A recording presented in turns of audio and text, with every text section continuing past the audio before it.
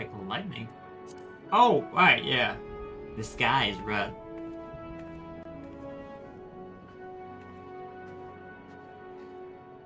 Ba-bum.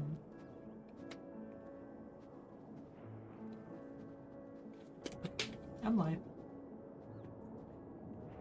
Ah. Where's Alice?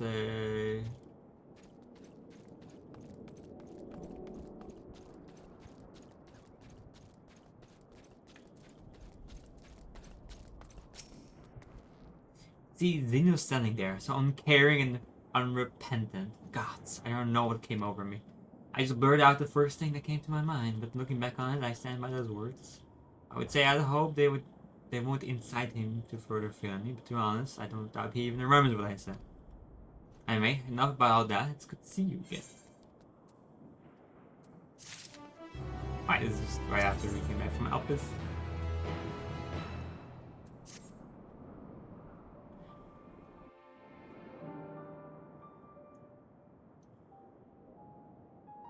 No major injuries then. Good. I briefed the recovered soldiers and sent them on their way as quickly as I could, but nevertheless feared they would not make it in time.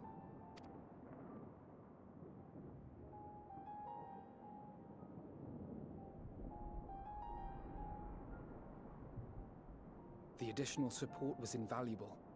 Your men saved more than a few lives.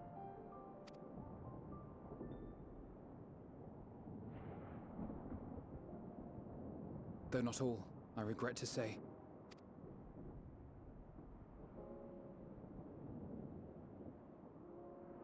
I take it that I'm addressing Lucia Junius. I'm the Forum's envoy, Fortuneau Leveilleur. And you are owed an explanation for these most dire developments.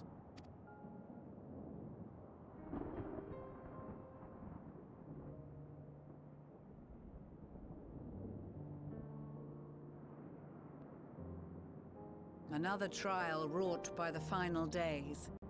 I was beginning to suspect as much. You doubtless feel some consternation having been forced to abandon your original plan. But trust me when I say you were right to send the refugees elsewhere. Beasts have been sighted within the capital. Perhaps it was a stroke of grim fortune that the population was decimated beforehand, as they've yet to appear in any great number, but in time. In any case, Maxima leads the remainder of the contingent in an effort to cull the creatures and evacuate the populace as we speak. Once the airships have taken to the skies, I pray your men can be persuaded to join him. You'll permit us to retain our weapons? I wouldn't have sent you after the Scions were I expecting you to stab them in the back. And I, for one, would not consider past transgressions more relevant than future contributions. Regardless of the circumstances that saw us at odds before, we need men of courage now, more than ever. Besides, Garmod is just... It's fucked, basically. It's done for.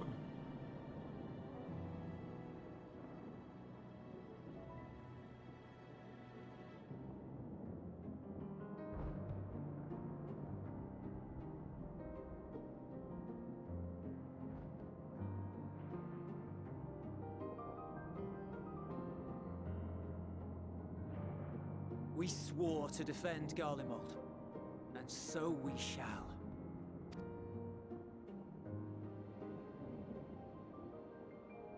It seems you have everything under control. You will excuse me then, for mine own duties await. A moment, Master Fortuneau. You did desire to express your appreciation for services rendered, did you not? I did. Though if you intend to again ask that Charlian alter its course, you will find my gratitude insufficient. 'Tis nothing so onerous. I wish to hear the details of this grand endeavor of yours.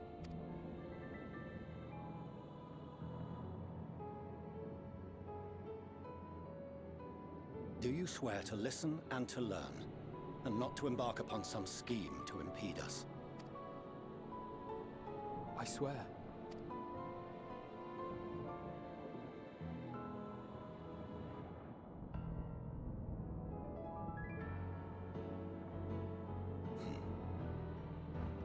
Any other, I would doubt. But you, I trust to keep your word. For not once have you broken it. Very well. I will request that the Forum make you privy to our plans. You may await our summons at the Baldessian Annex, assuming the decision is in your favor. Does that suffice? It does. You have my thanks. Excellent. You can regale us with tales of your most recent sojourn to the First while we wait.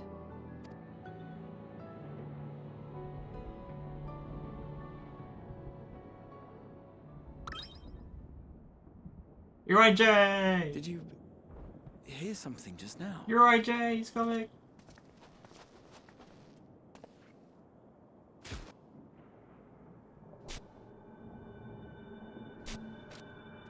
Dang.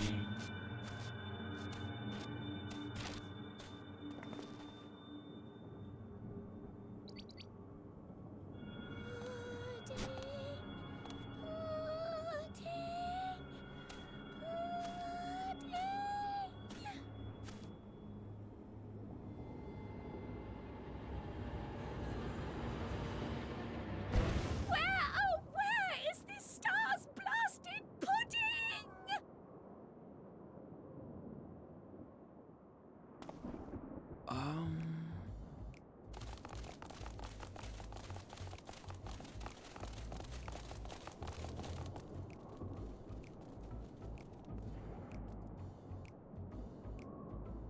Yeah. Dawn may banish even the darkest night, and to this bitter clime bring warmth and comfort.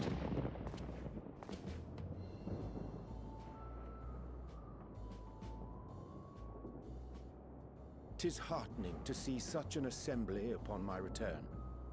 I thought often of you whilst I looked down upon our star's brilliance from the moon above. It would be an interesting Yes, choice. but what are you doing here? And dressed like that? Aren't you cold? In Endwalker to just release small comic relief buddies? Verily. But I feel like it's fear for very my health should I Final proceed to Fantasy or expound something? upon our purpose ere I procure more suitable garments. Then allow me to summarize. We're here because none of you lot are up there. Nor has anyone deigned to send word about any changes in the plans. That's fair. It's rude, is what it is. At least that's what I thought at first, but then folks got to wondering if you weren't in a spot of bother, so we decided to take matters into our own hands. Come down here and help, if our help be needed. So she says, but it's also something of a convenient excuse to visit Etheris. Oriange made it sound absolutely marvelous. More so before the impending doom, but still. I love how he sounds in a big way. And it's not like there will ever be a better time. What with the aforementioned doom? Marvellous, they say, yet not an ounce of pudding to be found. I must suffer Uriange's inferior works no more. Hey! Maybe consider the plight of present company before you go blathering on about pudding and doom? Ahem. As I was saying, should you require any assistance with whatever, we are at your disposal. We were born from Heidelin's love for the lives of this star, so naturally we would much prefer to see them continue. Twiddling our thumbs up on the moon is hardly conducive to that, though, is it? Aye, not when you've all got such precious thoughts and feelings and hopes for the future deserving of more active preservation. Speaking to Uriange made us realize that while we've carried out our duties to the letter, we've failed to fulfill them in spirit. From there, it was just a hop, skip, and a jump towards resolving to do better. So please, show us how. Help us help you.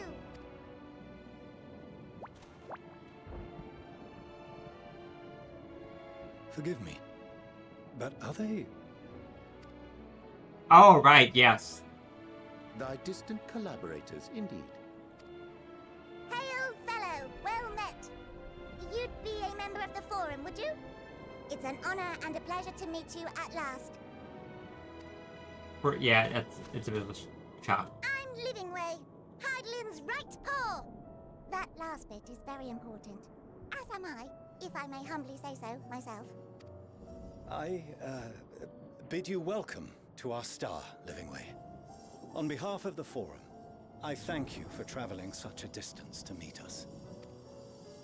As you have surmised, preparations for the Exodus have not proceeded as smoothly as we had hoped. I should be happy to personally escort you to our headquarters in Charlian, where you may advise us as you deem fit.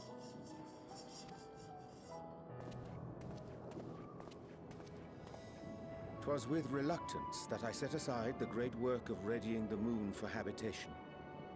Be assured that I did so only after the Loperids made plain their earnest desire to come hither, and I myself felt a growing certainty that their contributions here would prove invaluable. 'Tis trite, perhaps, but I followed my heart.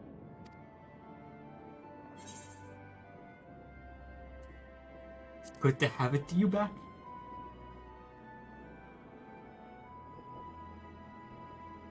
For a time, at least. Nevertheless, 'twas worth the journey to find present company well.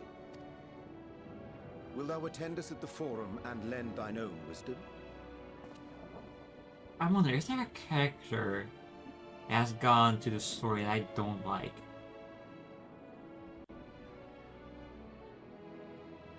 It's a good question, actually. I feel like all the characters have gone. It's like they've gone to like. I love Zoranger. I feel like every character has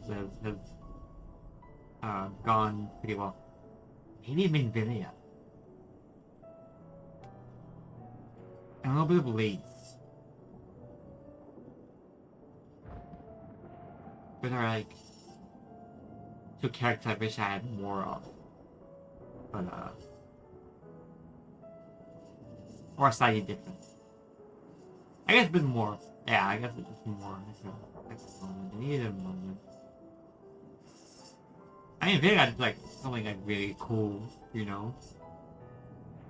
But I feel like Shadowbringer is clearly overshadowed by the Exarch and Elm itself, so it doesn't even work out well. It's even great because Tancred is so great in Vega. Lightning! Jesus. I like Ranger a lot. He's come such a long way. If that's all quite settled, can we start moving before Urianger catches his death? Even I'm freezing out here. Oh, I dare say you'll warm up quickly once you're aboard the airship. Sat shoulder to shoulder with our fur-covered friends.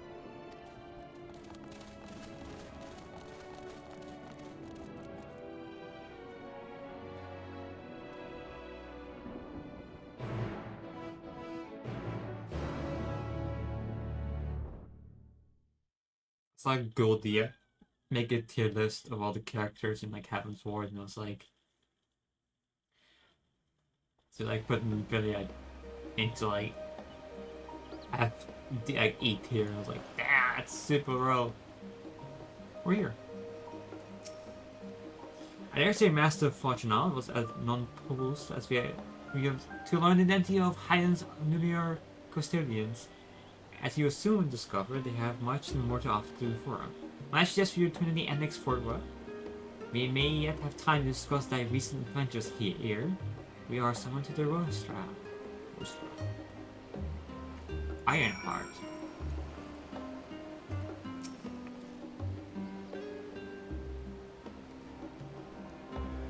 Oh, it's cited that up.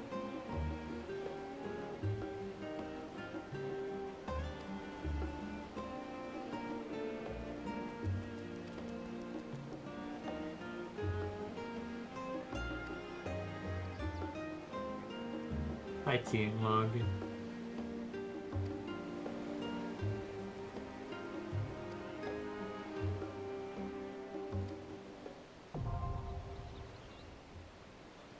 Pick that up.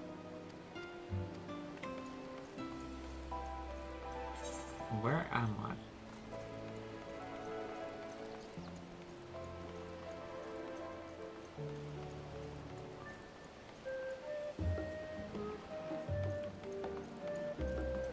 Do a lot of those.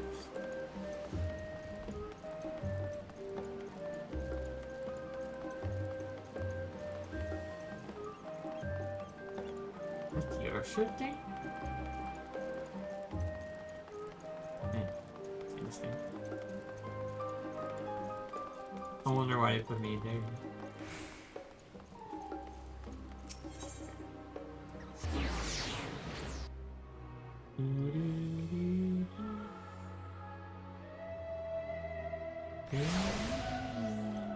Oh.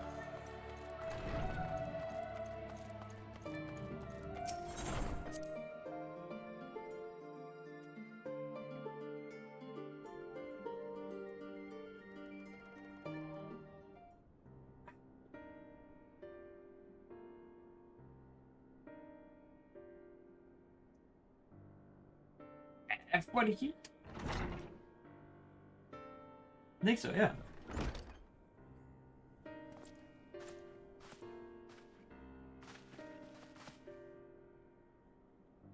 Not that I'm complaining, Ron J, and I wasn't expecting to see you quite so soon.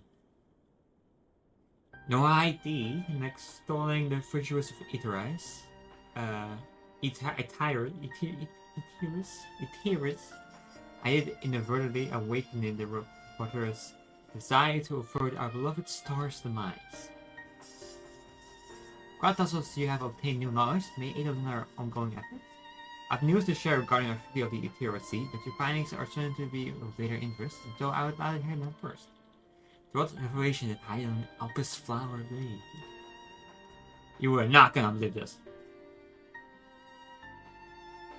So I tried to travel back to the ancient time and figured out the cause, at least the origin of the calamity, which is Dynamis, it will drive the final days. If it is, and Akasa are one the same, it's all but proofs in the Anasteri. Or an entity to sheer force of emotion to channel as fast and dome the reservoir into a raging river, its power might surpass even ether. If our star is so replete of ether, that entity would not need to be outside its influence to effectively manipulate the dynamics of the great experiment. Meteon. Or rather, the sorrow and suffering of fallen civilization has been warding for millennia. Unto anguish and fear and hatred, we are from every corner of the universe, all for a single purpose, the destruction of Ethereus. And our foe is no longer some innumerable calamity. We have but one aim, to defeat Meteon. You make it sound so simple, but you're not. Vanquish Meteon and we deliver the world from the final days, but to even attempt it, there are two conditions. First, you must determine her location. Before Meteon escaped, an enchantment was placed upon her by Venet, a woman who would become Hyla. The invocation of temporal magic are not entirely understood, so we can assume that our Hylan and the Venet we met in Elpis are one and the same. Nevertheless, due to her intrinsic qualities as an all-powerful being, the Awakened Hydra possesses the knowledge we seek. Whether she would share knowledge with us, however, remains to be seen. After all, the intent for us to flee Ethereus, not to stay. We suppose she has abandoned her pursuit of Meteon? The Venet I know would never give up. That's my impression too. Otherwise, she would have used me as a conduit for her will. She wouldn't have used it for provide clues against the Elvis Flower. Maybe she has been waiting for mankind's answer to Vermin's question.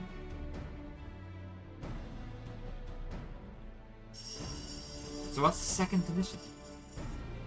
You must find the means to reach Meteor.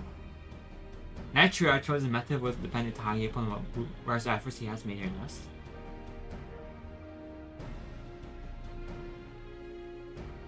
And communing with Hiren must by necessity come first. Did you and Master Matoya have any luck with your investigation into the Equality? Sadly not, but we enlisted the help of Emerald and the other Echo Blast allies. We couldn't detect so much as a whisper from Hiren, even from within the anti-power. Master Matoya is of the opinion that in the years since abandoning it, the Forum has found some other method of receiving instructions from Hiren. If so, it would most likely be from some apparatus for observing the Equal Sea, but closer to home.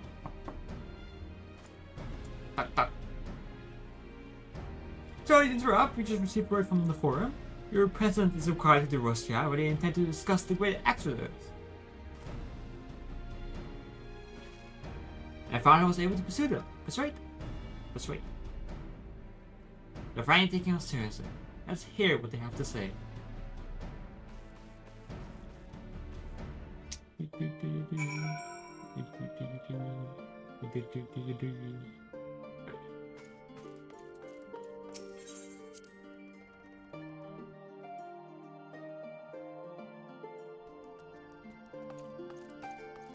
Where are you?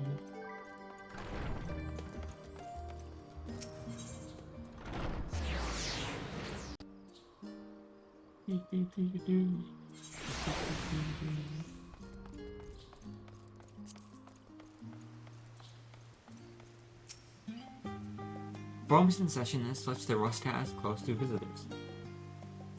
We have an appointment. Silence is not done. Farewell, you may wait in the corridor. Of course, entry will be only permitted in the condition you leave your armaments at the door. Lest you forget, the sacred institution holds rational discourse in the hives. The implements of war are expressly forbidden. Okay. Gosh. I want to take them with me anyway. Okay. Alright. Yeah. Well, I hope he's enjoying his cutscene.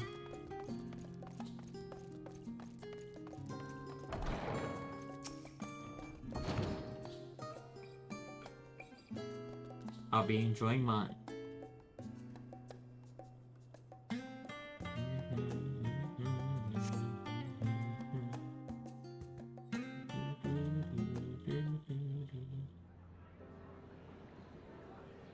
People of the Forum.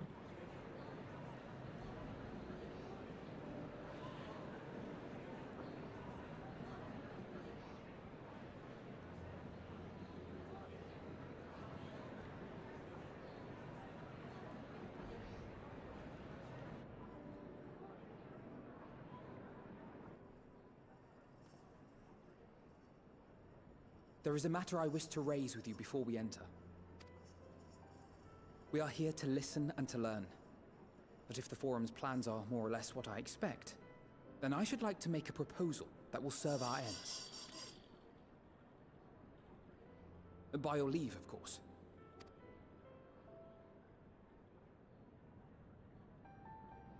I don't see why not. Your words and wits have gotten us this far. Agreed. I will present our queries so that you may consider the most advantageous way to advance your proposal without distraction. Thank you, everyone. If I may have your attention, the ad hoc session will now commence. The purpose of today's assembly is to brief the Scions of the Seventh Dawn, at their request, on the Great Exodus. You may enter.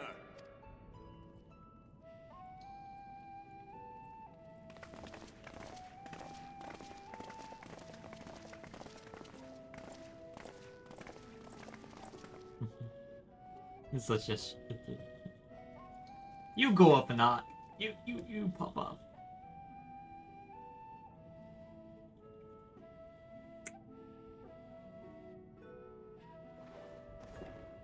On behalf of the Forum, I commend your heroic actions on the Magna Glacies. we shall not soon forget your service to us and the people of Radzat-Han. The Satrap, whom we have informed of the refugees' new arrangements, sings your praises as well. As an expression of our gratitude, we will endeavor to answer your questions as fully and openly as we are able. Then let us begin. First, it is the Forum's objective to ferry the life and knowledge of this star to the moon. Am I correct? You are. It is for this purpose that Sharlayan has labored these many long years. We have collected biological samples and scientific records from across the star. When the time comes, they will be moved from their places in Labyrinthos and Numenon and conveyed to safety. Once that critical task has been accomplished, we will begin transporting the Sharlayan citizenry, which has been categorized into groups.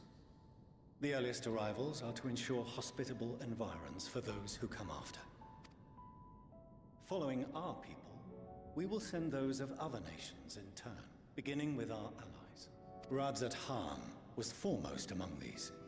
But since the final days have already come to Thavnair, we saw fit to include the refugees with earlier groupings. That's fair. An ambitious plan. You have accounted for the safety of all nations and tribes, then? Yeah. As many as we can. And how, pray tell, do you decide who to leave behind? To journey beyond the sky is an unprecedented and immeasurably difficult endeavor. Introducing sources of inevitable conflict would condemn all to certain death. That's fair. You don't wanna. Questions as to the validity of that approach aside, That's also true. It's sort of a. Cause it's like, right? You can't just put. It makes sense, but that's it. That's like, wow, we've worked so hard to like make peace to everyone. These sorts of shapes just not doing that. are your plans proceeding apace? We're under the impression that your primary means of celestial transportation is incomplete.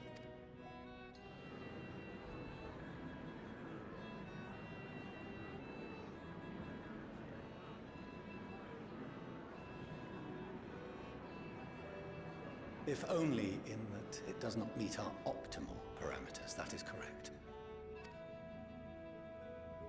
This Ark, as some have taken to calling it, is fully operational and could be launched even today. However, the final days have progressed more quickly than we anticipated.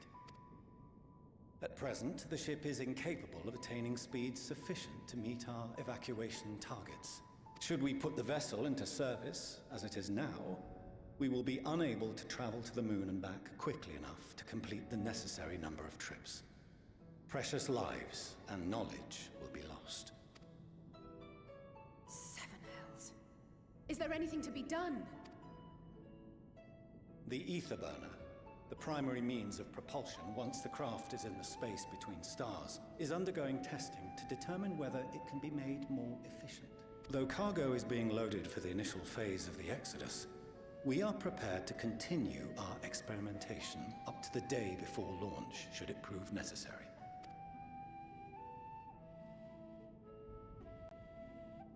What if the Scions were to solve your problem? We shall help devise a means to improve the ether burner's efficiency, on 2 conditions. If we succeed, you must allow us to meet with Hydaelyn.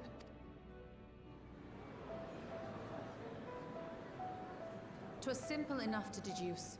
You have a Concord, and so you would never have abandoned the Anti-Tower had you no other means of communication. One far more convenient, I Hey, suspect. cat.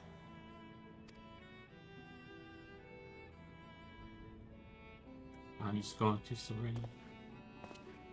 The second condition, also to be met upon our success, is that we be permitted to propose another use for your Ark.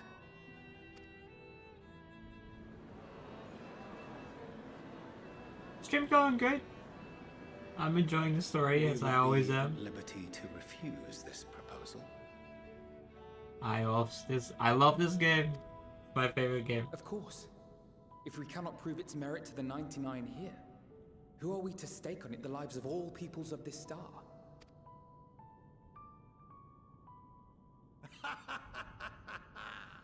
Delightful as always, Master Alfino. How are you?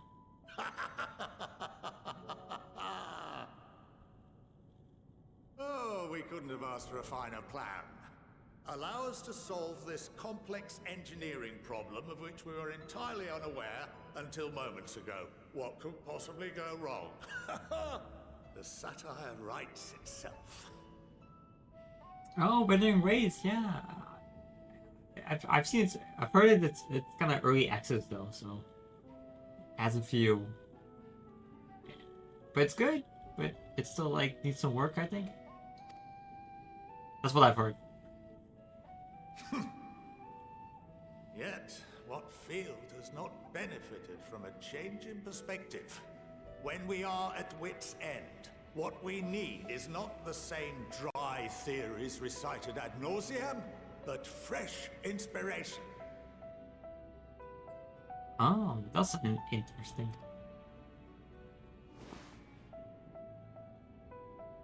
I, for one, have faith in my erstwhile students to provide it, and I find their terms to be perfectly acceptable.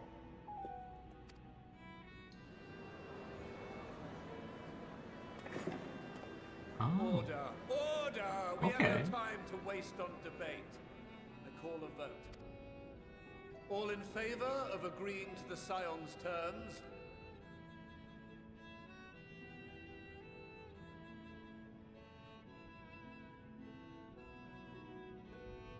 Does his father raise his hand?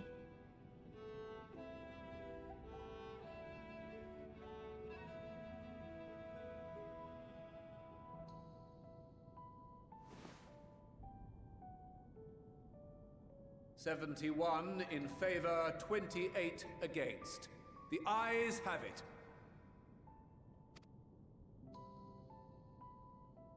Fortuneau, as the architect of this project, you are the best candidate to show them its current state. And bear in mind that regardless of your personal misgivings, this is the will of the Forum. He did not vote for. He voted Very well. against. I call this session to a close. Return to your tasks with urgency. The final days wait for none.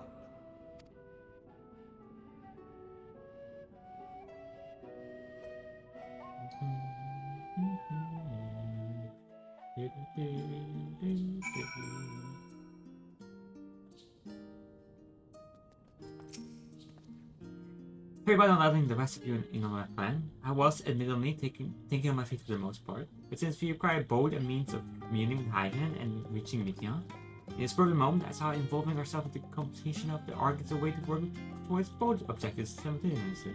However, we must keep our end of the bargain by solving the problem of the ether burner.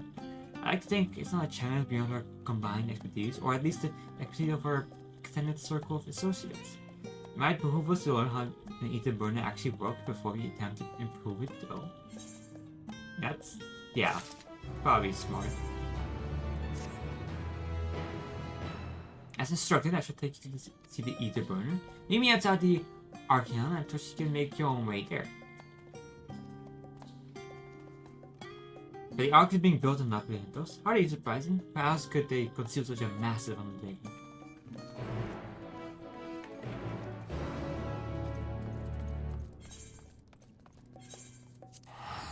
I can just teleport here.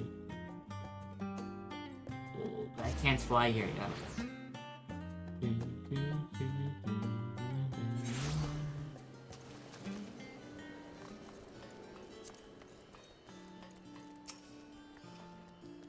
My destination lies in the lower levels. The Forum, in its wisdom, has granted you access to Archeon Lift. Step inside and have an open hill line take you to the medial circuit. Medial circuit. I don't know. I don't know how to say that.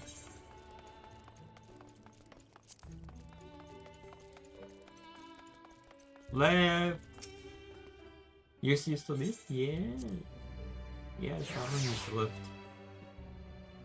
Isn't it weird how it's called a lift, but so nice to take it down? I've sent you Associates hat to the Lipstick Alpha and the other side of the Male Agronomics. Actually, that's something I've been meaning to. No, never mind. It can wait. Let's attend to the matter at hand. Who wants to say something to me? Because the children look up to me.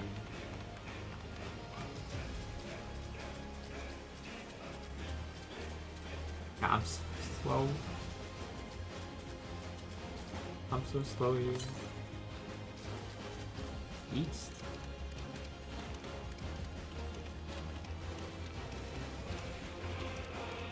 That's like up there somewhere.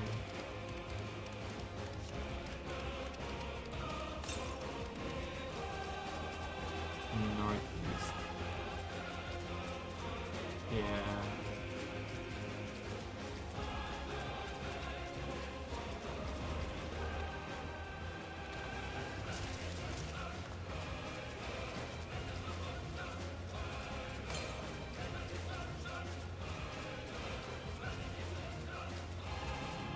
Let it be where I think it is.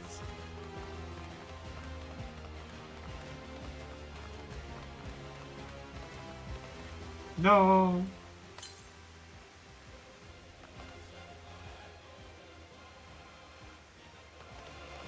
Okay. Oh, it's right there. All right.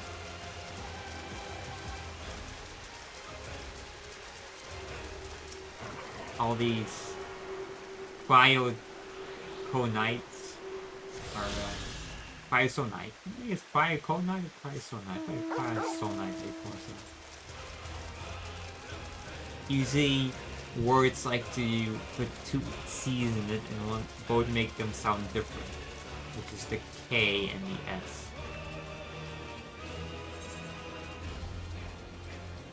Obviously, it makes a lot of sense, even though, you know, they could just put a K or an S in there.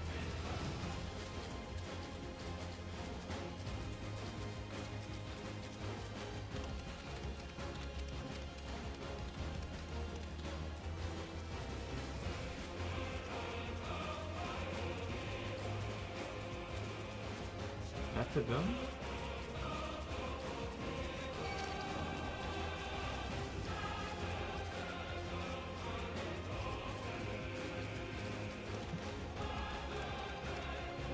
We can go inside here? We can.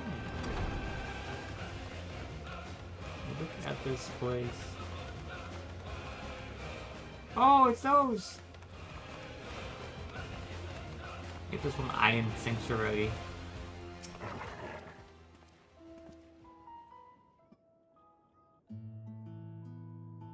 We are to wait here while our father arranges for us to use the next lift. Here, being allergic to alpha, where the atmospheric conditions of remnants are regulated. Water is drawn from the underground and disperses vapor, simulating the formation of artificial clouds and rain. Manipulating the temperature and air circulation, they are able to create the ideal environment for growth and preservation of the biological samples kept here. Hold on, how do you know so much about it? Why? Father brought me here as a child. What? And left me behind? Actually, you're the one who left me behind when you went off somewhere with grandfather. The night before, I had been asking Father how clouds are made, so he decided to show me. It was fascinating. I prepared him with questions the entire time. It's all too easy to take for granted the many interweaving aspects of the natural world, to go unnude to the wondrous. Inured. Having gained an understanding of the complex mechanism employed by the Raporitos and recreating a similar environment, I've come to view such processes in a new light. Subterranean guardians of the Raporitos, the lunar prison forged to contain the ancient Zodiac, the habitation built for all mankind needs the moon's surface, each unique yet undeniably similar. It's no mere coincidence.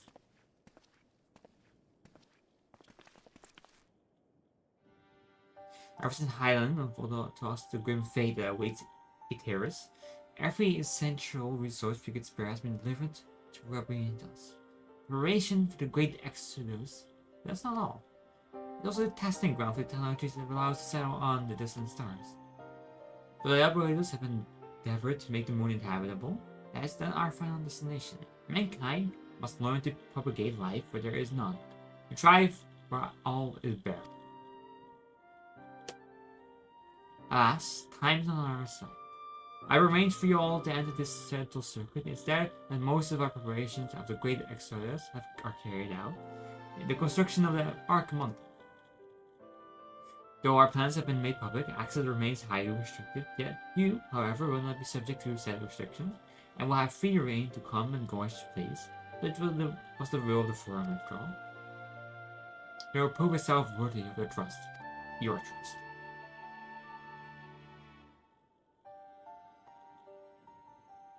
And I'll proceed.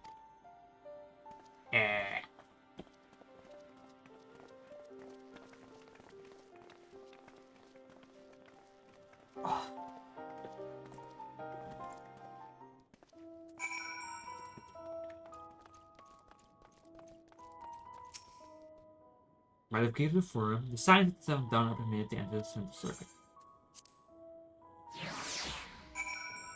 You got that free access pass.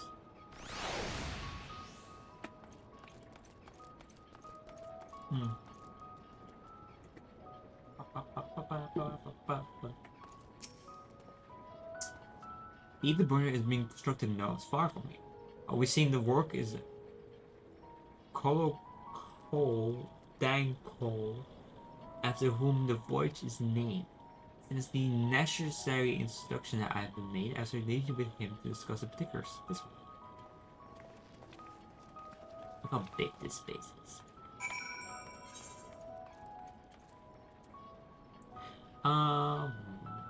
They were fine. Going.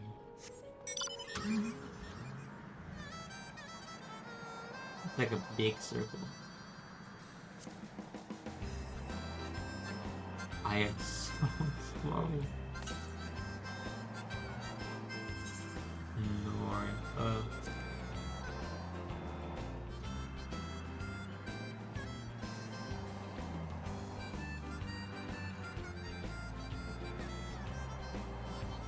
Hello. What are you?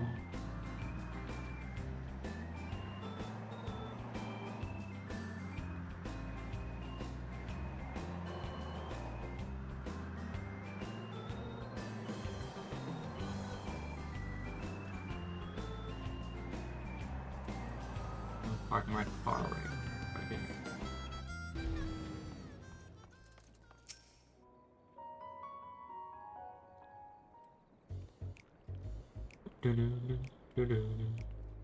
I could swap them out. No, been there, done that. Damn near lost my eyebrows. Think, Coco, think!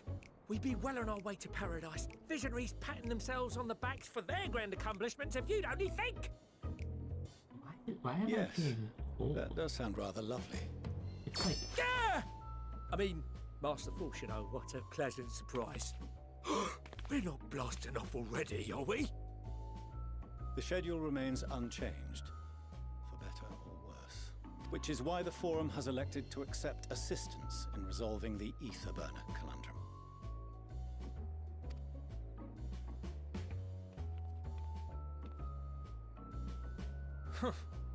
Not seen you lot down here before. There are Archons among their number, but engineering is not their expertise. Nevertheless, the Forum concedes the slim possibility that they may have insights to offer. If not, You are at liberty to return them to the surface, by whatever means you see fit. I assure you that won't be necessary. Now, about your troubles with the ether burner. Aye, aye, I'll walk you through it. Suppose I could do with a change of pace. As the name ought to tell you, the ether burner burns ether, ambient or otherwise, and transforms it into motive force. Think of it like a giant bomb that never stops exploding. Even out in that black void where the ether's right sparse, it's strong enough to move our arc. And it probably won't kill you like an actual bomb. But it ain't perfect. According to my calculations, to travel to the moon and back fast enough for the forum's liking, the conversion rate needs to be 6% more efficient. That's pretty big. A measly 6%, you say? But if I could have squeezed even another 0.6 out of it, don't you think I'd have built it that way in the first place? Hast thou consulted with the Loperids? Yes, they too are conducting their own research, for lack of a ready answer. The moon's propulsion systems are considerable, naturally, yet they are commensurately massive. It is no easy feat to convert their technology into an efficient means of propulsion for a teeny tiny toy boat, as they say, and as I most certainly do not. Yes, exactly! Damn it all, I asked for refined adamantite and they send me uppity rabbits with inscrutable, ancient, incompatible technology! You're trying to drive me mad!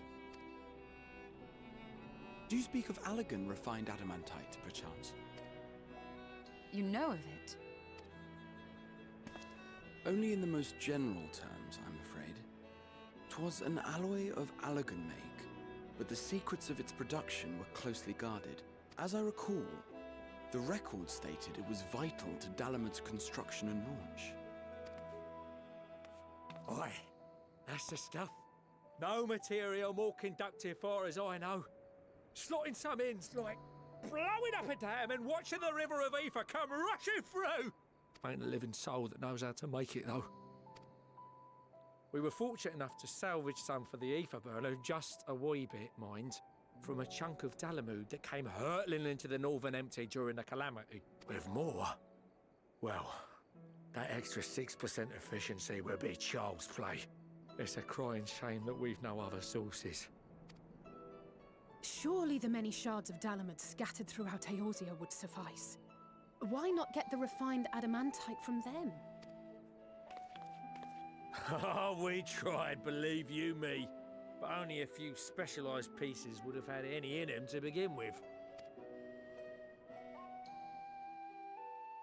Drive calls from Ragnarok-class internment hulks. Those are the prize bits we really need. According to the Gleaners, getting to them means delving deep into the shards. And the defences are still very operational and very eager to blow them up. It's rough going in there, even for the cream. Not sure they'd make it out alive. You don't like to go and fetch the what's it? I'll do it! I'll do it! That Okay. may be for the best, though you doubtless find the task too dull for your liking. There are multiple internment hulks in Eorzea alone, so handling this ourselves may not be the most efficient option. Rather, if we could salvage adamantite from the shards simultaneously... Thancred, is the link shell we established before you went to Garlemald still active? Of course. The floor is yours.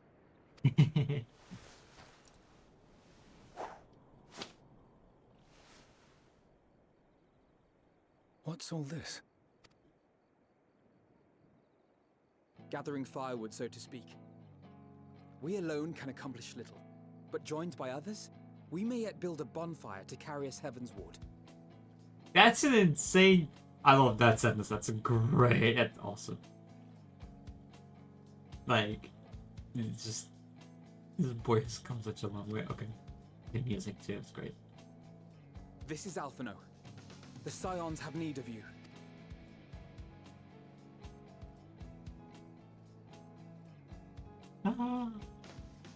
Understood. I will contact the Lord Commander and dispatch our finest at once. My sisters are somewhat preoccupied with the final days, so I will lead the 12-Wood expedition myself. Are you aware of any other sources of refined adamantite?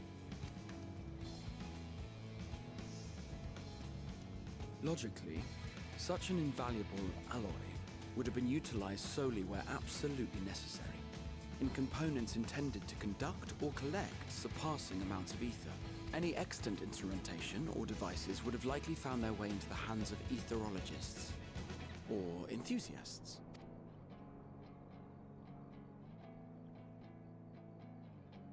Magical artifacts of Allagan design?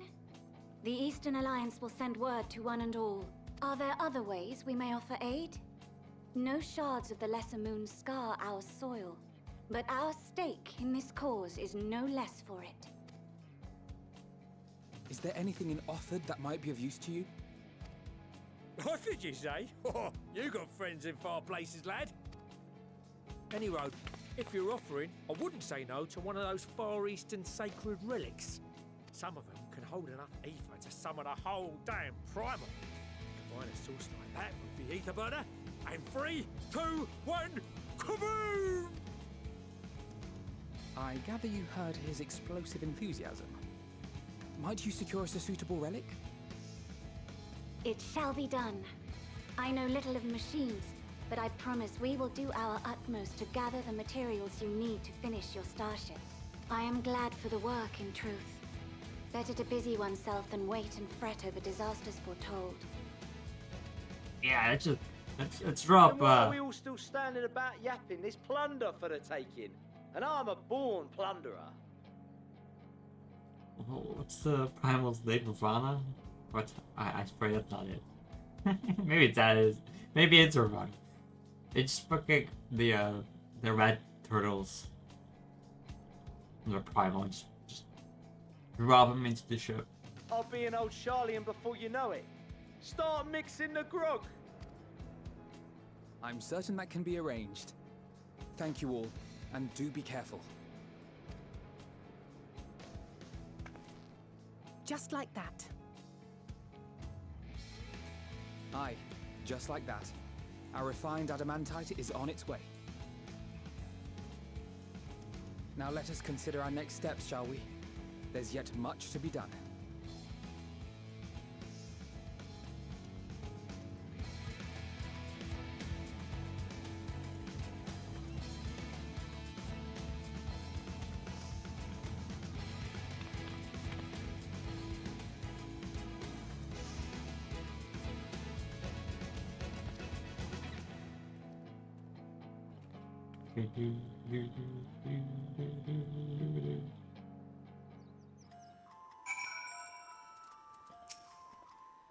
Sound like these were reminding of how famous or infamous Alphen has become. Would have thought he could achieve so much with a single link per conversation. As we're expecting other relevant visitors in the near future, I'd best return to service and inform the relevant parties. I also have contact of my own and might be able to try. Oh, and who might that be? That's for me to know. I need to find out. I don't know that I leave my in capable hands. Best of luck.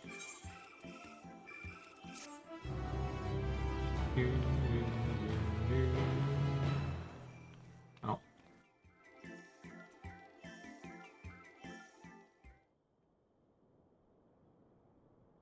Meanwhile, and no, not the final days. Or is it something else?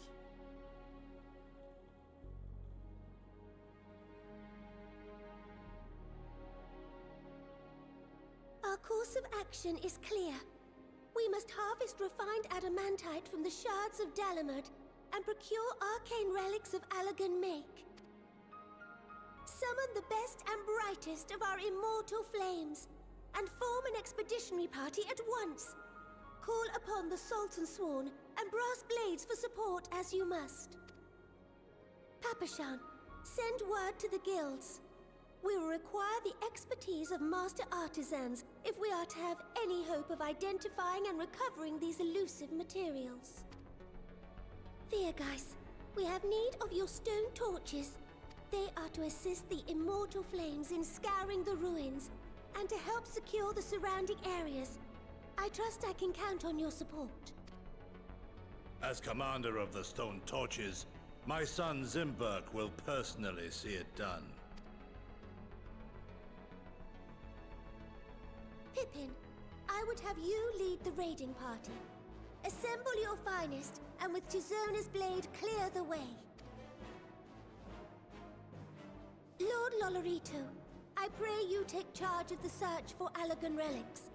Surely you know of some being traded on open or clandestine markets, or sleeping in collectors' vaults. Of course, I ask not that you do this out of the kindness of your heart. By all means, profit on the transactions. I wish you the joy of it. The final days descend upon our world. If circumstances are truly as dire as they say, Uldar's best efforts may be for naught. And yet, when we Eorzeans rose from the ashes to rebuild our broken realm, did we not learn one simple truth?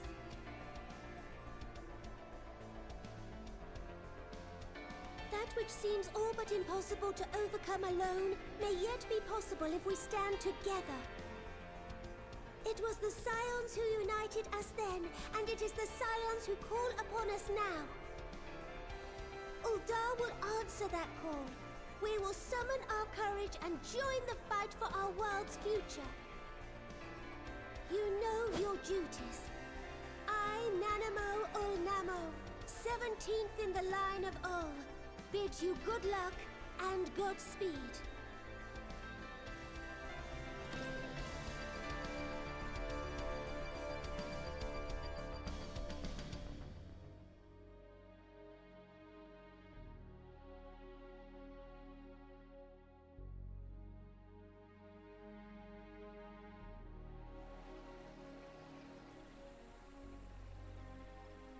Oh, okay.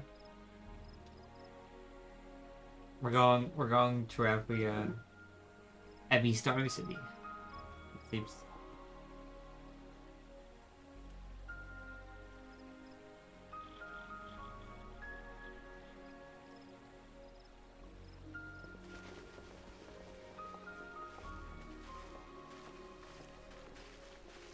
I haven't leveled up Lancer enough to know who that is. I'm so sorry. I wish I knew.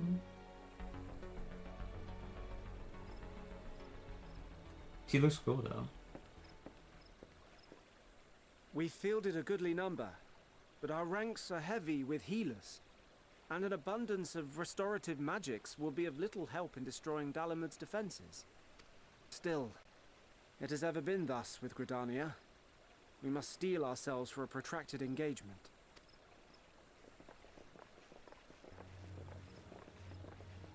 In that case, might I suggest taking us along? Hell yeah. Commander Hext, what are you doing here? None of the shards in Girabania are big enough to hold an internment hulk. So we said to ourselves, why not lend our neighbors a hand? We thought you might be short on people with a talent for breaking things. While it pains me to admit it, you are right. Our deficiencies so plain to see. It might have been a lifetime ago, but I was once one of the Scions assigned to the Shroud. I know this forest well. I know your people. And I know we will be stronger if we fight this fight together. Yes, the people of Gridania. Then I will impose upon you with a clear conscience. Come, let us speak of how to integrate our forces.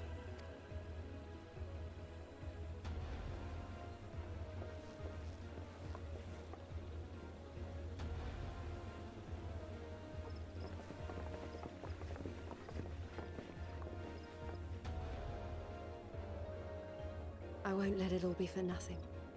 I promise. bless you, Papalimo.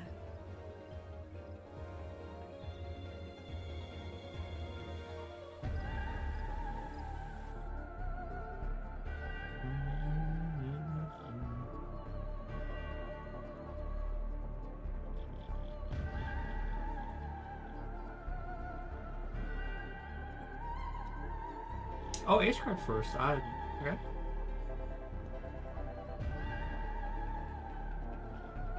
Aw, man.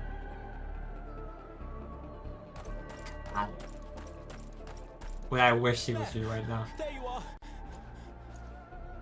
We've no time to waste, brother. Everyone has already... Ah.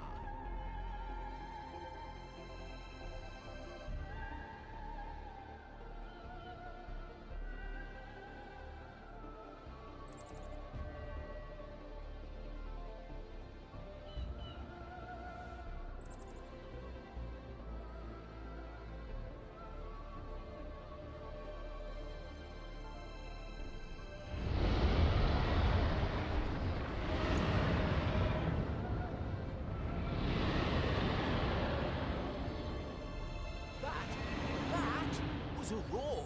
A dragon's roar.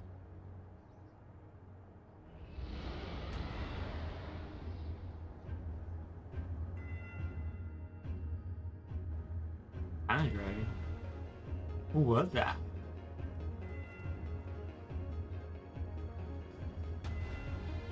Main mon never see.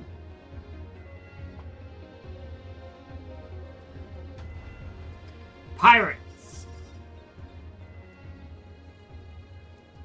And Hancock. so, in summation, the Eastern Alliance, as well as the Honorable Lord Lolorito himself, reached out to me for assistance in procuring these treasures of the divine, and I, in turn, do beseech the Confederacy for aid.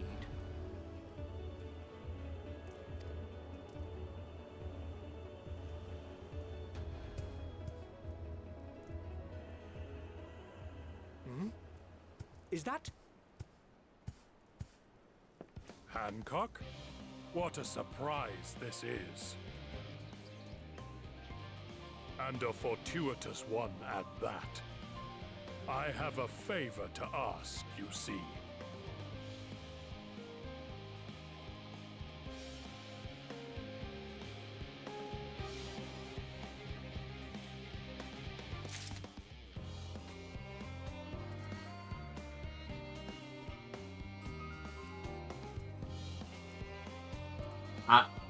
You didn't go to Limsa. To our fans are searching for a refined adventurite and sacred relics, we only know if they meet your requirements once they have arrived. In the meantime, is there aught else you might do to be of service? Nah, you've already done more than enough. Bad to say though, I bet you someone who knows a thing or two about elegant technology. You there, the lad with the red eyes, matching hair, seem to know more than the average scholar. Yeah, that's a good idea, catboy. Yeah, if only Master Kobo knew how right he was, when he and Gara established a rapport, but only help with the preparations for the Great Exodus. And the 80s would mean going above and beyond the terms of our arrangement. I suppose it's not to curry favor. As confident as I am that we will succeed, we must be ready for every eventuality. There's also been an opportunity to familiarize ourselves with the logistics of traversing the Great Expanse. And if nothing else, it beats twiddling our thumbs while we wait for the adamantite.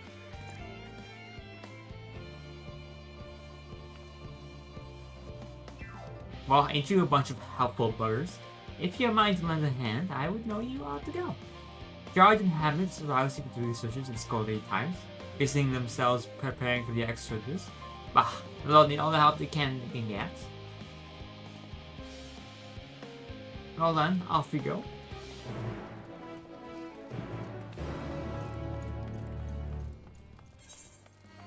Now we can go up.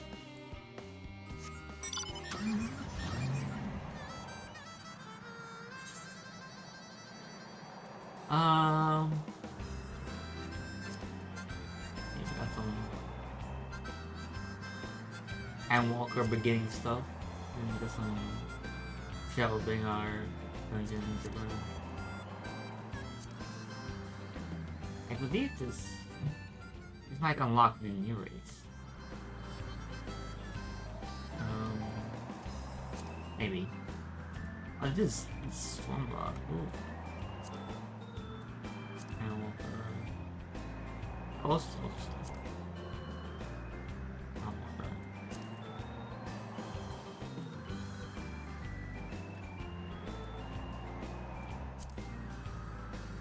Hello, Brent. Right. I guess the Hello, Brent. What do you think of that?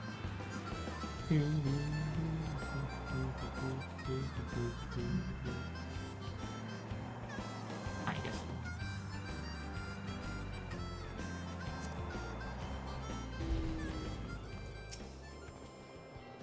What I can tell, a lot of people are actually lippy down here. I don't know how much we can help the off, but it's with the benefit some of that fresh inspiration, it's called like multi-Chine to mention.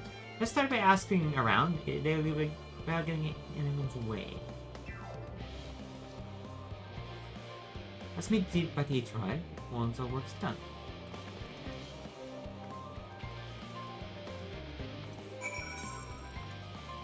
There are stairs here.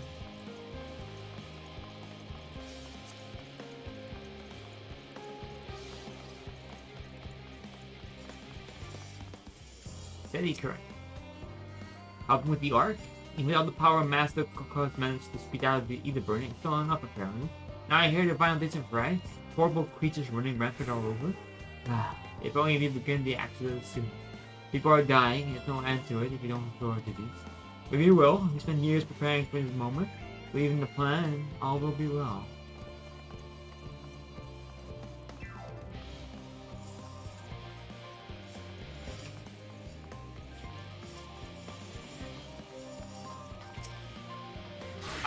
Hello? Are you one of the new helpers? When working on either burn, oh dear, here things have come to a standstill in Macba. Even though I suppose to over my current duty, checking loading samples day in and day out, tiring, thankless work. Still, no one will be classified for misplaced a few measurements or what have you. The Rome's got enough on their plate with deciding who gets to board the Ark and when. Lots of how people have opinions about that. Mark goes out with massive fortune on the others. Hardly get a moment's rest, I expect. Did they even have time to sleep?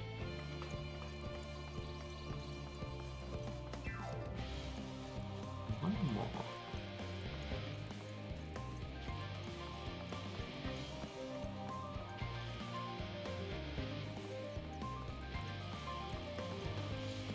Maybe over here?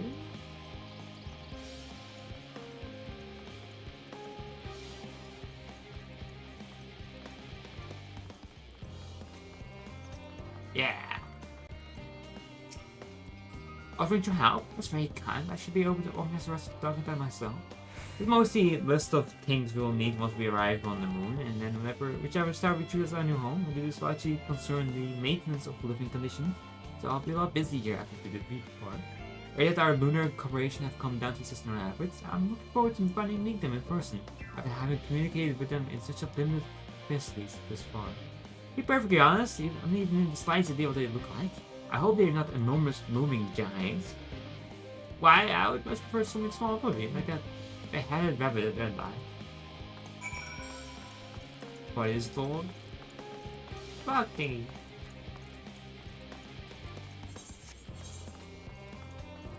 Okay.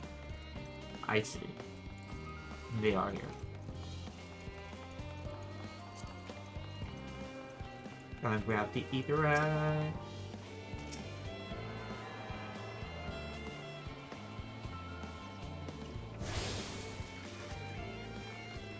Alright, well, nice. Nice meeting you here, Stars. Our friends in the front browsed to see their teeny tiny boat toy, but it was quite impressive coming to them use an equation magic. Or really interesting in ether eyes itself, though we now find ourselves in sort of a funny underground miniaturized version of it. We were hoping the forum would give us a guide too, and it appears they're rather preoccupied. Honestly, I had time to prepare this one already. So we just have to show ourselves around, or at least that's what we were planning to do until we chance upon a Ryan J and your good self. With you both dawdling about, engaging in the idle chit-chat, perhaps you could show us a few points of interest. Won't that be fun?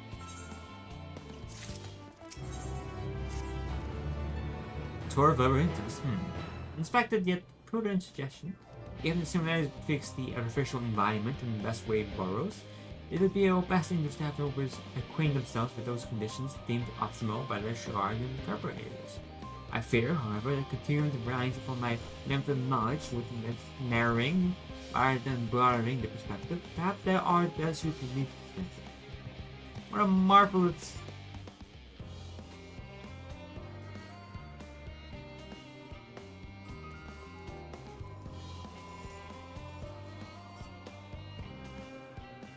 What a marvelous idea. Might we begin that great big what's it over yonder? I asked the what's it. I should leave the explanation to Ishtawa. Haha.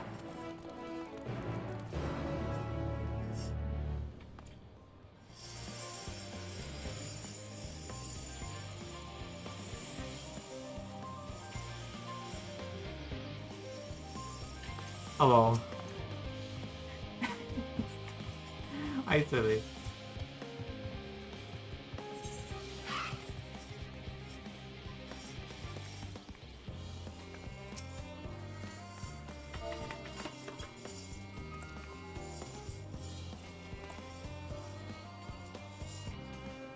How are you?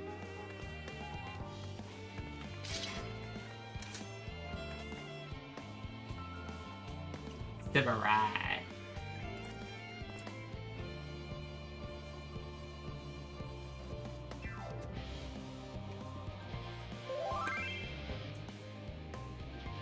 I'm good. I'm doing better yesterday. I was being yesterday, but I took a long shower, cleaned myself a little bit up, and had a really nice sleep. So made me feel much better. I think I'm almost done with the story here. At least I think so. So let's see, we got this place, then this amazing cutscene that's gonna be above the ships, I believe. Then we go down after the Highland fight, which is pretty cool. That's a pretty good dungeon.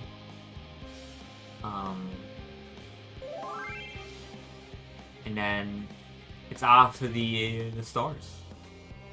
Yeah. Pretty close. I wonder how long it would take.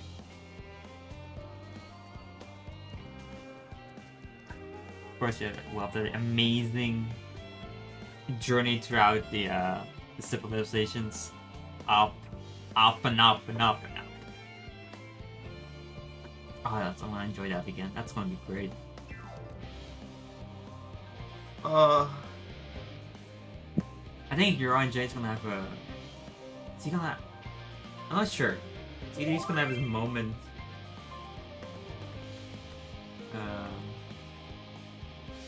Now or like in a little bit.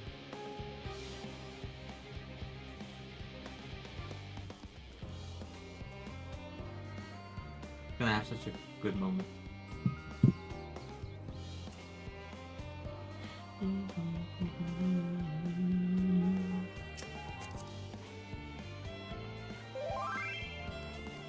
Excited for Dawn? Oh, of course! Of course! Of course I am. I've already bought it. I bought actually, put a little bit more down.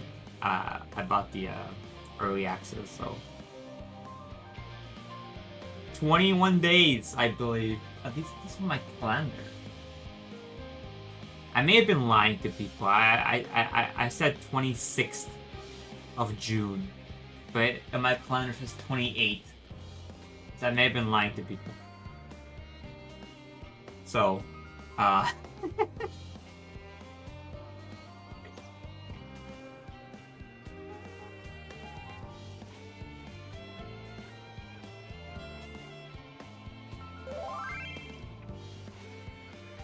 think I'm playing Viper. It's a cool class. I'm probably gonna stick with Paladin. I'm sorry, I'm a Paladin player. I love playing Paladin.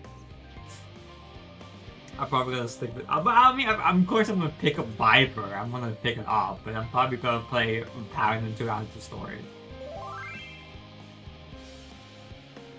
It probably would how it would probably help with queues because the 2 new DPS classes. So I'll probably. So I'm sure some of my friends are gonna be like, I'm gonna play Viper, and I'm like, you know what? I can, yeah, sure, I can tank for you. Let's queue up. I'll do the dungeon with you. I love doing that. It's my favorite thing about knowing people who play this game. It's like, oh, you need to do a dungeon? Are you leveling up DPS? Yeah, I'll tank for you. I have no problem. I mean, okay, yeah, Pictomancer is cool because, like, you got the artists, right? You got the artists. The artists are going to... Oh, every artist I've seen on me, I'm a main Pictomancer. I'm going to main it. Which is like, yeah, that's understandable.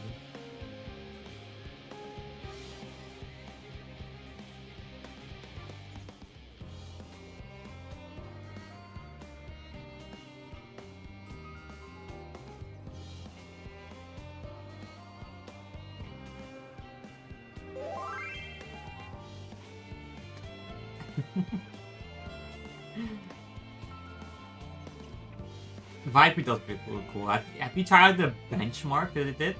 It has like a little cutscene, and it kind of shows off the Viper, and it does look really cool. I mean, who doesn't like 2 swords, right?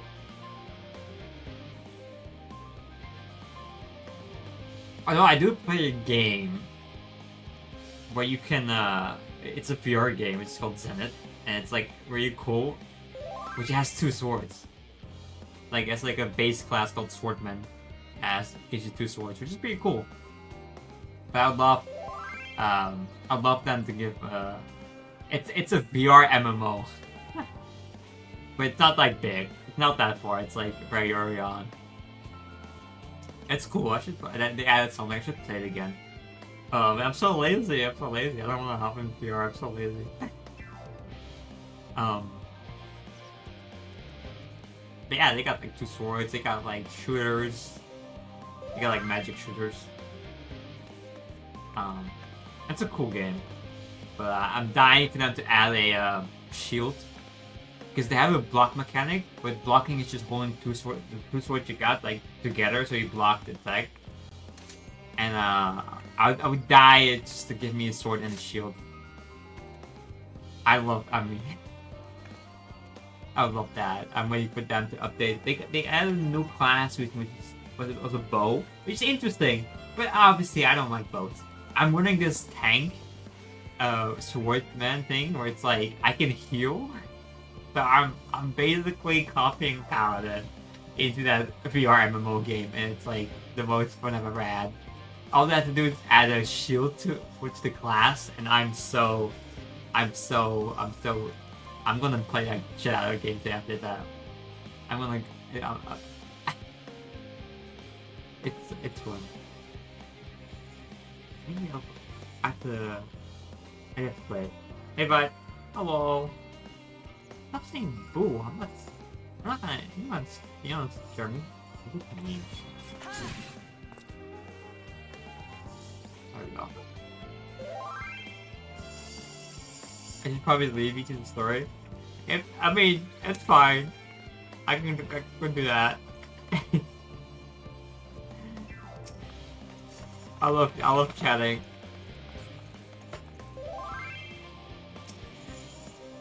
Oh, okay. Who are your people? Oh. Those are your people. Okay. He's gone.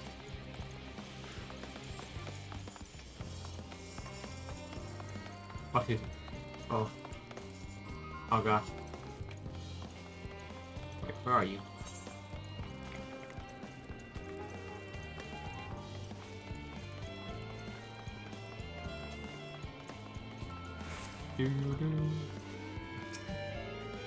Yes, you got taken by aliens.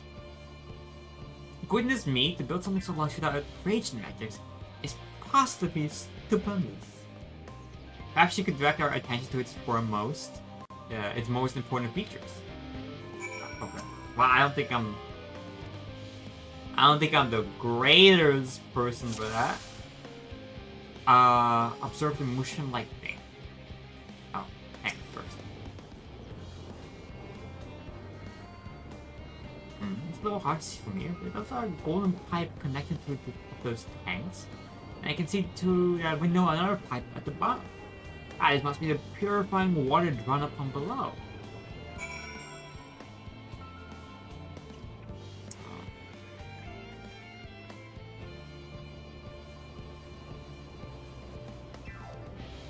Oh, what?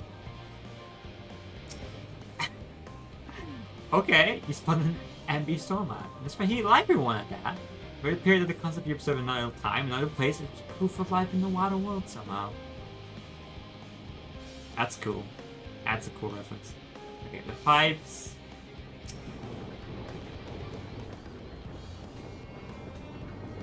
Is that water I hear from inside that great big tube? It must be because of the cogs and the gigantic wheel at the top. I see, that's how they drop the water. There's probably some sort of spiral-shaped mechanism inside it too. What's the mushroom thing? Oh, it is. Oh, that's why I closed.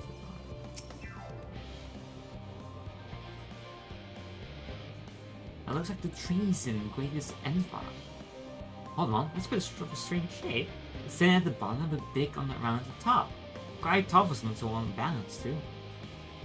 Now it makes sense. That's why they store the water.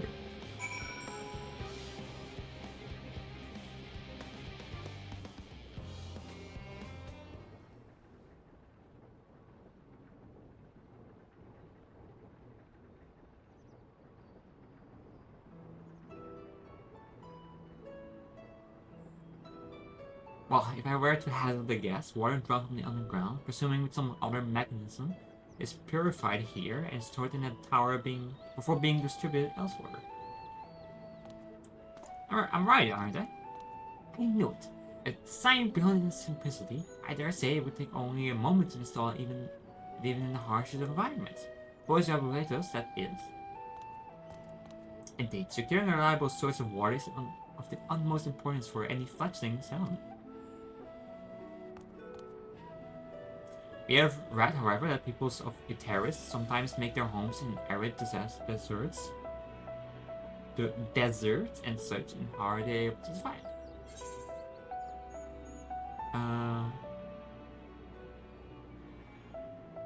Yeah, many settlements in Tanahan are built near oases, so places where there are water.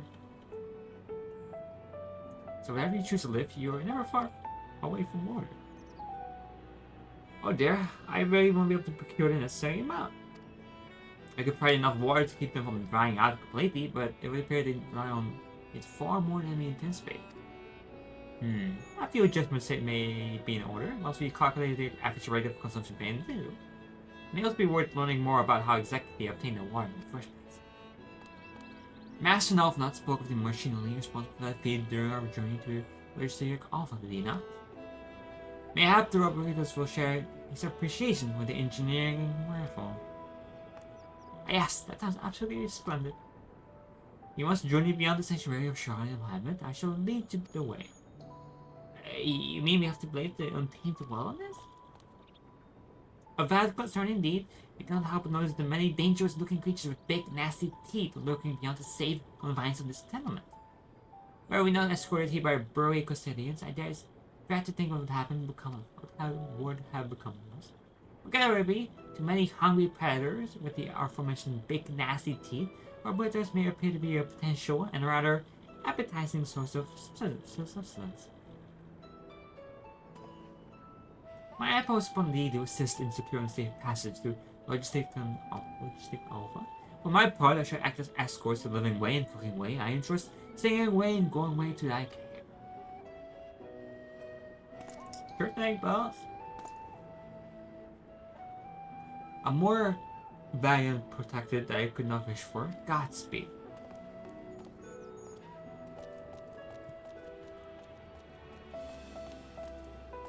If it's all the same to you, I'd rather not be eaten by some horrid beastie.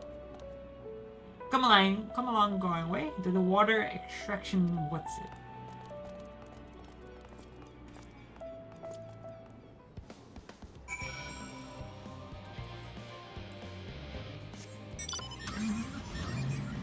Oh, we're going back that way, huh? I guess we're going around like this.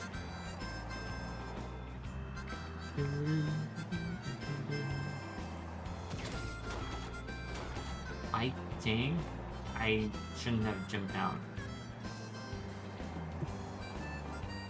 I'm quite thinking along through.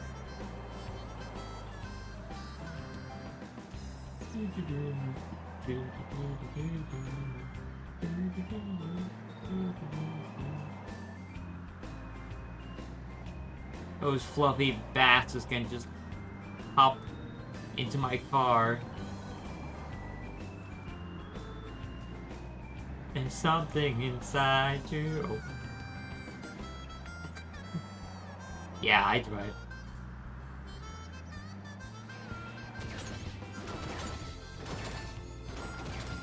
Oh, we're being attacked. Hi, Fluffy.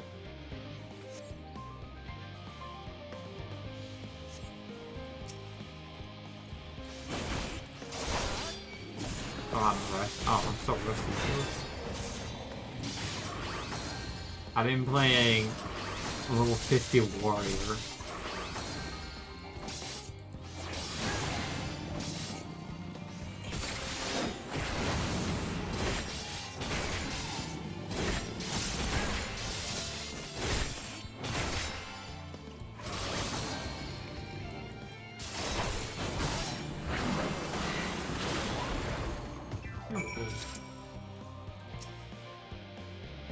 Thank you so much.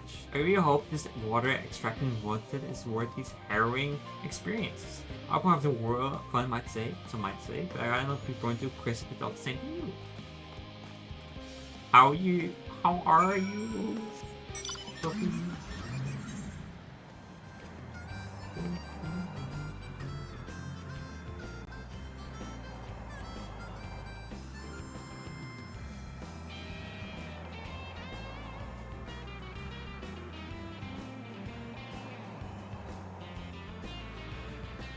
I just woke up. Well, good morning to you. I hope you slept good, or at least okay.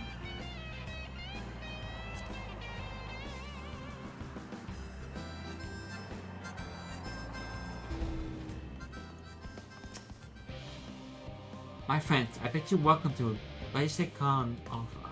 A destination without why I had to live, stop, pray, follow me.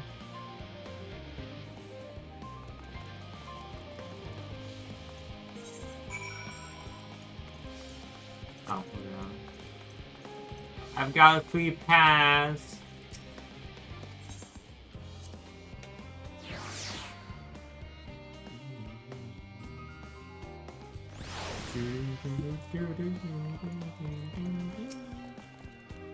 Marvelous, simply marvelous. So this is where the magic or science rather takes place. The perfect environment to sustain life, artificially created.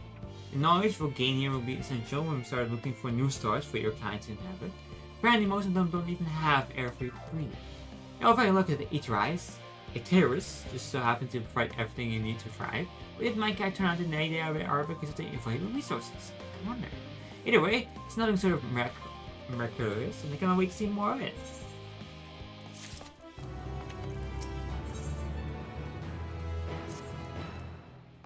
It is all very wonderful, I'm sure, but I'm very hoping to learn more about your nourishment nutrition facilities.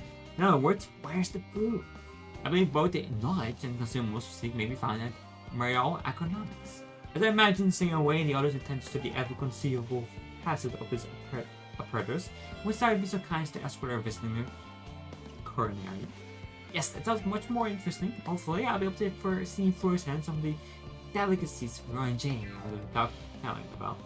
Even his incredibly vivid, if a bit too verbose, description cannot compare to somebody than myself. But imagine if heroes will soon be no more, so I must learn all ahead while there's still time. I'll brook no further delay.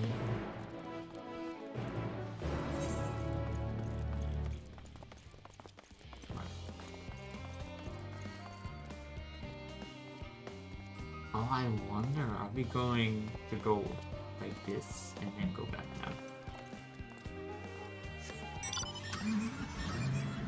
Don't mind me just driving my car inside.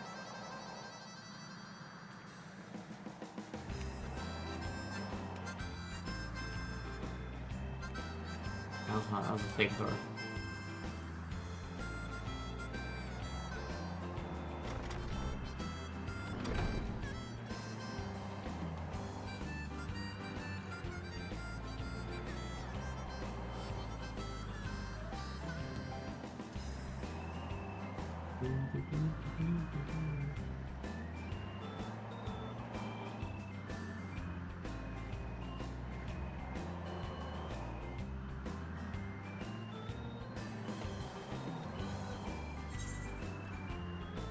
There you are.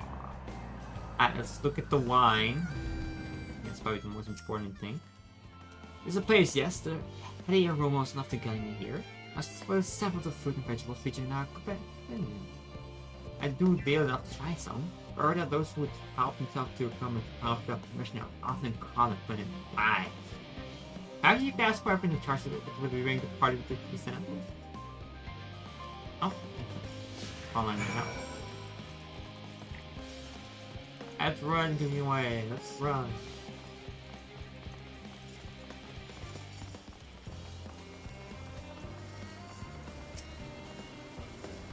Ah, what a fine mess this is. Oh, that's you. The one who climbed down the munch. I saw you running if I could, but I rushed off my feet preparing for the exodus. I'm not the only one, but I'll find ways to do what we do down here. Up there, first on the moon, then on whichever star to form besides we will come our new home. It's also sun, so unreal. Don't you want to go to the moon? Well, it's better than waiting for the final phase to climb basic plans. But no matter how carefully it's all planned, we'll never be able to take every variety of flora and fauna later. Even the ones we can't take may not survive in their new environment, so many species doomed to extinction. Sorry, that's not what you came to talk about, is it? I'll be quite so dire, sir. You may wish to sample for all of your produce, if you may. By all means, help yourself. Much appreciated, my good fellow. So, where to begin? Berries. Let's go for the berries. The grapes. Said berries with the grapes. Oh, I know what these are. Grapes, yes. See if they are as delicious as they look. Nom, nom, nom, nom. So sweet, so sour. Tastes as much like a ripe philosopher carrot, and yet the texture is entirely different. The contrast between the outer skin and the fruit within is most peculiar. Though far from unpleasant, yes. I think I'll try another.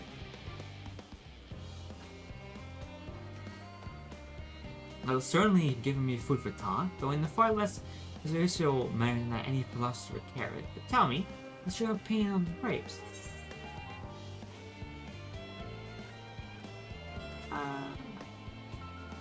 Grapes are pretty nice. I do believe in an erupting volcano to try a bunch.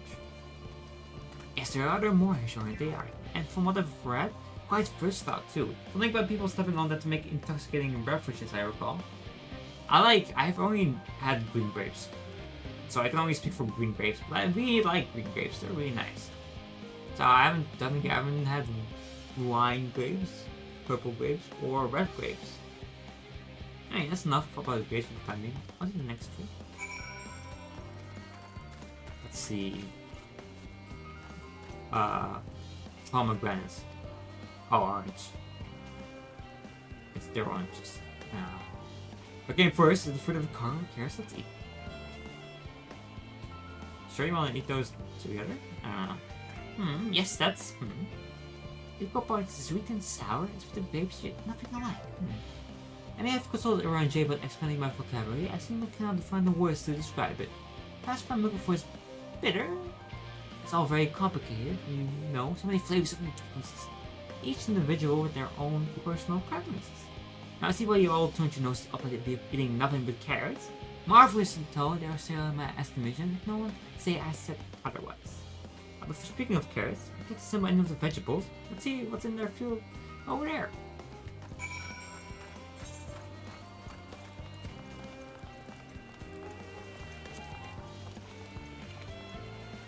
okay? He does not look at you. Pumpkin. The color, the texture. Any sort of enormous round carrots? No, in any case, proper nomenclature is less of a concern than taste. Bleh, bleh. Bleh, it's already flavorless. I may as well be chewing a piece of wood. And all but confined, there's nothing more than misbegotten players masquerading as goodly carrots. Stop. Thinking these are pumpkins, and no one with any sense of pride eating them raw. You're supposed to cook them first. And not find an awful bottom. Far from it, cooking is a joy unto itself. What more, it broadens the range of ingredients that we may safely eat. But above all else, cooking allows us to draw out the full potential of our produce. Pumpkin stew has been one of my favorite dishes for as long as I can remember. And perhaps even this hard block of plant matter can become a delicious little orange myself. I wanna know if there's anything out even more delicious. How about that yellow fruit over yonder? Lemon? Oh, you don't want it. Alright. I wonder if perhaps with luck I'll have a flavor to match. I have no idea how these are eaten. I'm just right into it. No, I don't know that. Oh, okay. Yeah. My tongue is poison. A lemon? You mean it's supposed to... How could something so similar to an orange be so revolting? It may be some time before my blood had recovered from this ordeal. As such, I had best call an end to this run of Champlain, and say our farewells and return to the others. We shall thank this man. Finished happy. There she found something to be liking. My mother enamored with the grapes and the orange has a pumpkin, though I like them hard rated enough to be eaten raw. And there was the lemon, the deceiver. I just don't feel violated. Haha, first time wasn't. I do hate for you to leave it a bad taste in your mouth in more ways than one, so I'll pick you this lemon muffin I baked. Doesn't change your opinion, nothing will. More lemon? Have I not suffered enough? Nevertheless, I would remain missed me from spring his opinion to, oof. Yep, stick came up there. More of your inscrutable waste. Very well. Lemon muffin, do your worst.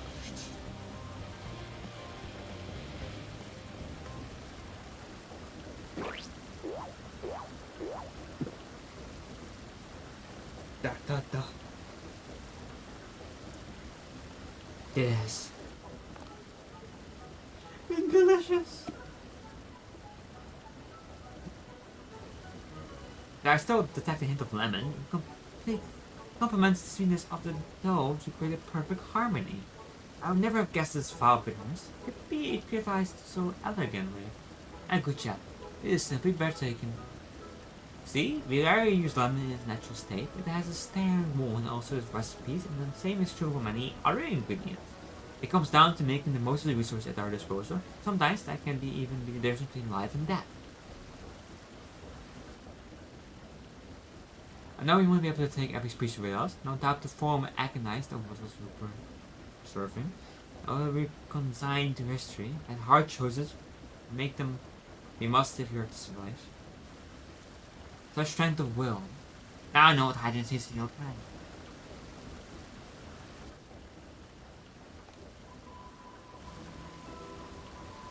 Mankind, the real believers, we are both born from the limited knowledge of the ancients.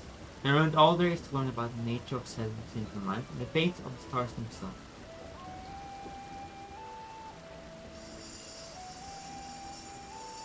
Once a civilization has fulfilled the basic requirements for survival, it will invariably seek to eliminate all forms of negativity and achieve perfection. And therein lies its folly and its downfall. For perfection is an unattainable ideal. It's the paradox of the immaculate carrot. Yet civilizations since time immemorial have aimed to pursue the perfection as progress. They pay no heed to the cost incurred in their future quest, and all too often become the architects of their own demise, and their dreams forever on purpose. What then, if the alternative? The answer lies in knowing that our existence will never be perfect, to be content with what we have and make the most of it. When life's kitchen lemons, make lemon muffins.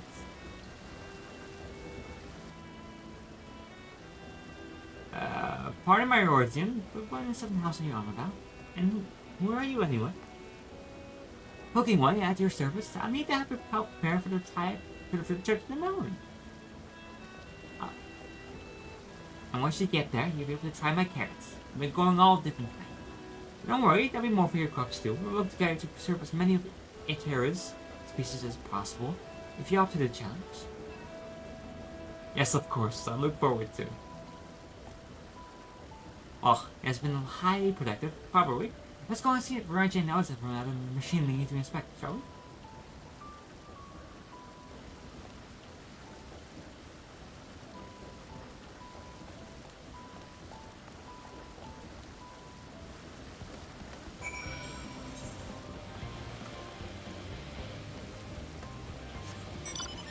Pardon me for sounding like awful not, but that message about like pursuing perfection but never achieving it is something I figured out when I was like a teenager. Ah, I was so smart.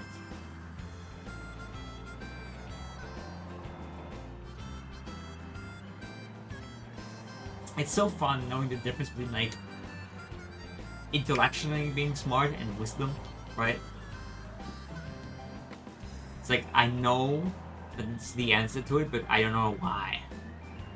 And it's like kind of like, oh, that's right. And then it's so fun learning things, discovering new things.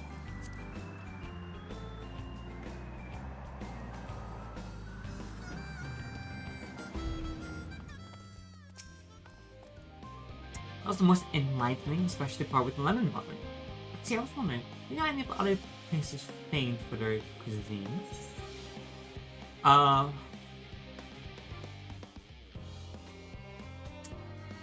Far East has oodles of noodles.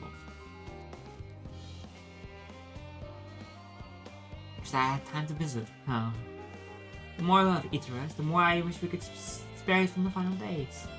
Alas, Hylian's orders are to flee, not to resist. There only was some other way. Soon, my child. Ishtar, I trust thy time at Marial Economics did bear fruit. Our own efforts too were rewarded. We now possess an embarrassment of educational riches. No doubt our guests' relentless pursuit of knowledge could have occupied them and us for our fortnight. Alas, time is of the essence. Let us return to Shard and hammer forward. I shall gladly attend to each and every year of winter there, should further question in my power to answer right.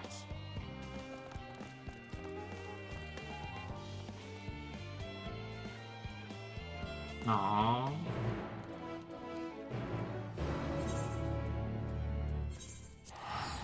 I'm teleporting because I'm lazy.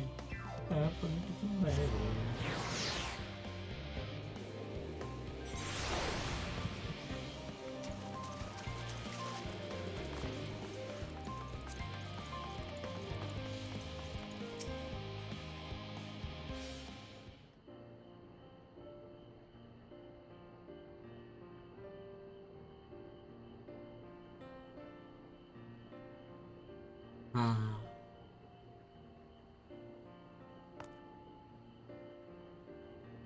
Yes, Ishtar, that was indeed me verbalizing a sigh to express my emotional state. Do you want to know why? It's I saw the reconstructing environment data for Etherise at Logistic Con Alpha. That's why. The forest so lovely and so believe are all your forests like that?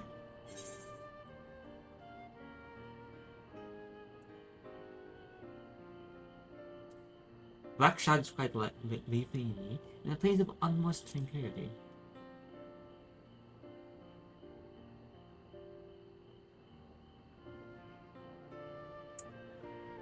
Yeah, that's I say. Your star is so wonderful, it comes as no surprise that you were reluctant to leave it behind. I was a fool to think otherwise. You assumed that the moon was something worth being proud of. How ridiculous we must seem to you, trying so hard yet achieving so little. Not at all. Our works are no less worthy for their uniqueness. hard time to do this. Dang right. Right.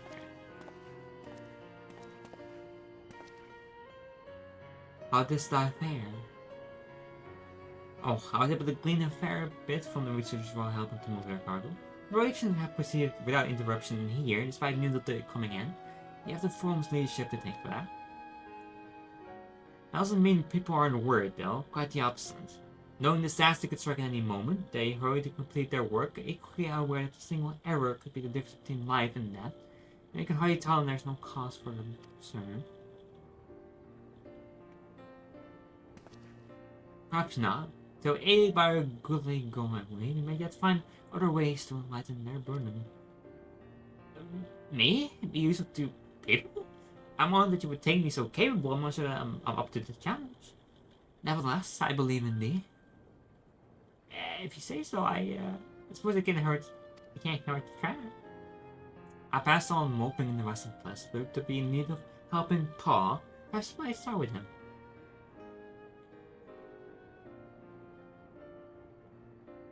Is as good place as any? Come.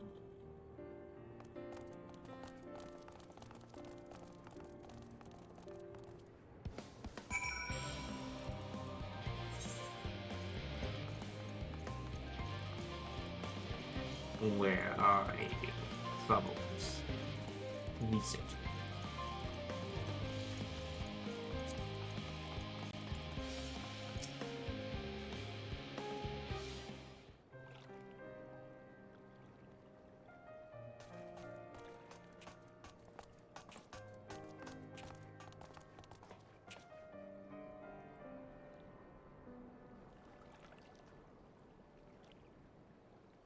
Oh, can I help you?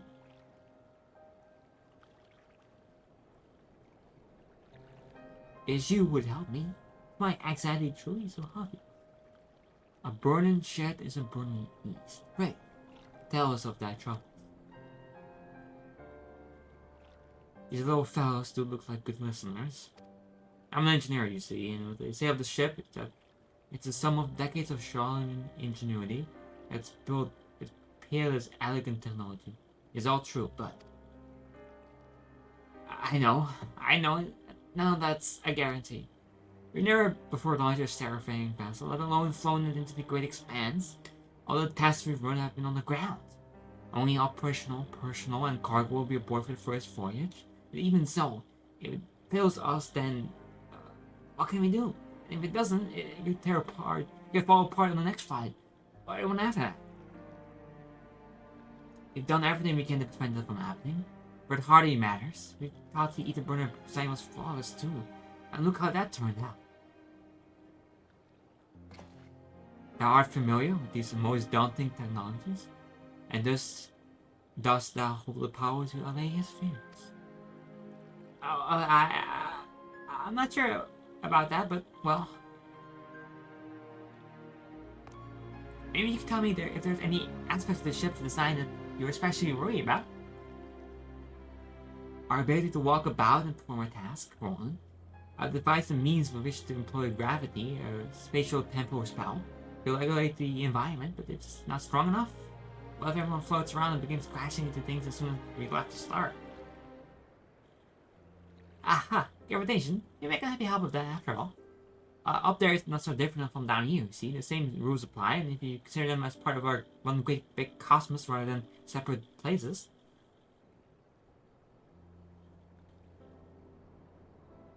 Science talk, science speak.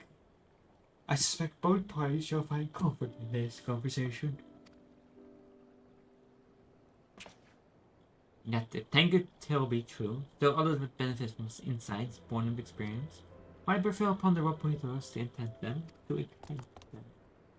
An excellent idea, if I say so myself. There's nothing like more than to ease the heart to find people ignorant and learn more about them already.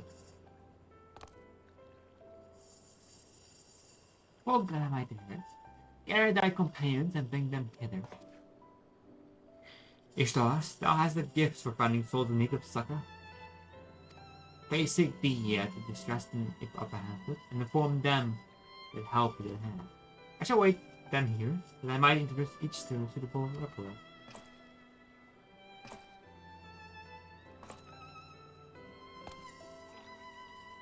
Ah, I do so look forward to it.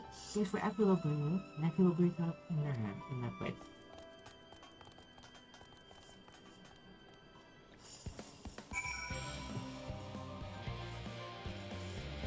Eight people. Oh my god, that's a lot. 8 scientists. Alright, you engineer. What am I thinking about? The medical facility on the ship, of course. I designed them with the assistance of our sages and surgeons, but to imagine every illness or injury that one might face in a great expense is beyond any of us. Say nothing of the effects of living out there indefinitely might from the body. The cure from the moon? Why did I not think of that? Okay, go ahead. Let's see. Not this one. This guy first.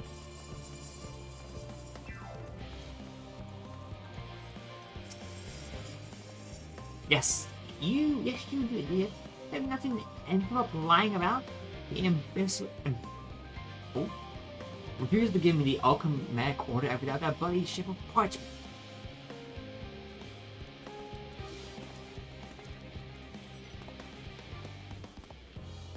Unless your friends have the spell to make me remember where I dropped my damn envelope, I doubt there'll be more help than you. And you've wasted enough of my time already. Ooh, okay. I'm gonna be so rude. Trying to help, man. Ah, it was night, the work was no faster. Schedules are such temperamental things. Feasible one moment, utterly public the next. Yet I've never felt so alive. Oh, okay.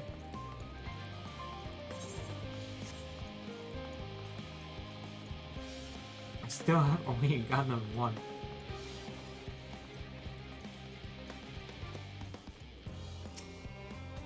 "56 bunches of weed in the ground, 56 bunches of weeds. You're bun out, that's in the mouth, 50 out bunches of weeds in the ground." I'm not going to do this, I swear. I was in need of a little break. You see, but I found myself unable to relax at all, so I went on a walk and I noticed these weeds and... Passing conversation parties and oh so fuzzy. Goodness me, that does sound like much better than way to relax.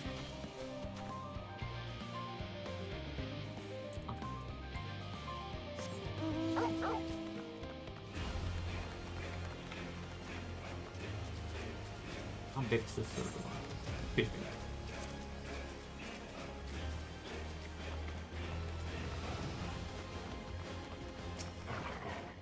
Concerns? Nay. It's no point in worrying at this stage. It only make the work go that much slower. This woman seems to be coping well. People stop giving me recommendations in this game.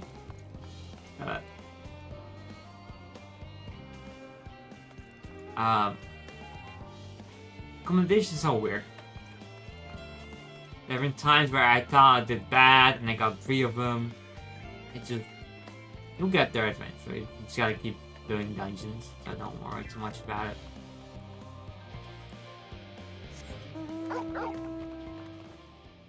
Can I jump on that? Yes, I can. Oh, okay. Apologies, but I'm waiting on delivery. Whatever it is, we'll have to wait. It seems as clean as to visit the chat for his benefit or otherwise. Okay. Still at 6.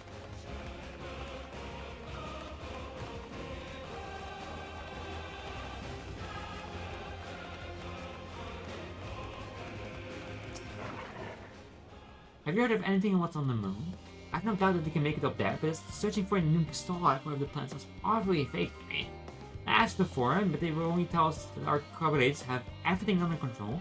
Forgive me, I'll be like a saying wanting to see of stars and gods know what made my gods know what.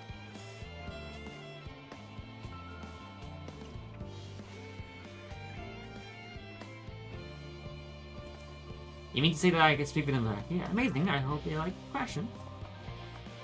Like, I just pull everything and you guys get mad at me sometimes. Just... One!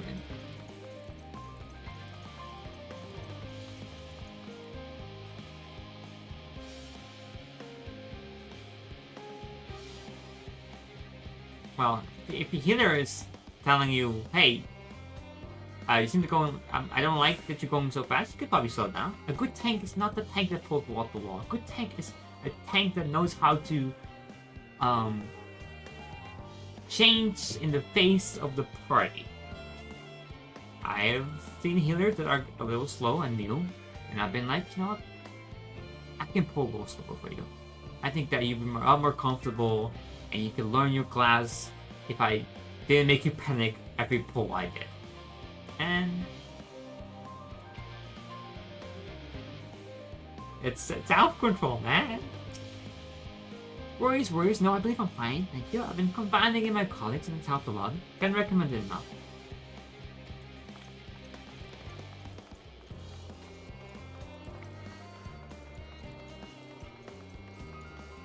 Most healers like, yeah, no, are perfectly fine with pulling wall to wall. There are some there, you know, just give a little bit of room. Fine. Besides, I guess it depends on the tank too. Like, I have more than enough mitigation, and net pulls are perfectly fine most of the time. How would I help you? Wow, what a lovely idea. I didn't notice people coming out of the tent, so I rushed out to pluck some flashing fragrant tea leaves. I need only track down 100 or so cups. Don't you worry, I can manage. There'll be plenty of cheer for them as well. This woman's doing better than you are. Pay time 250 days, that's a lot. See, I've got 24 days. 25 days.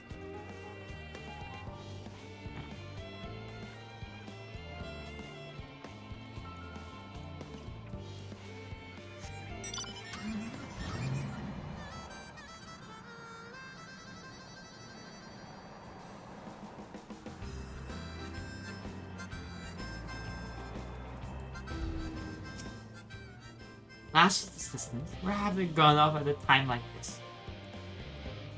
I mean, if you leveled up all your jobs, heck, Barton, but I have no time for island chit yet. I need to confirm that each of the levels are consistent throughout the vessel's mentioning, and it seems I shall have to single-handedly. I swear, when I find this assistant of mine. And Robertos are willing to help. Why didn't you say so? At least they won't moan about how they checked 2,000 times already. They haven't slept in weeks. They just stopped. Let's see. Patient. I got about. That's not bad, to be honest, if you will. It's far away.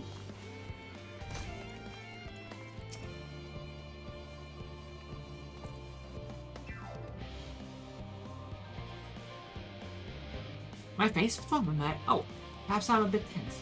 I'll start with ensuring the proper fauna, and the only proper fauna are populated of the moon. We have the suitable of a few species still in debate, and I can hardly make the decision myself, and I know so little about the environment up there. I couldn't do Aluitos in their discussions and wonderful idea. I feel the world thank you. Perhaps their biology itself might offer some clues. As well. If you pick up Conjurer, which I think becomes a White Mage, I'm sure you get commendations like crazy.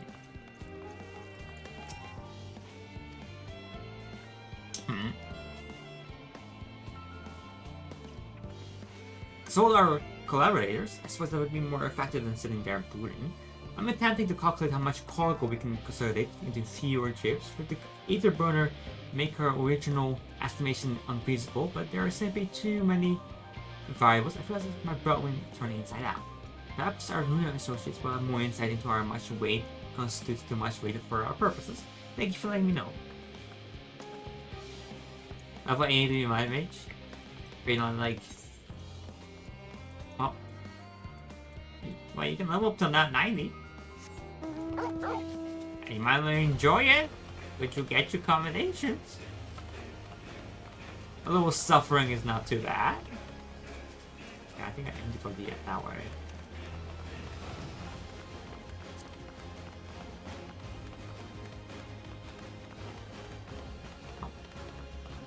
trust you. Is everything bothering me? Well, I've been loading cargo for bells now. So my back feels like it's a void and playing as a piano. My feet and knees are drums and pimples. Okay.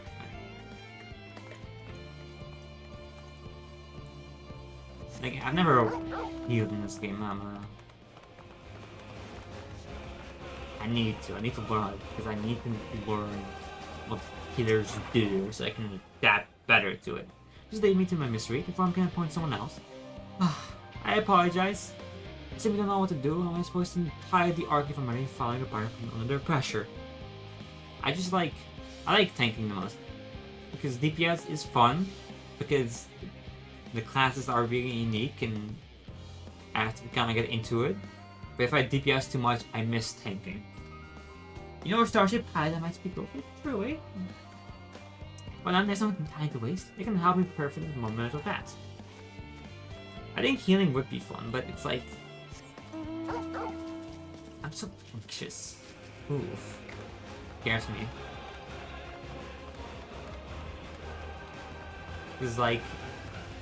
It takes... You have to take care of people. And I've had like 2 tanks that were like, ooh, ooh. But at the same point, it's not that scary. I played this. I played Paladin. I look at all those things. It's not that bad. I think I do need to learn that, like, because as a tank, I'm like, if I die, that's fine. We can just do it again. Same thing with healer. I need to be able to be like, it's fine. I'm sure it's fine. You know, if I die, we will just go again. That's part of the learning progress. But saying that, it's not that difficult. You got your spells, you got your tooltips, you will learn along the way. But, oh, there it goes, this guy. If anxiety wouldn't be anxiety if I could rational it out of my brain.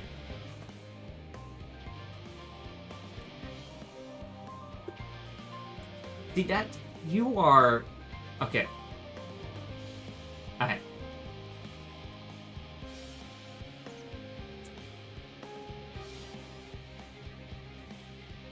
Look. Vibe, I'm being honest with you here. When you're tanking and then you go AFK mid-pull, I know you're pressing the buttons, but at the same time, no wonder your hitters are gonna be kinda mad at you, okay? Like, no wonder you're gonna do that. You're looking away at your screen. I got so my chest is tight. Am I dying? Still dying.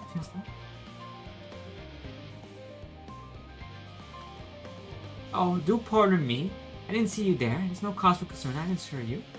No cause for concern, even though we may need to depart at any moment. And if the whole is decided to focus on this train, the entire risk may explode on launch. That may cut this life and I'm doing all of my time. That's how you like me. That's how you like me. I'm like highly. I like you. Our visitors can help me triple check for structural flaws. See? What? That would be wonderful. I'm breathing more easily already. I will wiggle my toe for you even. I'm just saying.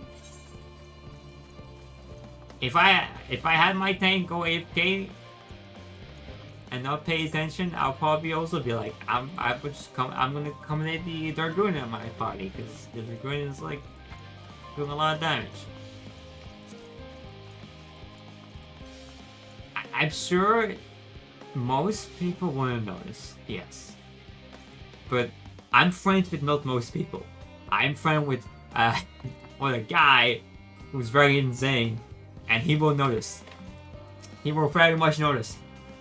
The old stars, though then Everett's word had spread throughout us. Very wide to a far greater number than we anticipated, living way that gather more refugees as we speak. I shall assign each and according to their skill, that a new bonds of friendship might be forged. Should greater manners require not kind intentions, watch over them. I pity. I have this friend. He knows he's a hitter main. he basically he plays every role, but he's a Higa main, and he knows he sees things. If I queue with him, I have to lock in because he will call me out, and I'm fine with him calling me out because I want to play tank perfect. I want to learn more. I want to do better. I want to strive to be better. So I don't mind it at all. But he won't notice the slightest thing. So that's where I'm from. That's where I am from.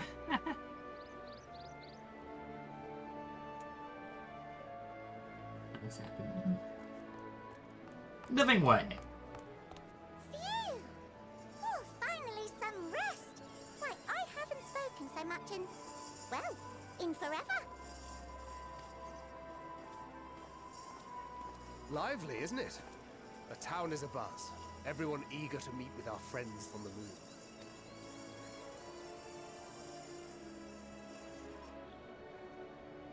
Twould behoove you to consult with Sleeping Way. As our moon's pilot, his advice should be most pertinent. I'm impressed. Truth be told, I struggle to tell one from another. No offense intended, of course. None taken. After you and your friends left Mare Elementorum, we spent no small amount of time with your Urianger. Oh, the conversations we had. He told us all about Atheris, answered our every question, no matter how trifling or trivial. Look! Every page filled to the margins with knowledge. When I first arrived, I was struck by how little I knew. It was daunting.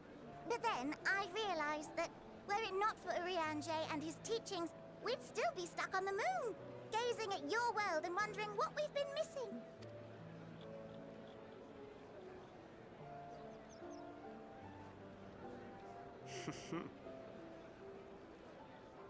What would they think if they could see Urianger now? I dare say they'd be more than a bit surprised. And impressed, no doubt. Master Louisoix, Minfilia, Papalimo, and not to forget... Unbria.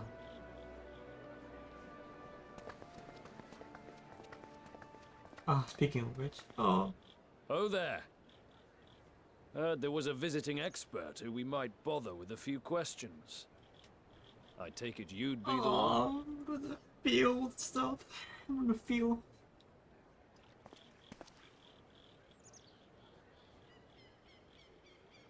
Yeah, yes, I am.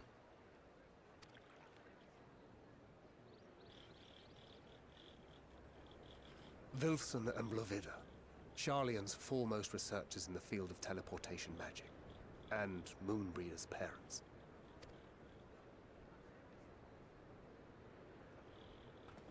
It hath been some time.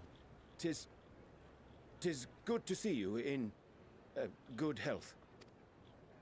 Likewise, old friend. Blovida and I were most honored to answer the call. Never expected this reunion, though, did we, dear?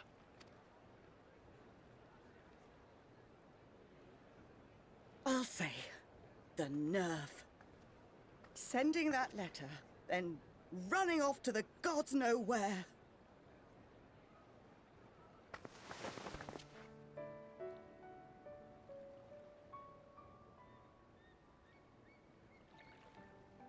Do you have any idea how worried we were? I'm sorry. 'Twas remiss of me not to deliver the news in person. No, more than that. 'Twas I who... Our daughter was disillusioned after Master Louisoix left her behind. The day the Scions called upon her was the happiest I'd seen her in years. She made her every choice of her own free will. No one could have ever forced her to do otherwise. Don't blame yourself for her death. Celebrate her life. You know that's what she'd want. If there is one thing we resent you for, it was that we could not be there to mourn her with you. Reading the words you penned in that shaky hand, we must have cried as much for you as we did for her.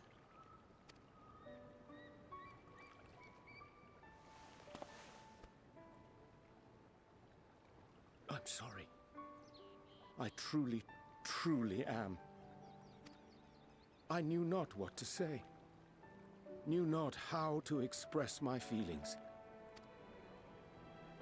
The poems and platitudes of wiser men, musings on sadness and loss, studied and memorized, and meaningless in the moment.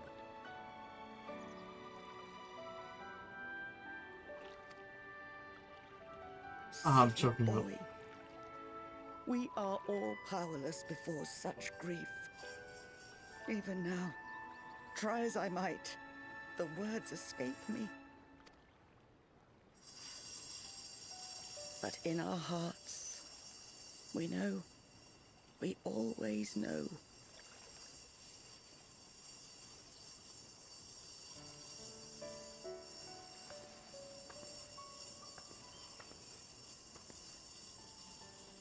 I remember when you were young, how the lads teased you for choosing the company of books over others. Our moon didn't take kindly to that. Be nice to Urianger, she'd shout, and give them a walloping. No matter how many times we scolded her. So we offered a suggestion. Rather than starting fights, why don't you be the bridge between Urianger and the others? She had to mull it over for a while. Arms crossed, brow furrowed in intense thought. But from that day on, she never let you be alone. She'd drag you outside to play, pepper you with endless questions, read the same books you read, all to try and understand you that much better.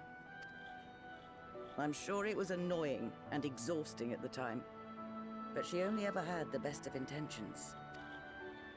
And look at you now, at the center of the crowd. The reason there even is a crowd, having brought these people together. You've no idea how proud we are. Oh my god. To see the boy, our daughter, trusted and believed in more than anyone, grow into the man she always knew he could be. I can see her in you too. Feel her. She walks with you wheresoever you go. So thank you, Urianger, for being who you are.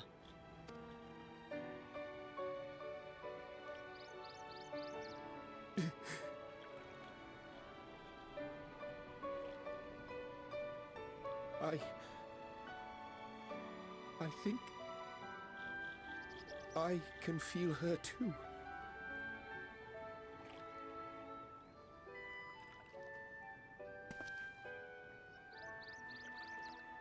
The truth of her life. Not sorrow, but hope and love.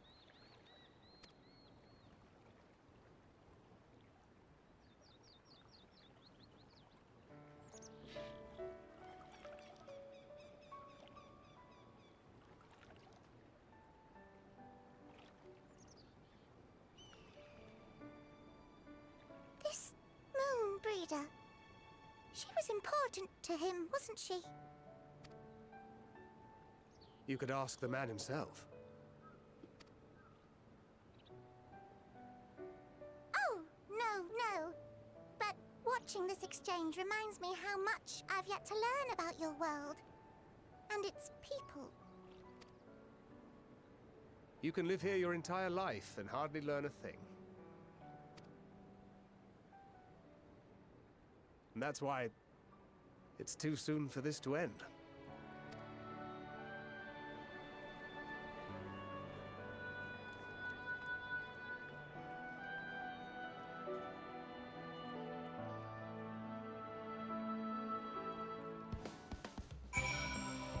Oh, okay.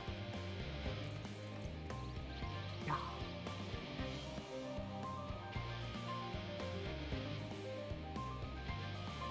That's such a good moment. It is. It's so good.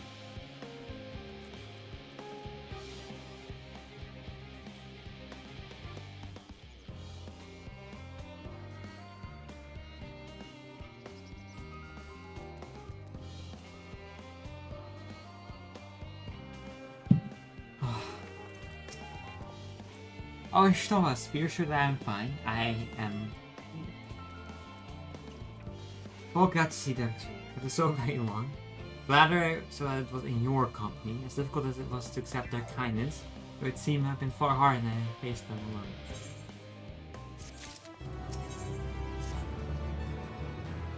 Thou hast my gratitude for lending courage to their brothers, but dispose the rest of their routers. Several of our guests have elected to accompany my countrymen to their stations. Some few may still come here seeking counsels, and so I shall remain to aid them as need be. If thou art needed elsewhere, do not need to detain here. As a matter of fact, I was hoping you might check out the LC. That's solid. It's going to carry an enormous pile of boxes out of the west gate. I'll go myself, but don't know whose helps, like, that's not to mention that, much to my misfortune, I could think of several other things that I ought to be doing. No later.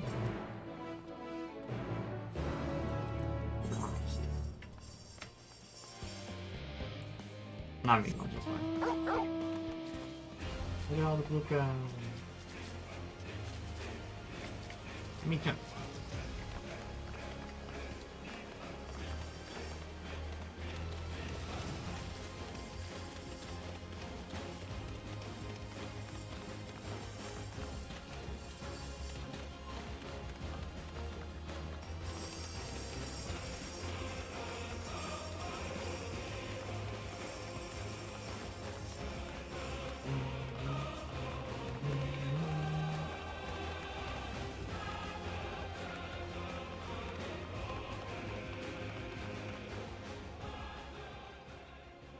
Should have put a lift here. I don't know. Oh, Alistair. Hey, Stas, what are you doing out here? No, I don't mind if you help me with the box if it's far from the most exciting task. Are you sure? Well, I appreciate the assistance. I need to go to this opera. I'm in short, of course. They're full of iconic specimen symbols, so don't be too rough with them.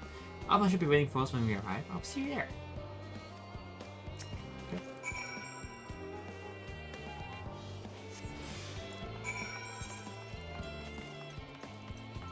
We run. Sure, I'm gonna take a shortcut.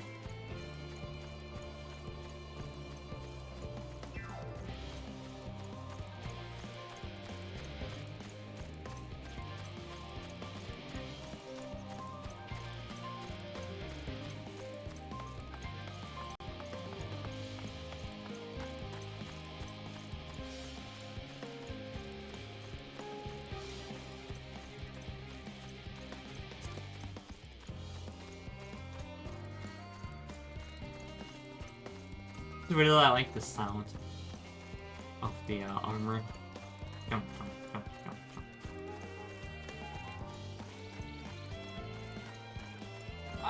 Of that video.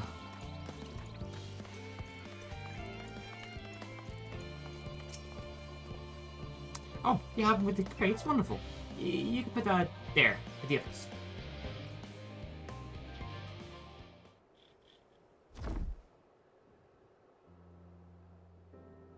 You have my gratitude.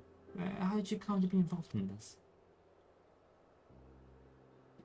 Ah, and I suppose I have Tanker to thank as well. If you're wondering why we were tasked with bringing these boxes to Pora to begin, so was I. Turns out that this is a base of operation of sorts, so with the final say as to what is concluded in the ship's manifest can be found here. Father included, I suspect.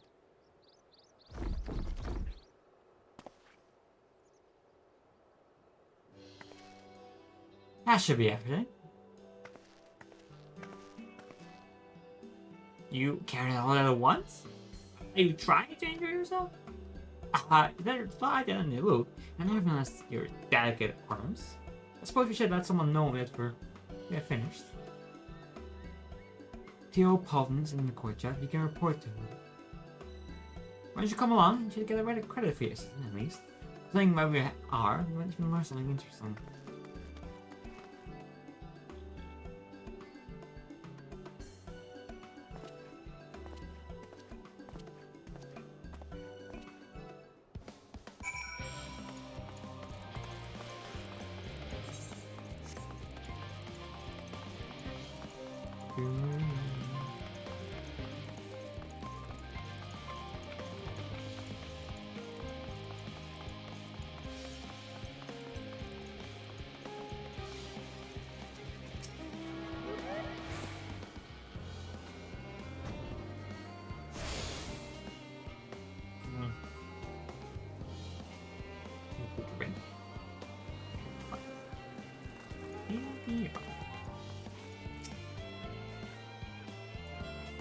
Never ends, does it? Sigh.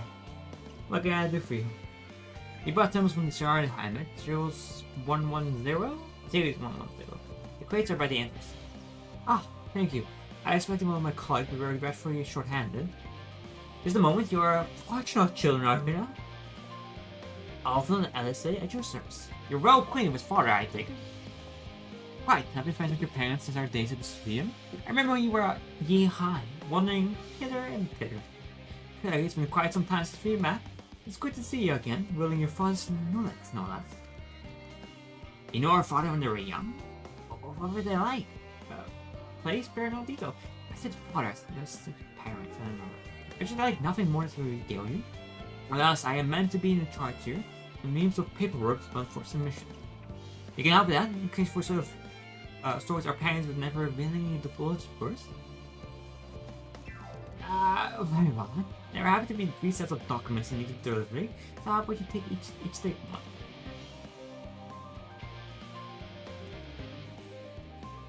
Thank you.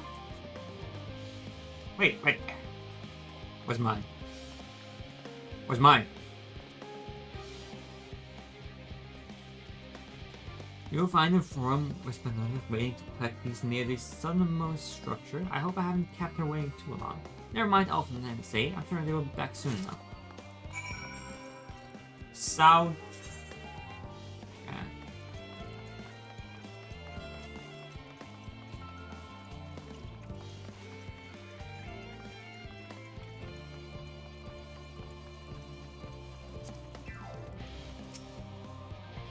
Are you willing to? I know the science is sitting down. I thought you were meant to be working on the ether burn. I got something, lady. Here upon this paperwork, but things are where you have misplaced as well. I appreciate the help in seeing these documents into my hands at last. It's for you now that they keep this between us. I sincerely hope you succeed. Actually, this is without a doubt the most monumental undertaking in the history of the firm, and so much you must be circumspect in all respects. Biscuits are privileged to can afford herself. At its heart, however, Charlotte has never been a nation of the couriers. It would be a tragedy indeed if you were the ones to see me, you're to the truth. I just got in the dungeon, and the hero died on the second boss. We couldn't rest him, so he walked from the start. Well, he is the healer. If you're gonna die, no one's gonna rest him, so unless you have some kind of red mage. Or, what was it? Arcanist? I think it's Arcanist, right? Or am I going crazy? I don't know.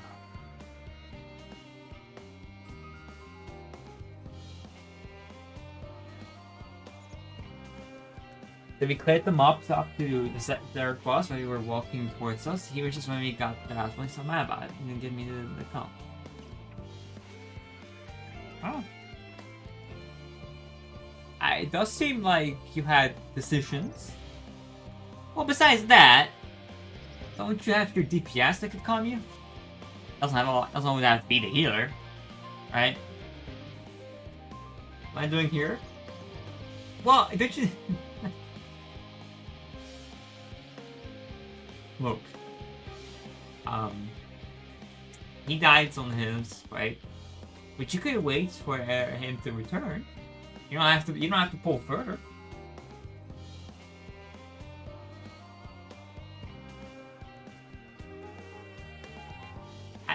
I wait for people. If someone's a cutscene, I wait for them to get out of the cutscene. If someone's not there, I'm gonna wait for them to be there.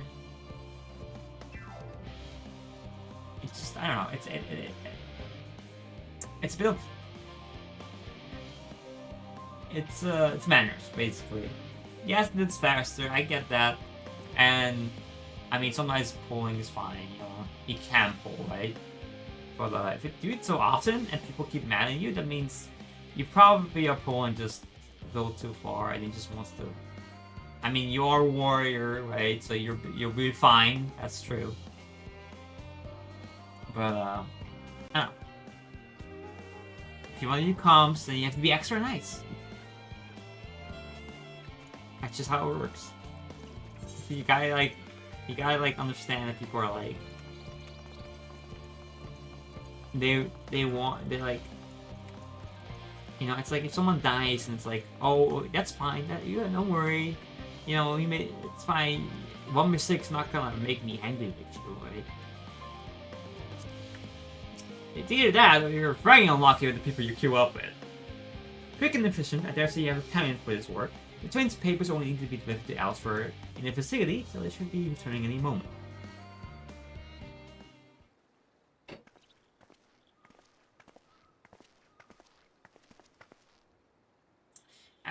I think the healer just wanted you to wait for them. That's all.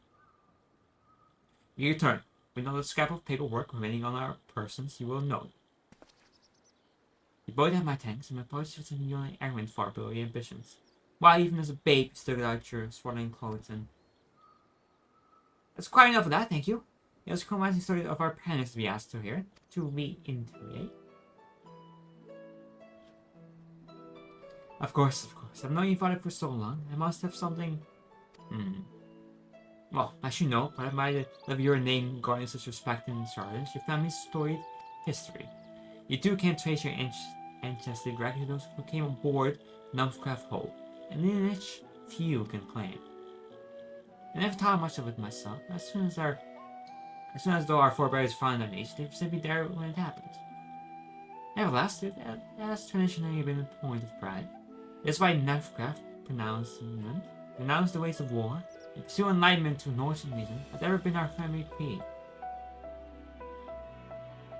Until your grandfather's times, Archon Ruliza looked not to the campus work, but his deeds. He asserted in the minds of his peers that choosing to save the great and the small from rising tides was a true mark of a founder's virtue. Perhaps just his expertise, his knowledge of ancient prophecy, and the fall of civilizations that led to him to conclude that the issue conflict at every turn was to consign mankind to its doom. There will ever be conflict, and calamity will follow. Thus, to ignore the plight of those one might conceivably save is not wisdom, it is indolence. Remember his words well, indeed. Archon Ruizira, by that personal plate, and used every means at disposal to bring succor to those in need, surrounded or no. No one loved and admired your grandfather more than his son.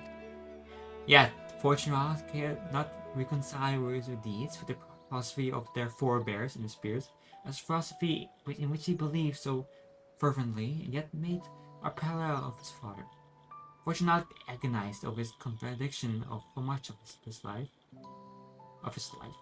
God's father. A son may carry his father's blood, but his choices are his own to bear. Isn't it always thus? God's no, fortunately, a cranky old goat, so I'm sure you had often enough. Yet even so, you must know that you are constantly in his thought. Every moment of every day. That is not an exaggeration of his life. You have seen him when you were born. Very recognizable he was, with a kind of dumbfounded grin. I had not seen him since he first took a fancy to your mother. He was practically skipping when he told me. Take my word for it, he loves you to an embarrassing degree. It was a frustrating single-minded. Once he decides that a given action is for the best, he will stay the course and matter what opposes him. A profoundly annoying habit when you're on the other end of it, as I'm sure you will agree.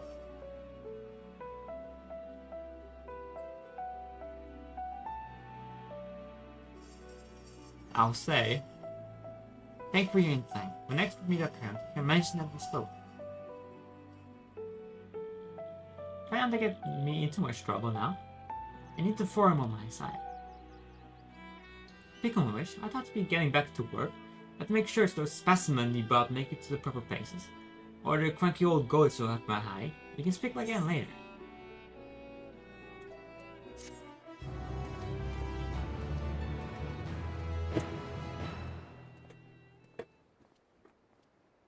Hail, you tree! What could that be?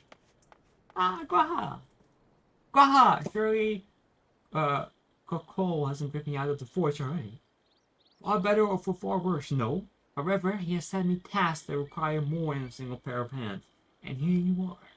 I could use at least of one of you, but I won't object to more. Unfortunately, ours didn't have prior commandments, so we have to wait too long as it is. What about you, Ishtas? Can you spare the time? Yeah, I can. Perfect. It shouldn't take long.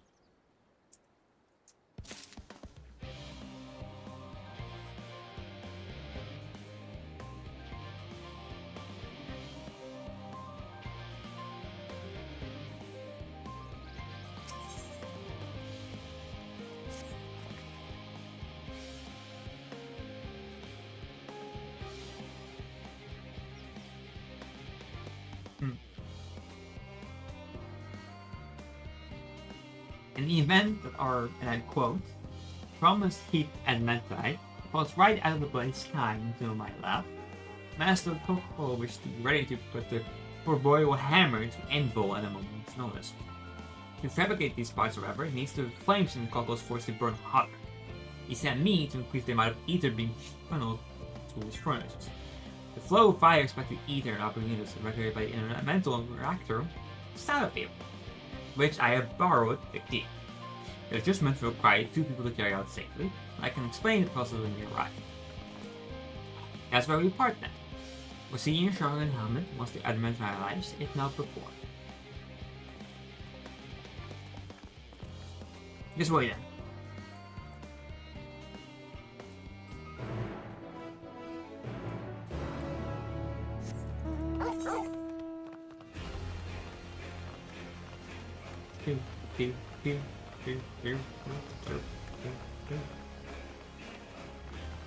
Further down we go.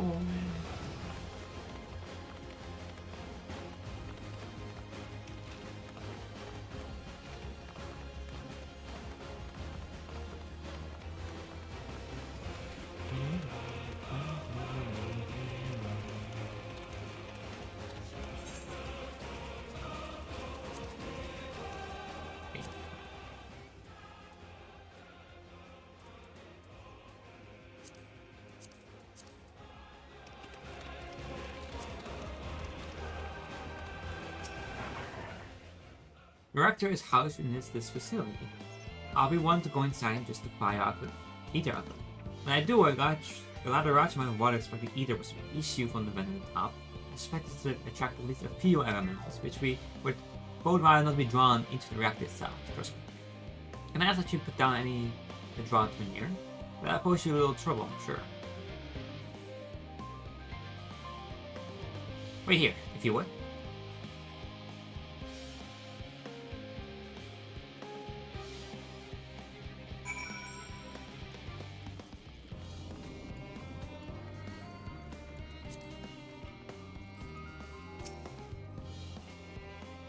So, show you guys out.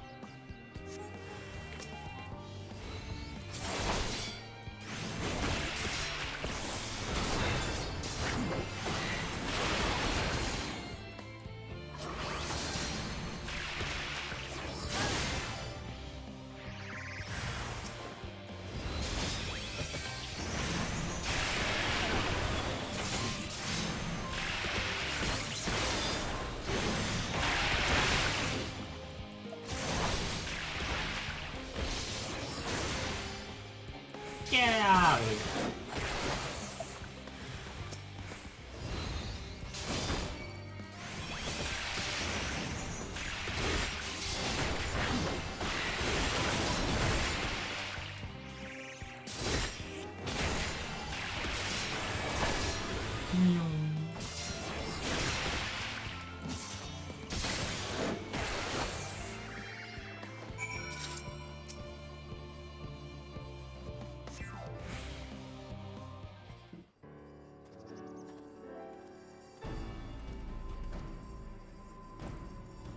And everything goes smoothly out here.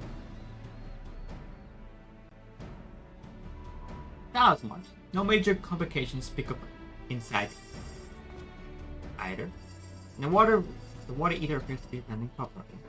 I expect Coco to have seen a difference in the forge length by the time I return. It's not half you. It was another matter I thought to discuss with you. Nothing terribly important, but there is something I've been considering. Part of this I share with everyone, yet you, and only you, have been to know. As we have established, refined adamantine is a product ally of the Empire's pilot years, in fact. It's a material which saw much use of the Elegant's efforts to extend beyond the bounds of this world, Dalamud being the most prominent. Of those who would push further, expand Alec's empire to encompass the heavens and stars above, perhaps the greatest was its infamous technologist, Amon.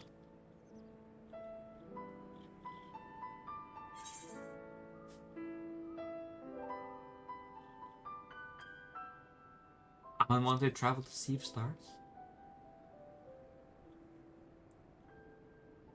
He did. He must have had his own reasons, however.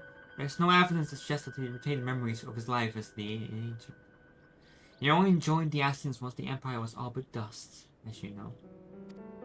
Not his memory, though, what drove him to pursue the idea with such fervor.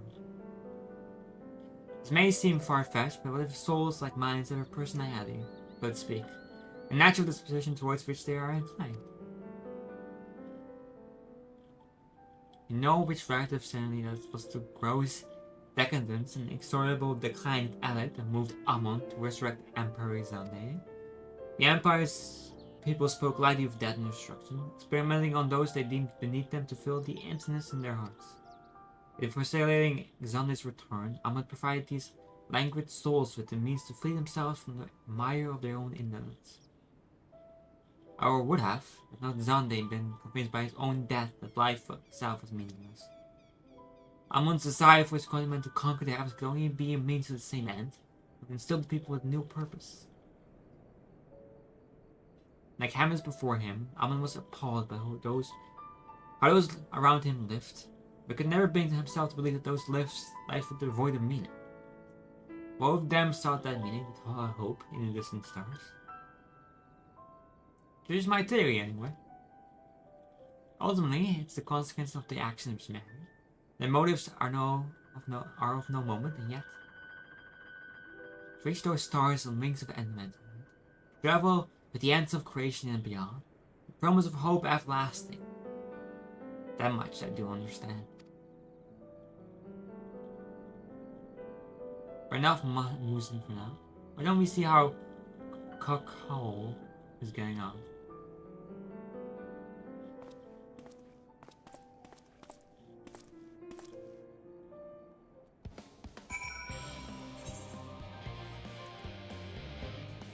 I wonder, can we walk?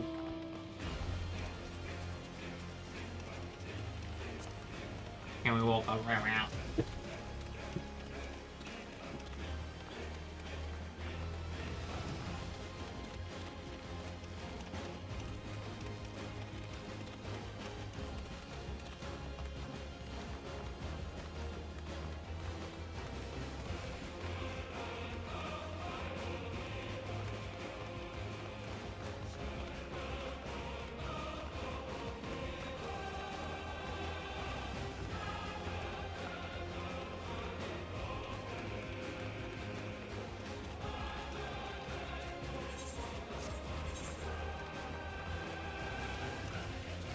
Over here.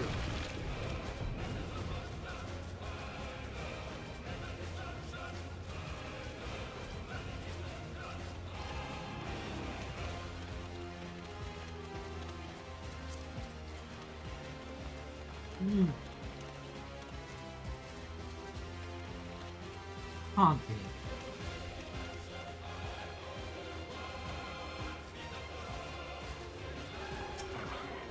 Thank you. I'll be having that.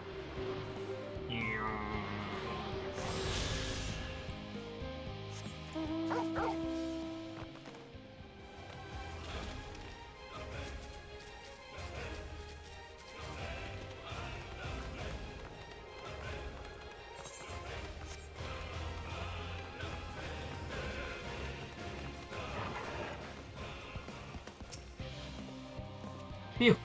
You can feel those flaming up blazing from here. As you find someone capable of crowd, there's not much left for you a lot to do. As you can conjure up that refined medicine any faster. You trust you deliver on the promise I do, only I hate waiting. I wanted an enzyme and I want it now. We share your patience, I assure you. Is there anything else we can assist with in the meantime? I wish this thing about it so bearable, even the former focus on recreational explosions. Oh, funny as they can't prove it was humanity. That you got, I have mistakes to make. Oh. In that case, I suppose I should go and return the key to the reactor. I'll have no one more look to make sure that nothing has gone wrong, intentionally or otherwise. I'm sure there are better uses for your time weapon. I will join you in trial and hammer it enough.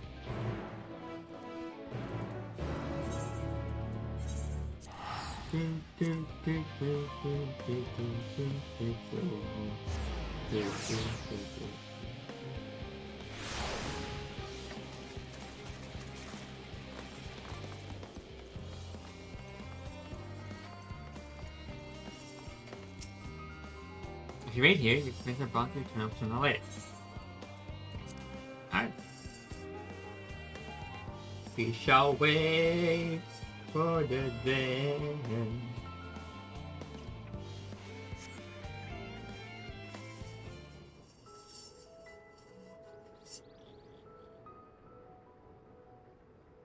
All set, I take it?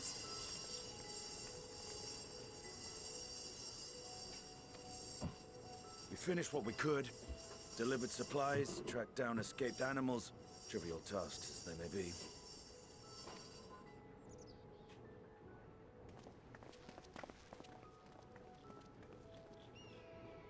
That's enough, don't you think? If there was anything more important still undone, that would be a problem in itself. The vessel is essentially ready for departure. All that remains is to load the final batch of supplies and see everyone on board. Once we've readied the ether burner, that is. Ah, had a feeling we might find you all here. Our consultations with the Loperites, too, have run their course. Pleased I am to say that our researchers' concerns have for the most part been allayed, though some insist on making adjustments to the very end. For their part, Livingway and her peers have graciously offered to stay and keep the people company, lest any lingering queries go unanswered. All that remains is to wait for the refined adamantite. Alphino, are you there? It's me, Cryo. Your special delivery has arrived. Round up everyone and come to the harbor at once. Oh god. Speak of the devil. Let us go at once. Perfect time.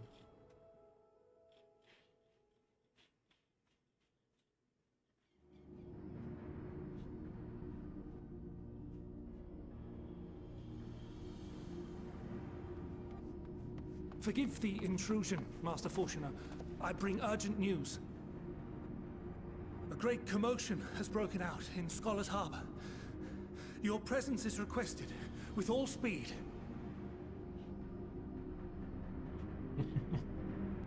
It's kind of fun.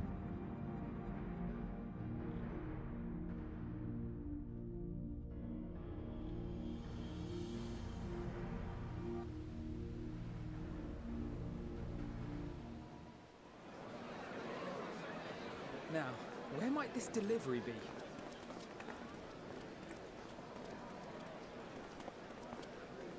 Oh.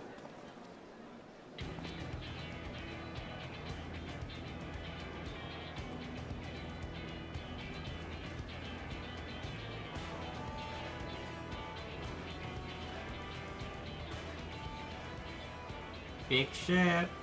I'm sure it's very important, but we cannot accept these without the proper permits.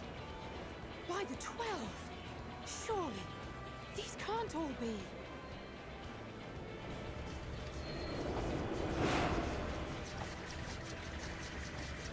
Guy pirate. Bleeding hellfire! They're bringing them by sea and by air. All these folks in these crates.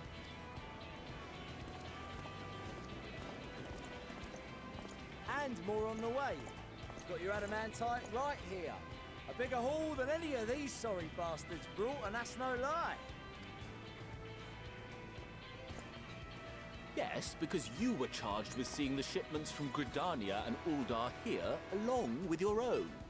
Give credit where credit is due. Sounds like the sorry whinging of a sore loser. An hypocrite to boot. Ain't no way a scrawny whelp like you took a dozen steps inside a Dalamud shard. I'll have you know I went all the way to the entrance. Furthermore, 'twas my contacts that enabled us to enlist the cooperation of the Sky Pirates. Left you outside so you wouldn't get anyone killed, did they? Well then, credit where credit's due, you did a right fine job sitting on your ass. I love that they actually like each other. It's just how they are. Make me. I will not stoop to your level. If they didn't like each other, they wouldn't be around each other so often.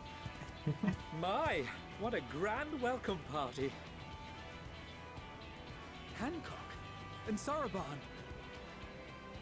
We come bearing relics both sacred and Allagan, as well as a few other gifts that may be of help, to be presented with best wishes from the Eastern Alliance.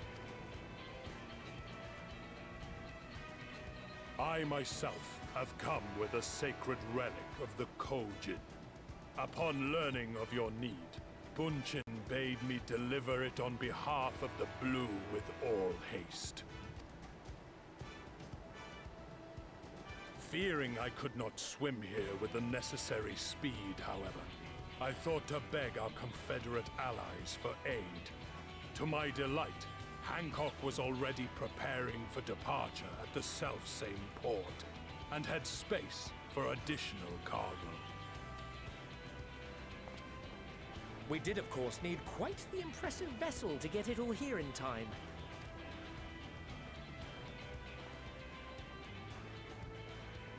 It's all wonderful to hear, but what of the extraordinary cost? I shudder to think of the ransom we must pay for such a bounty. Fret not for your coin purse, young Alphino.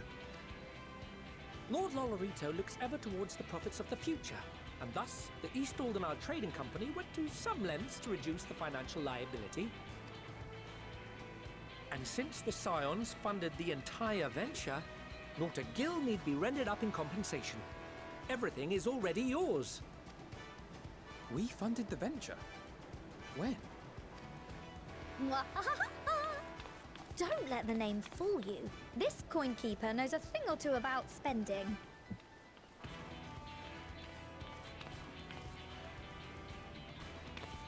When it comes to capital investiture, a sprinkling of gil here and there will not do. You need enough savings to make waves when it really counts, which is why frugality is paramount. We also had the benefit of a generous patron. Generous being rather an understatement.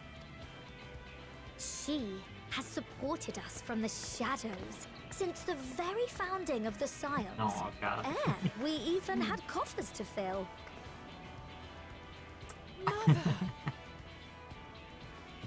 This whole time. Amelians. I remain, of course, an entirely neutral party. I simply thought our family's coffers were needlessly full. We can hardly take them with us on your teeny-tiny toy boat, now can we? And 'twould be a shame to leave all that hard-earned wealth unspent.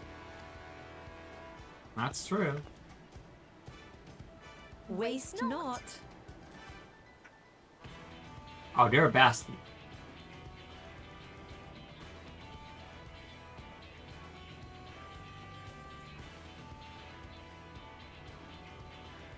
However did you manage so much in so short a time, then? We expected word to reach only a fraction of our allies. Did I not tell you I have my ways? Erenville, you were involved too. I received a letter from Cryo after we parted ways in Labyrinthos. She explained what the Scions were trying to accomplish, and why you might soon require the services of the Gleamers, spread across the world as we are. I pray you do not interpret this as a betrayal of Charlotte.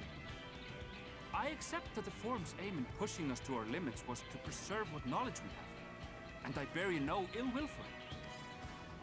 Yet, in collecting that knowledge, what I came to appreciate most about our star is that there remains so much we do not know. That is why I chose to help the Scions, to combat the obliteration of those countless undiscovered wonders. I held no illusions that they would be less demanding taskmasters. Though, rest assured, if I had, I would have been sorely disappointed.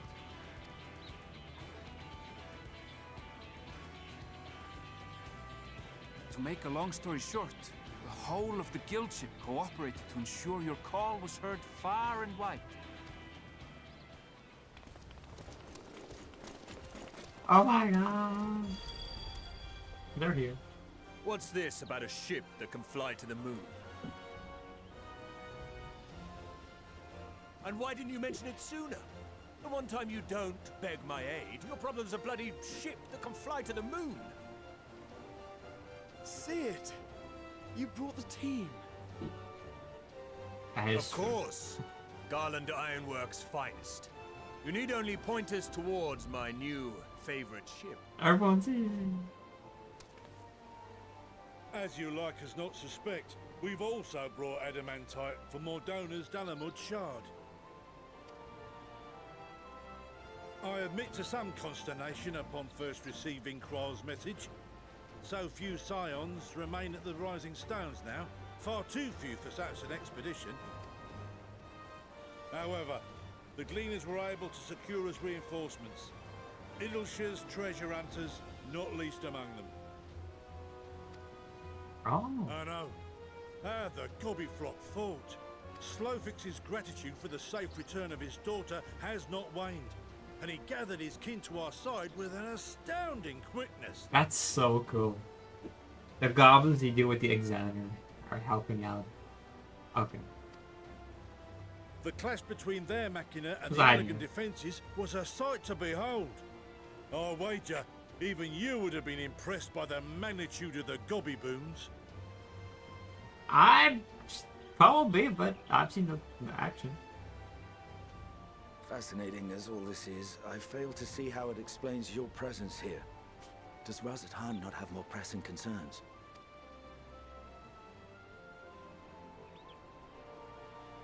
We do. Yet averting the final days would be the most expedient solution. That, and I am indebted to you.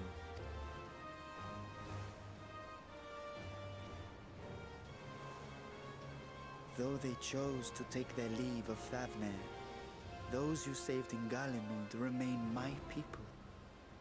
My gratitude is beyond words. 'Tis appropriate that I aid you in kind. If in the doing we bring salvation to others of this star, so much the better. You will recall that I spoke of my father, Midgard Sommer, and his journey across the great expanse. As he traveled betwixt the stars, his resplendent scales drank of the ether in those nigh empty surrounds, and imparted to him the strength to persevere. Thinking they might further your cause, I called out to my kin for consent. The Dragon Warriors. Ajdaya's answer was silence, as ever. Tiamat and Chris-Velgre, however, responded favorably to the suggestion. My sire, too, stirred from his slumber long enough to speak and say, "Very well." Thus have I brought you his own worm scales. Fit them to your purpose, and seek a worthier fate for us all.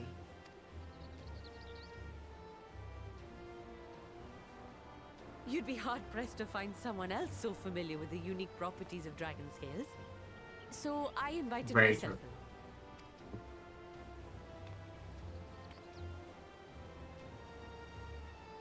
Bugger me, this is so unbelievable. I've gone right back round to believing it again. Forget a 6% gain in efficiency. With all these goodies, we could get 7, no, 10, no, 14 bleeding percent. You're just never strung out. Oh, we could go! What we could do with that much power! What we could blow up! If Kokol is duly convinced, then it must be true. Kokol. In which case, the You don't science say end of the this. bargain has been fulfilled. Would you not agree? There's 2 Ks in the name, but you don't say 1 K. Okay, that's confusing. Yes, yes, we have. Yeah, we definitely have. Let us speak. The Highland.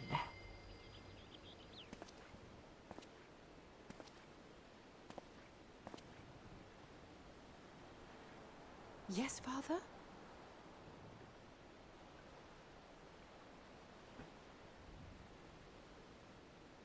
I know not what you seek of Hydaelyn, nor for what purpose you would take command of our ship. Yet this much is certain. To do so will be to dictate the fate of this star and the lives upon it. The lives of each and every creature, in their magnitude and their fragility. Do you understand? And are you prepared?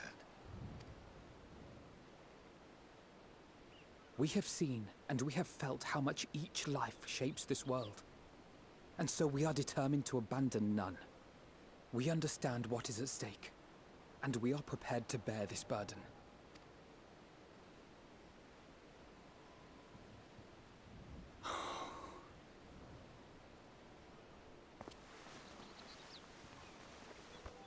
Then I will bear it with you. I beg you, share your struggles with me, as family.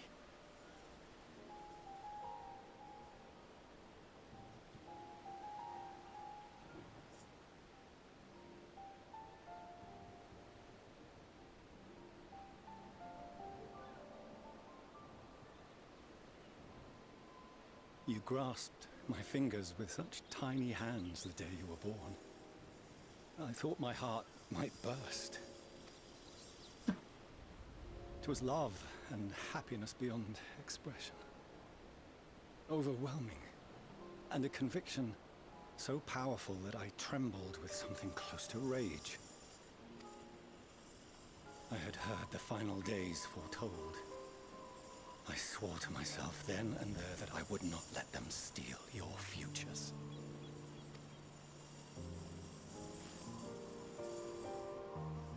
The great exodus would succeed, must succeed. No sacrifice or sin was worse than the alternative. If anything gave me pause, 'twas mine own father. The Archon Louisoix openly decried Charlian's policies, a perspective which I regarded with increasing disdain as I grew older. Yet even as part of me thought him a fool, perhaps I also hoped that he, of all people, would devise a brilliant means to save my children. A naive hope, but stubborn enough that I could never bring myself to keep you apart.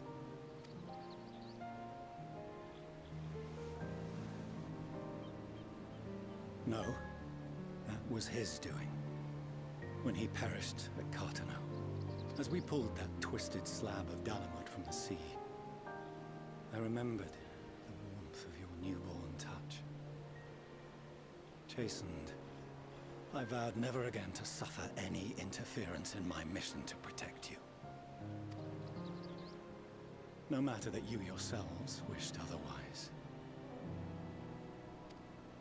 Detest me, fight me tooth and nail, I would suffer it, and more, and be satisfied so long as I could force you onto the ship.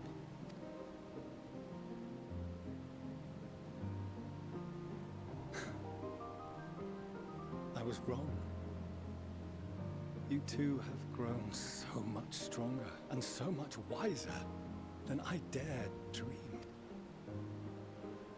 You have earned the right to walk your own path, and already begun to do so. Good. Because there are things we care about, and people we love. And none of them is replaceable. Not a one. It cannot have been an easy journey for you to have come so far.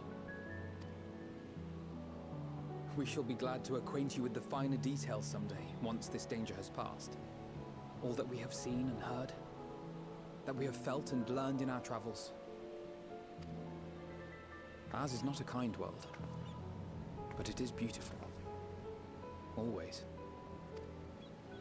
Oh no. Are you quite sure that's wise?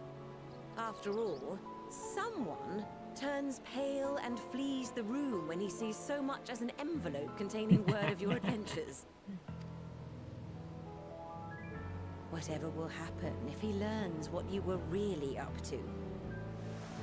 Happen in a few moments. They're rational.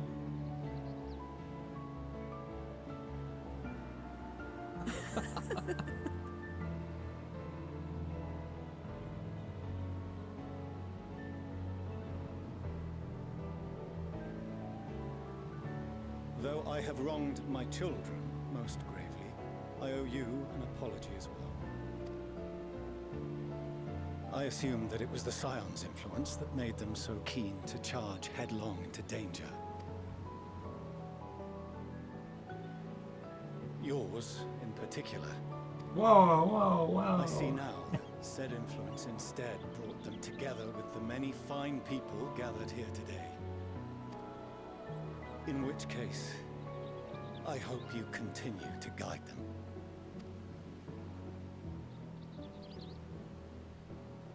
If we've finished loitering about the harbor, might I suggest we put our plans into motion? People are beginning to look confused. Perhaps you can spare a few words ere they resume the tedious lugging of cargo. You have no small number of friends and admirers here, after all. That's so... That's scary.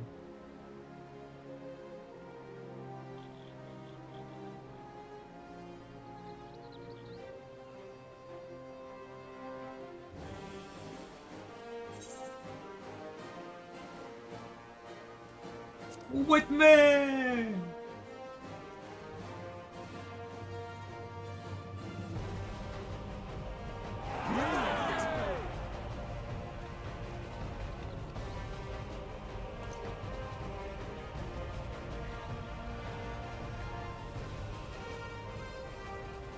Your assistance is appreciated.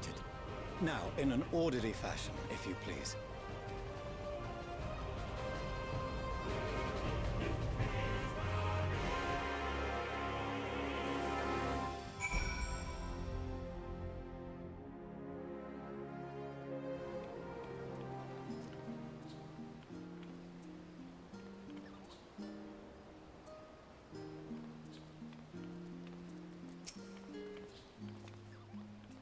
Granny managed to clear the harbor, which means the rest is in the engineer's capable hands.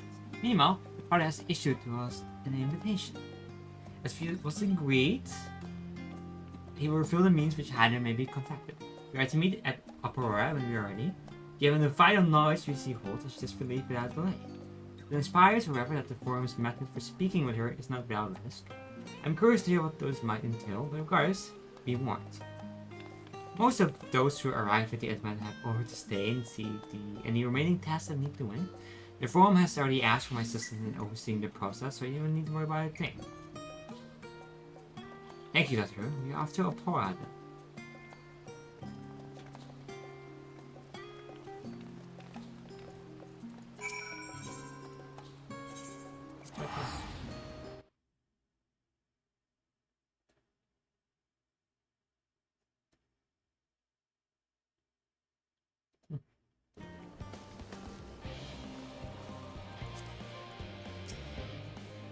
Ishtas, I've already shown the others inside. You'll want to speak with Kyle Lane, as he has the key to the lift and can send you down after me.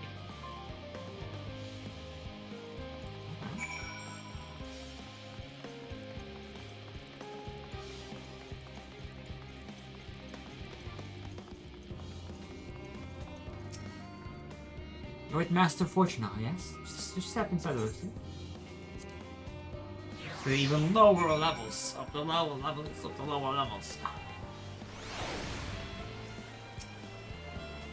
From here, we perceive the heart of everything else and its most closely guarded secret, Hamazane. It marks the beginning and the end of our efforts when we delve to seek a audience for the star, and once we will embark on our journey to the heavens. This way, please.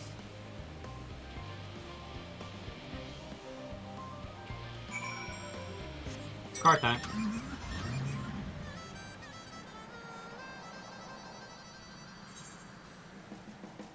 Look at that, it's in the middle. Oh, it's so coolly made.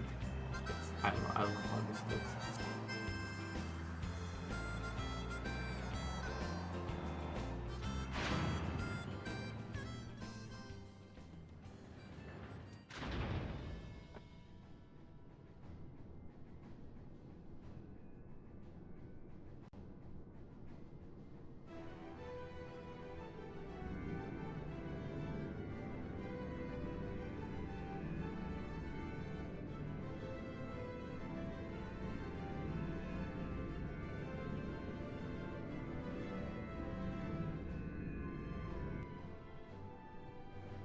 Really cool spaceship.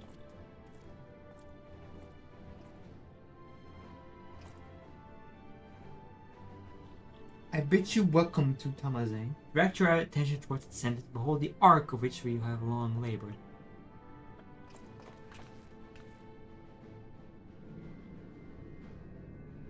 As you can see, it was designed as a medium-sized craft. Better to reduce the fuel consumption, miniaturizing magic have been applied to its interior, ensure that the thrust-to-weight ratio does not place too great limitation on its freight capacity. The Eater burner, as you know, has been removed for further modification. We shall reattach it sooner. We shall reattach. I have received word that Cole and several of the allies are working on it with an intense fervor. They are sure to see it done, just by their expertise and many a pride says those of word. If anything, I fear they will not afford us much time for speaking with Highlands ere they finish. Point taken. Let's move on. I must warn you again, Reverend, even with the benefit of our device, the figure is not a simple feat.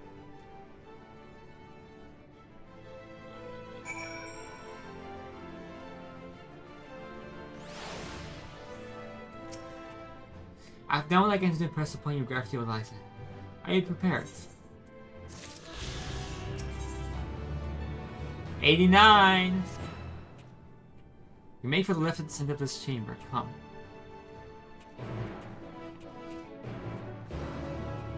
'89.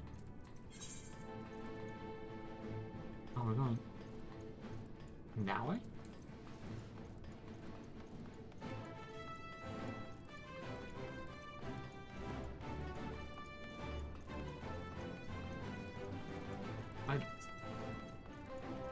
Oh, I just walked before too.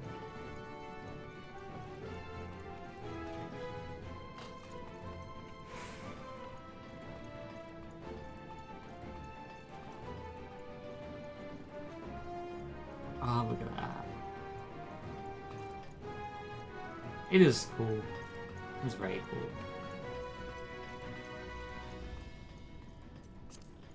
What the hell is the Sprout doing here? Oh, so how are you, Sprout?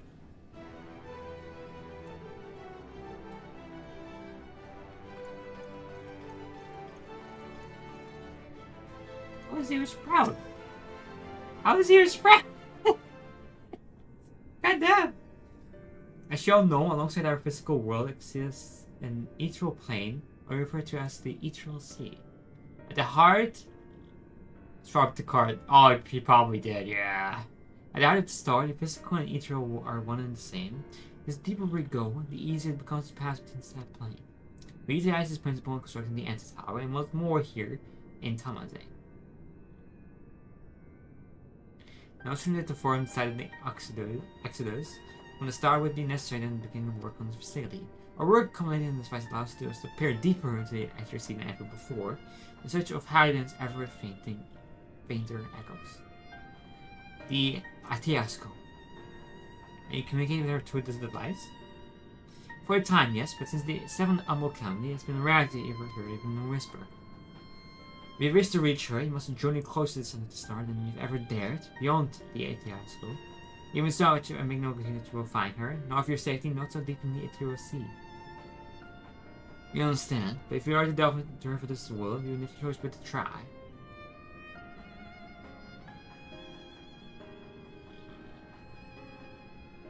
I know, only I wish we could do more than observe your progress from afar. The Atheoscope occur lands with which we may peer into the ethereal sea without placing ourselves at hazards, lies above us. To it, we can watch and guide us. In those swirling depths, those are pockets of ether so dense and turbulent, they can unravel one's soul. If we determine that you are at risk of coming into contact with such pocket, we will call you with teleportation magics. To that end, it would be best if one familiar with the composition of your souls remained here to assist in assessing such risk. Otherwise, there's an increased probability it will extract you too early or too late. Please allow me. If I had thought upon this much into it, and it means I am fit to join you in the trials ahead. The events of the Tower of Babel drained me, yes, but even provide that, your capabilities far outstrip my own. There's no time I have a weak link in our vanguard, no matter how much you may wish it were otherwise. To assist in the matter of the massive fortune I has laid out, however, I will still be using it. Refused. Will you entrust in me to do so? I can think of none I trust more. Compared to all the effort you put into keeping us alive while our souls were in the first, preventing us from dissolving into ether on a single expedition, ours would pose no challenge at all. Maybe if we did, expect you much to hunt us down and throw us to the hell somehow. This is very true. You flatter me, but rest assured I will be keeping a close eye on all of you. There's one more thing. There was an ages past referred to the ethereal sea as the underworld, our final resting place. It is a place its memory washed away, leaving only the purity of one's soul, or so believe. Yet what of these memories? If you think to ask what becomes of them, cast adrift on the ethereal tides, some theorize that they linger for some time. It was associated with a strong settlement in particular. Yeah. In those depths, memories of the departed may even coalesce around you for hatred or for love. Just do I caution you to be wary. Those who have faith, remember those who did gladly extend a hand to you. They may lift you up once more.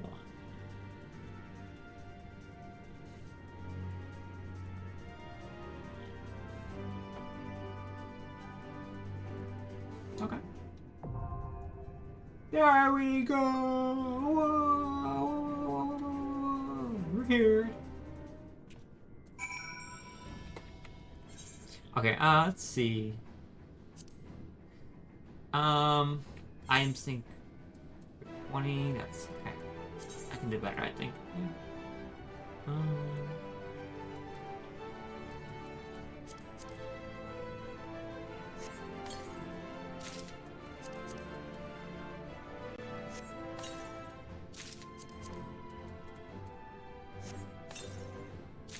I hope this will look good. Open it.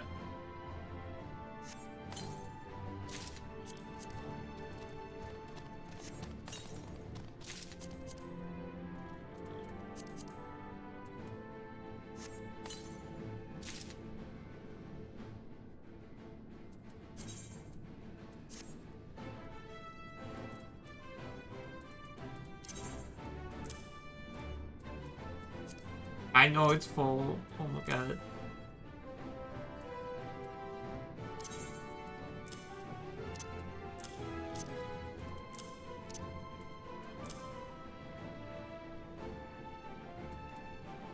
Huh. What is this called? Don't ride anything, sorry. It's curious.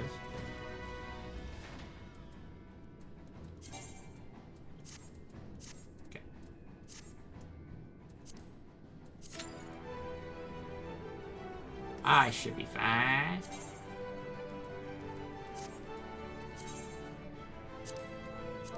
No.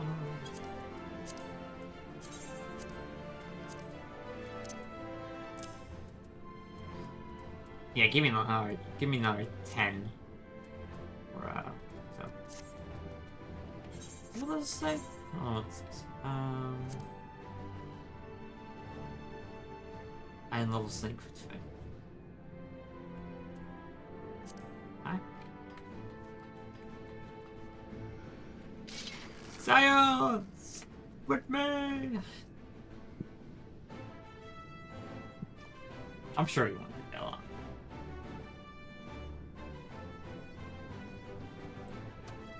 Ugh.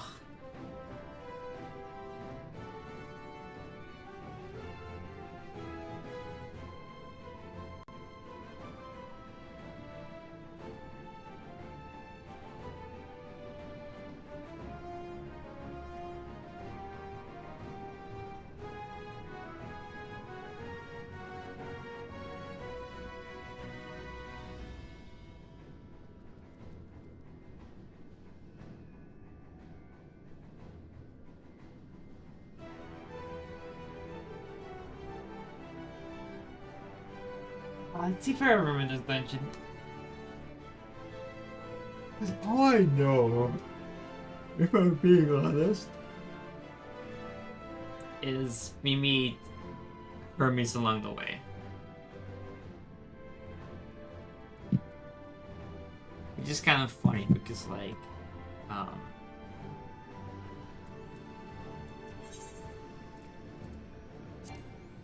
I think the funny thing is to do is ring this dungeon with I can't open them. I can't show you.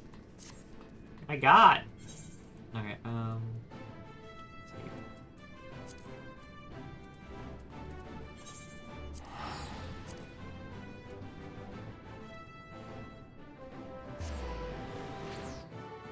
I'm really close to level 90. I'm gonna have my level 90 skills. I'm so excited. I love them. I love my level 90 skills.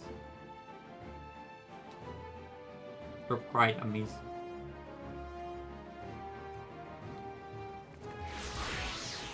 There we go.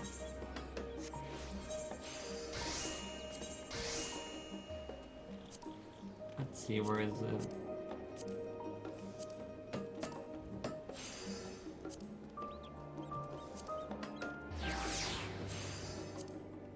There it is. That was always funny to confront him in this dungeon while looking at like this on board. That's so weird. That's so weird. Oh, Ammon's code and Ammon's okay. I wonder if it's like a full set. These are okay. So we have dancer, machinist, board, and arcanist. I can't actually do it. For some reason I thought it was only bard. I don't know why.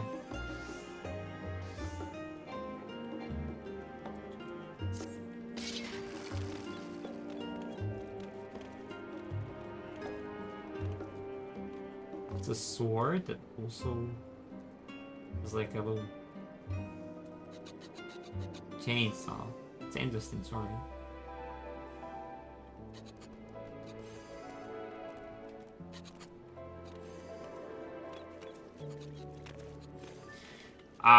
Oh, can't see anything.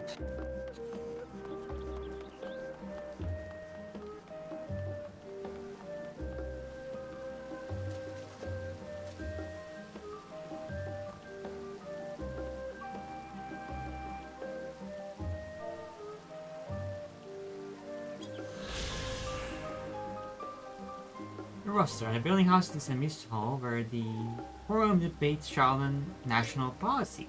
Once a simple outdoor class, the roster was playing with heated discussions to rain, wind, and worse.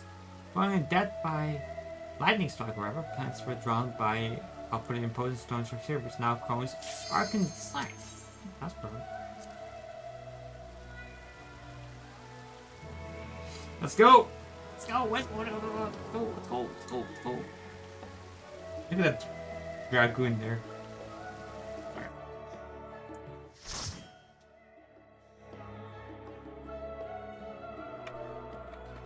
Hey.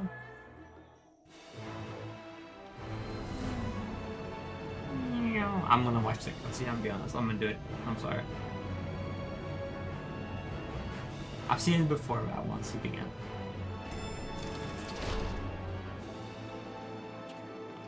Oh, look at him. Okay, how we good?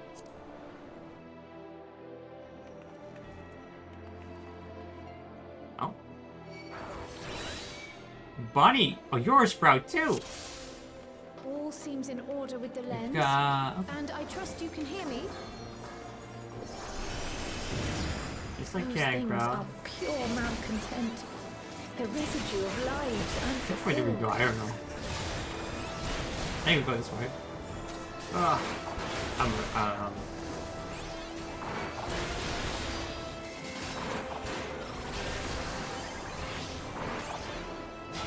Is that it? Just these two? Okay.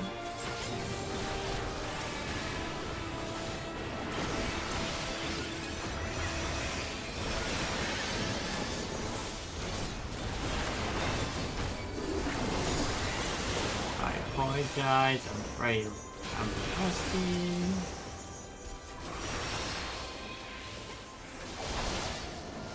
What?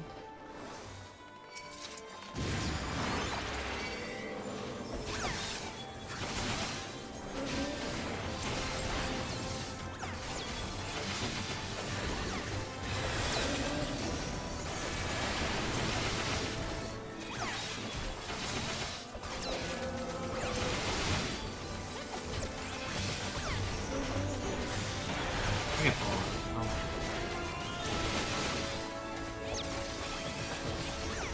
So wait, it's like that's a way that way. You can go out. No, you cannot. It doesn't go.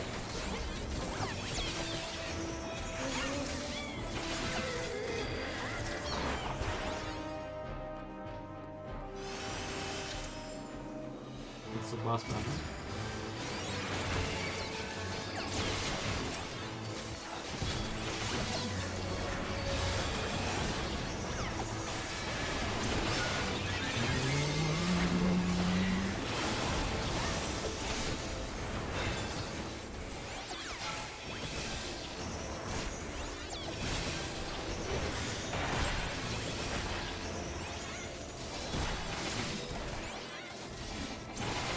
Ninja and dance.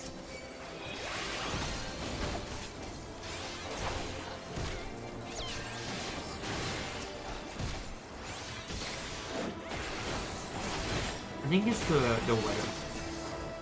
I could chill. I'm very chill. I'm having a good time.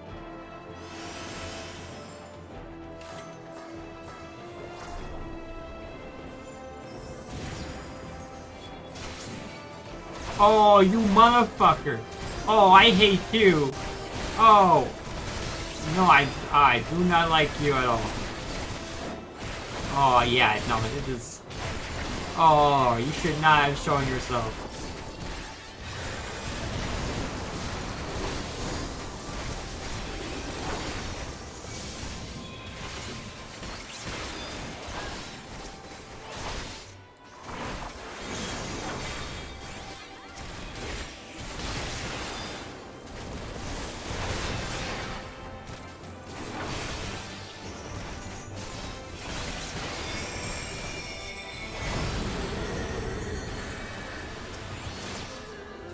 Okay. That's an interesting mechanic, I don't know.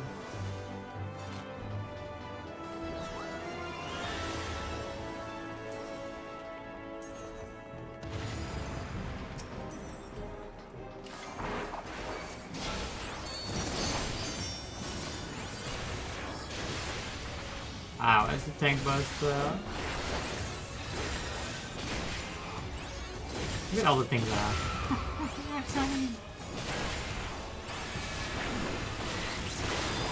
Yeah, it's a little late, don't you think? Gosh.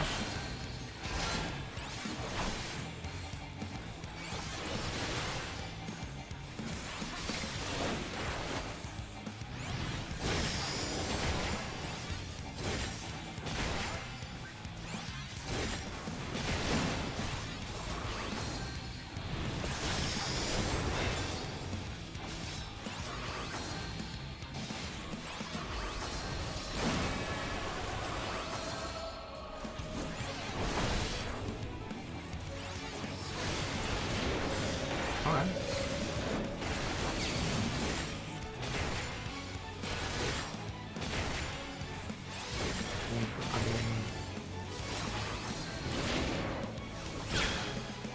I knew it.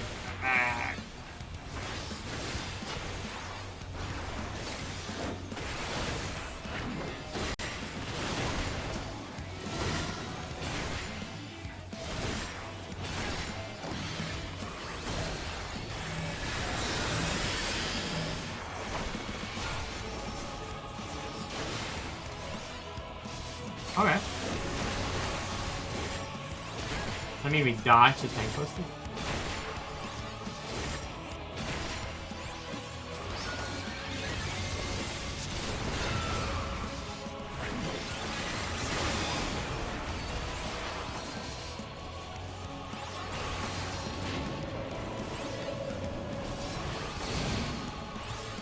I guess yeah, I would just stay here. Why not?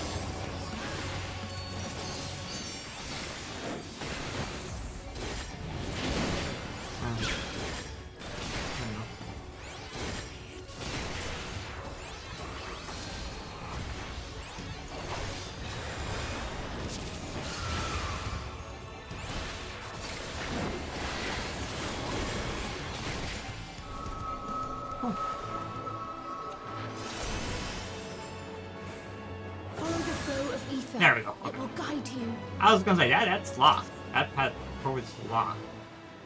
The ether is too dense. I'm losing you. That's not. Ooh. Yeah.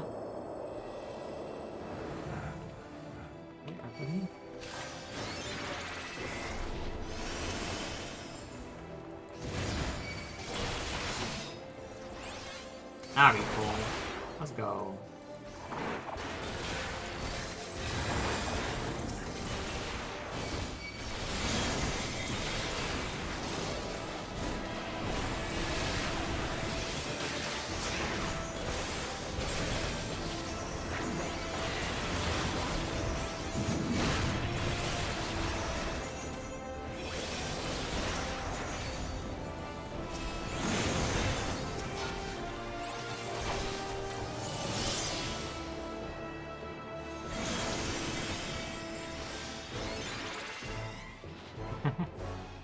Are we supposed to stay in it? No.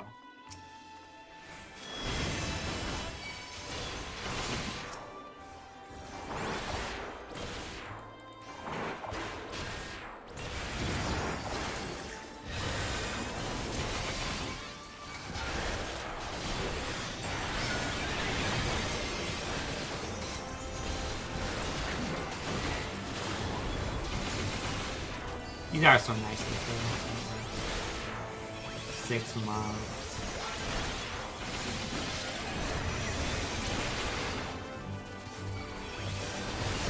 Take a little bit of damage, that's okay. Maybe I weak in case they're taking no damage.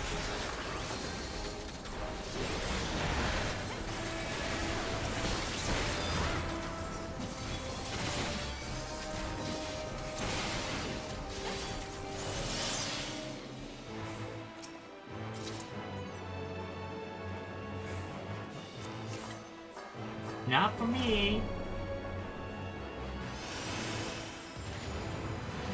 My life unto the Empire, in that shall I serve.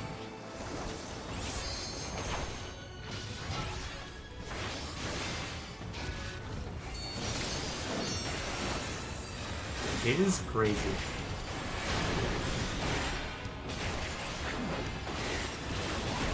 It's still on the hill. How is he doing up? Yeah?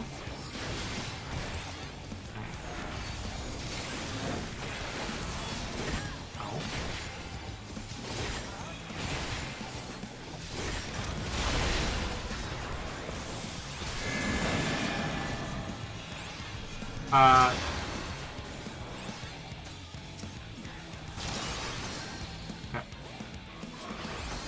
I was concerned for a second. There you go. There we go. Oh. No, my best mitigation. That's like what, 26%?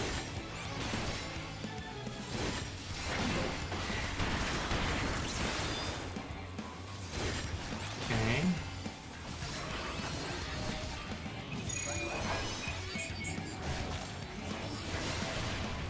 That was fast. Ooh.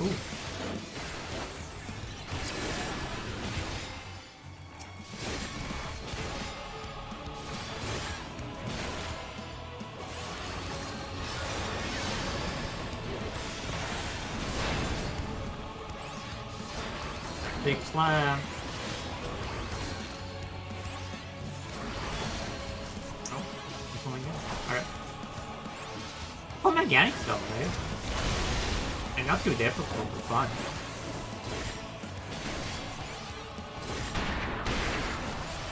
Oh.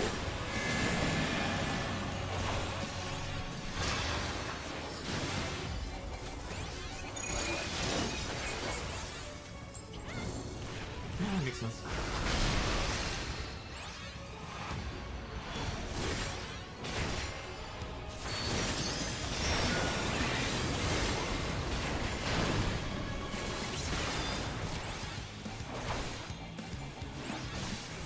Yeah, man. I need to like maybe look back to the stream and see what the other boss was. I know I saw Archifa. I saw Yasudu on the hill. Ubot, that guy I hate. Absolutely terrible. Terrible guy. I mean, good story writing, just a terrible guy. Try to go someone else to you. Maybe I don't know.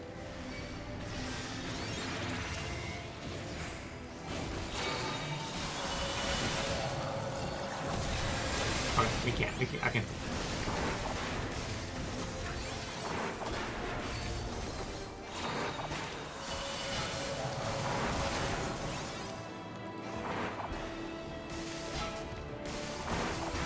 Okay, here we go.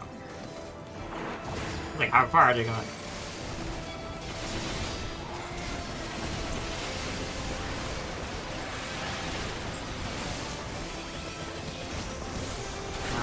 Is a hole, that's for sure.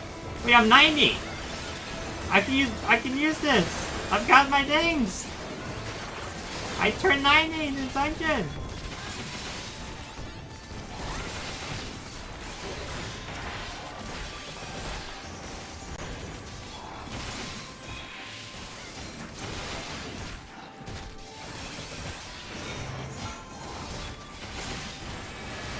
Look at that!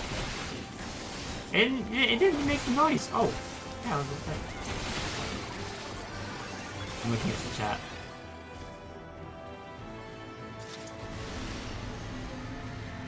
Yeah, it happened to. Oh, baby, oh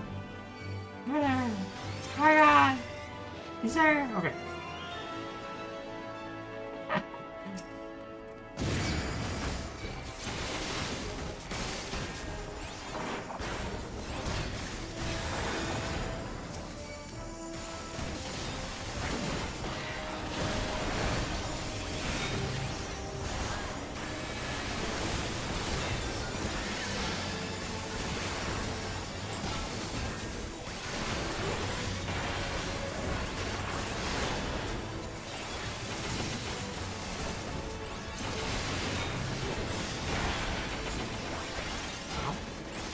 Oh, I guess it can come.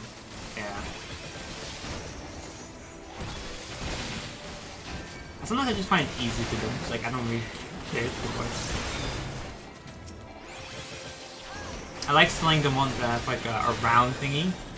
Like, if I can just set, it's like,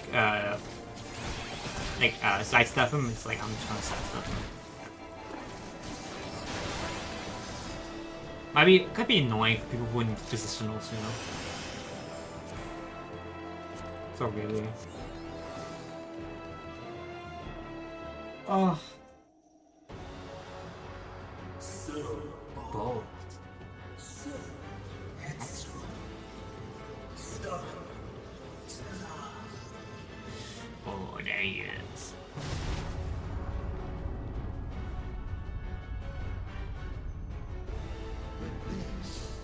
Is as far as you go. Oblivion beckons!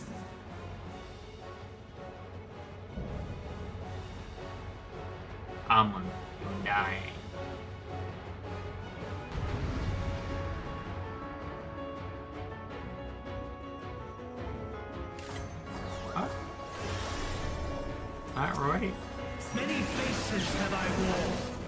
Oh, I'm so sorry. Someone took the first hit from me.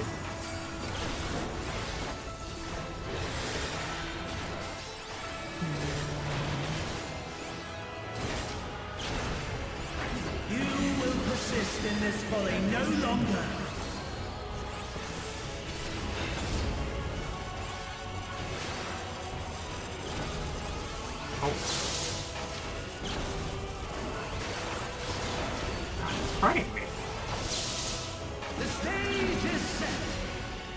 Yeah, Maurice, that's what they do. That's what the boss fights do. They hurt.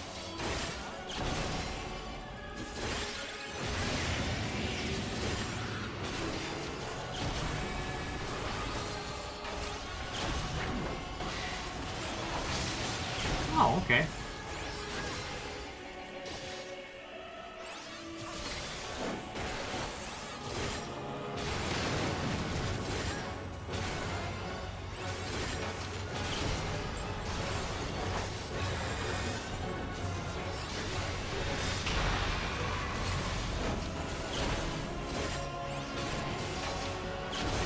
Let the curtains rise for the main attraction.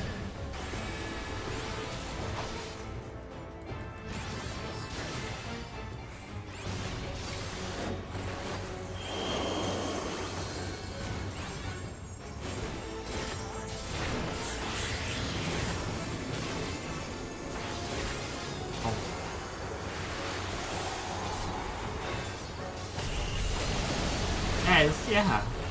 That is. No, what? I didn't make it. Okay. What a boorish audience you are. I think my ankle was weird. I had like, I was sideways. I thought I was behind that.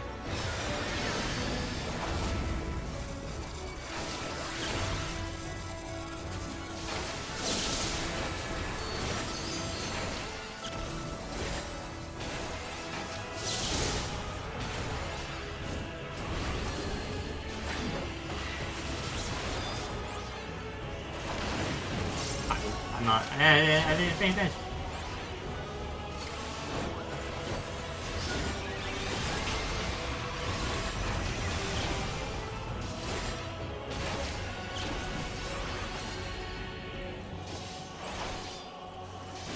Look at my arrow.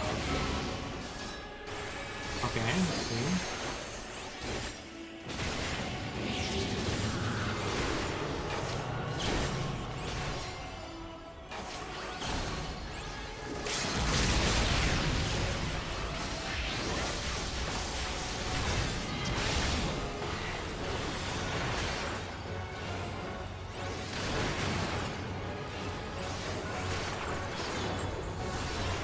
I'm fine. So yeah, look at that.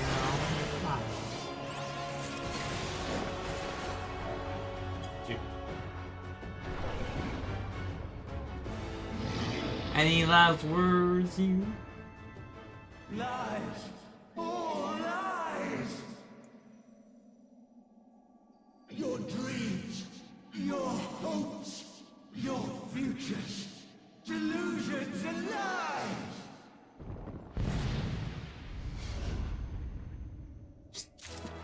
Okay, goodbye. Oh, are they all gone? They are all gone. Oh, man. Alright, anything to say about Hades? It is becoming tiresome. Life is a struggle, but it's worth it no lie. Some things can't be washed away. Alright. Yeah, that's fair. Yeah, I thought I was behind it, but I wasn't. Maybe it's like be like really behind it. I started was I started, yeah. I think I missed one. What did I put? Minfilia, Archford, maybe Moonbreaker? What did I put in there? What's it put in?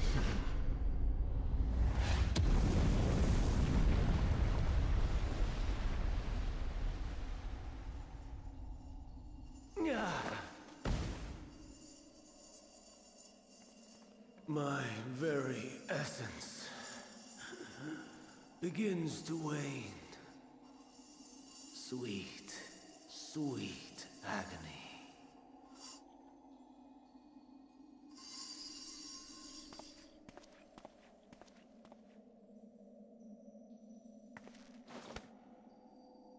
Leave this to him.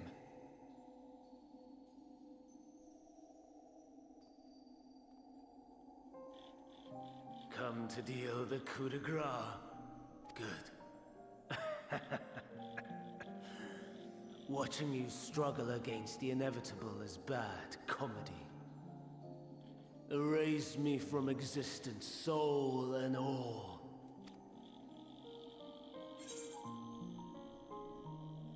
Do you recall your days as Hermes? Hermes. How would you know that name?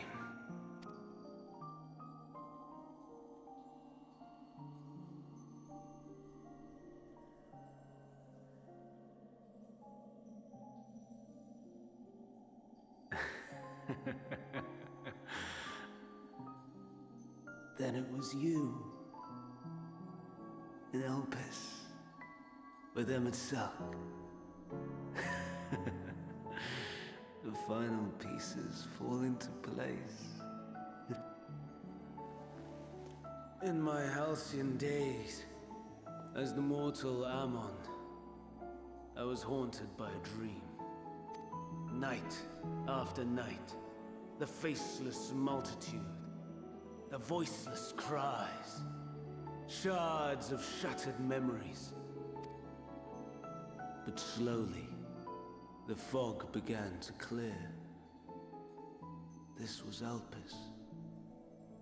And I was Hermes. Recurring though it was, I paid this dream little heed. It was only when I was granted the seat and memories of Fandaniel that I knew these visions to be true. They were the memories of Hermes that he himself erased using the power of Kairos.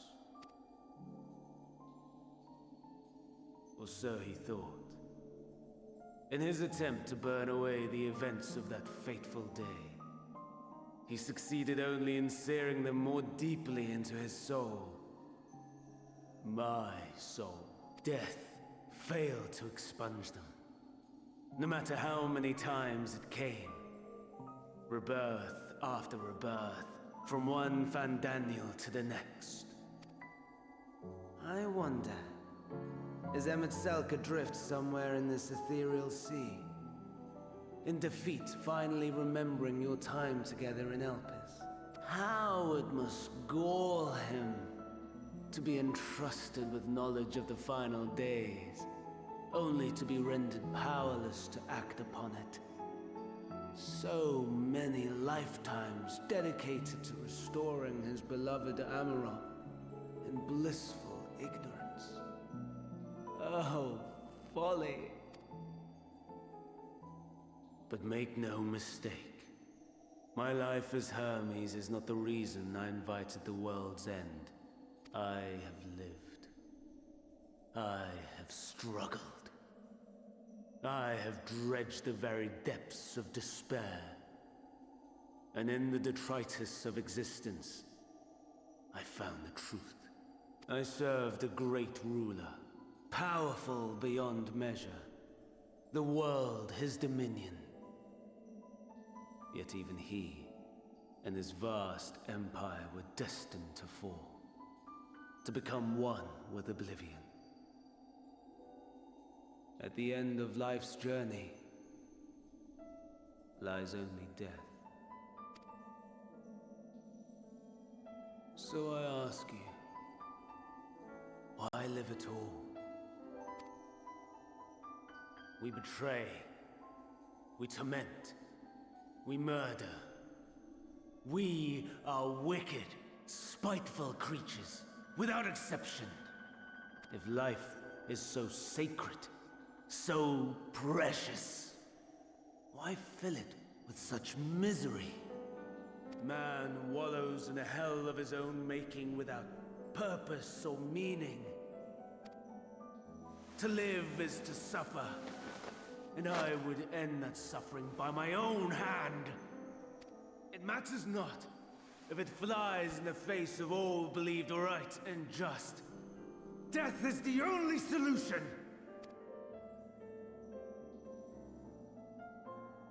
That is my truth. My answer to the question. And yet, even as the words pass my lips, I am filled with doubt. Has my search reached its end?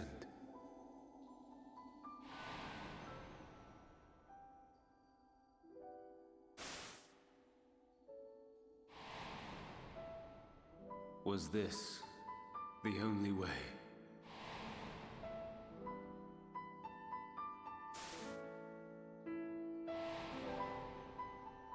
After all these years,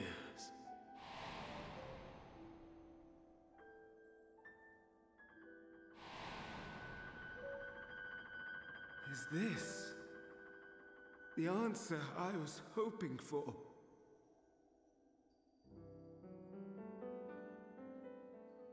The lamentations of the damned. How it vexes me to see your conviction falter at the last. Vandal. Still clinging to existence, I see. That's crazy. Who champion death so fervently, unwilling to accept your own, refusing to be purified and swept into the sea of souls. As do I.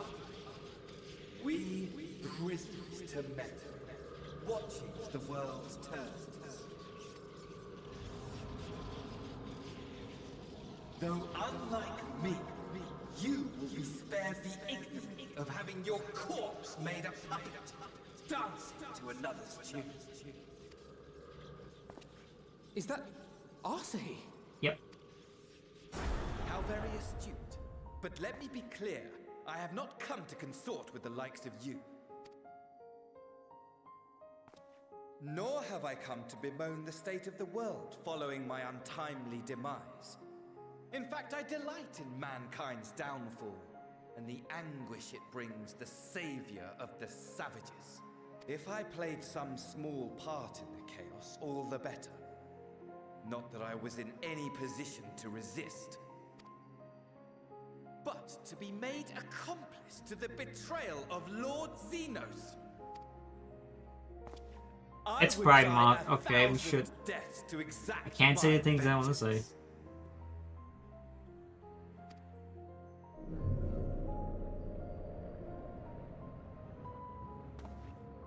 Now you are at my mercy. I shall drag us both into oblivion, and you will never see the fulfillment of your magnum opus, even should you be reborn. Your desperate search for answers must start again.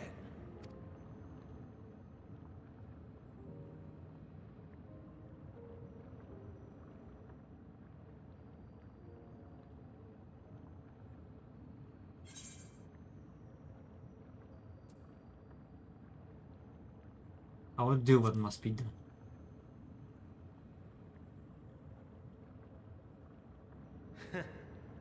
And what might that be?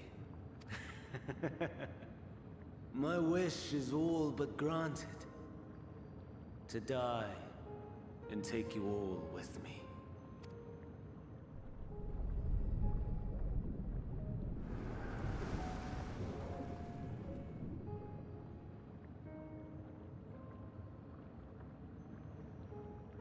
Don't try to follow me. I had more of you people than I could stomach in life. Never mind in death. Likewise. I pray we do not meet again. Yeah. You had better hope not.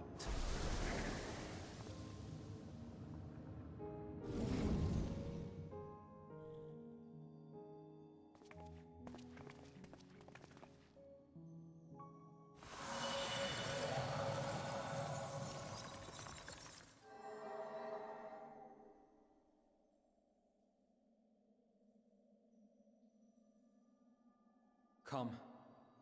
Hydaelyn is waiting.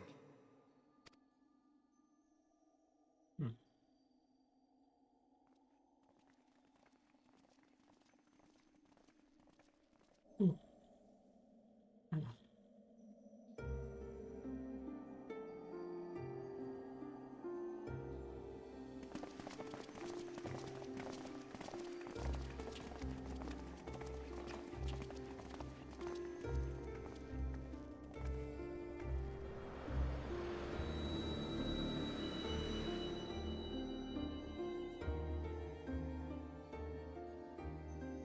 Brave travelers, I welcome you.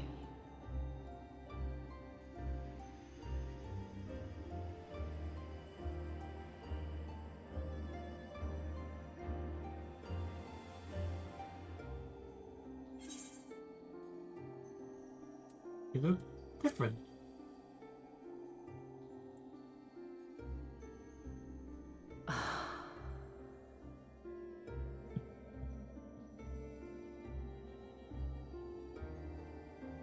I see. Thou didst journey unto Elpis. And now, the rivers of time converge.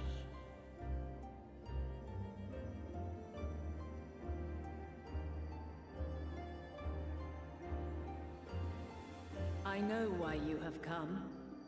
Yet I would hear you speak your reasons all the same. You created the moon to deliver mankind from the final days. But is that really how it has to end?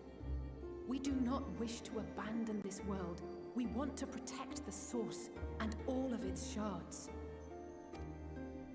To flee is but one of two paths. The other leadeth to Meteon, far beyond the stars, where she doth chant creation's requiem.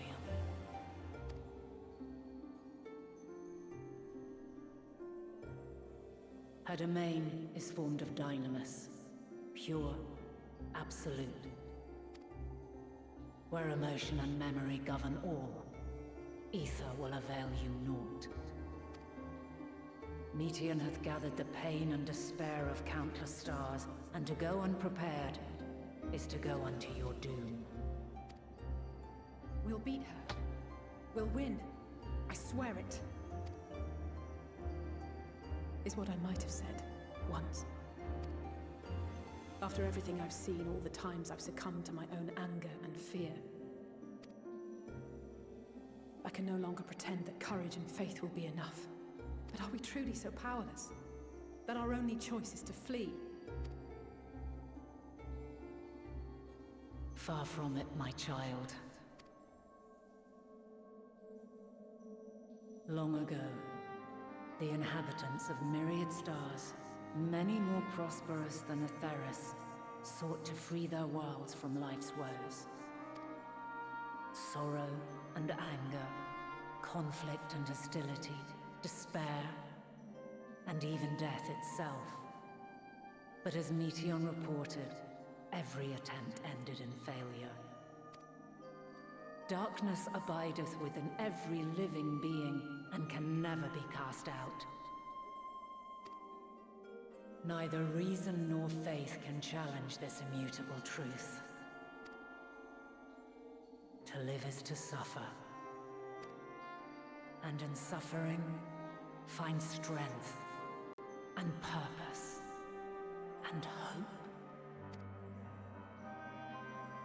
As you have done so many times before.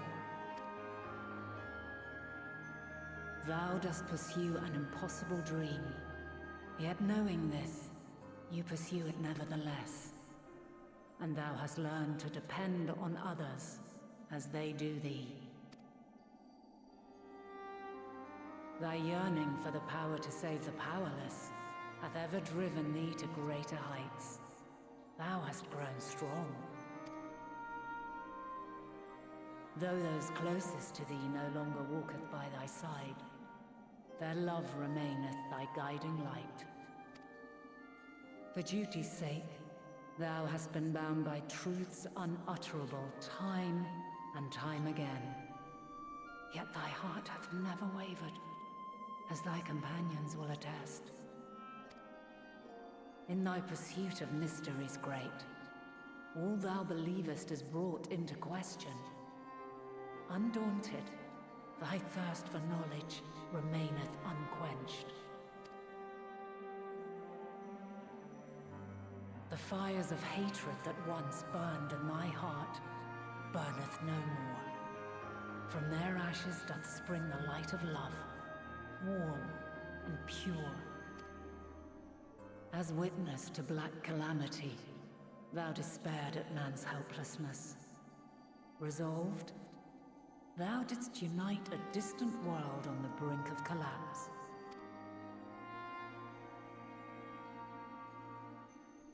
And thou, my champion, when all did seem lost, thou never abandoned hope.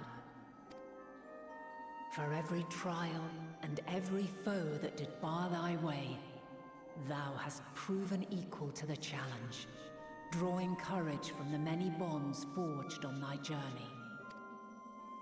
You have all known despair, and though the end approacheth, you walk on, heads held high.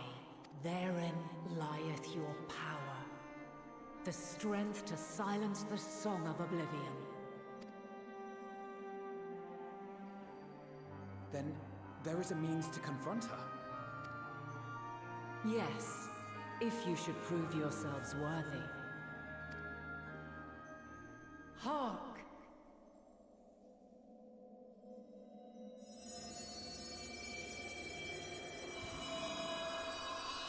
It's a weapon.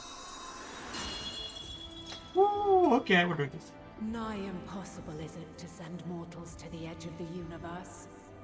Should you fail, there will be no second chance. As the will of the star, I ask of you this. Do you possess the fortitude to stand firm when all around you doth crumble? Do you possess the faith to vanquish despair itself? Should you lack the strength to best a supreme deity, I cannot allow you to make the journey. You must leave this star and never return.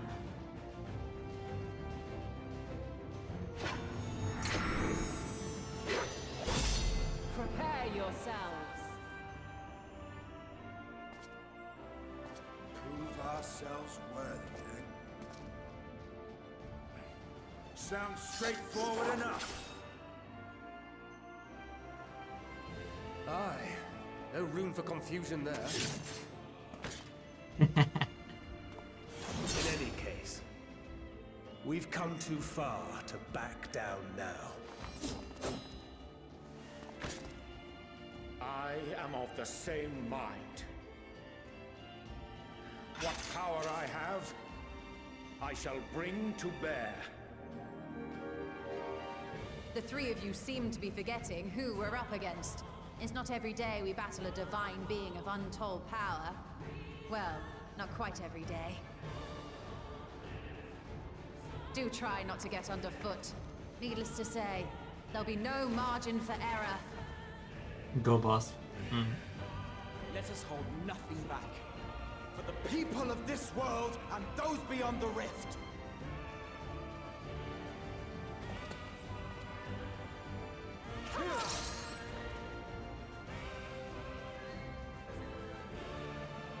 Alas, the question I posed to thee in Elpis hath remained unanswered these long years.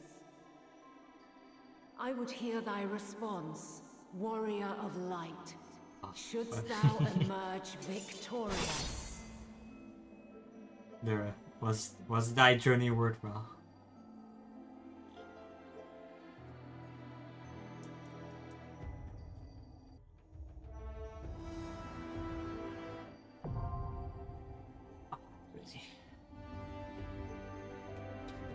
Wait. Okay, just for the sake of argument, Hyman's pretty strong, right? Right? Wouldn't there be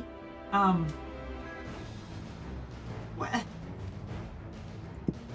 Wouldn't we stand a better chance if we went with Hydrant? Just to say, for the sake of part of it. Not to ruin the story, but just like, wouldn't it make more sense if we went with Hydrant and we tried to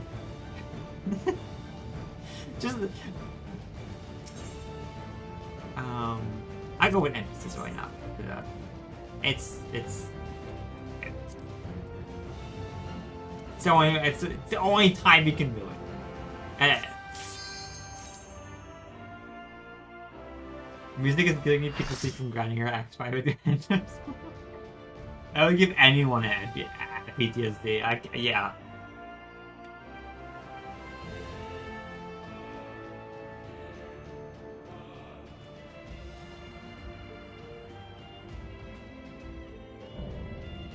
Divine light. No.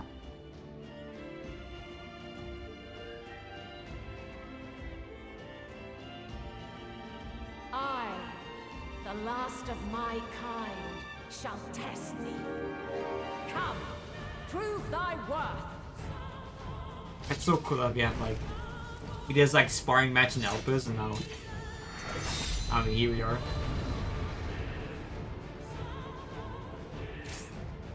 If I remember right, I wonder if I need Have you the strength of will to alter man's fate?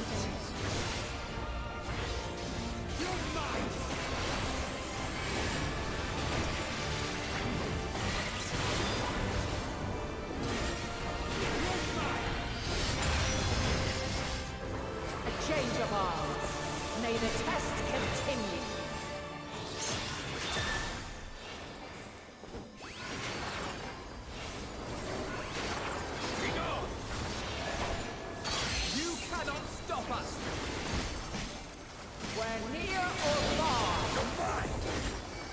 That was an in.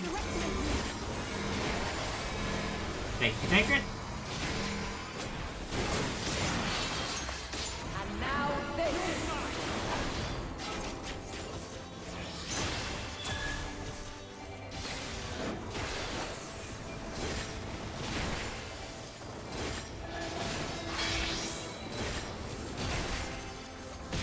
Light unyielding.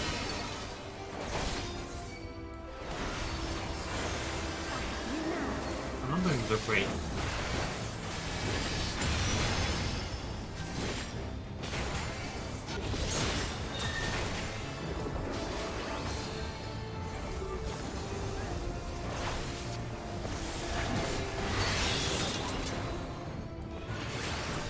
By blade. Oh. I will not hold back.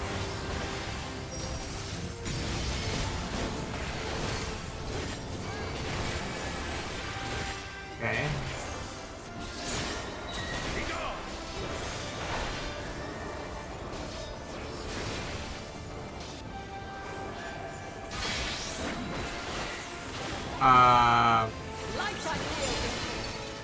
Okay.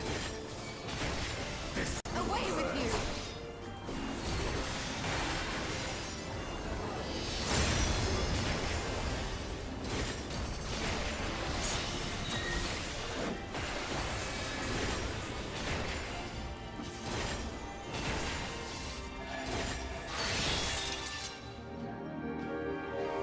By blade. Yeah.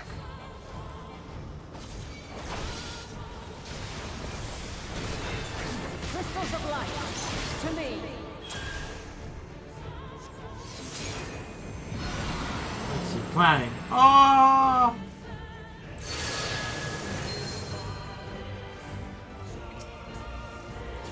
Here.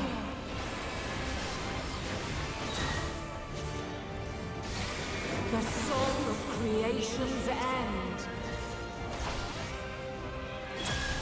Feel.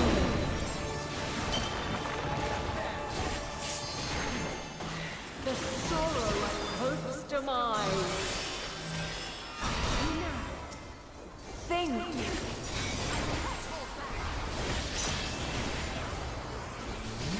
Find your way in the darkness.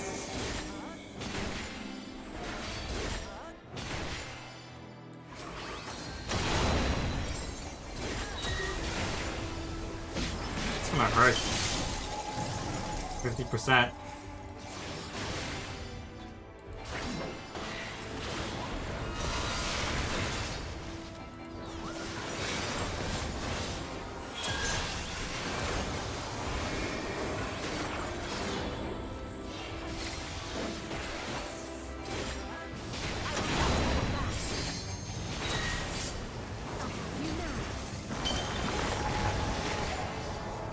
Five.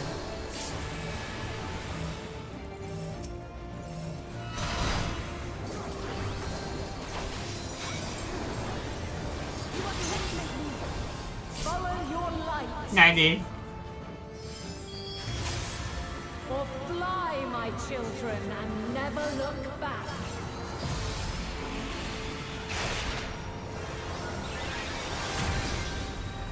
Oh!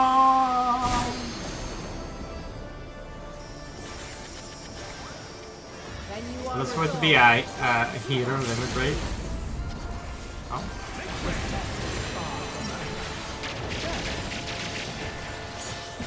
By crystal light. Let's give them a show. There.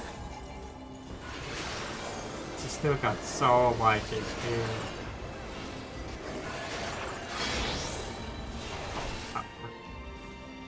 Light unyielding.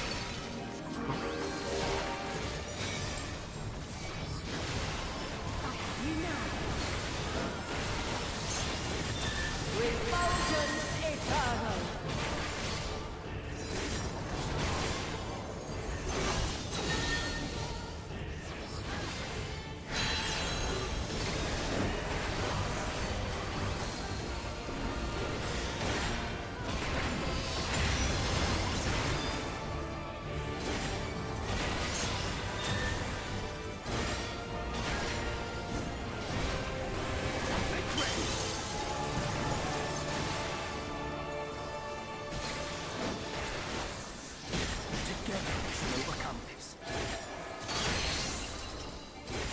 Yes.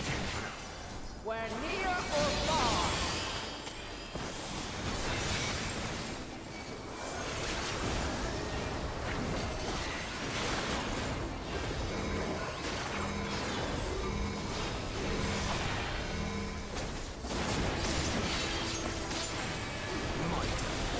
It's a cool fight. We're high or low.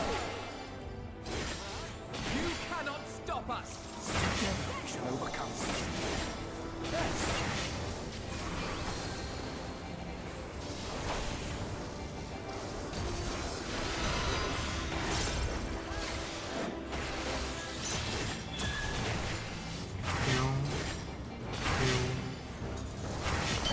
Oh wait, cannot dodge. Okay.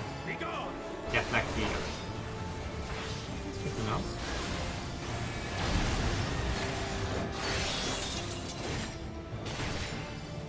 By blade.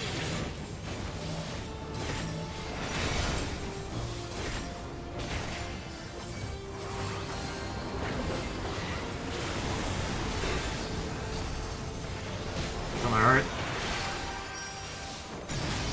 Oh!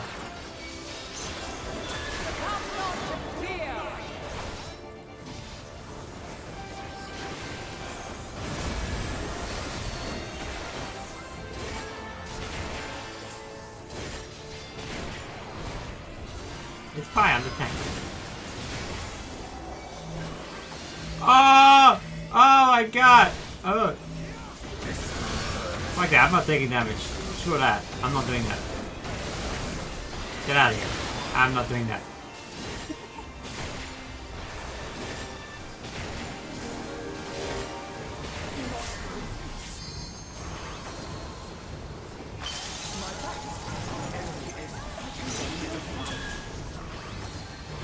What? What?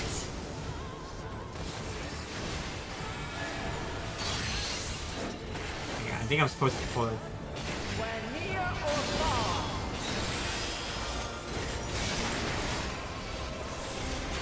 I think I'm supposed to pull him the other way. Why am I so fancy? Haha, threat to. Oh. Oh no.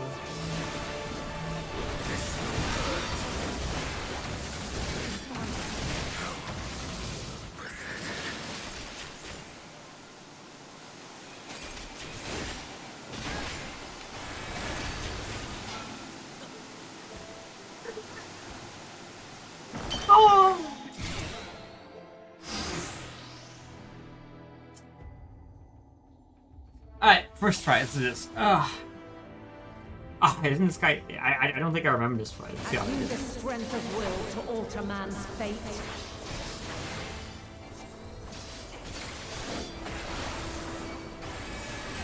I think...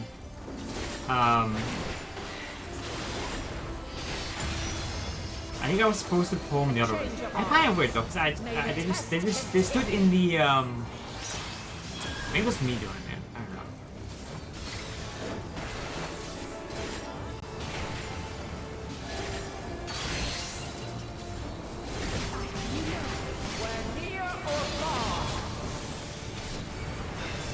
It's fine. I don't think getting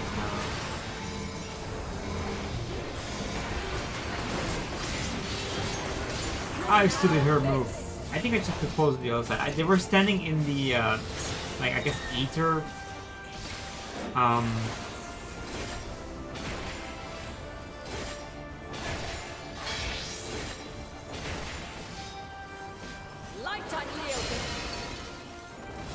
They're standing in the ether wave. They all died. Well, at least all of not and Runjay died, so well, we don't have us either, so.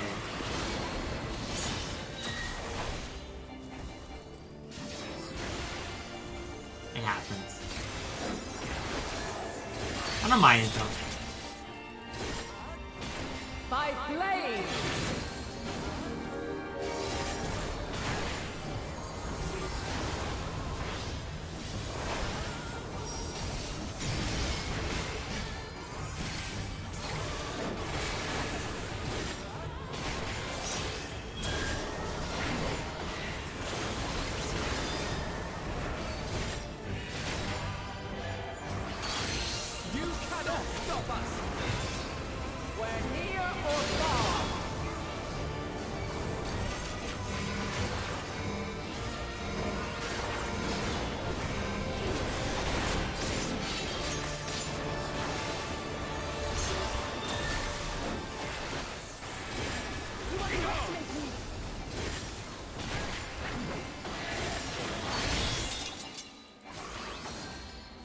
By blade! You underestimate me. I feel like, if you went into an actual trial, I feel like what you pull, I didn't always be one of the maps, so let's see if it has to go back, which gives you like a bit of a TPS window.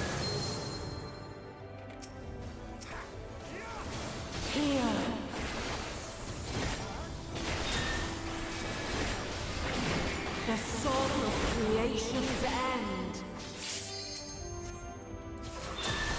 Feel.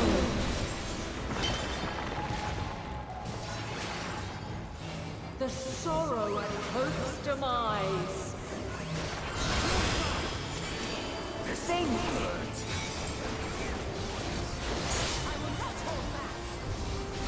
Find your way in the darkness.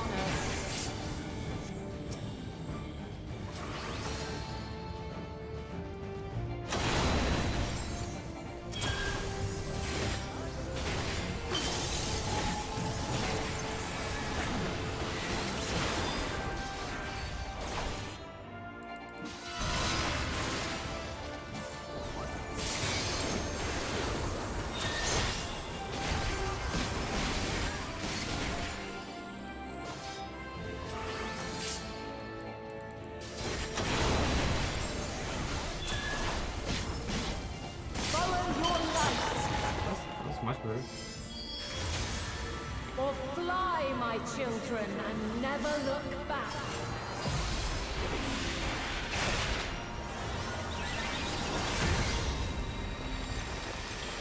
Doing shit right there. Then you are resolved. Let's give them a show.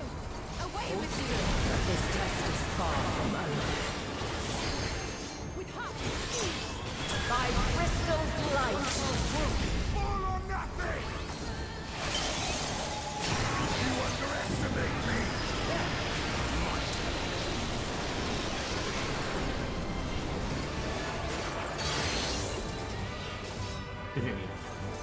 Where near or far.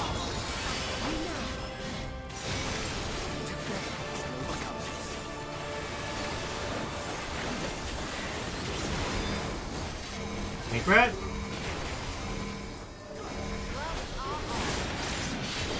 Thank you. We're high or low? Alright.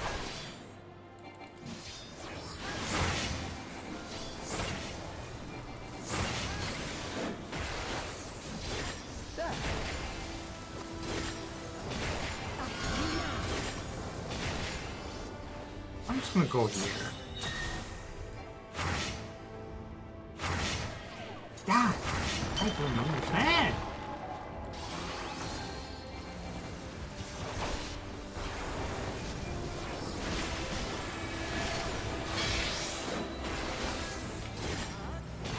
Light unyielding. I will not hold back.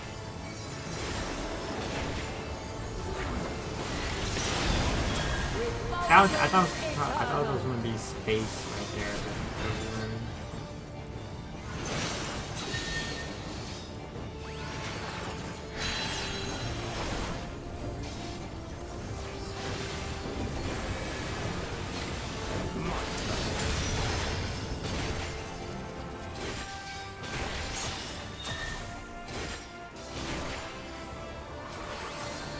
Okay, room with stairs and mechanical jam. You cannot stop us!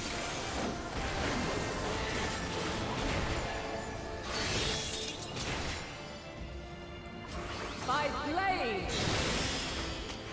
That's smart, but I won't back into it. Because reality was so close to me, I just scared it.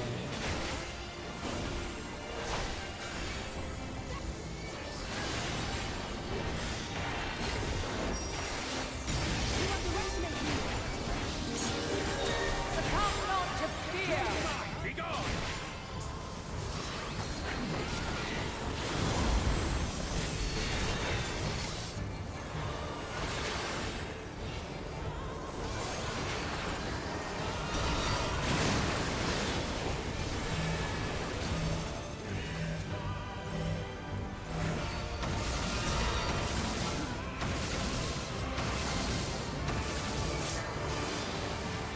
Okay.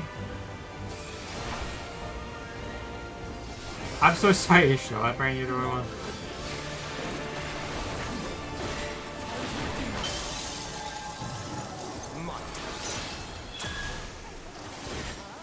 She's just there! Please! Open the Drift Cat Racer! Oh my god, thank you. Light unyielding. Yeah, are they already showed up? You underestimate me. Together we shall overcome.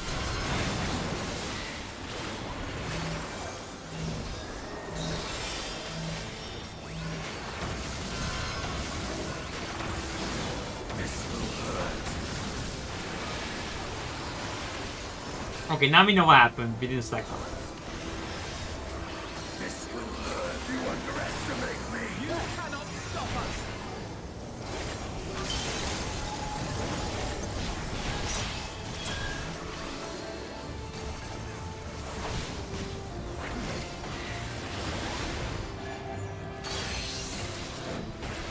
Oh, wait. We're near or far.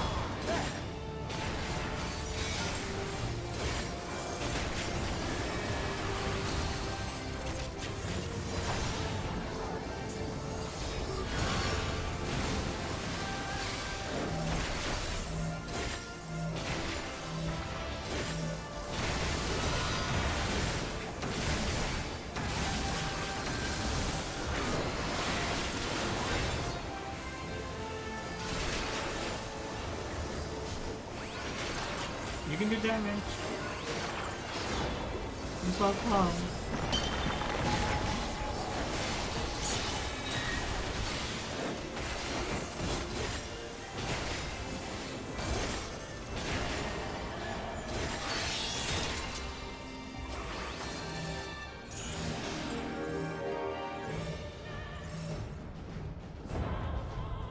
Okay, I didn't see the stack mark. Right now, though, there's a stack mark I didn't see. What was... Too far ago. At last, man has the strength to.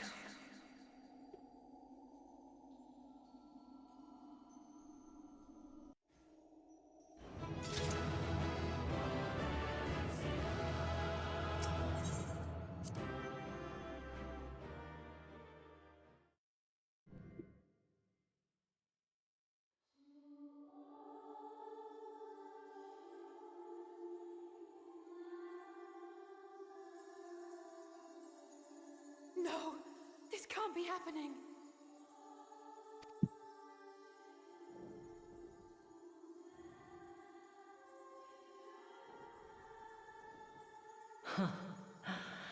Though my power is in constant flux, I have always kept a reserve for this very moment. It was a true test of your prowess. You have done well. There is one thing I must ask. By sundering the world into 14 shards, the ether of all living beings too was divided. This reduction would in theory allow us to more easily interact with Dynamis. Having seen mankind brought to the very precipice of extinction, you wished for us to develop a means to overcome despair. You believed we had the potential, and sundered all creation to see it fulfilled. To deliver us to that swirling maelstrom of Dynamis in which our foe hides, and grant us the power to defeat her once and for all. Is this not true? It is as thou sayest. 'Twas the trial to which I subjected mankind, and it hath led to untold bloodshed and suffering. There was no kindness, nor justice in the tragedy I wrought. When confronted with the almighty Zodiac, my only recourse was rend him and the world asunder, that his power be diminished for a time. And so it came to pass. Now you, my chosen, have surpassed my expectations, surpassed me. I entrust the fate of the universe unto you.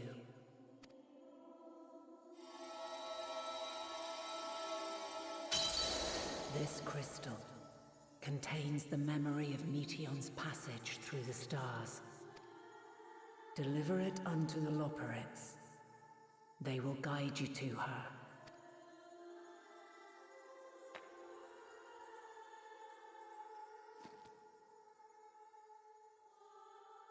Though they may be capable of crossing great distances, there is a vast difference between traveling to the moon and the furthermost reaches of the great expanse. And unlike Meteion, we cannot simply soar on waves of Dynamis to our destination. Indeed. To make such a journey would require an astronomical amount of ether. But a solution lieth close at hand.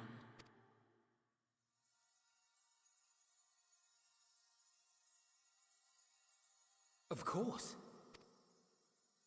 Yes, my child. Ever since I became the will of the star, the ether drawn here had slowly crystallized. They who have answered my call know it well. While I have remained hidden, it hath become the embodiment of the planet's will in my place. A faceless, omnipotent force of nature. The Mother Crystal, our final hope.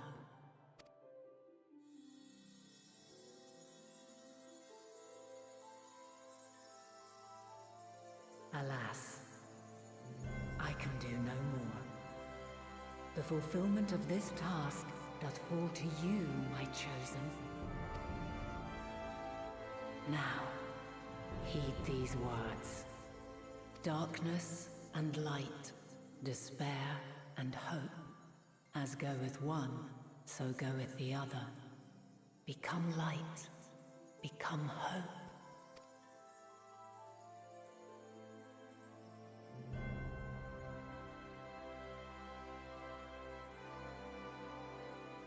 I have a gift for thee. Come closer.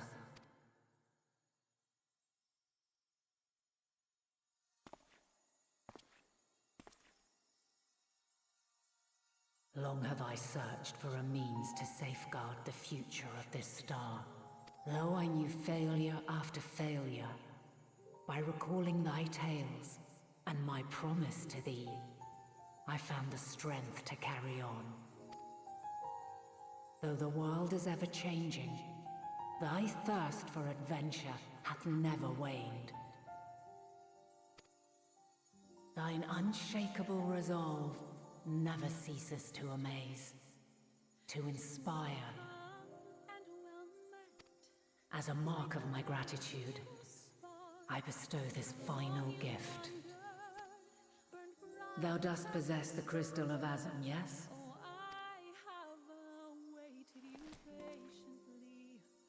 As Heidelin, I reside over the forces of stasis, tranquility, peace.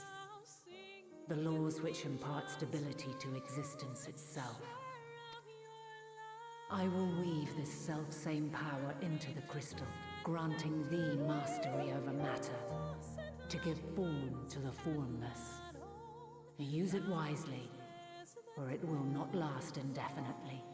As thou hast seen on thy journey through the ethereal sea, souls are drawn to thee. Mayhap this trait will prove to be a boon rather than a hindrance.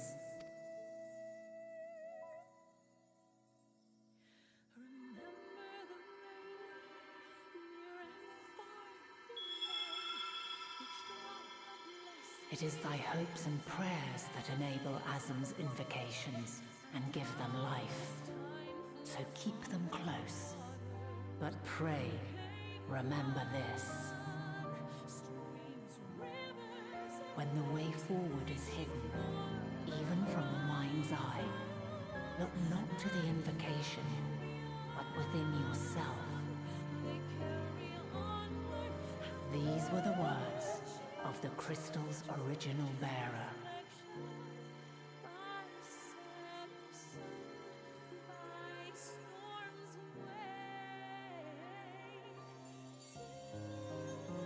With that, my work is finished. Fulfill our promise. Right the wrongs committed when the world was yet whole. Silence the song of oblivion. Teach her a brighter melody. Show her our journey is far from over.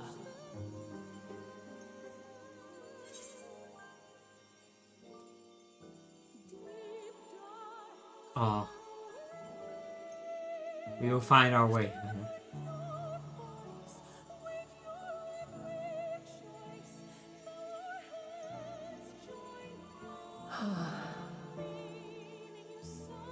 Of this, I have no doubt. For yours is a light brilliant beyond measure. Long after I have gone, though not even my soul remaineth, my love will be with you forever, my dearest children.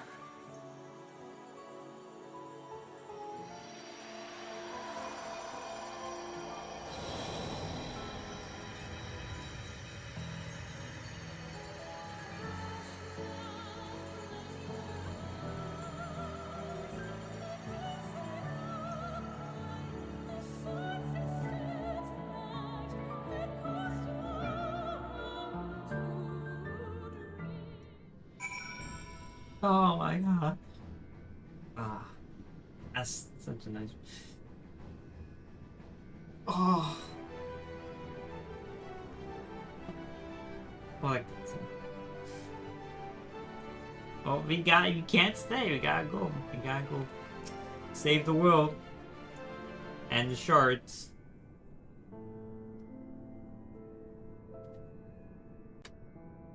I'm glad to see you well, though we could only roughly place your soul sleep as you went. You can neither see nor hear you. The fluctuation in the ether near the end gave me quite a fright. Wonder what happened.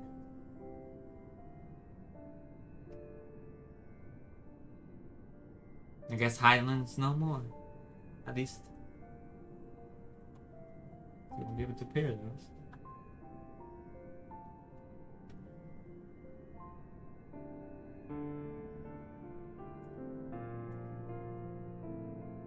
You mean to say hi in this? Yes? No. There's not time to feel our feelings. We must carry out Haydn's will without delay. We will find Meteon if it's the last thing we do. If you don't mind handing over the crystal to this, the fancy navigatory one.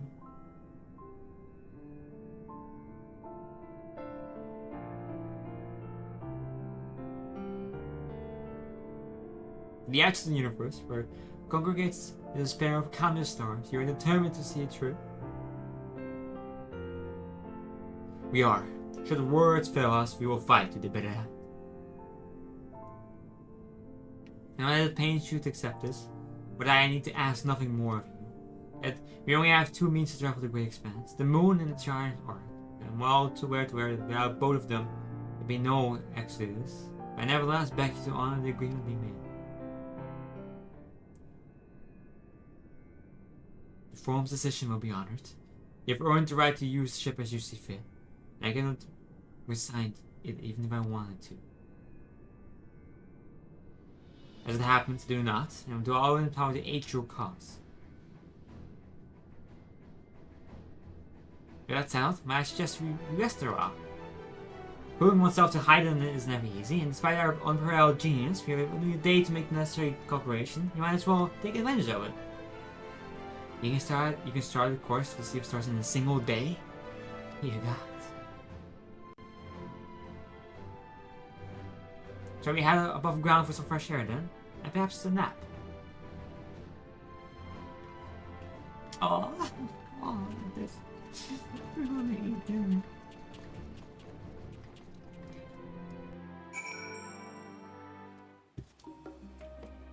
No.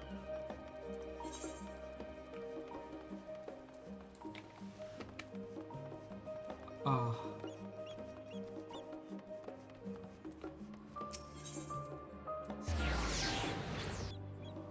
Oh, goodbye.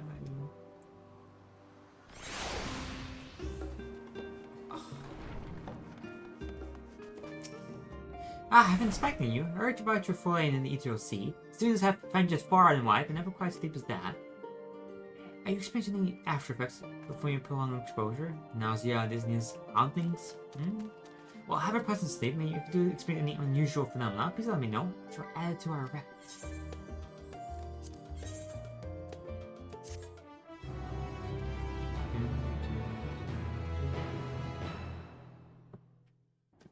I should have taken it.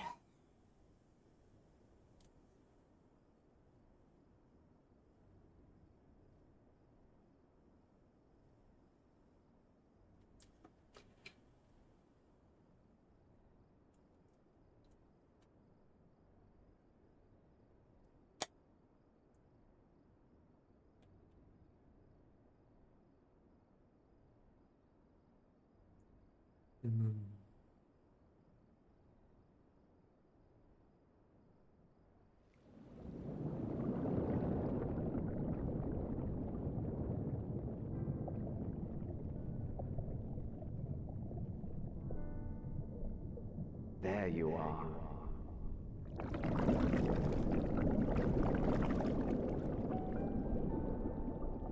Some time, indeed, yes. For you, at least.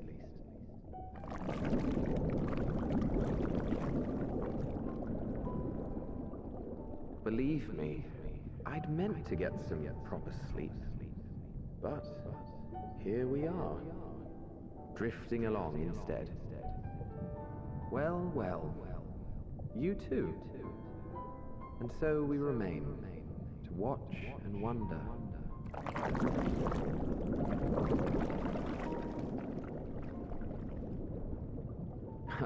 Yes, indeed. To begin, we first must see the end.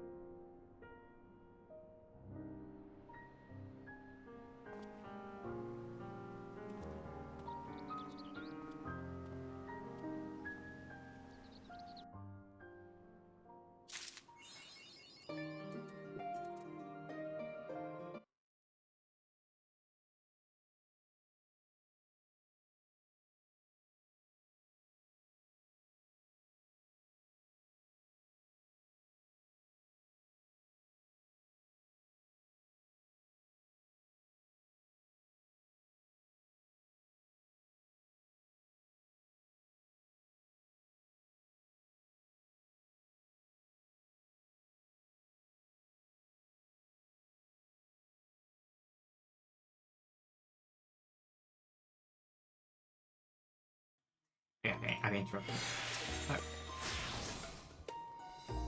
Ishtar, after she had had a good rest, an envoy of Master Fortunats arrived not long ago with a message.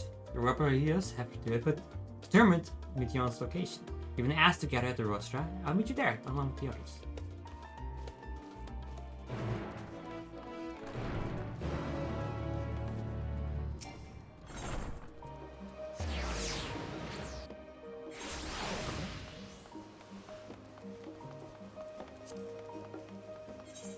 I'm level 90 now.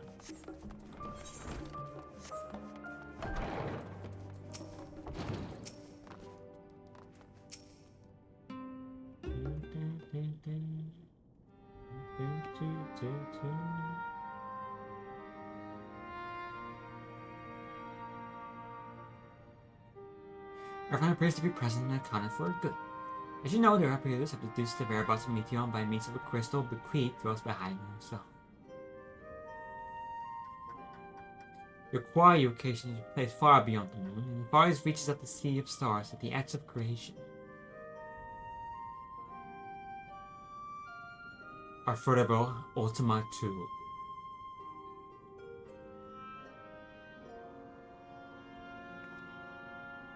Indeed. How then are we to reach it? An excellent question. Lucky for you, I have an excellent, equally excellent answer. In theory, when its advanced propulsion system, the moon is capable of drifting to Ultima 2, but the myriad other facilities housed within it would greatly impede travel to the Sea of Stars. Even the Mother Crystal might not possess either enough to bear so massive a vessel to our destiny and back. However, if we integrate our Hyper Hooper into your Ether Burner, we should be able to fire things up and jump our way to the end of the universe in no time. Fire, does this mean?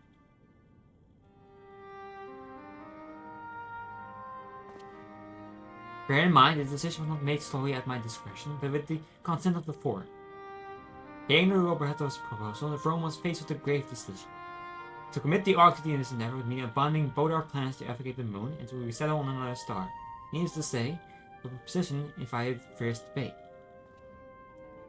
In the end, however, the throne was swayed by the simple fact that Hyland believed he possessed the strength needed to overcome this crisis. The Great Exodus was, after all, a plan of Hyland's own making. Therefore, if in the elephant hours you prefer another means by which we may seek salvation, we should be fools to miss it at land. Indeed, she sacrificed everything, her very existence, to refer to the destruction of this star. This is why we have chosen to place our faith in Hyden, in you. The Ark will be made ready for your voyage to Ultima 2. What have all people that have labored so tirelessly to prepare for their creation? They must be furious. I would not be so sure, yet not forgetting your deeds on the Magna Glaciers. Know that your instrumental role in orchestrating the delivery of adamantite gold noticed. Know that people do not protest, quite the contrary. They have expressed unwavering support for you and your mission. Are the Robbers too willing to abandon the Exodus? Why not listen to any severe born of Hyden's love for the Aetheris and the people? If it means your survival, we will do anything to help. And you will most certainly have need of the expertise for you going. There's no guarantee Ultima 2 is a place that supports life, and otherwise, vexing problems our know-how can remedy. Besides, Hyden chose us to lead it to the way to Meteon. Why else would she give you a crystal if we weaken the cyber? But more importantly, we were perfectly content to evacuate Aetheris until you brought us here, Your J, and now we're enamored with the place, so we choose to be happy with the safer. Choice to be happy with the safer. Of course, none of this is impossible without you in the silence, so I want to ask, how soon do you wish to do this?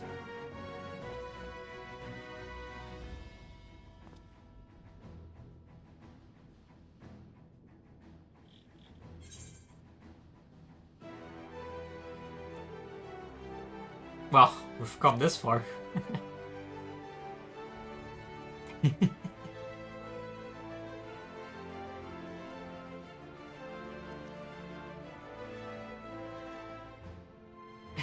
I just ignoring, I swear to God. Very well, we shall inform the forum of your decision and begin preparation to bolster the Ark with the Hyper Pooper. The Borotals were coordinated with the Elzabot you contain to have the necessary components transported to the the Tower of Babel. Of course, it would take time until the work is complete.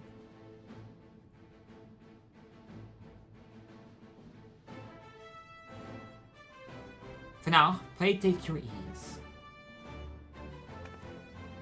It would seem there is naught to do but rest and prepare, shall we?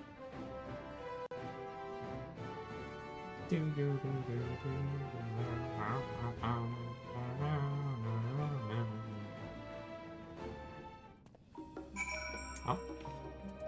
Right. Oh, the sightseeing.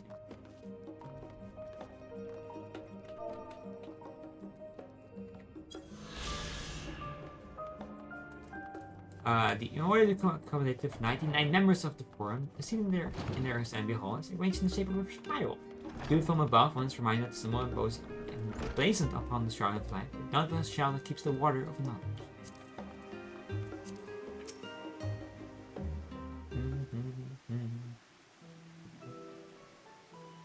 Ere we depart, we must leave nothing undone. Quite, though it is difficult to conceive of how one can best prepare to brave the domain where Dynamite governs all. Nevertheless, Highland seemed less worried of the trials that await. But like any feasible option at the late stage, let us trust in her judgment and faith meet young as we are. Which leaves the not so small task of coordinating our efforts here to you and Tetheru. If all goes to plan, we'll be back before you know. I certainly hope so. We will be playing for your safe return. Mayhap it will affect the diamonds for the better. With that settled, you should get some rest and make the most of the time you've been afforded.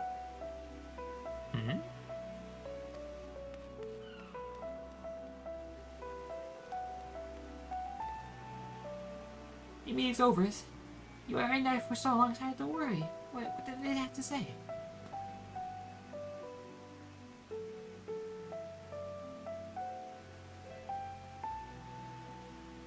That's your creation, I see.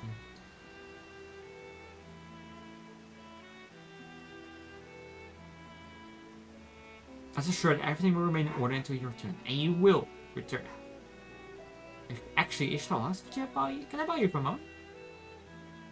Looks like your plans for the interim are decided. When the two of you have finished, goes back at the bodies in the annex, alright?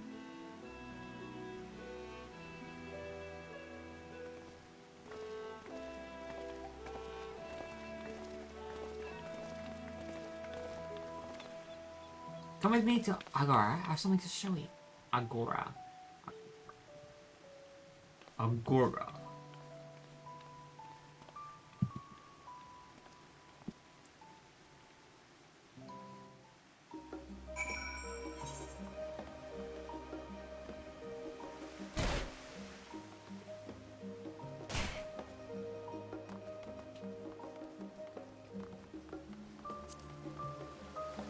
So many people here.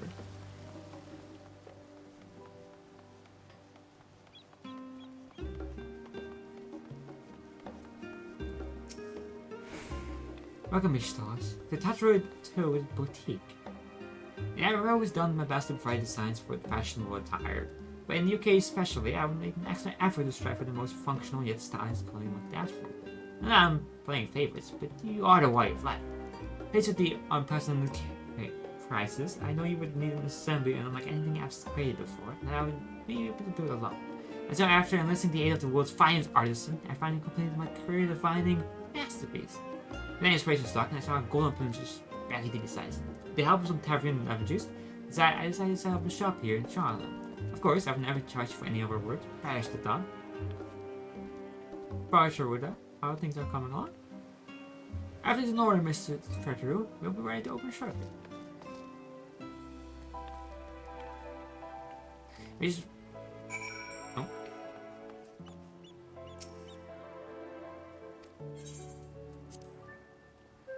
Oh, this ain't good to me.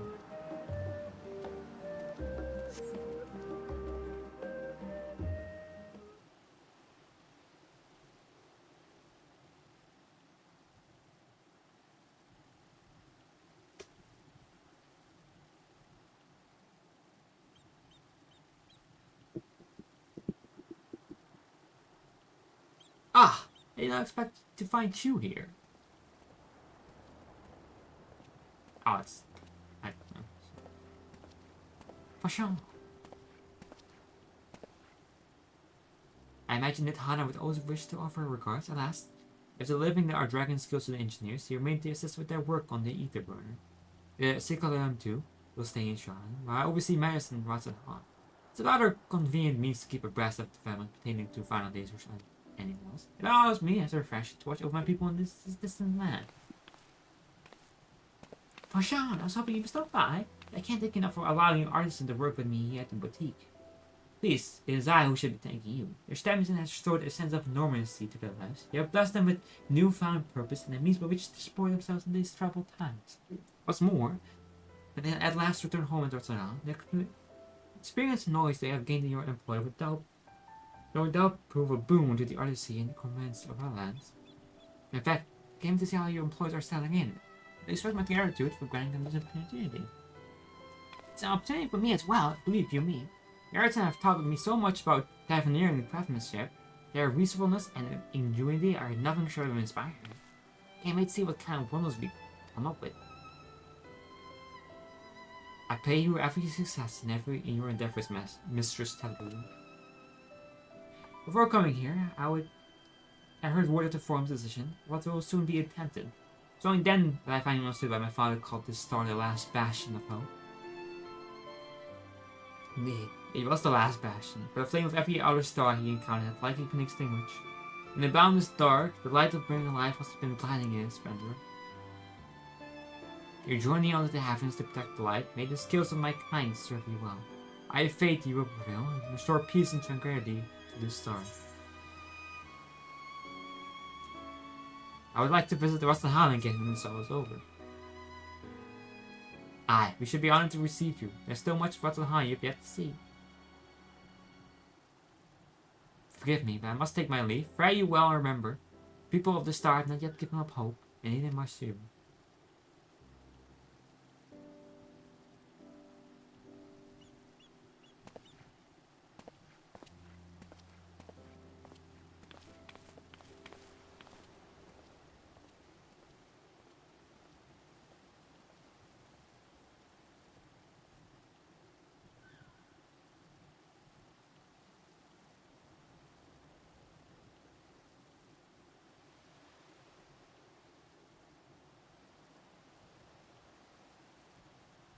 Ugh.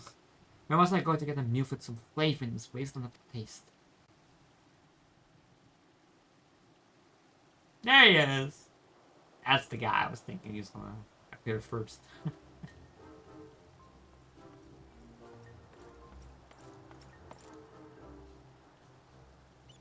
Your stars! Oh boy! Whatever are you doing here? A new boutique, you say? I've been meaning to expand my wardrobe. It's something with a little bit of flair, perhaps, befitting a man of my station.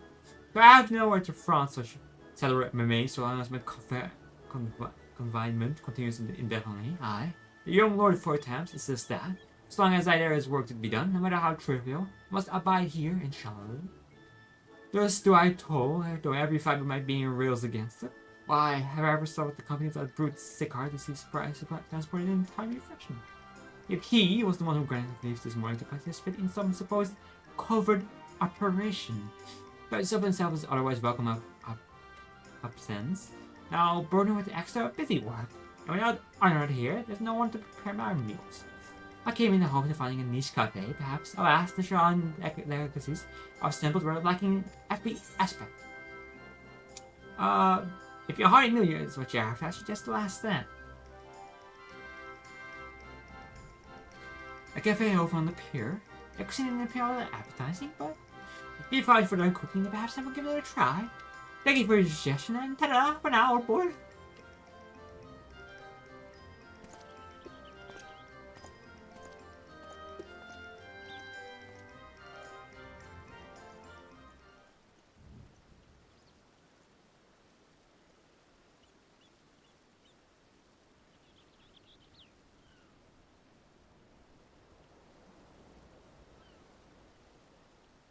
There he goes.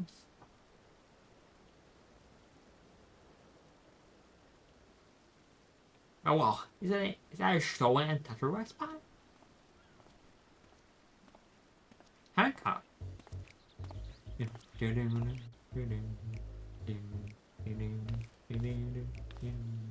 Hancock, what are you still doing here? Since you were returning immediately after dropping off your cargo. Yes, that's my original plan. After all, my expertise requires, aside from the different goods, is well beyond my purview. But a matter of entrepreneur with squandering opportunities to study the marks of the Northern Seas, really not. I returned straight away to Ghani once I had finished.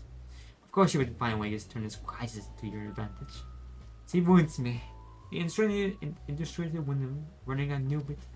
I'm not blind to the travails of those who fight in the front lines, the very close from the ruin.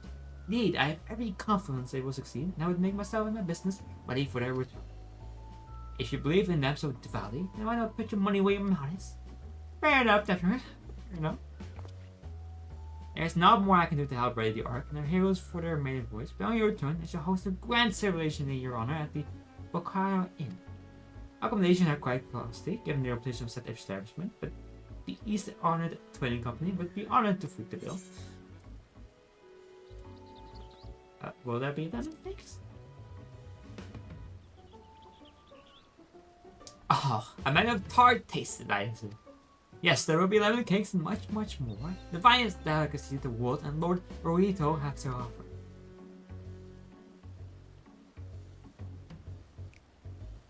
But I'll speak more of this upon your return, lest I draw even more Tataru's ire until next week.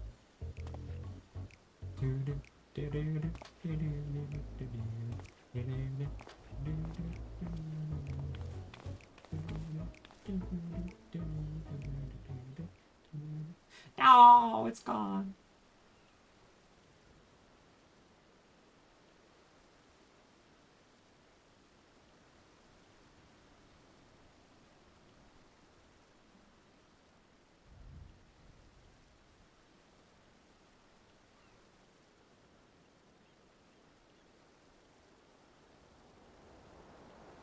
It's slowly turning back. Ah, sure. Decided to spend your time at the markets, did you?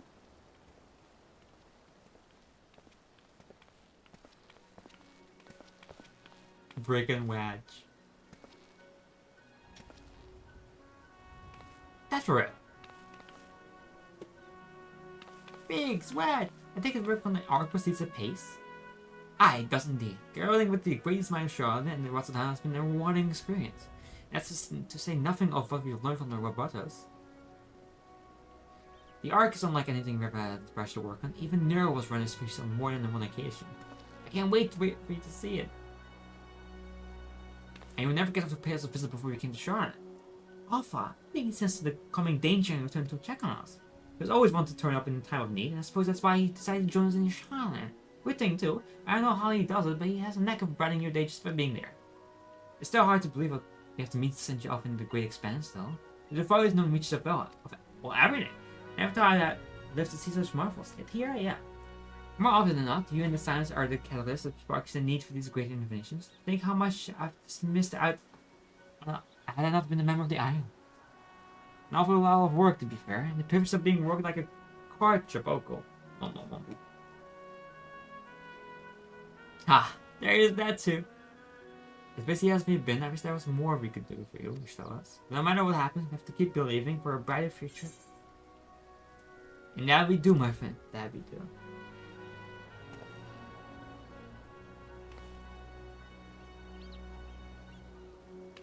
And he head back, which he telling the engineers I'll be along shortly with refreshment. It's very kind of you, Tataru. They'll be glad to hear you, and I'll let them know that I should get going. They'll feel more supplies together before we return.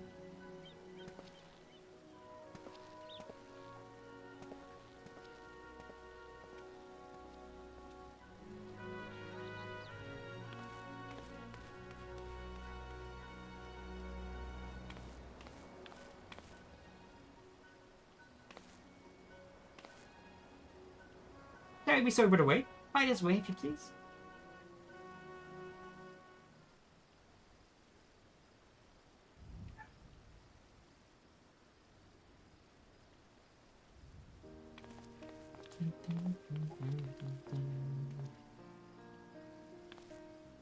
Right, I don't believe the two of you have been formally introduced. This is Farsharada from Palakistan. I think I remember her.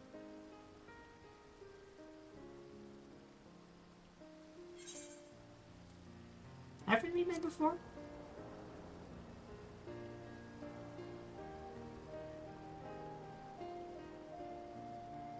Yes, it was you who helped us at Perusa, and again when crossing the ice fields, was it not?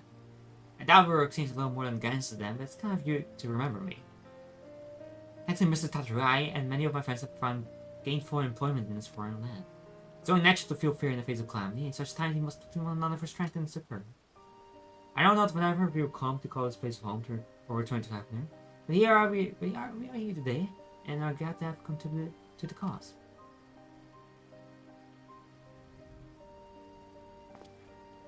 Contributed they did by helping to make you new garments as durable as possible. With our hearts and souls into them, and we have every confidence that we keep you safe in the battle to come.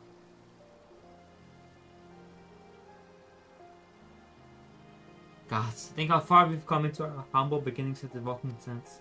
From the rising stones to the falling snows, and even certain insufferable someone will be bizarre, we were always fortunate to find friends along the way. Even when you were swept away at the forest, Guardia was there to grant you sanctuary. I never forget the relief that I felt when you all returned to us. I thought my heart would burst. Oh, that's so nice. Yours has been a long, long journey, and I have been privileged to watch.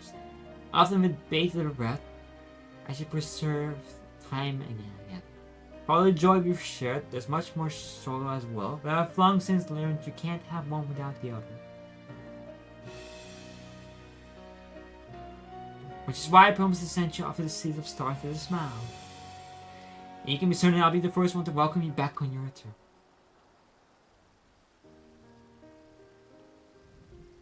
That's a promise.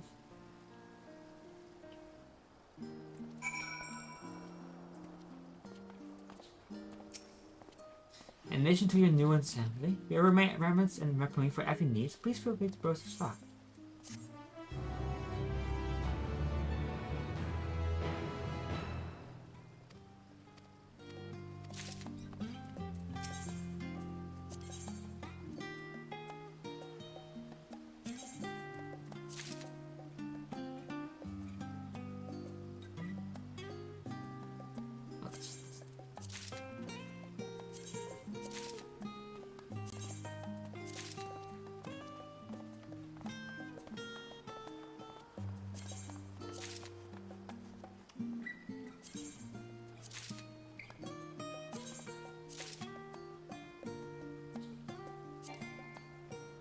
I already have.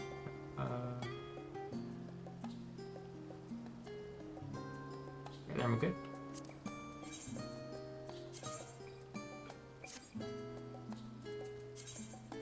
Look at my inventory.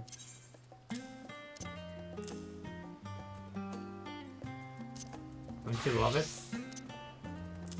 Aren't you overjoyed?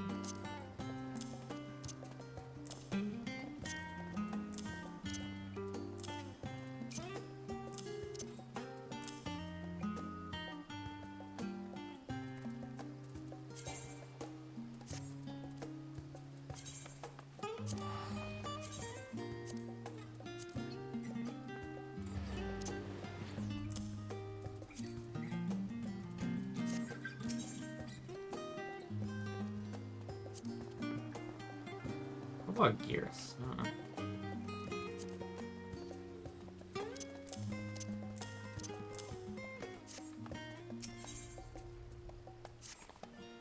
At least you've still got lots to do before you depart, so I won't keep you any longer. I do hope you can find a moment for yourself, and that the others can do as well. It said they were returning to the village annex, so I doubt they stayed for long. He decided to go look for them, so just speaking to the crowd first. I'm sure they would have told her their plans. Is there an Indian?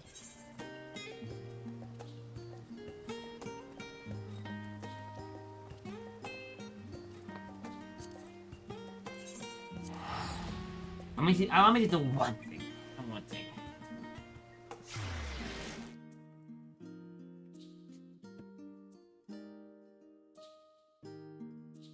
I don't need permission. Why did I say that? Why did I say that? Okay.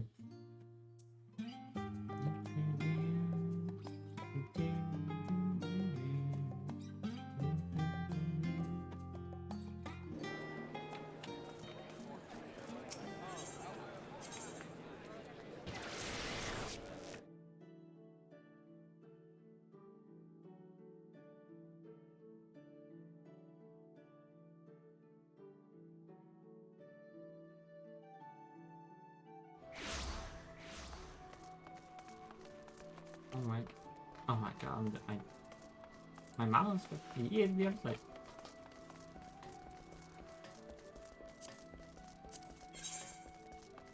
Ooh, it's not any better.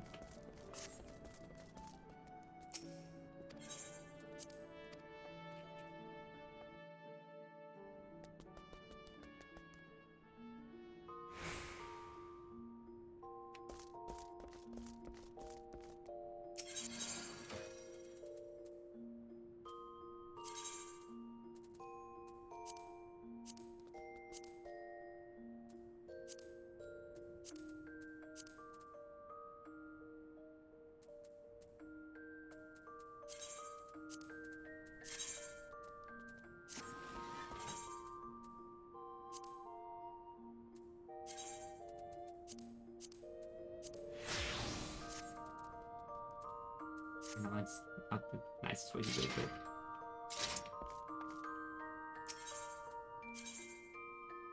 No, it's not dangerous. That's my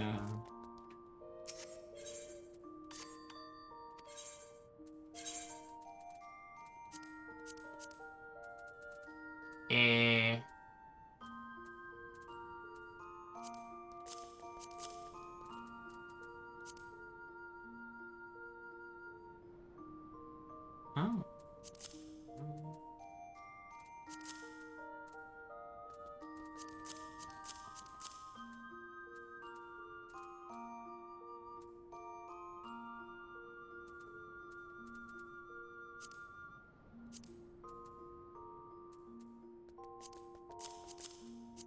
That's fine.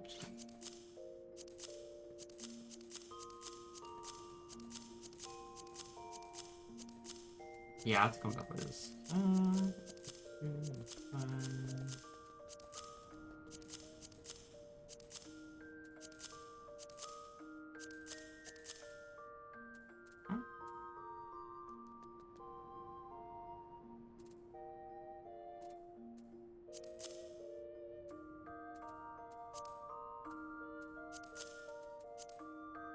Start there, start there.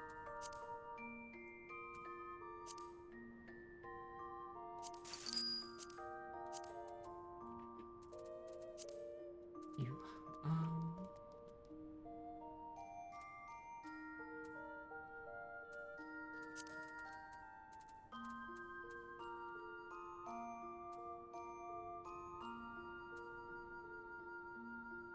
pizza, surprisingly.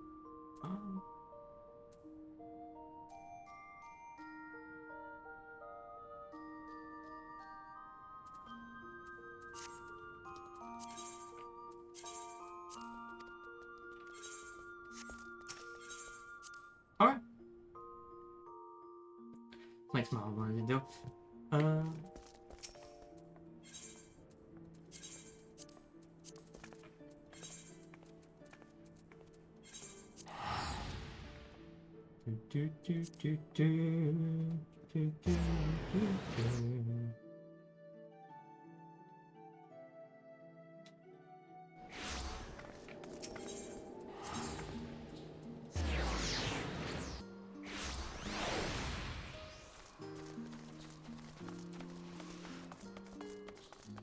that's ground. You're back. I think you received your gift from Toucher. Yeah, no, I have. I was surprised long in the making, with many long hours of failing to get everything just right. I'm glad to see it really was with a great success. If you're looking for the others though, they've already taken my leave. Istowa's thanking around you have gone to the last night for a bite to eat.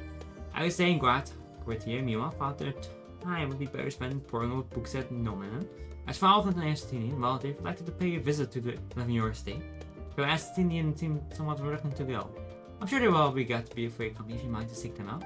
Which being package, I just think last time before he stole any others finished eating. Well, else, it'd be foolish to head along into battle of a fatiguing mass, so we're going to get a good night's sleep. Speak with Tancred. Oh, there's the teleporter.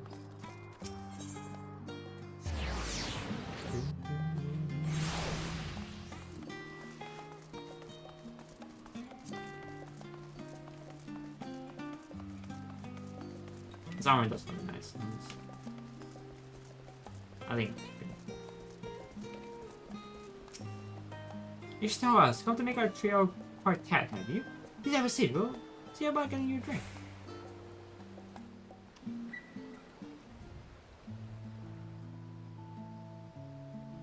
I like the three groups that fit them out. It makes sense. Your business with Chitauri was finished.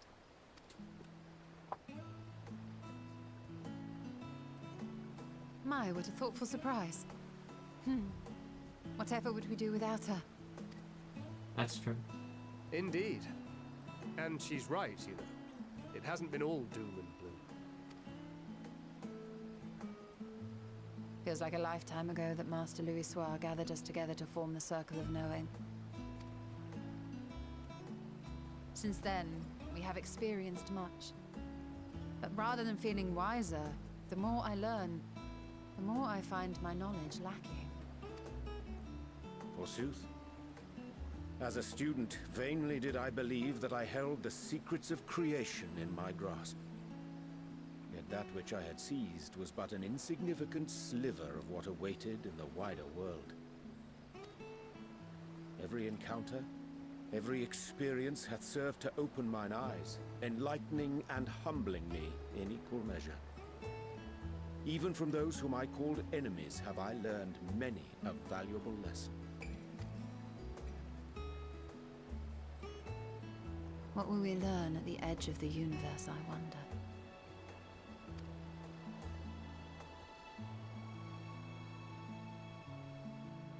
Ultima Thule, where the bringer of the end makes her nest. I, for one, can't possibly imagine.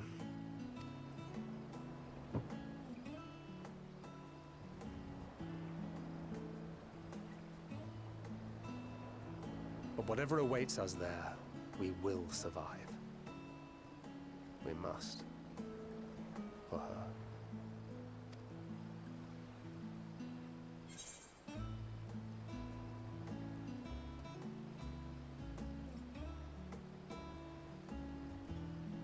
Ooh.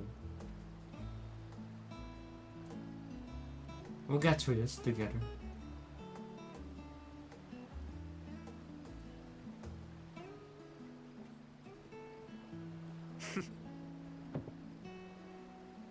Gods, it feels like only yesterday that we went on that mission to Drybone. We've both changed much since then, have we not? That's true.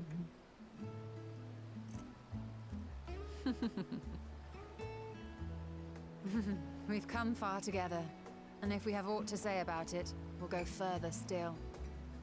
Aye, we will avert this calamity and return home. In preparation for which, we must give thought to what we hope to achieve after the proverbial dust is settled. What with the primals and Asians all but dealt with, I suppose we'll need to look for new hobbies. In all seriousness, though. In uniting to overcome a common foe, the disparate peoples of the world have found a way forward together. It's a truly gratifying sight to see. Indeed. Though it was many years in the making, we have successfully set in motion the gears of fundamental change. With this, we have fulfilled our humble role as a symbol of hope. And I dare say it is time to bow out. After all, there is no shortage of hands to bear the torch in our stead.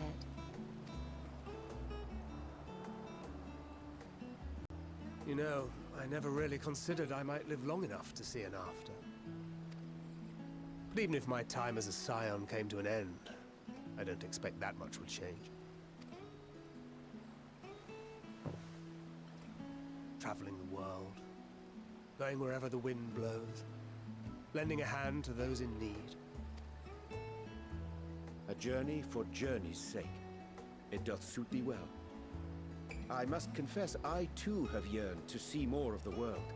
If thou art amenable to the suggestion, I would accompany thee. Mine ability to effect an air of normalcy through artful disguise is much improved, thou must concede. Aye, well, improvement is relative. You still look suspicious no matter what you wear.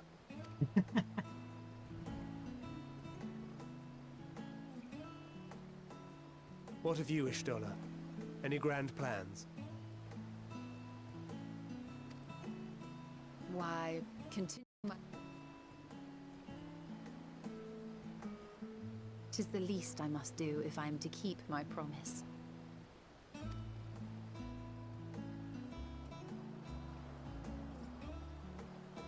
Should my pursuits prove unduly arduous, I won't hesitate to call on you. And in return, I will take you to see Reen one day. I'm sure you cannot wait to see the fine young woman she has become. Spare me.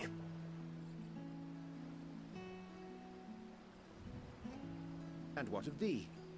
What wouldst thou pursue at duty's end?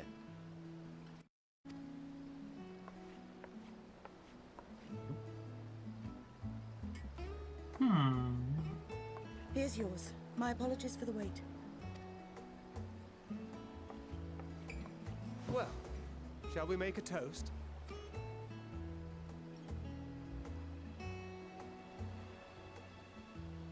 To victory.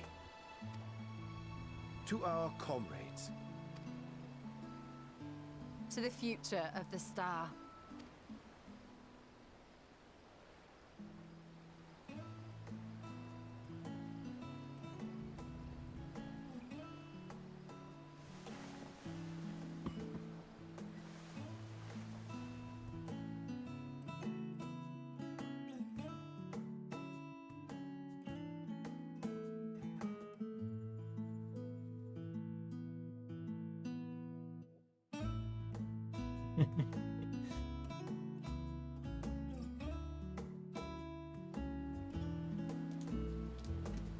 Funny enough, I gotta go actually eat my food, so.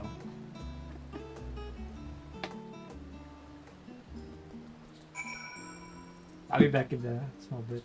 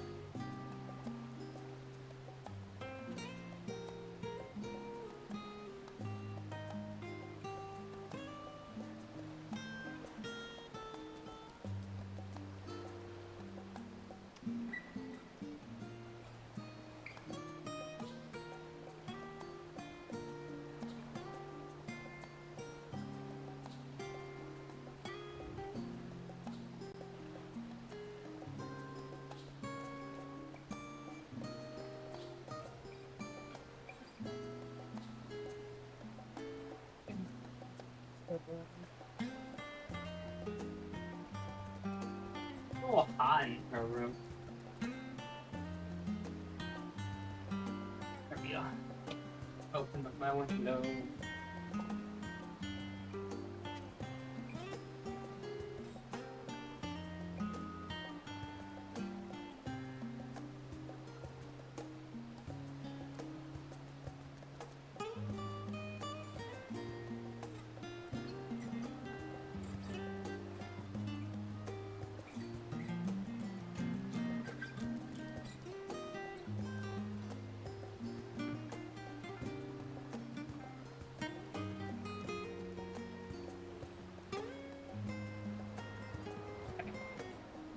Oh.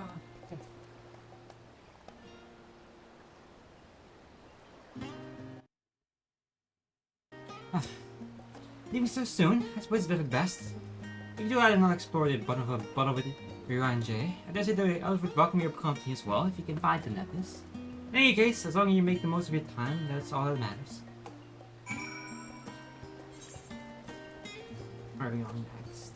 Oh, okay. Ah.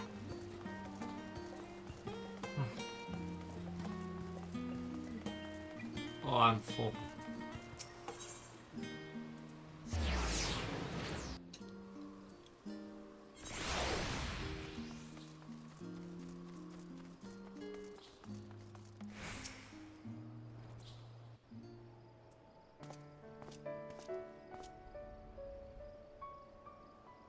Oh. What brings you here?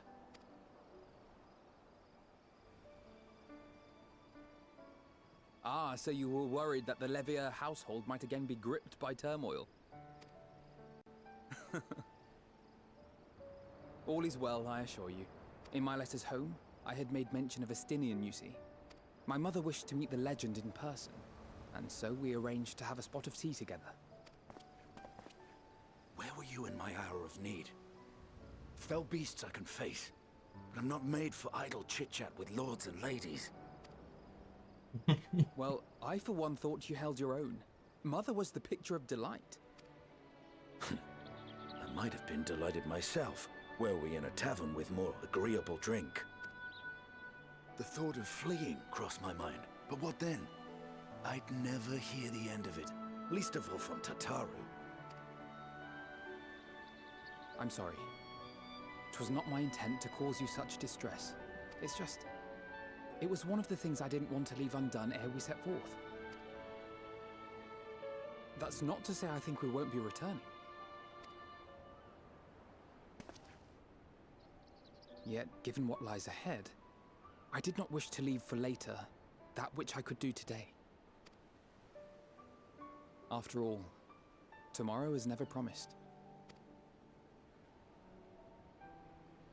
It's fine. Not like I had better things to do. Besides, seeing you with your mother brought back fond memories of my own. Be we rich or poor, family is family. Well, it's past time we were on our way. Laughed and dumbfounded. Absolutely stunned. Wait!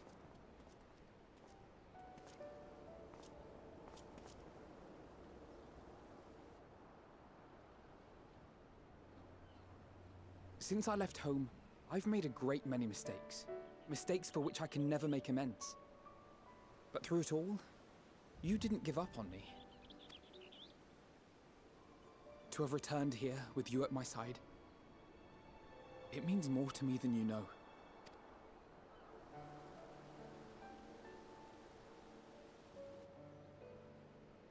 Thank you. From the bottom of my heart. I think I'm gonna... Oh. Forgive me, but it needed to be said.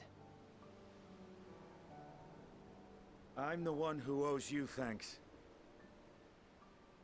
Were it not for you, I would not be alive today, nor come to terms with Nidhogg's spirit. I am ever grateful.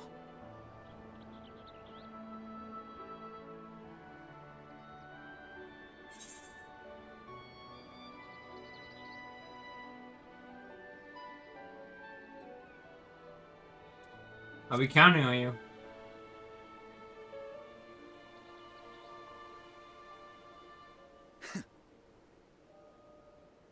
I know, and I won't let you down. Together, we'll show the enemy the strength of mortal will.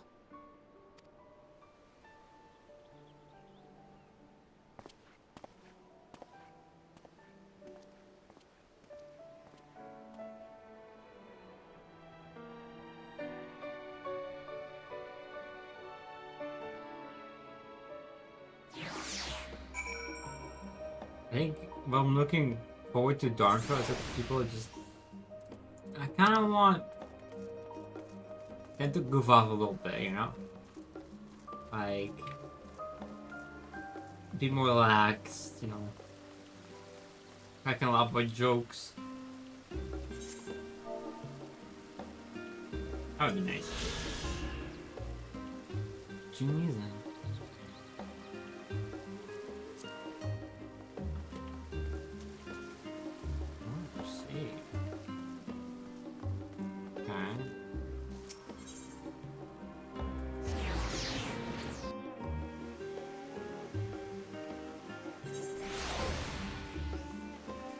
Maybe like istnieje nowna, wyjściowa tańka grunge,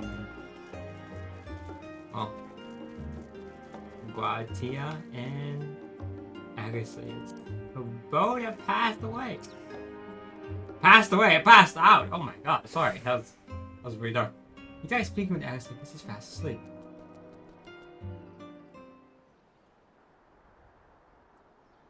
English is my second language, I'm sorry.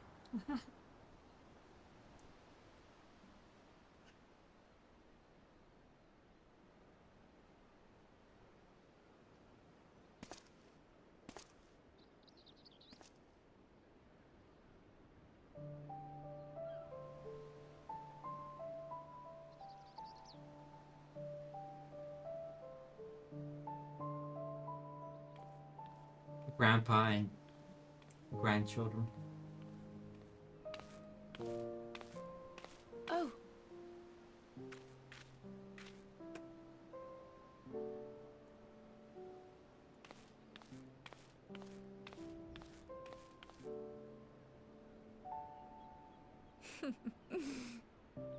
Knowing them, they're probably dreaming about the celestial adventures to come.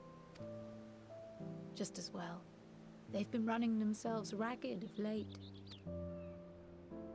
Unlike you and the others, I'm a few steps removed from the danger and excitement. The things you all get up to never fail to impress me. But by the same token, I can't help but worry. Not only for your safety, but for your happiness. After everything you've sacrificed, you earned it 1,000 times over.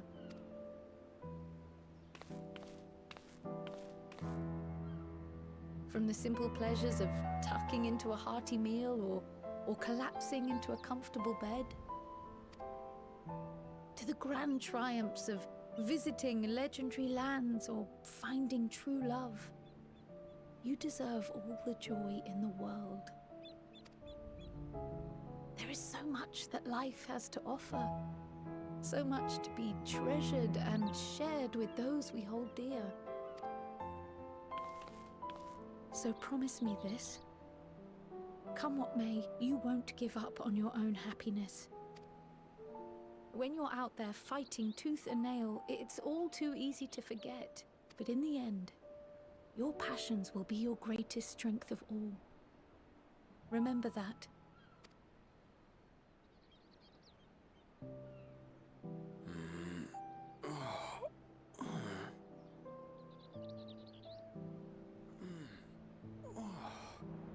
This feels familiar. Well, 'tis good to be...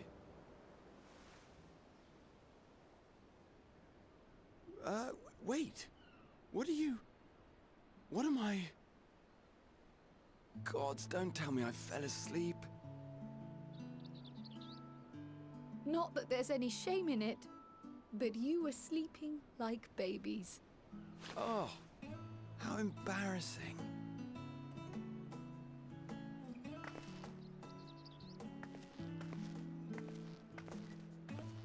Not a word to anyone.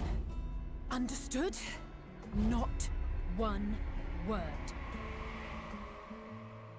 Yes, ma'am. I'm told that sleeping in proper beds of your own choosing is a much more effective way to prepare for battle.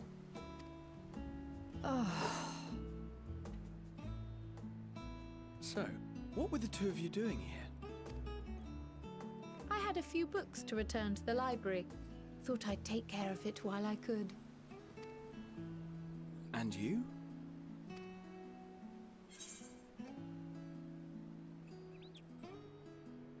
Just enjoying a little peace and quiet.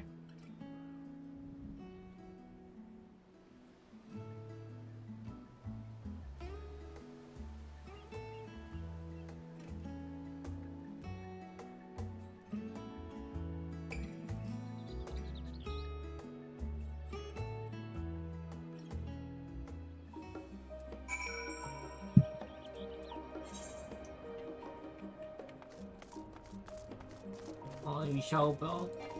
Back.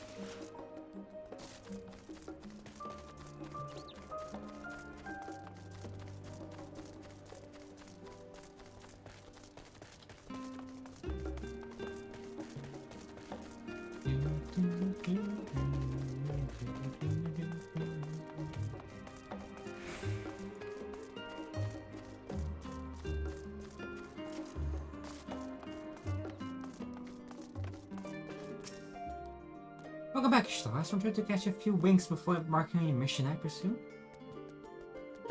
Oh my god. You perhaps know your chambers have been cleaned and fresh linens to lay down. I pray you enjoy the sweetest cleanliness at night before the big day.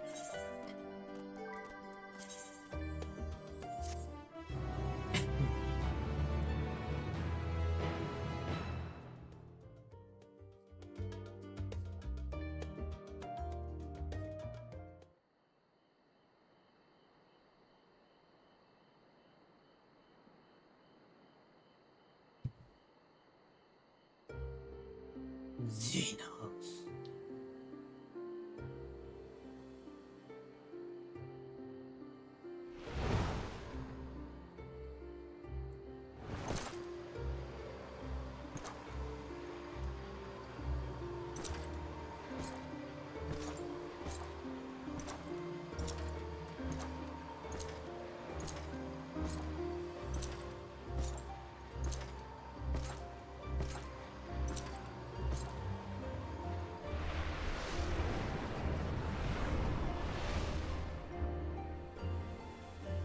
You will never get what you want. Not even the battle you pine for so dearly.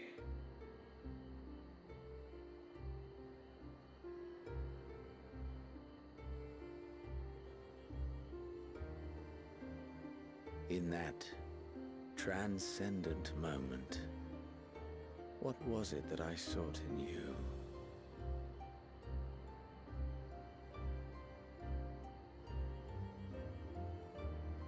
And what was it that you sought in me?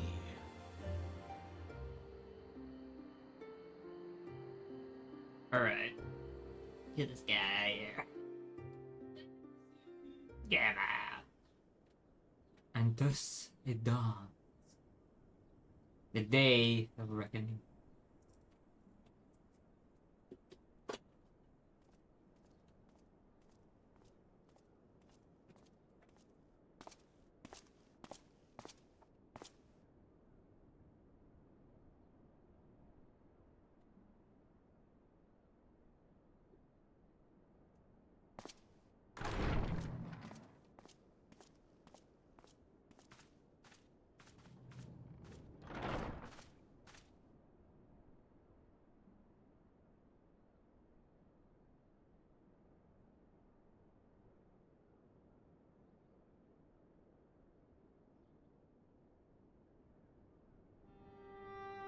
often have we thus assembled? To combine our knowledge and seek solutions to the problems before us. Back at the Waking Sands, it was all we could do to address the most minor of troubles. Who could have realized what we'd find when we began to look to the sources of the realm's woes? At the Rising Stones, we made great strides and shared many moments, from the joyous to the sorrowful. We've had occasion to call other places home too. Be it Ishgard or Kugane, we were fortunate to find sanctuary wherein we might take stock and continue our fight.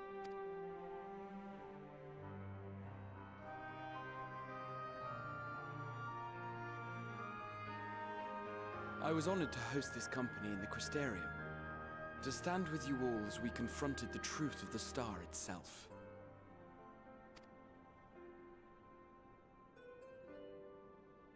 And now from this place, we go to fight the most important battle of all.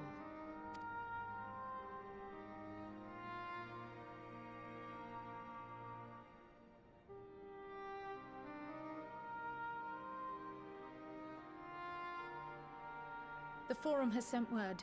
The Ark is ready. The Loporrits naturally will be commanding the vessel. They will see the 8 of you to Ultima Thule.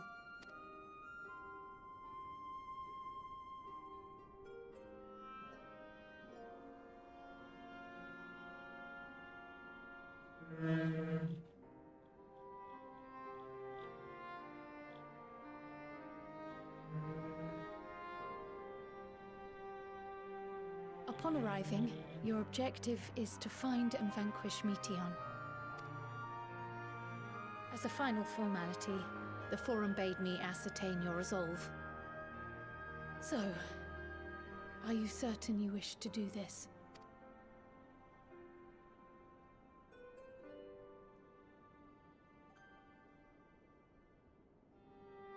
We are.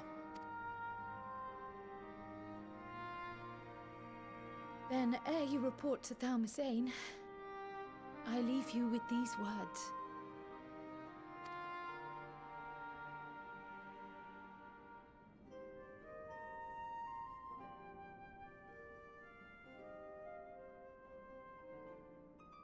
You must triumph.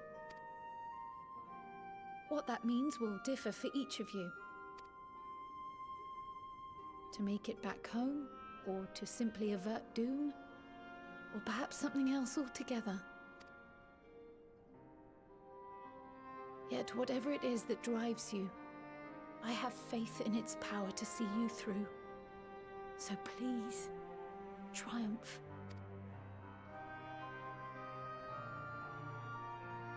Triumph, as we who remain behind believe you will.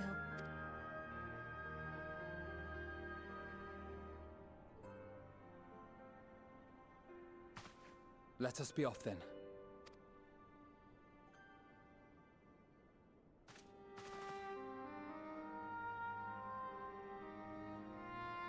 Wait!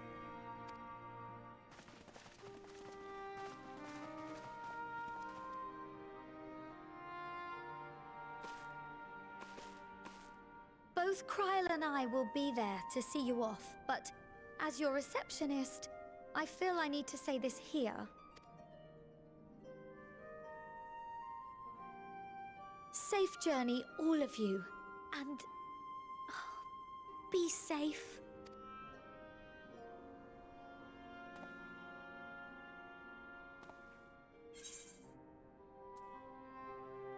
You too. You stay here.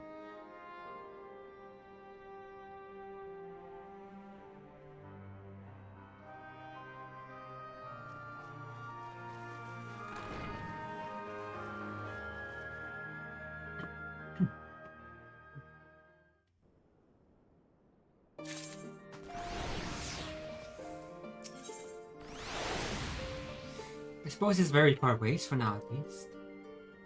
Would that I had sage words of wisdom to spare a apart? Perhaps the teaching of Go with Badation's advice. Try not to anger or hatred, he said. Look beyond them. Yes, there find true strength. The one sees pure is open to inspiration, I think. But for me, the things I cherish most in life, things I believe are worth fighting for. Something to consider as you venture into the sea of stars. Well, got it now.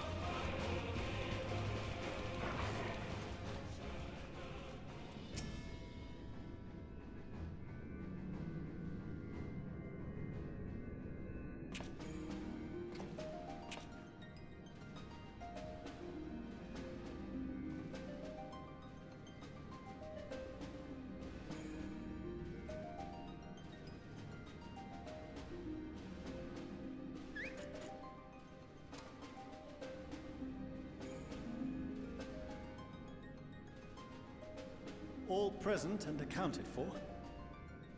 Good, as you will have heard, the Ark is ready. All that remains is to board and be on your way.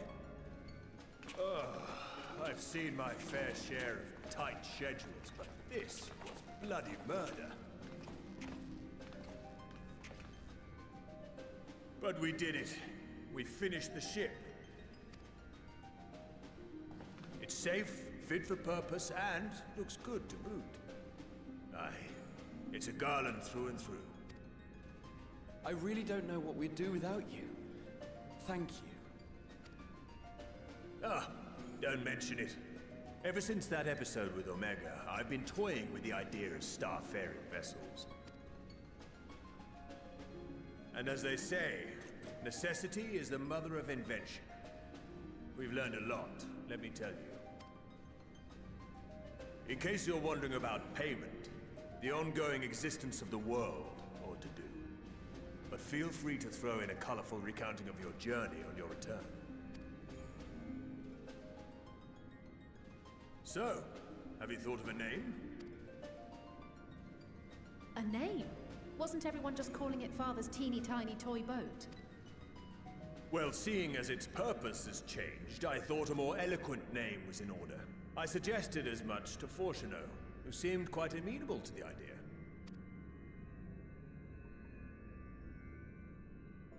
As you know, this vessel is the culmination of heretofore unprecedented collaboration. And though said collaboration is owed to the Scions, there is another whose noble deeds made our work possible.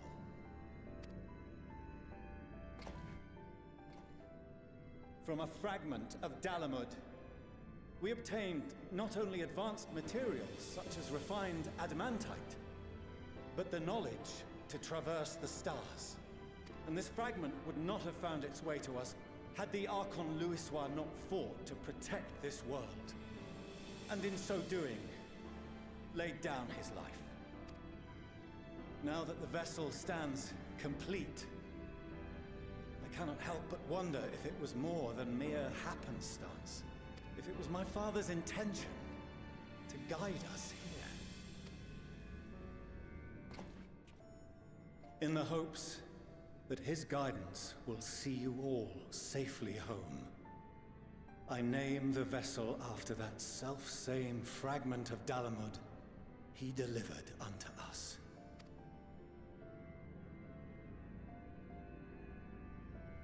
The starship Ragnarok.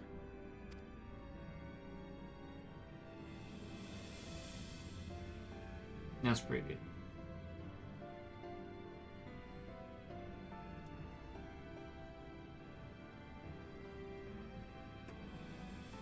Sorry for the wait. I got everyone you asked for, and not a one less. Oh, I need to check out something.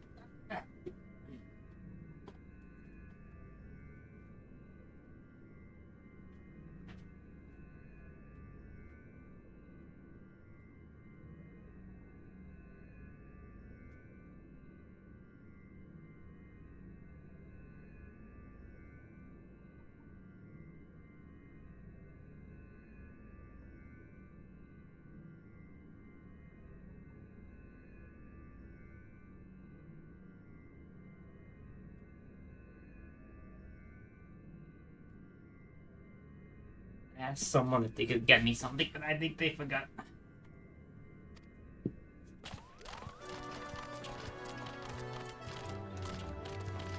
Maybe shrubs. What are you all doing here? Oh, I invited them. The representatives of those tribes with religious inclinations. You've done a fine job of readying the Ragnarok, but for it to take flight, we'll of course need the power of the Mother Crystal. Given its immense size, however, transporting it would be an absolute logistical nightmare, not to mention we'd need to shatter it into tiny shards for feeding to the engines. But a brilliant idea came to me.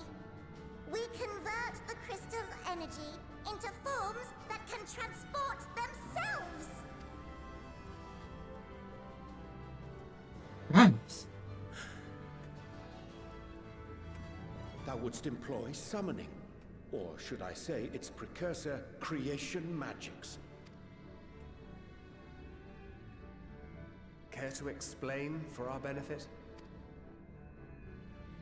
As you may have witnessed at Bestways Burrow, the Loperids are capable of creation magics, which they use to shape the moon's environment.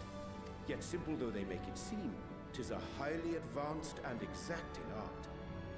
To perform it correctly, requireth that the wielder holdeth the object in his mind's eye in clearest detail. Hence the ancients' meticulous management of concepts. Drawing upon this art, the Ascians conceived of summoning as we know it, a derivative that replaceth the complexity of concepts with the simplicity of zealotry to make manifest a creation. I see. By combining the Loperit's magics and the tribe's faith, we convert the Mother Crystal into primals of purer form and greater obedience. Summoning as it was intended, one might say. Indeed! Indeed! While Heidelin gave us the ability to use creation magics, she forbade us from using it to make anything possessed of a soul, or similar. She didn't say anything about fulfilling the desires of others, though. So, borrowing our friend's faith, we'll create deities using the Mother Crystal's power and send them to the Ragnarok! Am I the only one here concerned about the risk of being turned into a tempered minion? Oh, right, I was getting to that. From what I've read in Sharlayan tomes, it appears the Ascians incorporated an additional nasty element into their summoning method. The fervent desire to assimilate others into one's belief. Beings thus created are instilled with the self-same desire and use their powers to enthrall people, starting with the summoner. In contrast, our creation magics, the original and the best, except no substitutes, don't incorporate any of that rubbish, so there's no risk of tempering. I mean, if the being was on the scale of Zodiac, you might feel a little tug, but I think we'll be safe enough. Truth be told, I do not understand the intricacies of this plan. But none of us would ever turn our backs on you. When the avatars of our faith ran amok, you intervened without decrying we who birthed them. Where others vilified and suppressed us, you offered understanding and friendship.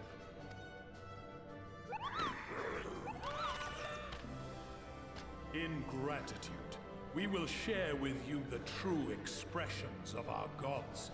Not malevolent deities, but benevolent saviors. Alright, you lot, we're heading to the ethereal sea. Stay in sight, else you're liable to get lost. Lead the way.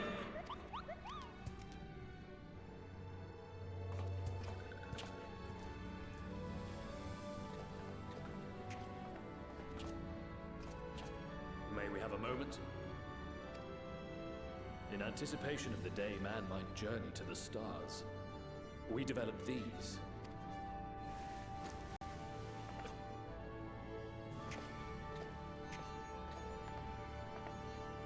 Portable teleportation devices.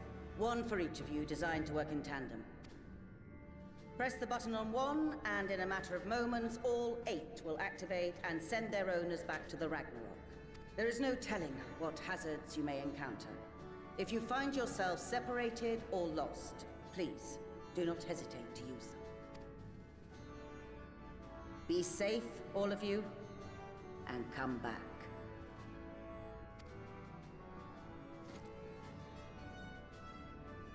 You as well. I pray you take care.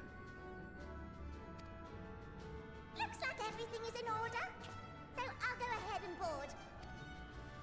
A few of my fellows will remain to assist with the summonings, but rest assured, the vessel won't want for competent crewing.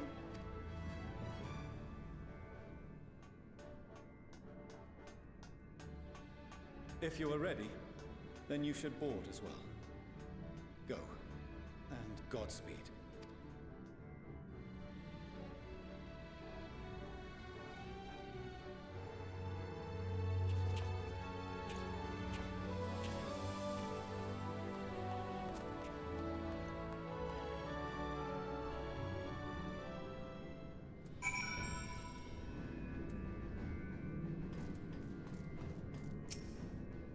If it comes way, I will drag you to the bridge.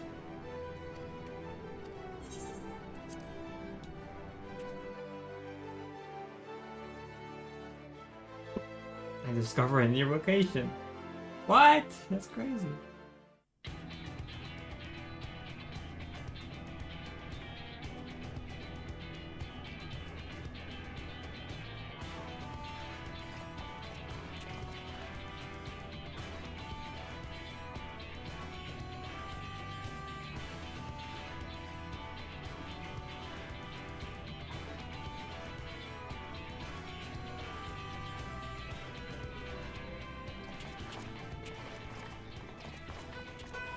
Welcome to the bridge, everyone! I hope you have everything, because I can't be bothered turning back.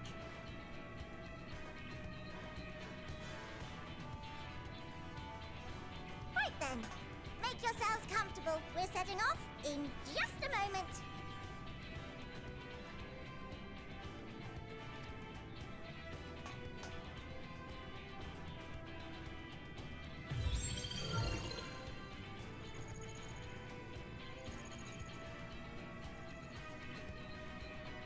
It's incredible.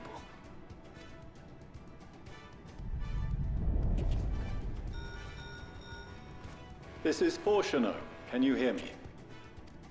Wow. The preparations for the summonings are complete. In accordance with the 14th phase of the plan, we have moved the Ragnarok to the launch site. The gates are open. You may depart when ready. So, are we ready? Let's say so. As Do we ready need, as we'll ever we be. need to sit down? Let's get Come going. on. The burnt out star's got more fire in its belly.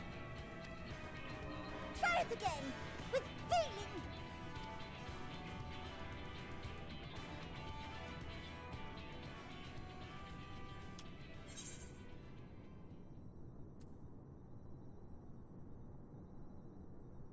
Issue the command to launch.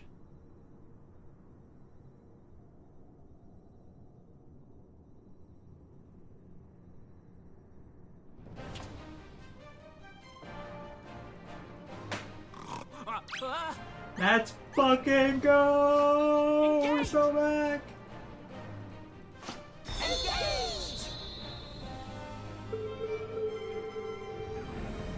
What in the Power Rangers Mighty Heroes Force?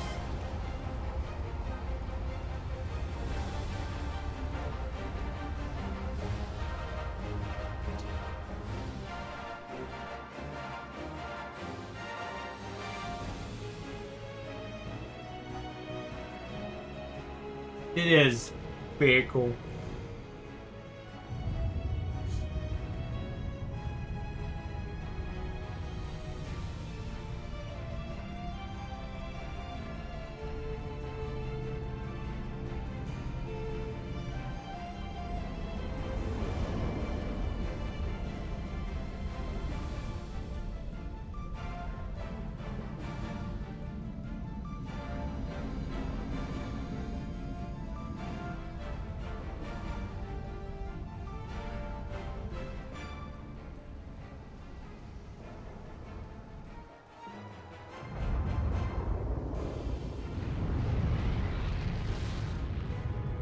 Oh.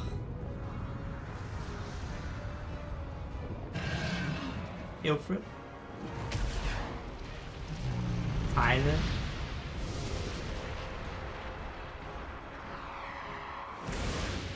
It's Snake Lady from the... Oh. The warrior. Ravana. King Mogul? The white whale? That's not that's not cool. As it is weird. I'm going crazy. Walkers into the sky.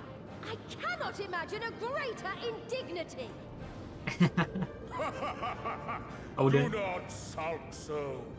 For thy mighty winds exist not No, only it's not. to I'm going buffet crazy. and batter. Nay, they may serve also to thrust forth with vigor. Such is Lord of the thy Rapper was a cool glory, trial. and thus it is an occasion to rejoice. So come, let us revel. Gets his sword, so that's a cool trial.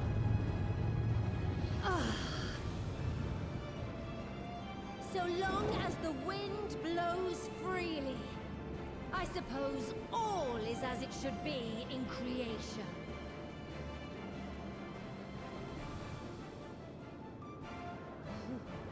I will render unto them a storm, that they may pierce the firmament and fly free!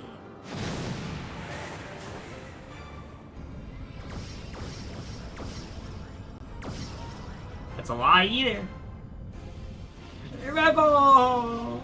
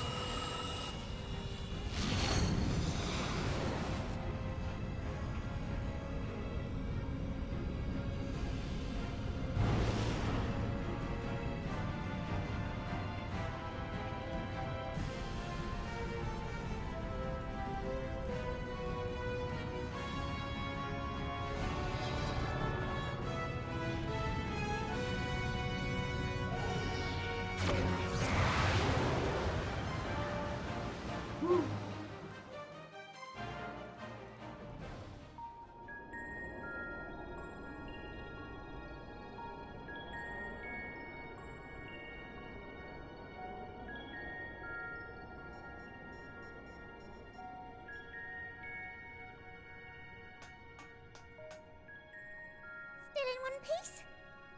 Good. Sleeping way? Report? All's well. Fantastic, even. Thanks to the power of those primals, the engines are roaring and we're ripping along. All values are also within projected ranges. Time to destination is 8 carats. Perhaps 7 at a pinch.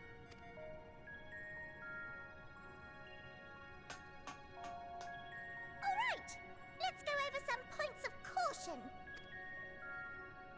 Our destination, as you know, is Ultima Thule. Lest you wonder, the place is not a star so much as a patch of emptiness. That's the extent of what our equipment could determine, anyway.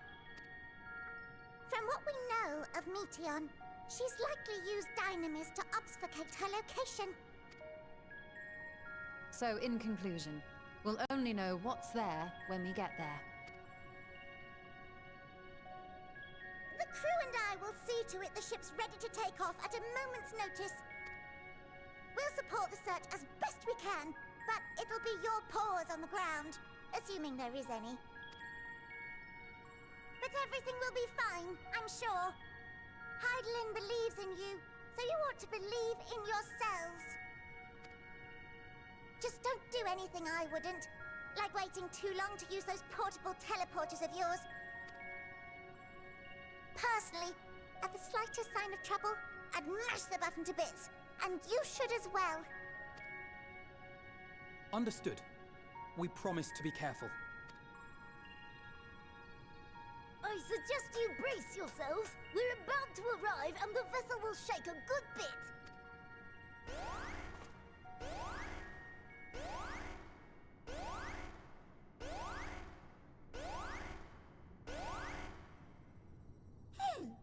What is this? Something is interfering with the equipment. It sounded, nothing was sounding a little different there, what?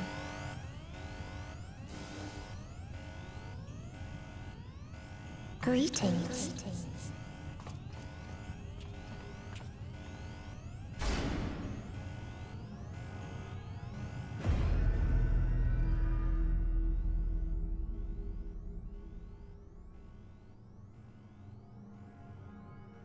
Greetings. Can you hear me?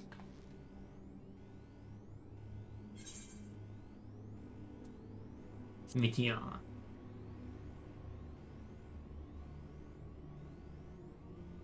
So this is Meteion. Oh. Have you met one of my sisters? I don't remember meeting you myself. But I do know that you're from Atheris. Why have you come? All you had to do was wait. I would have delivered to you your ends.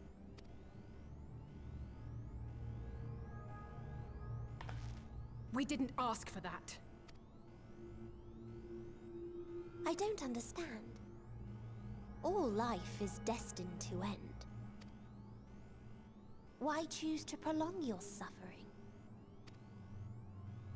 Effort, ambition, love, they amount to naught. Happiness, should you find it, is inevitably lost. Stolen away by events beyond your control. There is no logic nor meaning in it. You think there is. Convince yourselves. But it's all a cruel accident.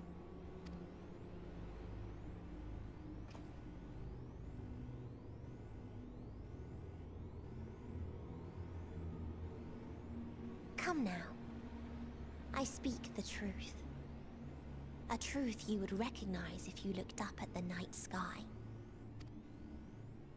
Unbroken emptiness.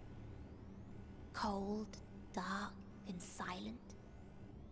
Your world, like every other, is but a blemish upon its perfect fabric.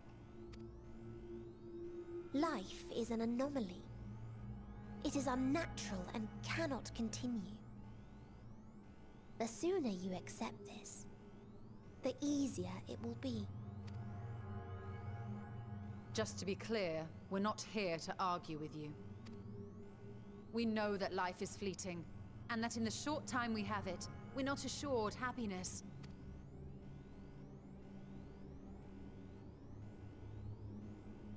Indeed. I've seen far more sorrow in the eyes of many I've met. I myself have plenty of regrets. And one day they'll die with me. Gone to dust with my good deeds and unfulfilled dreams. But we accept this. That our existence may seem pointless. That sorrow, rage, and despair will always dog our heels. And we press on regardless. That is why Hydaelyn guided us here. In her boundless love for mankind, she has prepared us for this trial. And in her name, we have come for you.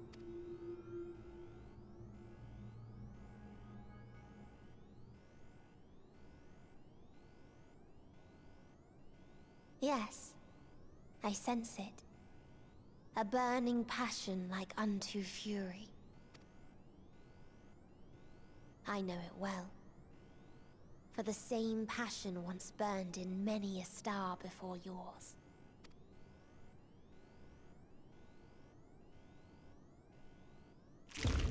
Suffocated and extinguished now.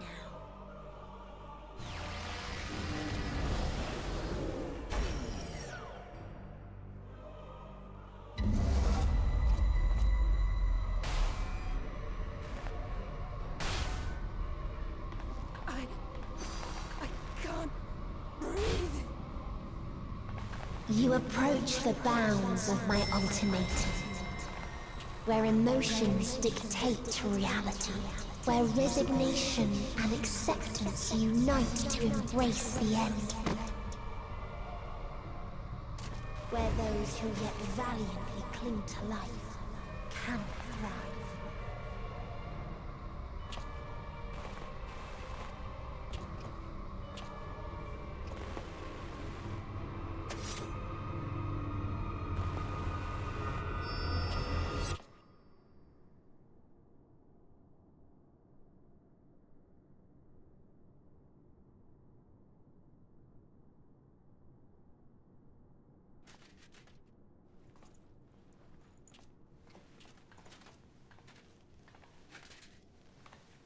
By the Fury. Never figured out why Anchor's first here. So he said people still clinging to life cannot exist. Is that a direct comment on Tancred? It could be. I mean, he has been a bit depressed before. I went down past him and he was like giving up on, you know, his own life, and by doing so, he's the one allowed, or the best, to stand up for it. It's interesting. That's why him? Thancred? Oh, something I wondered. Meteon has gone as well. Mayhap he awakened first and gave chase. Everyone? It appears we are at our destination. This is Ultima Thule. Not that we knew what to expect, but I wasn't expecting this. Oh my god. From atmospheric composition to ambient temperatures, all reading to within permissible range. This place is capable of supporting life.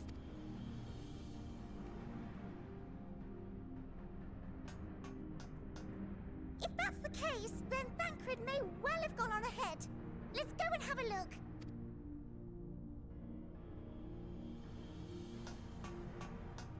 Meanwhile, I want the rest of you to perform a full inspection of the ship, as well as a biological scan.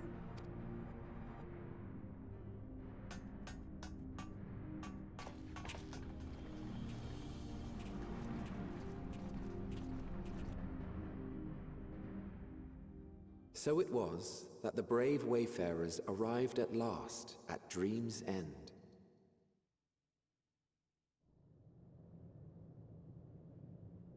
In following their path walked and history written, I am made keenly aware of one truth. Though the curtains may fall again and again, So long as others take the stage, ever shall there be more tales to tell. So, let them bring it to a close, I say. Let the curtains fall upon this, the final chapter in the tale of the star.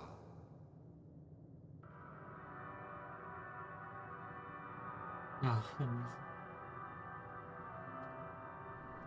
Is this a dead star? As I live and breathe, I live and breathe. Well, the environment itself shouldn't kill us. Well then, let us search for Thancred while exploring the area. The ship we leave in your care.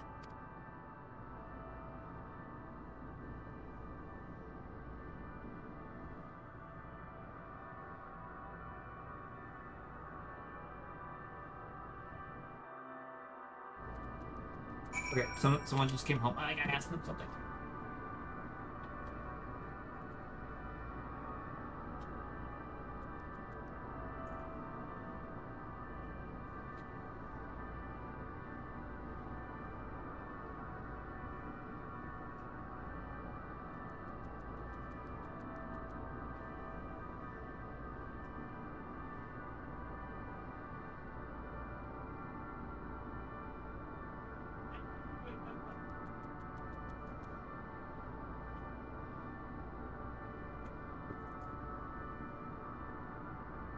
Alright.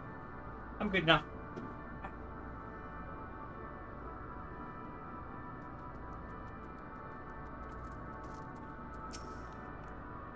I can't guarantee it will be of help in these strangers around. I've readied a proficient move in case of emergency. Of course, if you encounter any real danger here, I expect you to return to Ragnarok at once. You're fortunate this place can support life. But Barry, I suspect. Given the turbid still quality of the air. Never mind that, we must find Tangrid. Let's begin our search from the prow of the ship. It seems as good a direction as any. Try not to stay straight too far ahead, as we lose sight of one another. Oh, maybe we should ask that thing.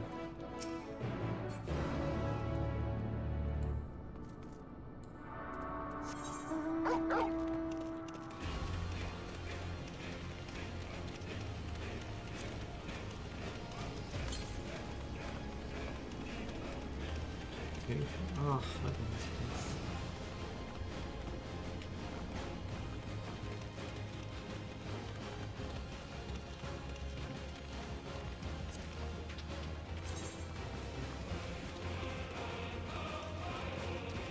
Oh, it isn't on there yet. Look at that.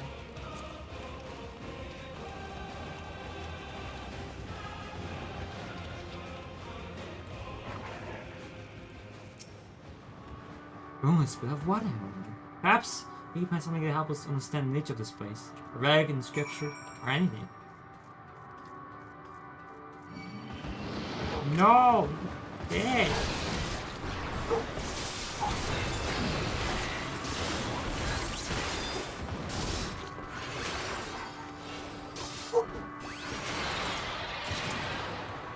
Look here, this part is relatively intact.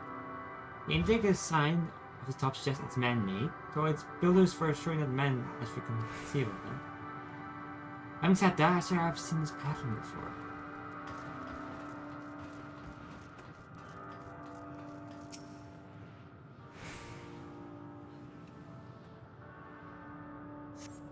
The metallic pillar has been partially melted, likely sometime in the distant past. Damage does not appear to have been inflicted deliberately, rather it caused the mind to indiscriminately striking off the fought in the heat of a battle.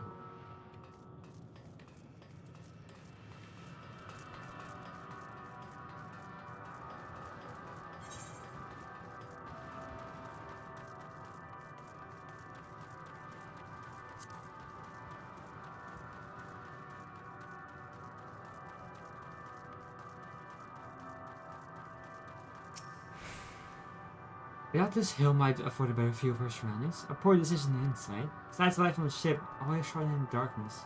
Thank it is here, I do never know. Well, I can tell we are near the edge of an island. We can call it that, surrounded by flying debris.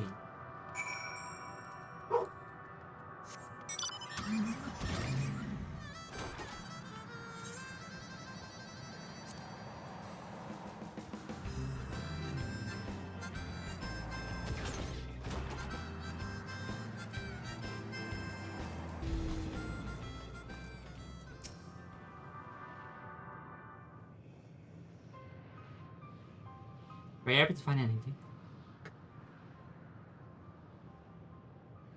As I feared. Still no trace of Tancred.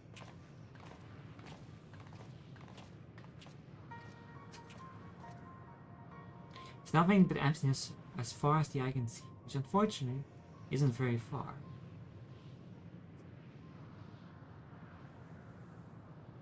So I can't help but suspect that someone or something is here. There are times when I sense it drawing close and a chill washes over me, leaving me exhausted. Leaving me with feelings of death and anguish.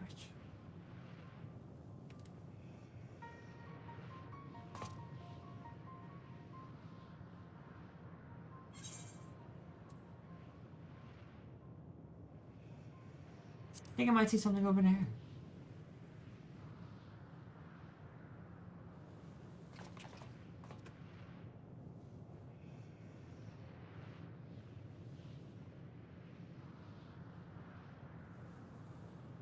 What are you talking about? There's nothing there.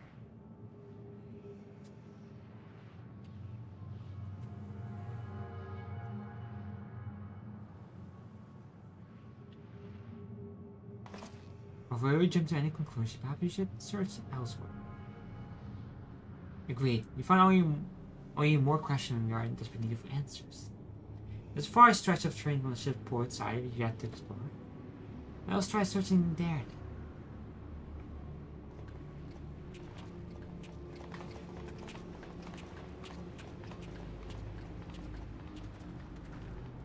Ishtar, a word before we join the others.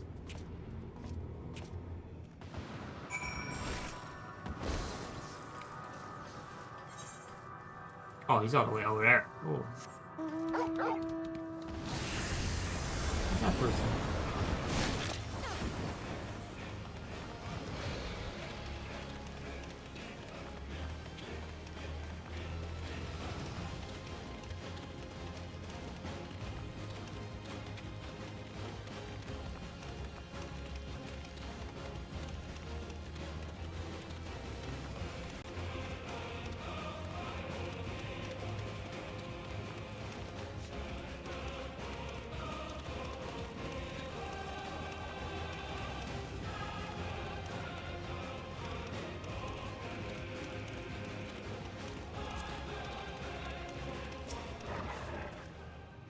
You have too, don't you? The dragons. Zeta, your presence is continuous past, there's no mistaking it. No doubt you both admit customer and my within Hawk, so their house still perceive them. Could these aberrations be related to the dragons that now live in Eteris? Bah! But I can leave such conjecture to the others. In any case, we must be careful. We may still find dragons they can see as well. That's an anguish. What happened to them, I wonder?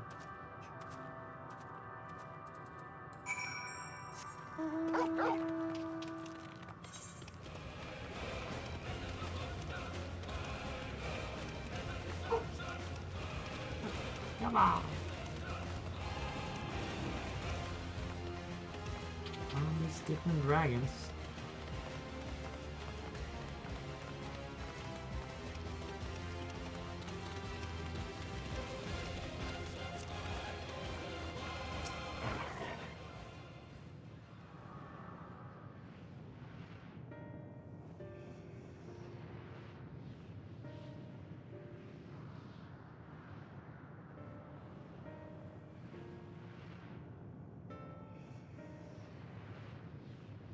Dragons? Here?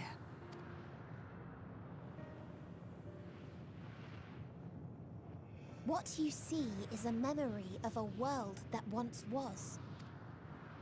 A world suffering a slow death, whose denizens cried out for the release of oblivion. What? Their world is dead? It is. Not a single life remains upon that husk floating in the vast emptiness. These creatures are shadow and shade, perpetuated only to suffuse dynamis with their unending lamentations. Our friend Thancred, where is he? A strange question. He is at your side, is he not? Oh yes. He is here and there, and everywhere within this space. He would tell you himself if he had form to form words.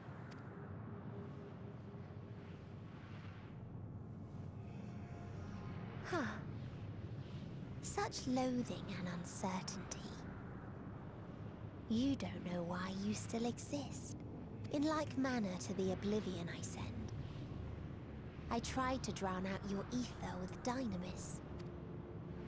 Beginning with this Thancred, who came at me despite being unable to breathe. Such a simple thing, unmaking men. In the blinking of an eye, he was gone. Didn't even have the chance to be transformed. Yet somehow, he managed to leave a slither of himself behind. What you call the heart? Or perhaps the soul. In his final moment, he cried out from it. A single word. Survive. That wish proved stronger than the despair that ruled here. It overpowered it, causing this space to be remade. Into a place you can perceive, and where life can endure. That you draw breath is proof that his soul lives on. For how long, however, remains to be seen. Well then, we should hurry and tend to business.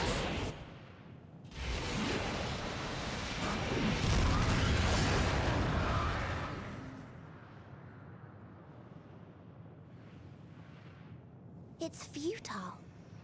You will never reach the true me. I told you, emotions dictate reality in this space. Such changes as you might work will not alter its nature.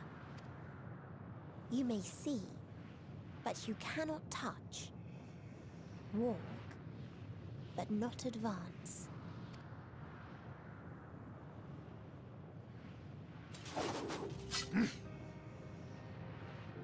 Meteion holds too much sway here. How do we contend with a foe who can unmake us on a whim?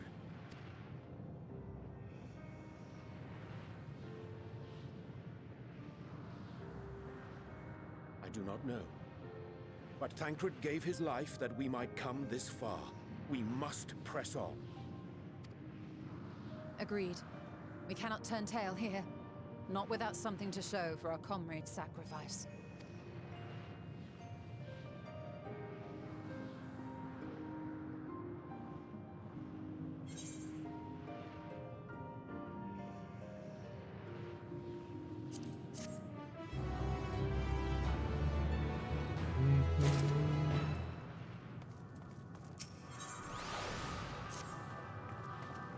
So without a body, a form of being with which you are not wholly unfamiliar. Indeed, for weeks in a similar state when residing the first. The circumstances are rather more to die than that. It is true that I choose to believe he's not forever lost to us. Regardless, in sacrifice he had offered us the chance to fulfill. It was not for his chance to prevail, it was not squandered and asserted the nature of this realm when I confronted and defeated Meteion. As the Indians show us, would you accompany me in speaking with these dragons? Perhaps they can enlighten us. I'd ask the rest of you to survey these surroundings. If there's a path that may lead us to our quarry, you must find it. Very well, we can reconvene here with everyone else was finished. Meteion said these dragons are shadow and shade, while a world was presented out Oblivion. I'm sure they're not like the amenable to compensation, so please be careful. That was very distracting. Now split up and get out noise you made.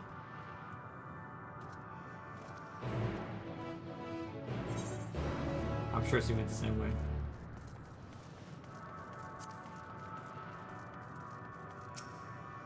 Visitor, not from the star. Good dice lend the hands bring plague to our world. Thy breath extinguish the last feeble flame. Oh, how we adore thee, alas. There are time our flesh shall wither, our souls fade, and so we wait for its inexorable march to oblivion. If thou art not come to hasten our demise, I bid thee leave us. We crave not companionship, only silence.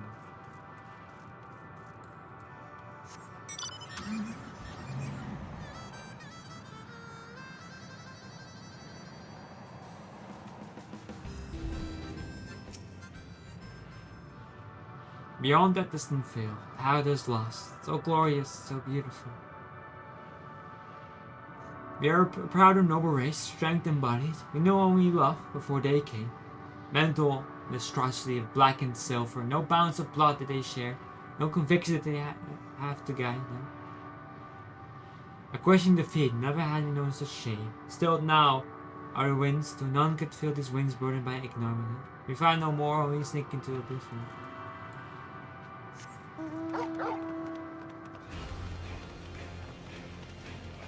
I will just pick it back.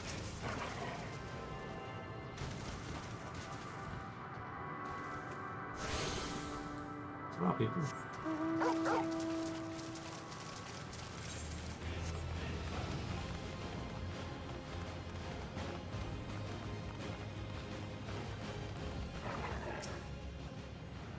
Thou wouldst bid me speak? Folly.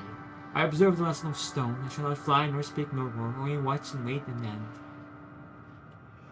From one side yet stirred in my blood, tempered to me to raise my voice in lamentation. No, the cradle of unseen dragons. No words, no songs represent the way to describe the tragedy. Go, that be thy will, I shall remain.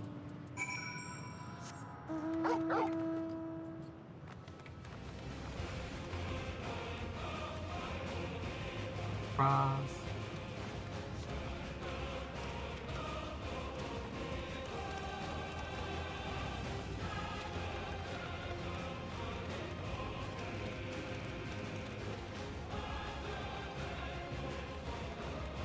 Oh, that thing is dangerous.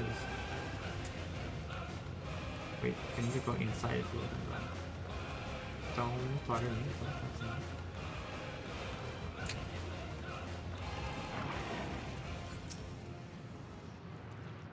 They let you here as well, did they? It was described to me as a source of their woes and proof of their end. I think I'm beginning to see why. It's a hatching ground, or was.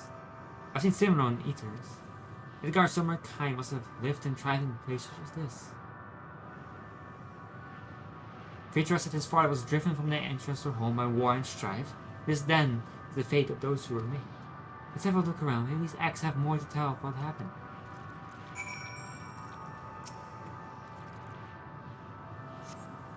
Inside the shattered egg, you find the remains of an unburned dragon. The body has already begun to decompose. The gelatinous, half-dried membrane covering the corpse just as failed to emerge.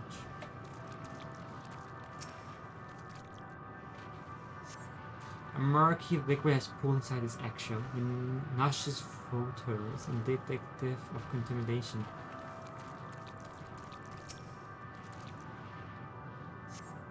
Grinning and lifting a large egg from the fish's mind, you peer inside and see a formless mass soaking in a pool of amber fluid. Stomach turns as you return the egg to its resting place.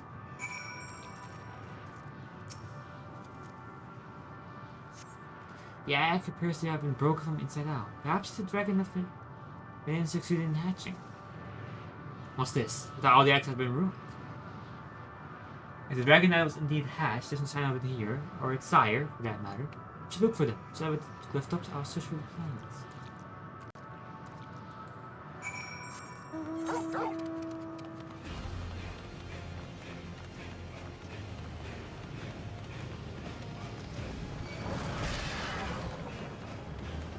Leave me be, rather. Stellar Raven.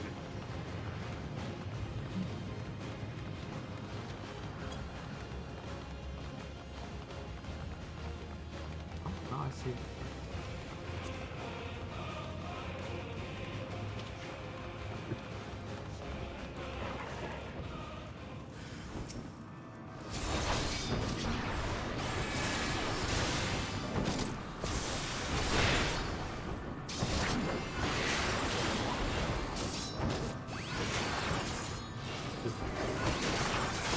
So much damage. Oh.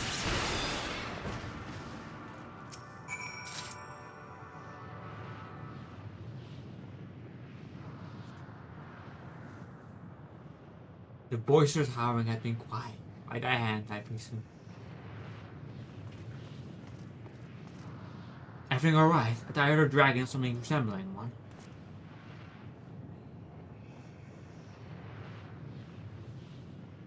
Ah, I see what's happened here. Was that your child? Perhaps some accident in Omnor are indeed mine. If life in anyone did quicken, the beast I have slain may be of my blood. Yet I do not recognize it, twisted and malformed as it is. Our dragon in truth, a reminder of our failure, testament to our shame. Explain.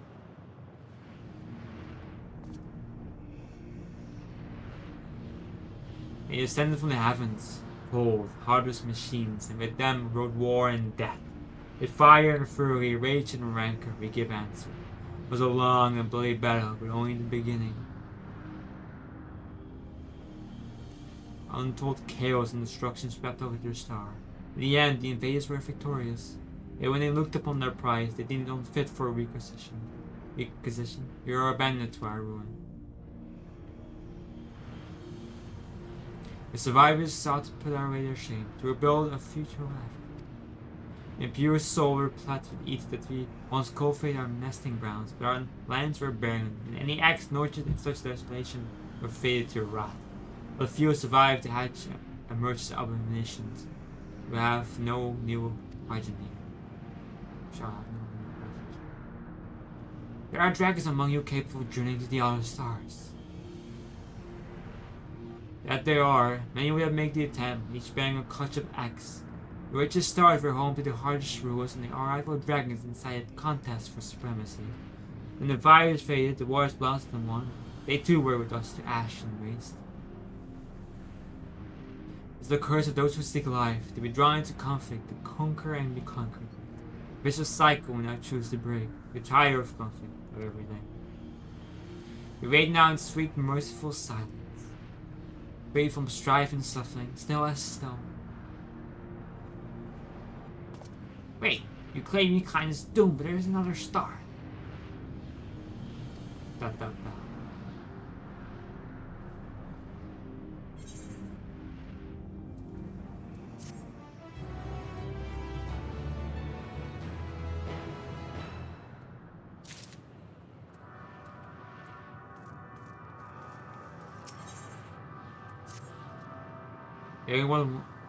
They want only to brood in silence, but that's long with the grief until the time itself comes to an end. The soul rewarded for senseless bloodshed, a pain I understand, wish that I did not. What fools we were. But now isn't the time for such thoughts. The others will want to hear what we've learned. Come.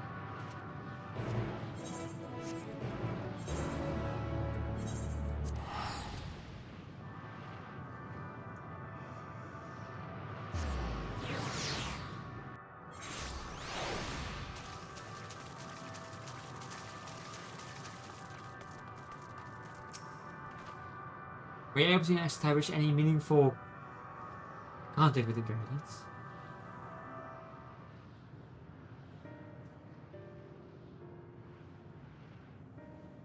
I see.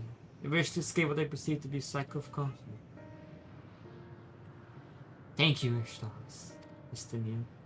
As for our part, I believe we are more acutely aware of our confines than before. Start by traversing the pyramid of the island, see if there might be a path leading of it. Said there was nothing to be found. There's a small amount of debris floating about. Could there be enough to serve as a bridge to lead us elsewhere? I considered that, and so I tried throwing a stone to a potential platform, no judged integrity, but never reached its mark. As it crossed an invisible threshold just beyond the bounds of its island, it vanished, only to reappear above me and fall at my feet. I will not be too quick to present it outside the spaces as it appears. We Ryan returned to the Ragnarok and asked the rebels to search for a potential path. However, the ship's instruments failed to provide conclusive data on the surrounding area. Doing no more, I think it's too risky to attempt flying to another island. But Meteon told us before that emotion dictated reality here might be the key. I'm not entirely sure what emotion might manifest a bridge to others to safety. So what you're saying is we have no way forward. The question A, if it is indeed the emotion that governs this island, perhaps it is not Meteon alone, but the dragons that hold us here. They are tired of conflict and have chosen a path of oblivion to escape. Or rather, they've chosen no path at all, meaning there's no way for these dragons, or anyone on Aeon Island, to advance. A sound theory, disheartening though it may be. If that's the case, what course do we have? They're not like to be persuaded to help us. Their reasoning is built on a history of turmoil and strife, yet irrefutable proof the future is not as bleak as they believe it to be. Mayhap persuasion is not the answer.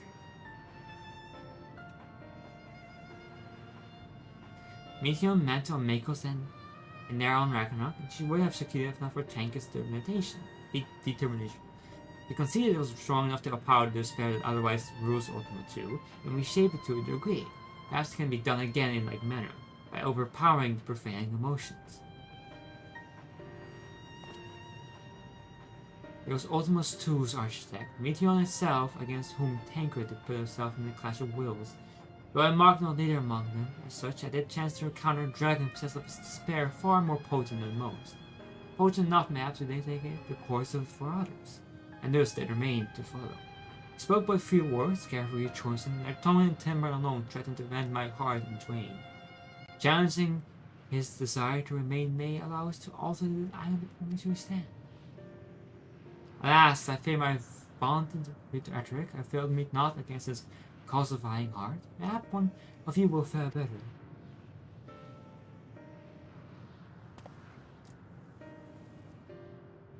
Then I shall guide thee. I'll end they call the dragon tongue. Thou wilt find him nearby, eyes fixed upon the war. Well, whatever you need to lose, let's get going.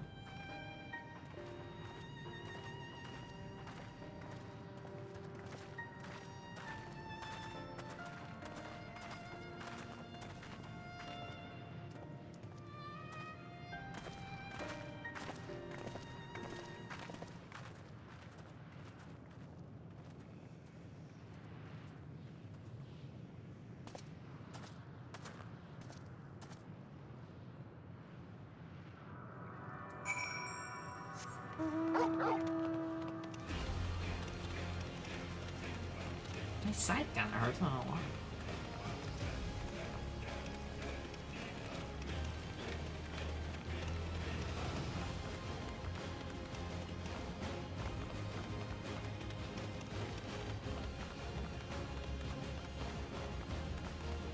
Ah, look at their gatherers around here.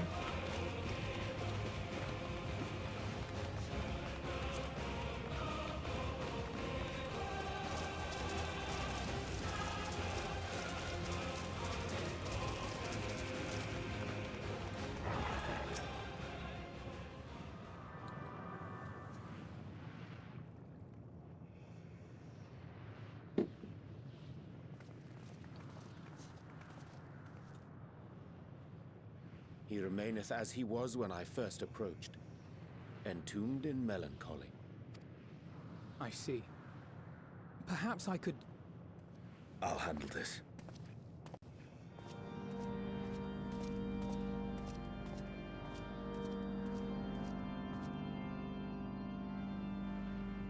So, waiting to die like all the others, are you?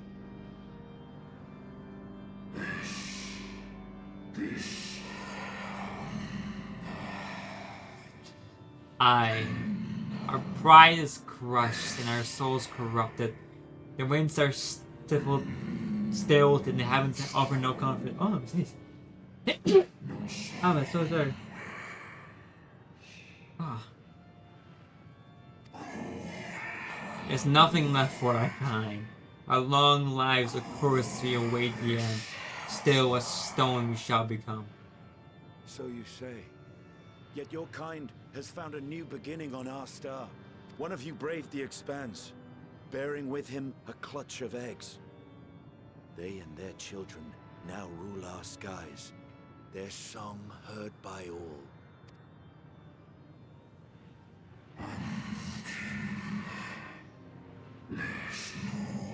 Our kin on another star? And yet, upon thee do I smell the blood of my brethren. Are they drawn to discord and war on their new home? They were. They suffered much, and repaid their suffering in kind.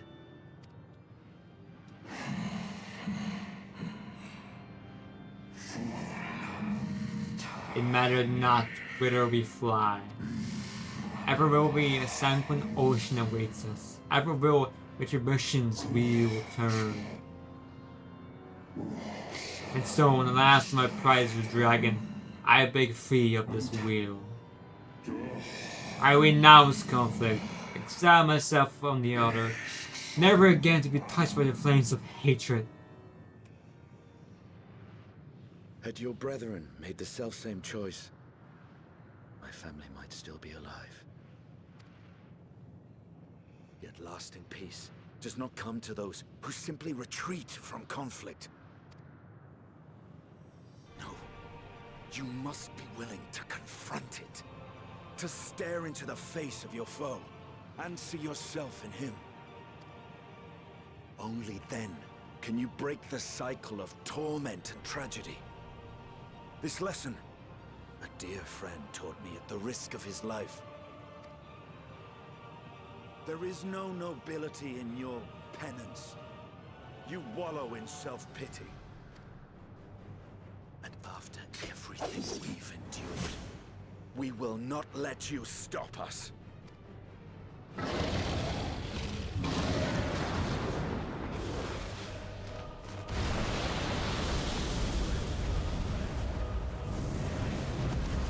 Estinian! Stay back.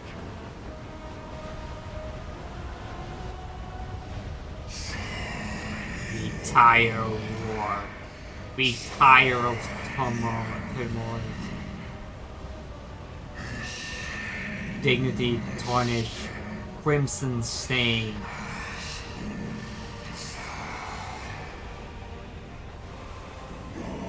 Our misery, our shame. Too much to bear. Release us from war, from life.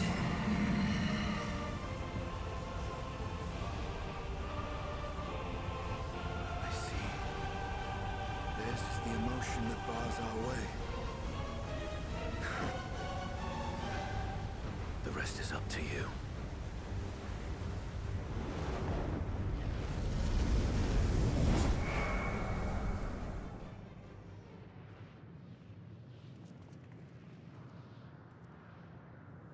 No! Not Estinian too!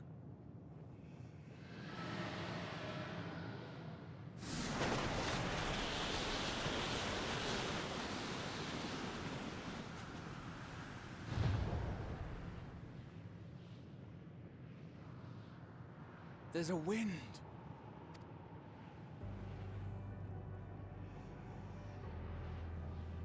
He's opened the way for us. Sacrificed himself to remake this place, like Thancred did. That voice. Oh, that's so good. Oh, Alphino.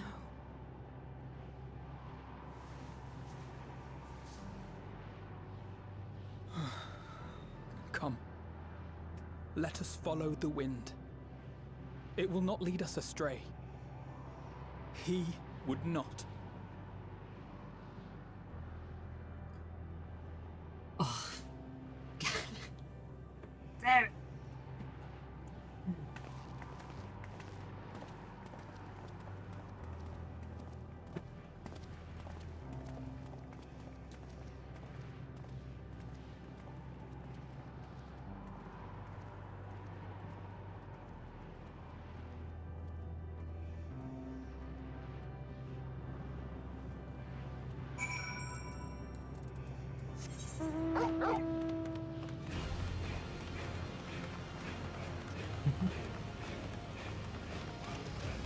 right before he cried, you could hear it in his voice, like the last couple words was like, ah. It's good voice acting. Apparently Alphan's voice actor is actually playing the game too, so that's fun. There's like a clip of him going to Realm Reborn, and there's like this one thing where like some of the science perished because Elizabeth and all that, and they just showed up like a lot of data, and it was pretty fun because there was a Tancred like player who looked like exactly like Tancred who lay down on the floor like look like he was dead. That was really funny because it got the voice actor for like a second. It was like, Tancred, you're not dead. You're not supposed to be dead. And he stood up and he laughs at his face, and that's pretty funny. The sect is a recreation of the 18th civilization encountered by Meteor and his sisters. Ruined and desolate, the world it represents was once the abode of the proud race of dragons who were driven to the extinction in traffic in a titanic struggle against a mechanical invasion from the Alpha star.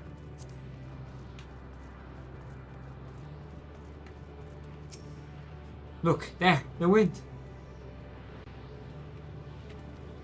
It is Estinian's Dion, I'm sure of it.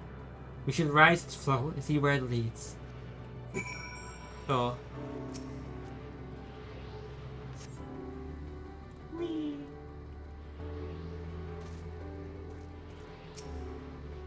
A powerful gale has the ability to lift to another island. The other silence should alive here before long. Here, my friends.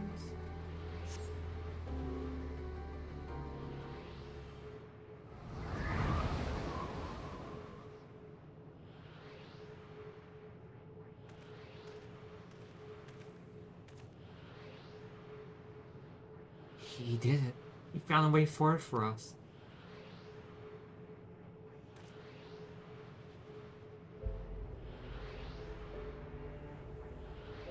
The dragons remain trapped within a prison of their own making, lamenting the horrors of war, yet Estinian knew them better than most. He was a man of honor and a dear friend, willing to fight to the very end for what he would believe is right. He's still fighting, Alphana, just like Tancred. The sacrifice is why we can survive here, or we still have a chance to stop her. Even the spirit is still unwilling to give in to despair, we mustn't either. I would say he's right, we must pass on, for their sake.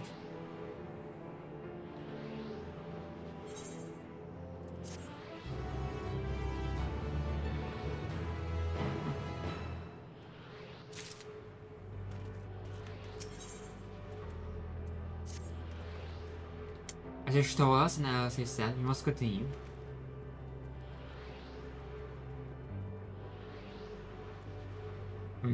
Notice the change in our surroundings. Perhaps it's the memory of an altogether different world. We'll be prudent to learn more of it then. Tread carefully, lest we lose our footing in this sand.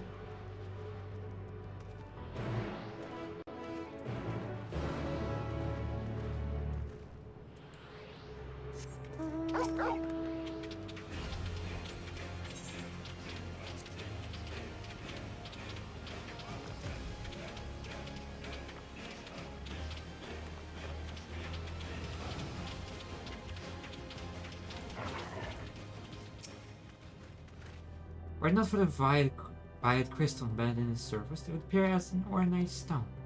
A curious script had been etched upon it, last not a language with which I am familiar. I cannot say I recognize it either. Nor I, the rents from what I call, observe a noise and song and eschew the written word entirely. We may assume that this is a work of another race, one we may have yet to encounter. Meteon claimed the dragons were suffered a slow death, taking the release of oblivion. But life we find here, like it not, doth wend its way towards a similar end. What do you suppose that is over there? I'm not sure, it's hard to make out of this, but surface seems to be the same crystals as its monument. Meaning there's a chance we may find whoever built them both. We should go and have a look, come on.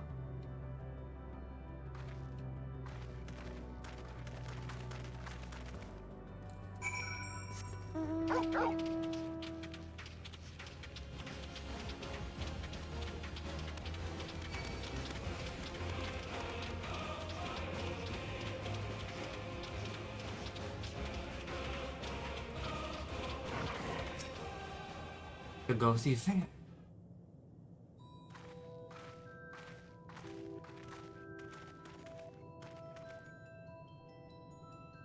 Hail, travelers. This is a most unexpected occurrence. Hello there? Is this your home?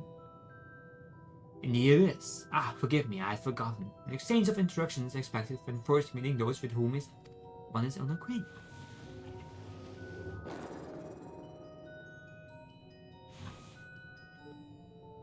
The vibration of vocal voids was still required to convey our thoughts and intention. Ia, I believe, was the pronunciation used when referring to our people. Though it's not entirely applicable given our present state, you are welcome to use these appellations. As for nomenclature, to address my individual person, I believe it would be pronounced Club God. Yes, Club God of the era. We've encountered beings that communicate intimidate through thoughts, but everyone is wholly without a voice. I presume we are having this conversation with the medium Ether or Dynamist, as the space survives with fast quantity of it. Fascinating in either case. I gather your response to my presence is positive then? That's well, for there is something I wish to ask of you.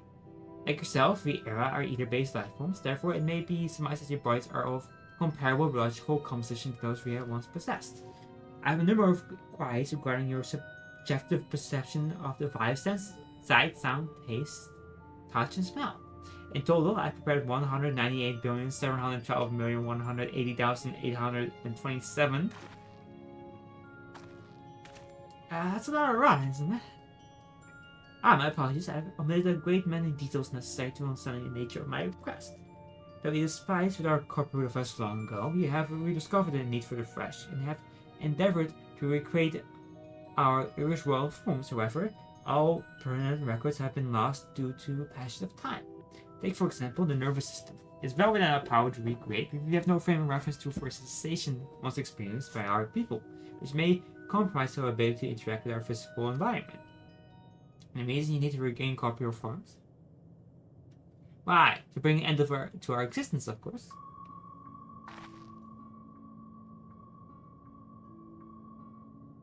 Though need is perhaps too strong a word. It would be a simple matter to remake ourselves to a use of etheric extinguishers, but such a death seems inadequate. The traditionalists among us believe that proper death requires an escapable sense of impermanence in one's finest moment, an experience found only with bodies of flesh.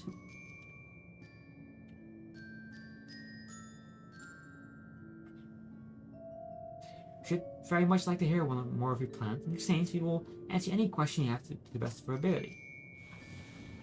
Such an exchange information should indeed prove useful. Very well. To ensure efficacious exchange, I hereby invite you to our home. Yes, the abode of the era, where we traditionalists prepare for our demise. I assume you consent to answer questions indicative of the tacit approval of our parents, in which case, your cooperation is greatly appreciated. I must caution you, however, to be mindful of the era wandering the desert. The desire for bodies of flesh could be described as overzealous. Now, if you would follow me. It's going rather smoothly, not that I'm complaining, mind. Even so, you mustn't forget their aim is oblivion, much like the dragons. Though I fail to see why civilizations some seemingly advanced would choose to make all they have created. At any rate, we will find no endless dallying here. Let's be on our way.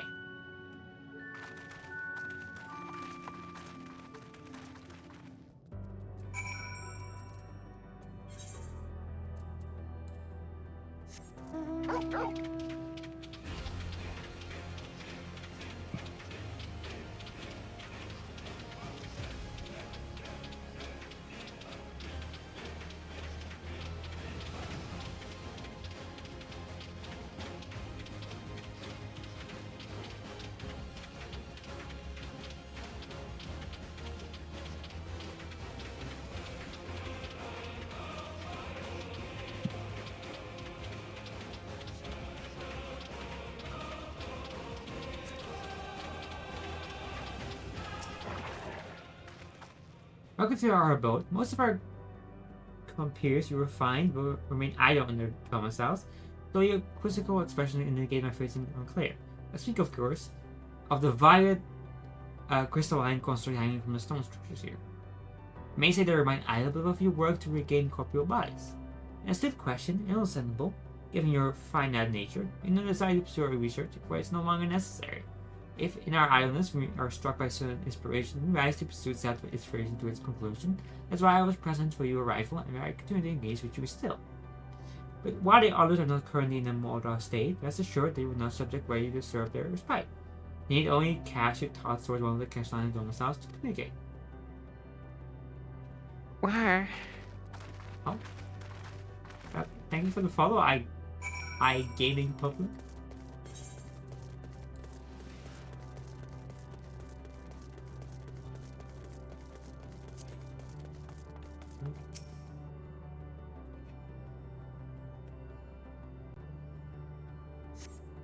You cast your thoughts towards the Castellan domicile. There's no response.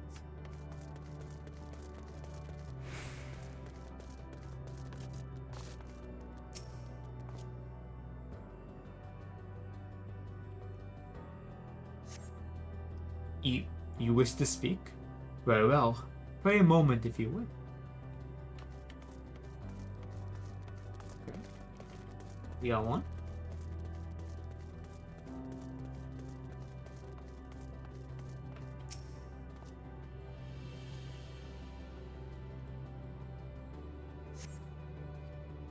Why we seek our end, you ask? If you wish to know, I will tell you. Just a moment, I must remember. What form did I take when the last time I emerged? Look at the spiders!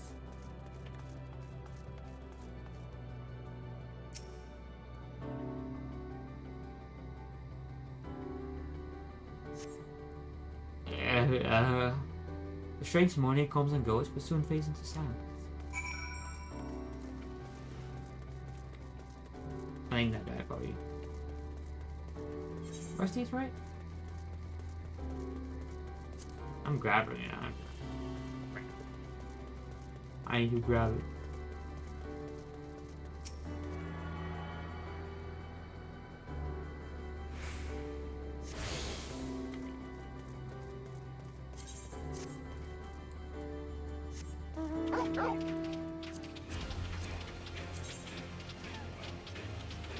Still not, huh?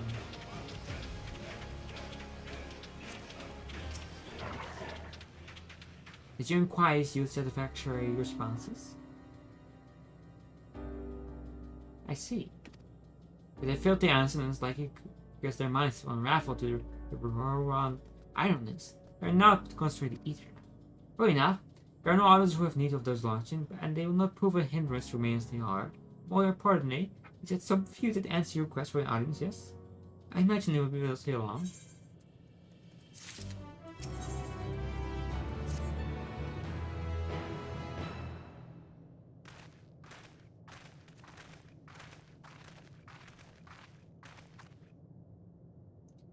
Had no luck, but everyone else fared well enough. Quite a few AI have awakened.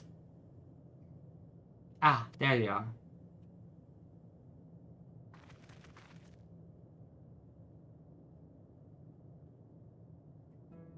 Matters to Lalak, Duke, and New Need. It's been too long. There's a Sather 4 has since completed an orbit.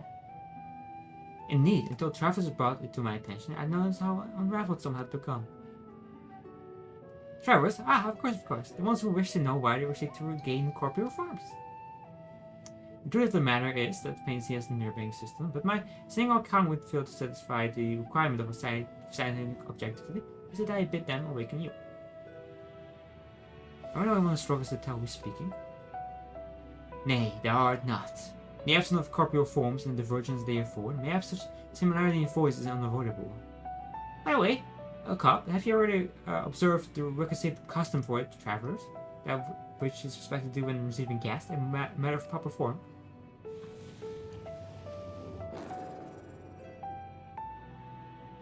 Ah yes, so long as it's been, I completely slipped my mind. And still, does it again? I can't seem to remember.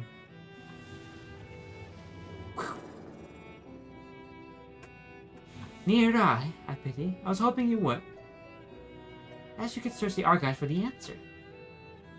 Come now, nay need. The archives have long been frozen, lest we subject ourselves to further dolor. Surely you can recall that much. Ah, of course, food. The custom is to serve food. Beings of flesh, as they must regularly replenish the ether by contributing to their replenishment, we communicate our friendly intention. That's right, that's right. We duly invite you to join us in the communal repast, at which we may engage in leisurely conversation. If you have the chance to learn something, then I see no reason to decline. Excellent. If you would care to follow, we shall feast you on the produced ether.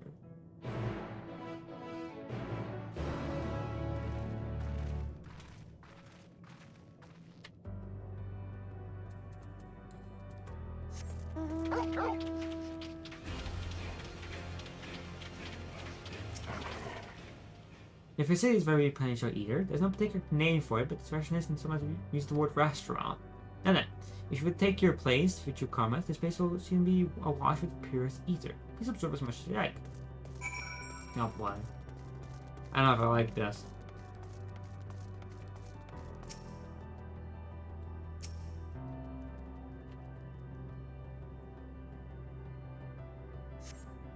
You base yourself for a wish of sweet, sweet ether, but nothing seems to happen. Perhaps you need to wait a little longer.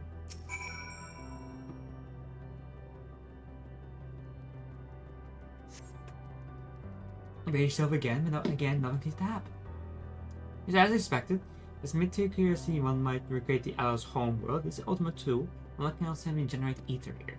As recreations, our friends are oblivious to the fact, they're very true of their existence, much like the phantoms of the recreated Emerald. However, appearance may seem, we must ever be mindful that it's memories of the dead with whom we deal.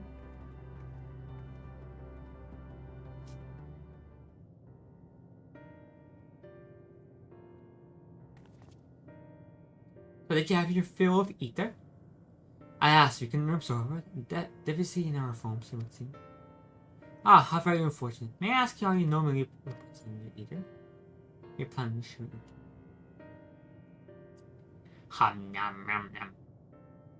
So your mouths, you say? How very primitive and quaint. They think that their mouths serve not only to expel sound, but to draw in substance besides, which life forms have long since vanished from our systems.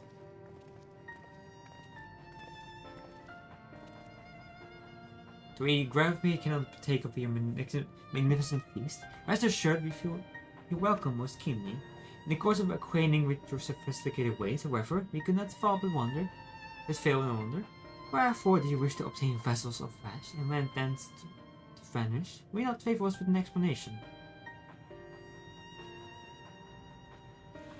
Your flesh and blood, beings that are always so hasty, it does have its charm, however. Very well. We shall indulge you. In the beginning, when the era yet possessed corporeal bodies, our ancestors dedicated themselves to the pursuit of knowledge, technological advancement. Oh my god, just ugh. By transcending all limitations, we believe we would eliminate sorrow and abide in true happiness. From the tangible such as land to the intangible such as labor, these exist merit hindrance to progress, but the most confining of all was the flesh itself.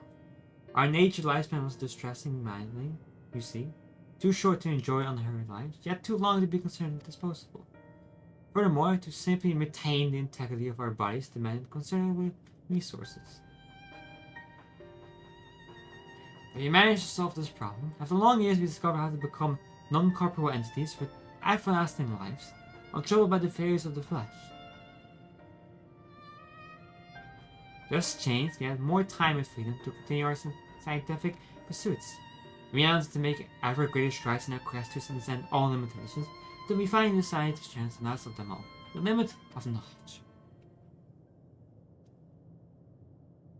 As to say, deciding the laws of creation,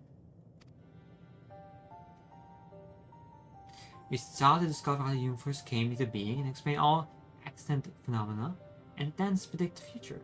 If we could but achieve this, we believe that we would be free from uncertainty and anxiety. And did you find the answer you sought?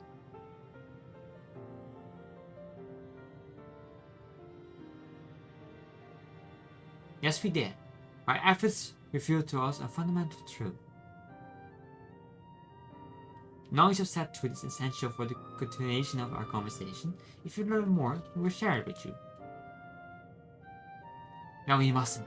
Primitive as they are, it would be unspeakable cruel to deprive them of their ignorance. They are possessed of corporeal forms, their lives better be ended. As those who have gone before, it's not our duty to warn them. What thinkest thou?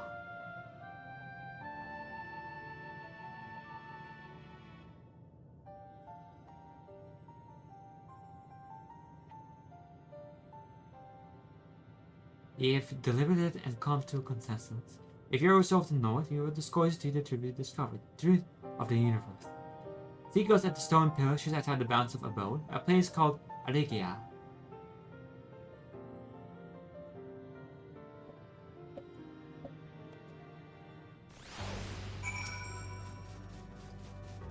Fundamental truth.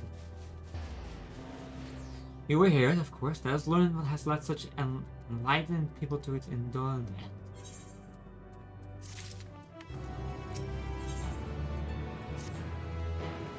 Ere we join the other, there's one tribe on my out fain to investigate. Each soul who out here might trouble you for your assistance. But of course. My thanks. We shall head aside of the abode if you would kindly follow me. I know not of what mischief you are plotting, Orange, but I'm sure we have our best interests at heart. The rest of us shall go on ahead to look elegant. Unless you wonder, we will start without you.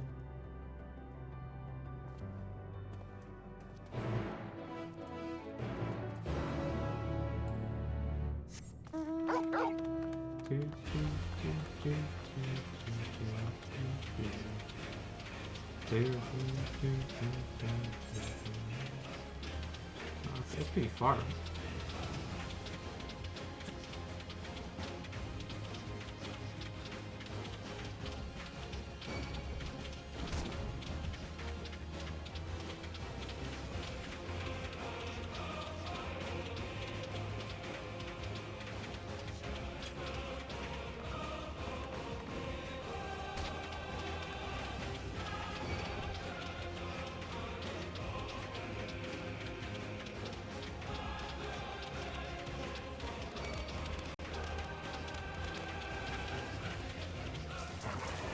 Oh, it's water here. Ah, leave me alone.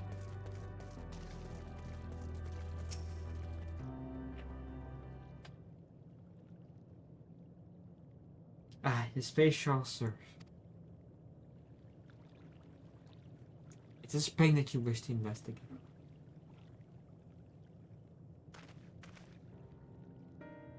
Pray forgive me, my friends, but not to investigate. It was but a pretense to speak in private. You have our undivided attention.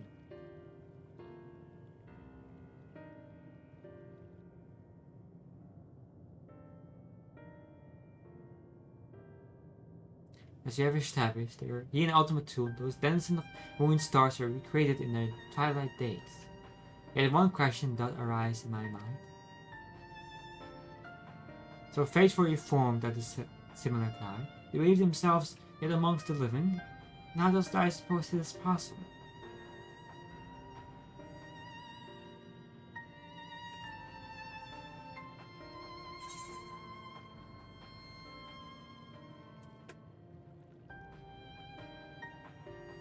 Maybe you made contact with them while they're still left.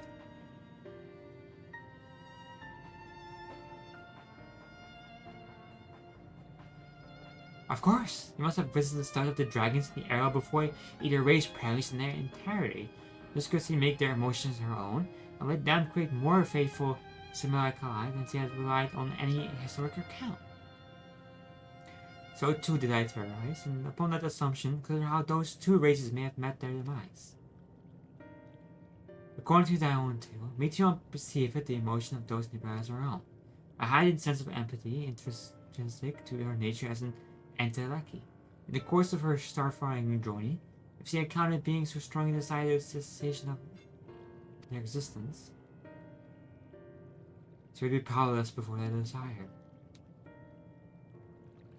Ignis repossesses the power to grant it, the power of Danamus. It is my supposition that, overwhelmed by their longing for death, Meteon did unleash Danamus and usher the dragons in era onto their doom.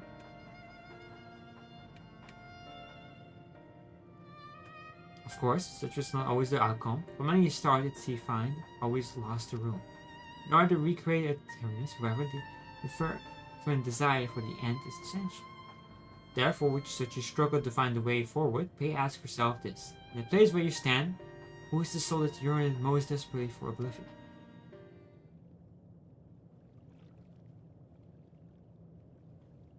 Why do you tell us this now?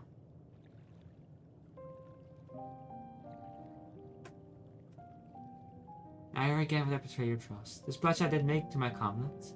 In bringing thee into my confidence, I would remain true to my word.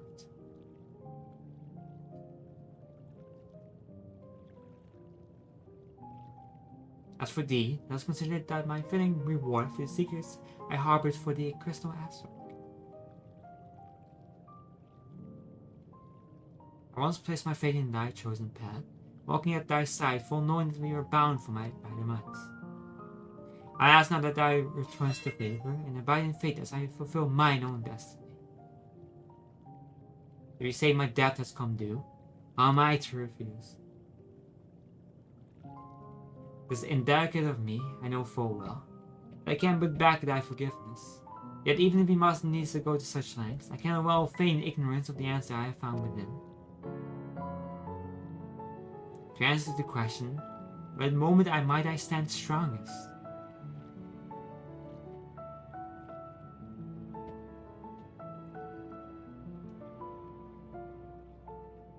After all that you've been through, I would say only this. Do what you must, and see your conviction true. I shall, my friend, I shall.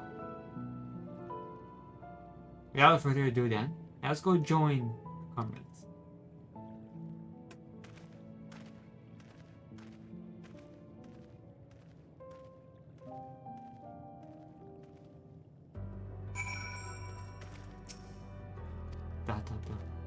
Let's be off then to Alagea.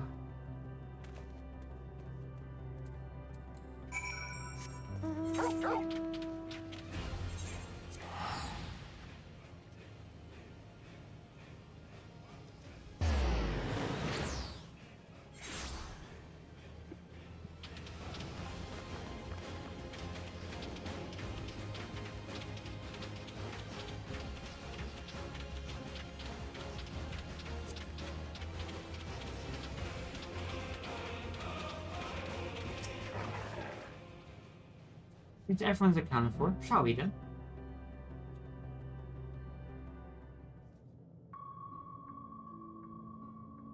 Please continue. Tell us about this truth you discovered.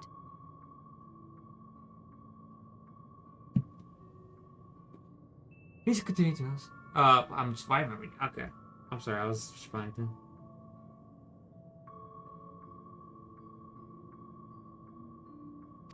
Very well.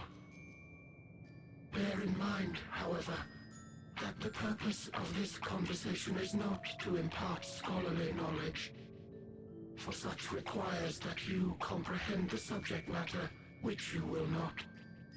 We will forego the intricacies of our scientific methodology and deal only with the conclusion, the end of our society and our world. We acknowledge, with regret, that your star is in the midst of the same panic-induced cataclysm that befell Deneb 3.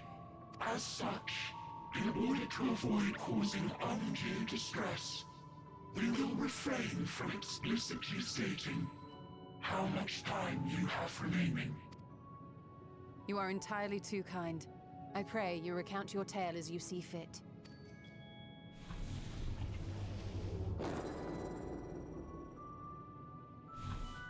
In the beginning, the universe was but a tiny particle.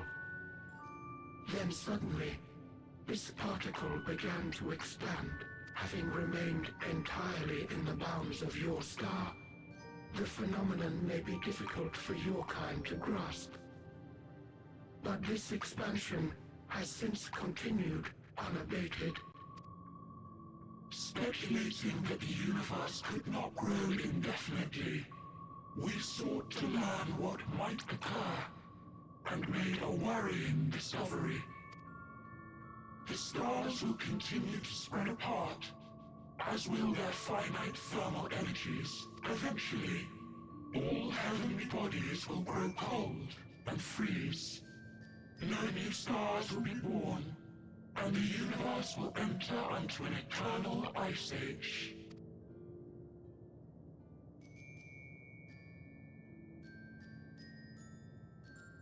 In hopes of proving that this determination was erroneous, we scrutinized our research from all angles, even as we sought to avert the everlasting winter.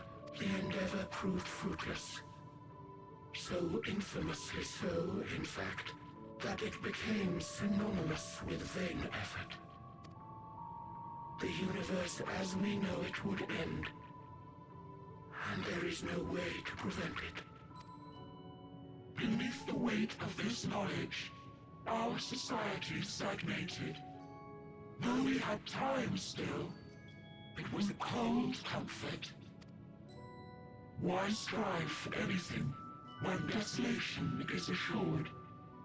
When our wealth of wisdom, accumulated since the dawning of our kind, would be forever lost. No civilization would rise from our ashes. No scholar recover our knowledge.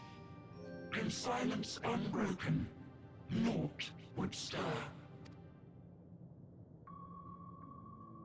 Intellect was once our pride. Overnight, it became our shame. Our works, monuments to futility. Immortality, our greatest invention, became a source of suffering.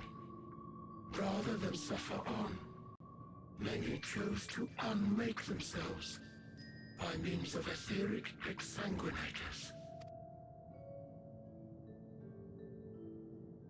Etched upon these stones are the testaments of such souls, though many left no words at all, thinking it a pointless gesture. Once we have obtained vessels of flesh, we likewise intend to vanish. If you understand this, understand aught of our tale, you will abandon your quest for knowledge. Ignorance truly is bliss. If you would cling to your illusory happiness, remain primitive and pure. It is the only way.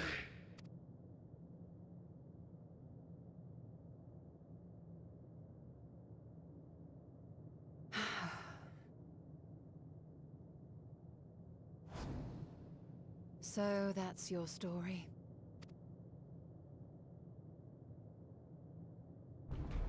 While I appreciate your advice, I will not heed it. Convinced though you may be of this truth, it is yours and not mine. Indeed, truth, I have ever believed, is in the eye of the beholder. Are you suggesting that we have reached a faulty conclusion? That our science failed us? Hardly. As you yourself said, the subject matter is beyond my comprehension. And that, I accept, is true. I do not possess the knowledge to prove or disprove your conclusion. In my mortal years, I doubt I could even approach the wisdom of the air. But of one thing am I absolutely certain. I would not be happier in ignorance. Y'shtola, no! You mustn't!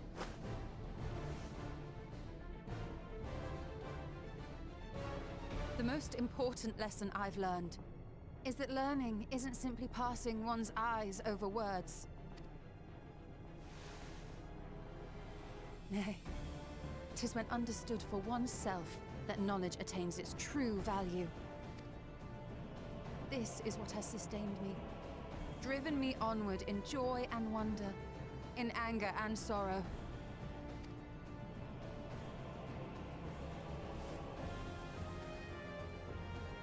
The universe may end, and all may be for naught. But I will live as I always have. I will always seek out new knowledge. And no conclusion of yours, no matter how grim, can dampen my desire.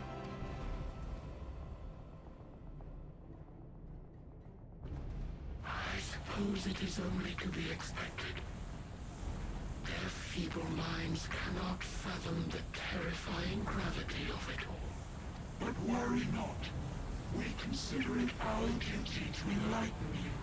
And we will not stop until you grasp the full extent of our despair.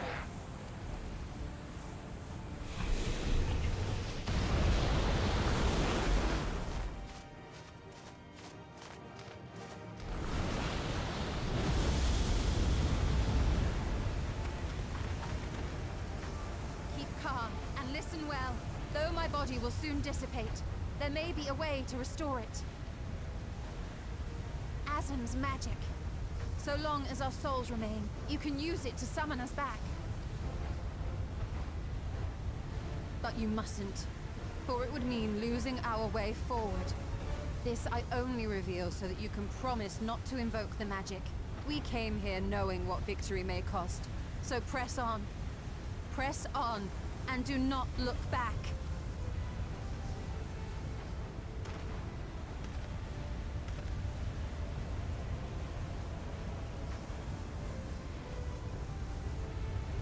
I shall join thee. As subterfuge is not required, thou shalt not suffer for mine absence. Urianger. My resolve hath never been as strong as thine. Full oft have I wavered in my decisions, and afterwards been stricken with regret. In spite of this, I may still stand with my comrades, supporting them as they attempt the greatest of feats. This truth I have learned in the course of our journey. And many though my shortcomings may be, I may also claim to excel in prophecies. My studies, into which have granted me the flexibility of mind needed to bend this malleable reality.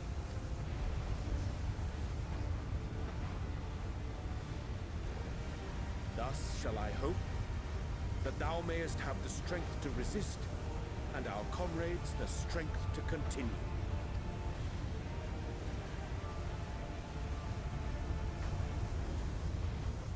With you to urge us on, how could we possibly fail?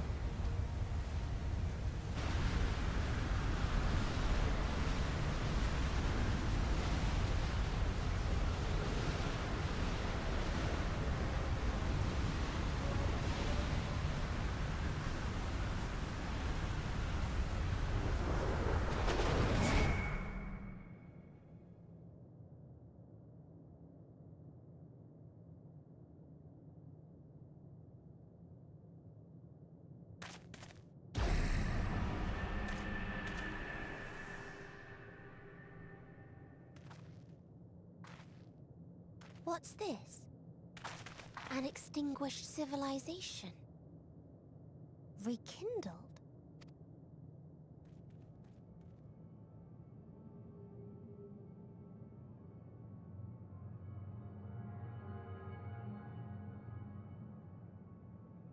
That's right. Our quest doesn't end here. We'll press on, and we will find you. There. That's where you'll find me. Is that another star? Of the stars we visited, most were already devoid of life. And where there was life still, the inhabitants wished for death. But even death, we learned, isn't truly the end. It is but a part of the cycle of rebirth.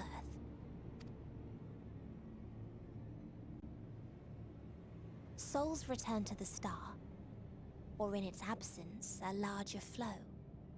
And eventually they are reborn, alive again, to know suffering anew. True salvation lies not in dying. It lies in not being born.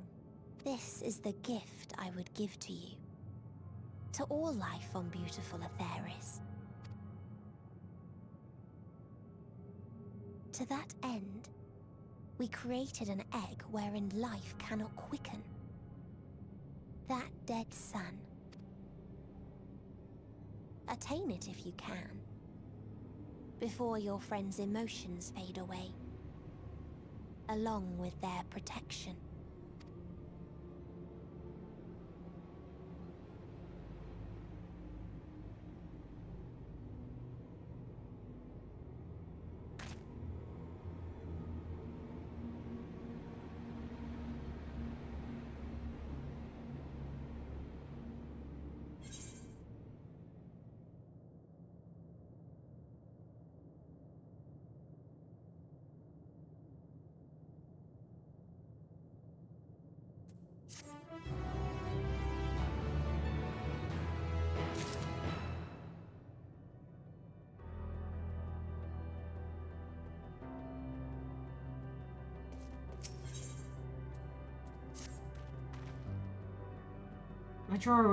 Are you all ready to continue on? Are you all ready to continue on? Now let's make where the light shone. Each stolen Roy and Jay have opened the way for us.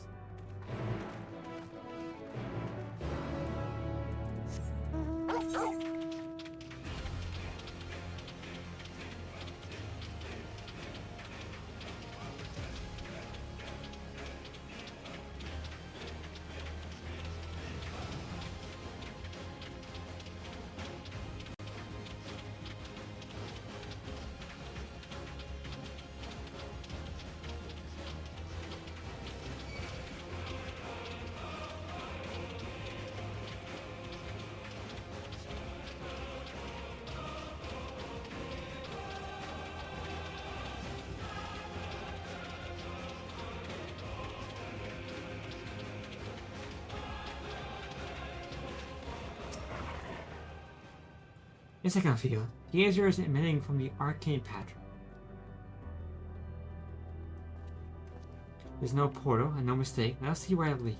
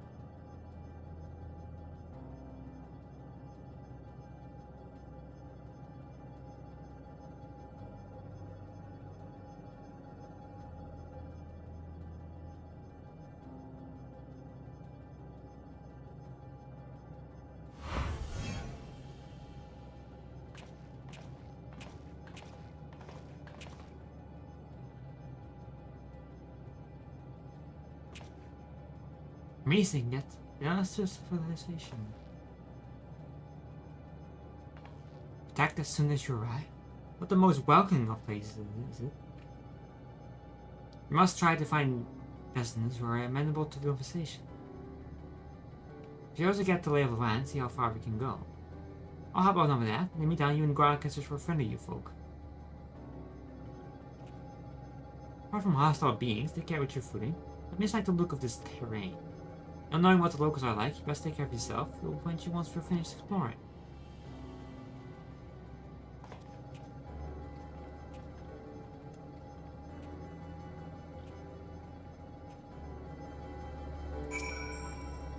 I expect the twins will seek the outermost bounds of the isle, but always research the central area. There are machines patrolling here and there, sentinels and all like you. Like those you encountered, they will most likely attack anyone who venture too close. So let's avoid them and look for others who appear more approachable.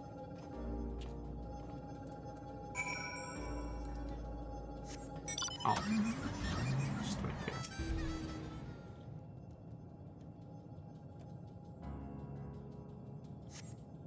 See not the patrolling machines in the air. They don't seem to incline to non-violent intercourse.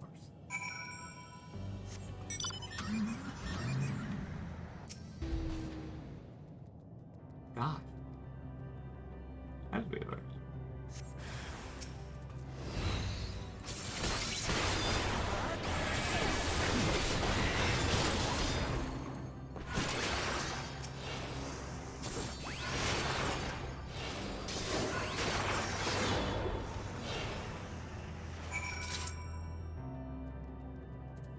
God, that so nice thing does so much damage.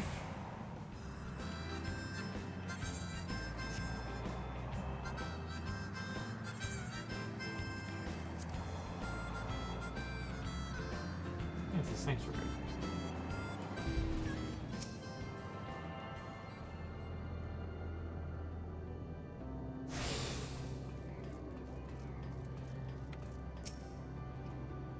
Lucas thought the machines he didn't appear hostile. See if we can communicate with them. Begging your pardon, we are searching for the destiny of the star. This unknown life forms detected, assigning general label interplanetary travelers. Feelings and welcome to the planet. Beep boop. Planet? What? Could you please repeat that? It appears your hearing organs unable to process the name of our tongue. It must maybe translate into yours as Alphatron. Our people, meanwhile, are called the Omicrons, and you stand within one of our outposts. The Omicrons, you say? What's that you do here? We are preparing for war. As your presenting do not have a designated target, you have nothing to fear. Should your star become designated, however, you will be taken into custody and are to or determining. Not a little fighting, these Omicrons, but at least they can seem to be forthright.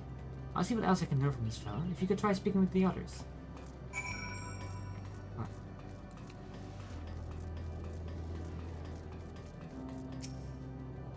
Beep boop. Autonomous weapon deployment complete. Vanguard armament upgrade complete. Munition levels satisfactory. Combat readiness assessment normal. Awaiting instructions from Sir. Maintaining state of combat readiness from Sir. Sir. This is measuring combat capability, resulting negligible. Subject fails outside targeting parameters. Greetings, Trevor. We are the Omicrons and our objective is self-enhancement. In order to achieve this, we ventured forth in conquest to acquire combat data and resources. Most recently, we succeeded in subjugating the home world of the beings whose strength was said to be without peril, the dragons. Yet throughout the endeavor yielded a wheel of combat data, the star was rendered barren and unable to yield resources. A subsequent costing determined that the losses incurred exceeded the gains.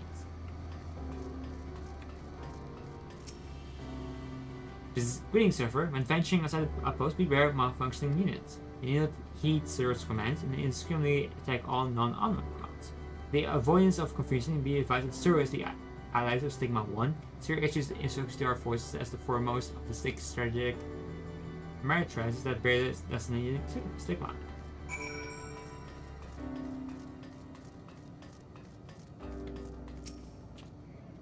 You learn a few things, so did I. Ere we share our findings, however, I believe it best to step outside outpost. Come with me.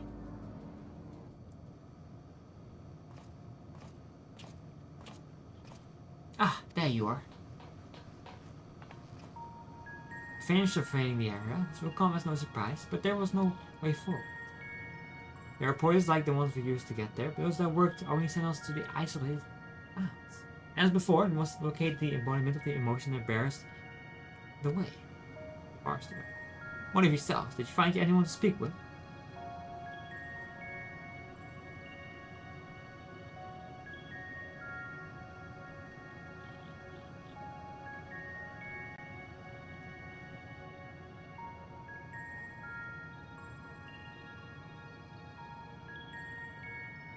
So the Omicron seek to advance themselves to conquest. Following their victory of the dragons, they stand ready for the next campaign, but their leader has yet to issue new commands, and so they wait. Such a place, who could be that fits Orion's descriptions? A soul who's yearning for oblivion surpasses all others. Orion just said this?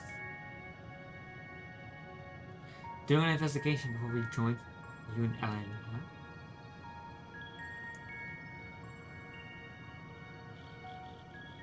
That's the way of it. Why couldn't he just say it to all of us? Given what we know of this place, it's certainly a curious state of affairs. While the dragons in the era long for death, the Omicrons long for comfort. As much as they may lead to destruction, it must be considered a distinct desire. In order to find the source of the dominant emotion, I think we should seek out the leader of this Sir. According to M32, the first Omnic with whom we spoke, there is this concept of which we might communicate with. My M3 also said it would be a pointless exercise, but that in itself I believe is worth investigating. Say you. Yes. Yeah, I think so.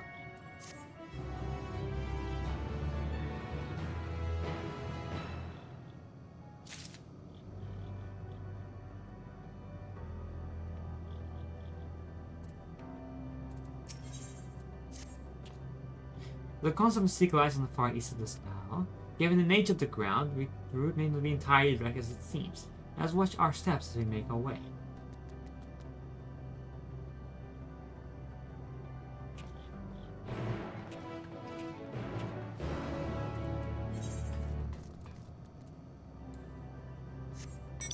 Pretty far.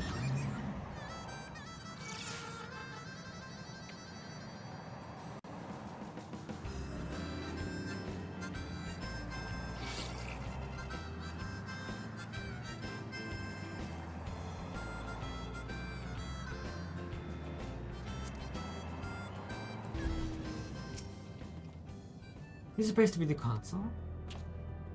It seems unresponsive. We just care to take a look at it. Console. Xbox. You try touching, smacking, turning with the console, but there's no response. No luck, I see. Must be a way to activate it. Must.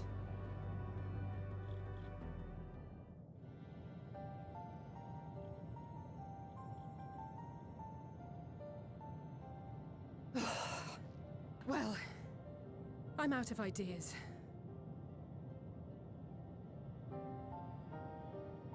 Well, I'm out of ideas.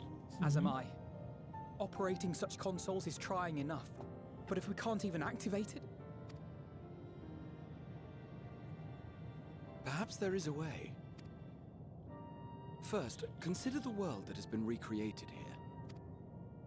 Its inhabitants were machines who gathered combat data to enhance themselves. And among the many wars they waged, the most notable was that against the dragons. As you've doubtless surmised, I believe this was the homeworld of Omega. Sid built a jamming device to defeat it, a device which generated massive bursts of lightning, its sole weakness. That's all well and good, but what does that... Wait. You're not thinking to strike the console with lightning, are you? As a matter of fact, I am. Ask yourselves this. Why would an entity as puissant as Omega not be designed to suppress the effects of lightning? Because it relies upon it, or something akin to it, as a source of energy. My thoughts exactly. And there is a good chance the same is true of the Omicrons and their devices. So, shall I cast caution to the wind and try something reckless and dramatic? I've had it.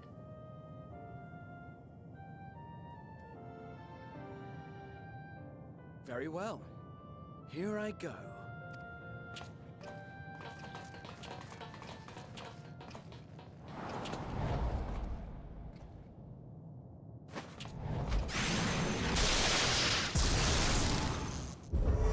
Just black mage stuff. It worked!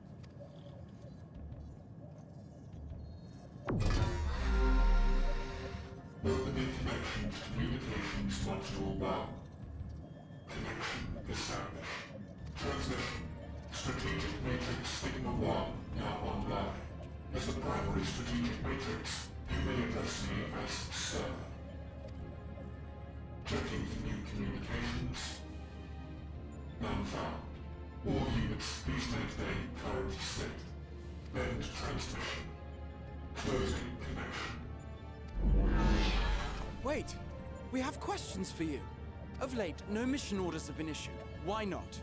Has there been some manner of trouble? Reply. The Extended Operations Unit is yet to determine guidelines for future assignments. All strategies are calculated, devised, and actioned in accordance with said guidelines. In the interim, all citizens are directed to maintain a state of combat readiness. End reply. Awaiting query.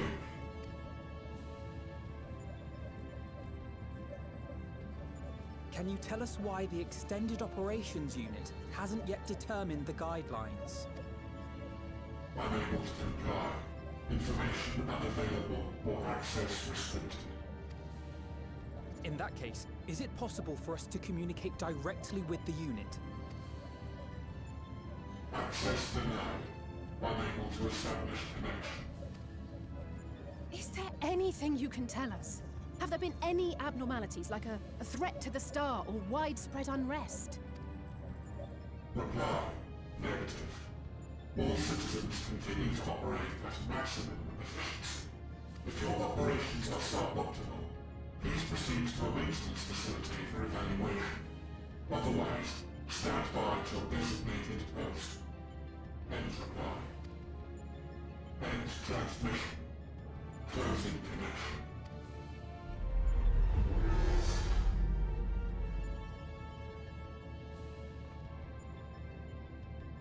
I could activate it again, but I doubt it would be productive.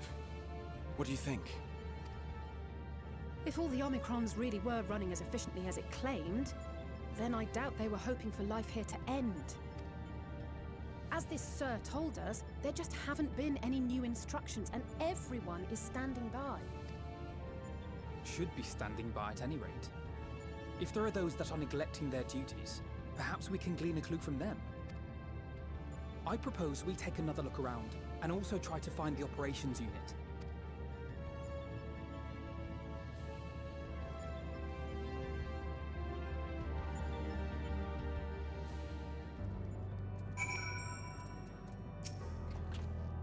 Let's focus on the search in the outpost. By asking, I will try speaking with the Omnitrix this time in hopes we might learn something new. Meanwhile, perhaps you and Guara could observe them from a distance. These beings are systematic and routine by nature. If there are any that aren't, it shouldn't be too difficult to spot them. If there are no questions, then let's begin at once.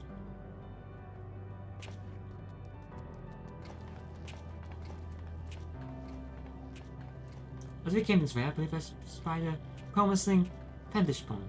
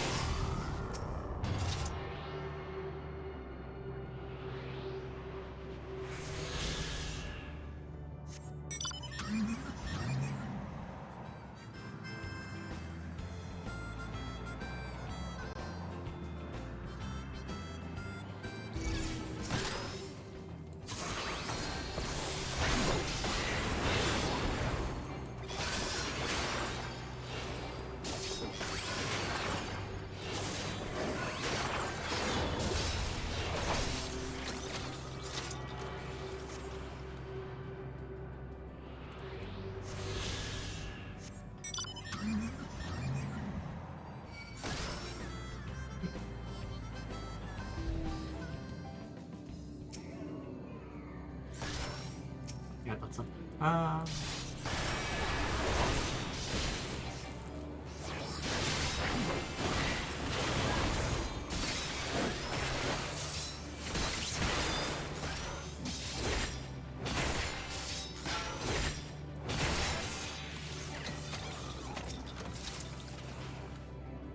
We have to spy the malfunction robot.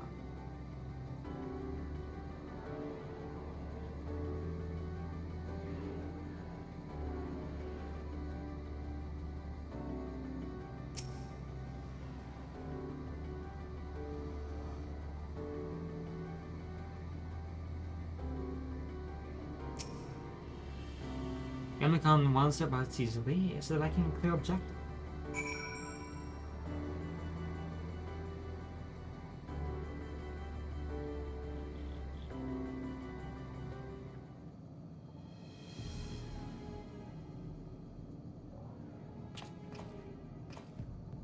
I'm all kind of wandering aimlessly? Where?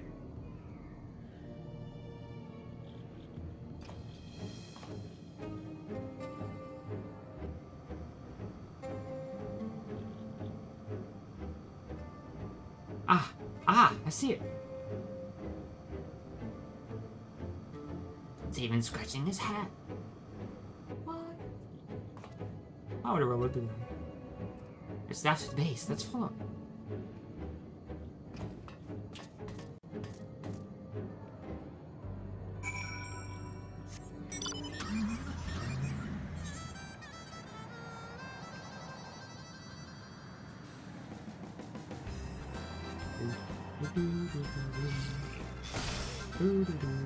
Oh, it's not.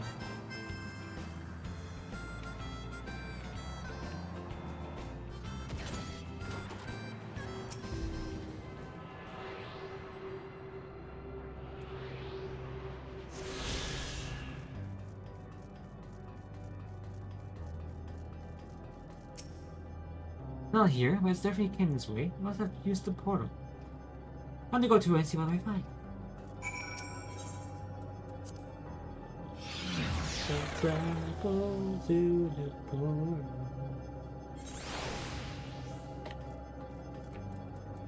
Oh wow. Oh wow.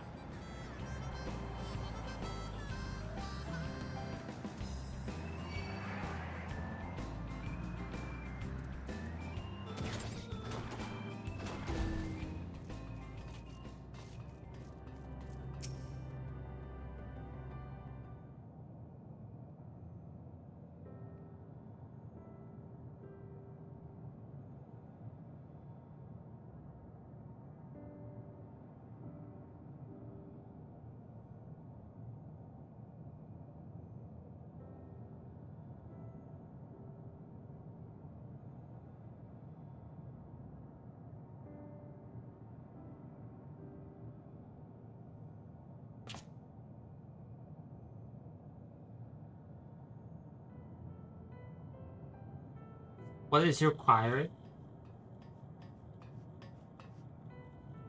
Ah, you found it. What are you doing here?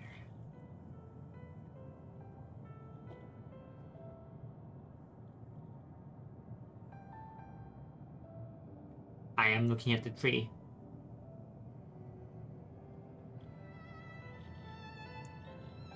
Quite an unusual specimen. What's the device attached to it? Oh, this is more. The tree is a sample collected from a store. It can survive in our environment, however, it provides life support as the function of the device.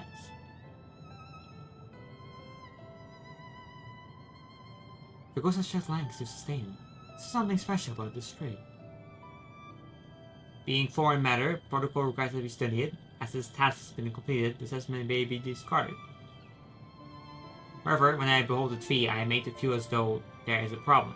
In order to become strong, we have continued to enhance ourselves, like we did countless others. We conquered the star since this tree came.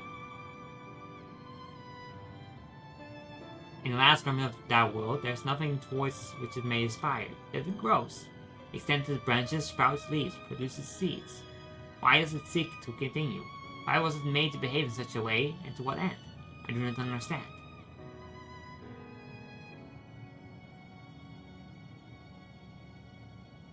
I see. Out of curiosity, does this pertain to your duty? No, it does not. My apologies. I should return to my designated post and assume a state of combat readiness.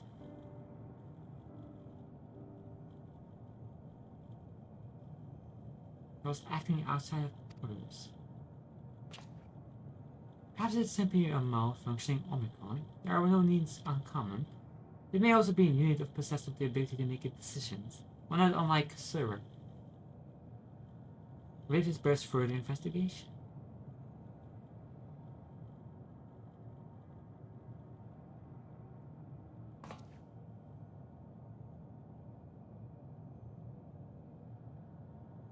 The endeavor to live in it even must depend on forces beyond our control.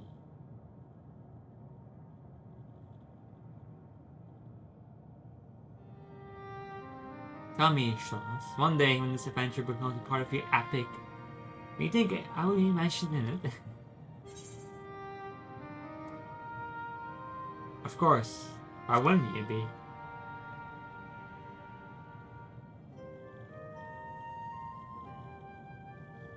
If you really think so, that would be a...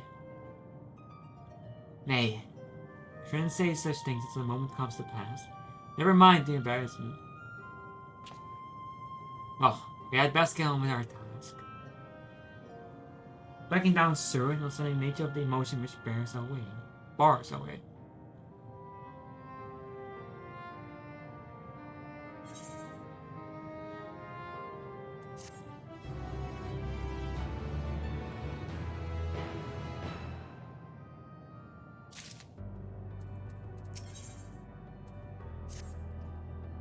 We should return to the outpost for now. They also wish to hear about the errant Omicron.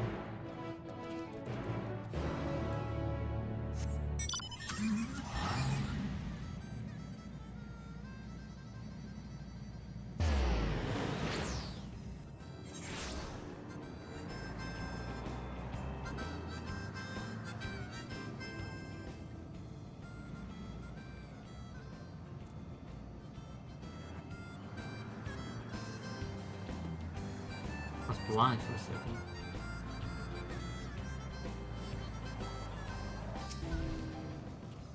Wow, says she found a suspicious Omicron. That's good, because the units here were of no help. They all have the same thing to say about the extended operation unit. That's no way to arrange a direct meeting. Still, that served to prove that it's business as usual at the outpost. But enough about that. Let me tell you, you learned something more useful.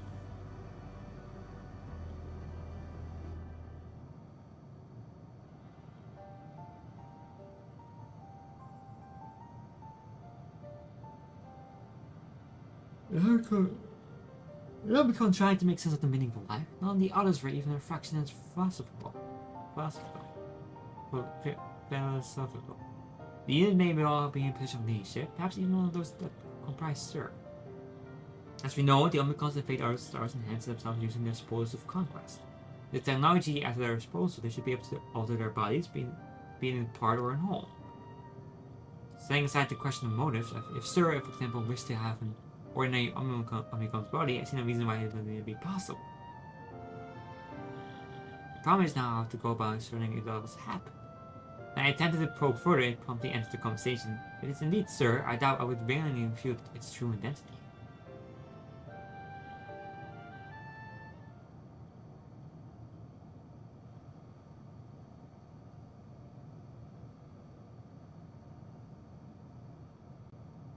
I have an idea.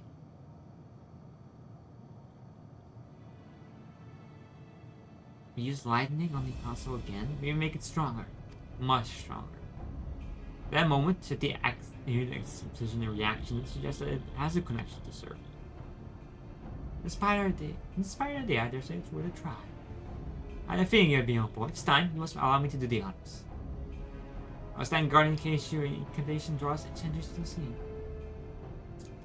Just rubbish things, just cast some light. For my part then, I will approach our suspect and divert its attention. During which time you should tell us, and I want you to observe its causes for an anonymous behavior.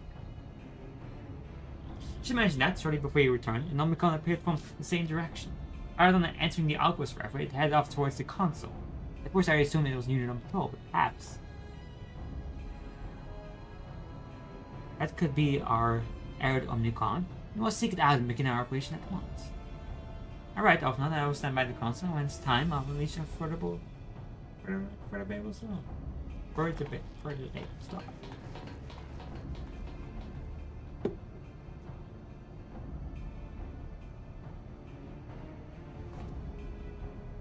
So work up sure of it. After all, our comrades are watching over us. Come, my friend, let's find the doubt play on the one.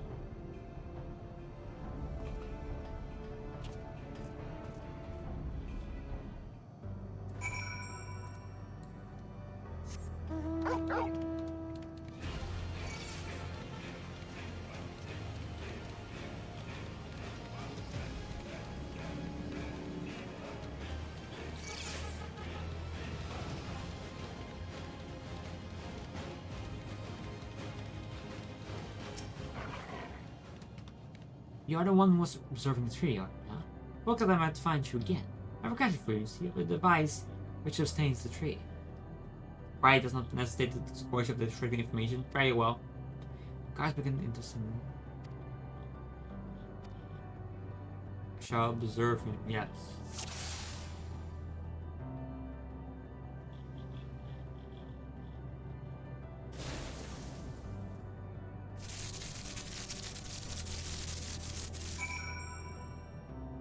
That's definitely an anomaly.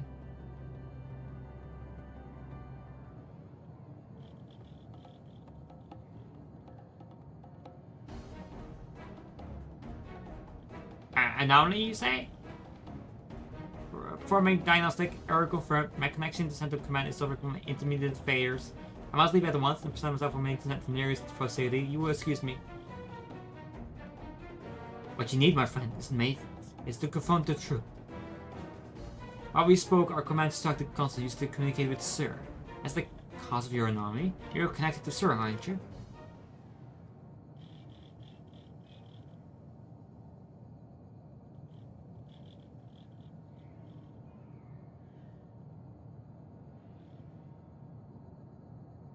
Affirmative.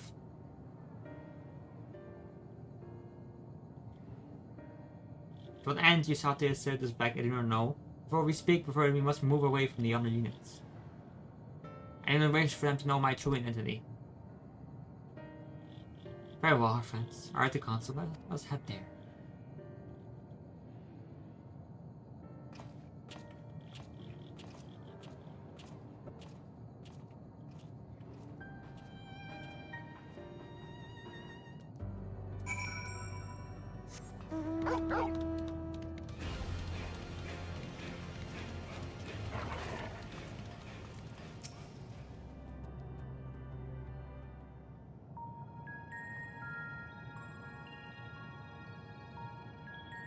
As you have surmised, I am part of the shared intelligence of Stigma One. It was, my charge to determine the optimal path to achieving our prime function. This body had been abandoned by its former owner and lay unused. I took it and abandoned my own, and with it, my duty. May we ask why you did this? From what we gather, it seems to be a personal matter.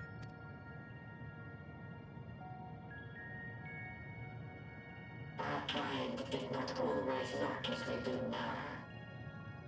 Long ago, we possessed frail and feeble bodies. Beleaguered by stronger races, our ancestors took to augmenting their flesh in order to defend themselves. What began with limited parts eventually spread to the whole body, and at last, a means was discovered to convert the mind into data, rendering even the brain obsolete.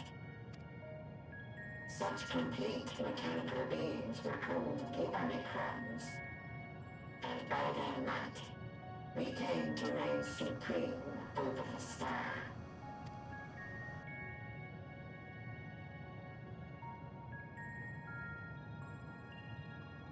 But even then, we did not feel secure. For we knew that the universe was home to civilizations aside from our own. Civilizations that may be stronger still than us. Rather than risk becoming the subjugated, we chose to become the subjugator. We began our conquest of the stars, that we might acquire the resources and knowledge we needed to reign supreme. successful in that endeavor. So powerful did we become, we could lay low even the mighty dragons. But then something unexpected happened. I began experiencing an error. I could no longer determine an optimal path. You were malfunctioning. I performed numerous full system scans, each time finding no issues. Yet the error persisted. It was then that I speculated. What could happen if we grew so powerful as to have no equal?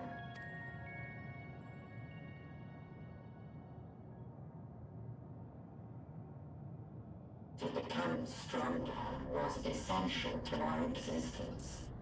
Our every action has been in service to this objective.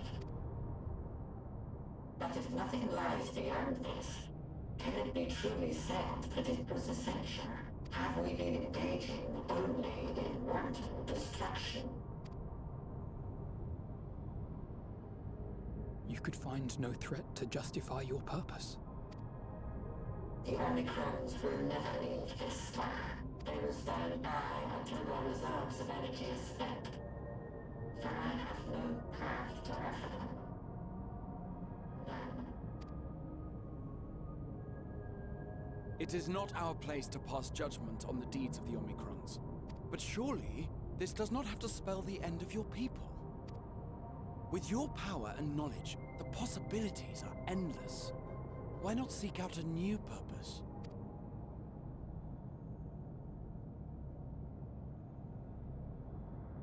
That is impossible.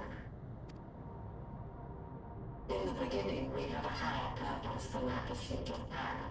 But we lost sight of it when we so irrevocably altered our fundamental forms. When we cast aside our flesh, so too did we cast aside all that defined us. Nothing remains of who we once were. I have no aspirations. No longer can I dream. The vital spark is lost. Lost amidst circuitry and code and commands.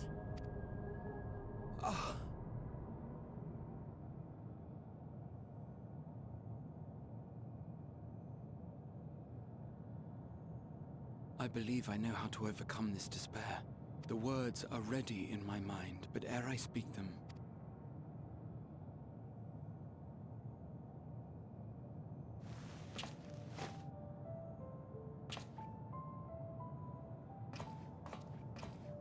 I want you to make me a promise. Be it across time or space, our promises have always connected us. And so I ask that you indulge me once more, that this won't be the end.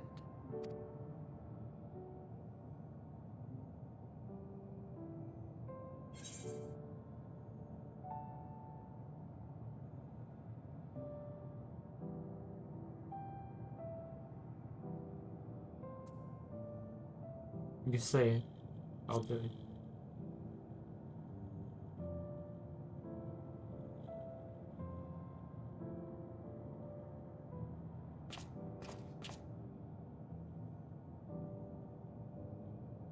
Is that so? In that case, I won't hold back.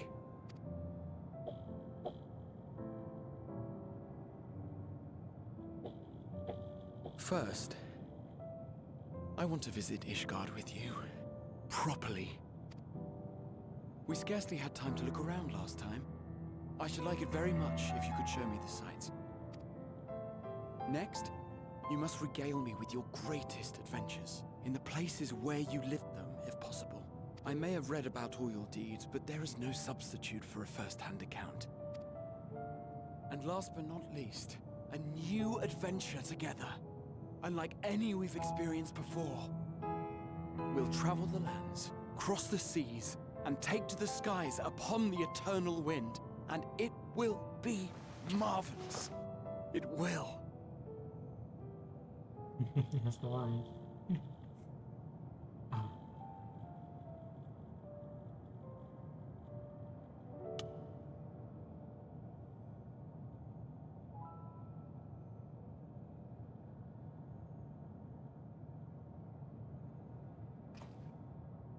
If you would humor me a moment. When we awaken each morning, how can we prove that we're the same individual who retired the night before? Through the remembrance of past events, we might say. We have our memories, yet there are times when we forget or recall incorrectly. What of our bodies, then? It is the same one, we might say, yet technically speaking, as living beings, our bodies are constantly changing. It will never be as it was at an earlier point in time. Our souls are no more immutable. On our star, people are known to inherit the souls of others, yet they are decidedly different beings. For my part, I've subjected my totality to much and more. I've made my body into an extension of a tower, blended my soul and memories with those of another self, and each time I would ask myself, what is it that makes me, me? Are you able to determine an answer?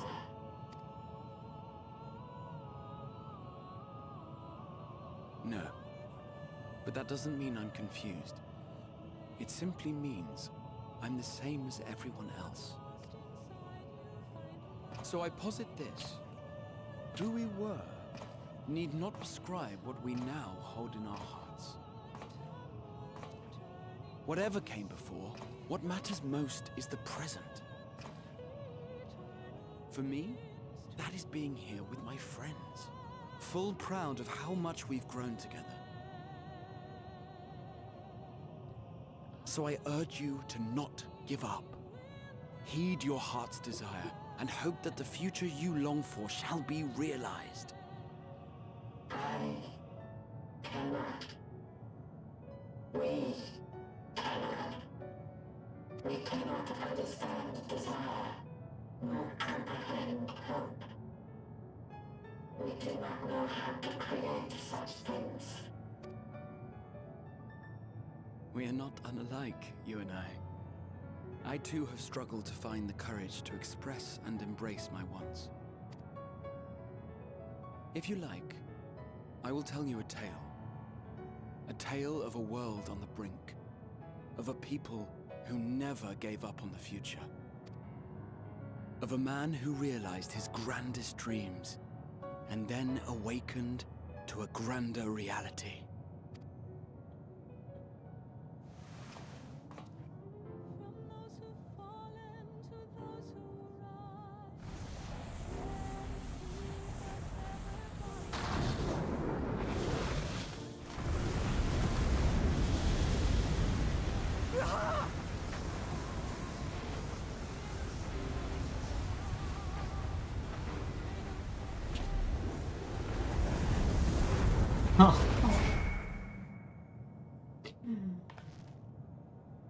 God, do I love it.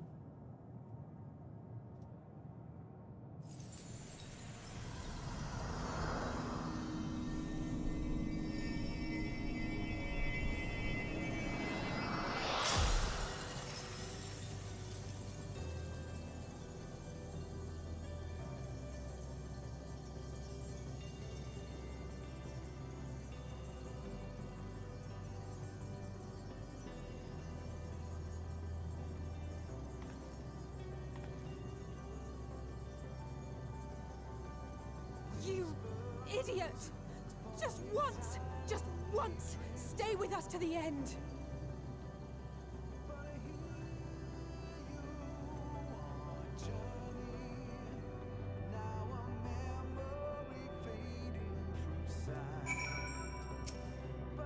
They all leave so easily, as if it's nothing. How do you think they we feel? Next time you meet up, I'll give him such a flick, and that would just start.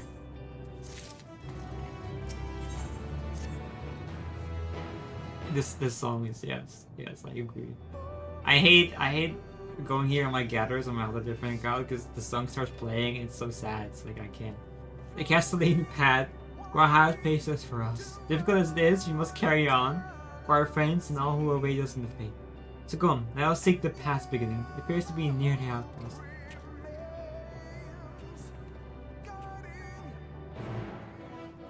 It's okay, I got you. Don't worry. Oh, sightseeing thing.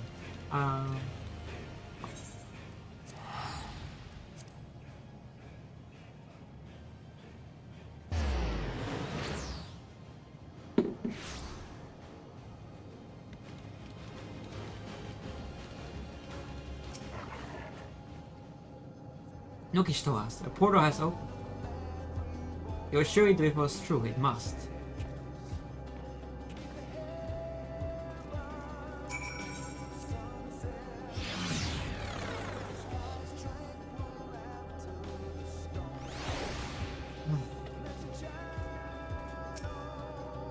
Well, here's where the path begins, as it ascends to dizzying heights.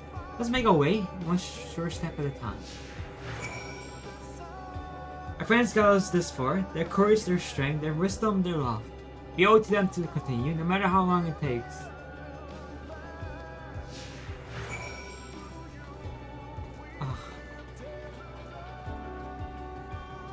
Ah.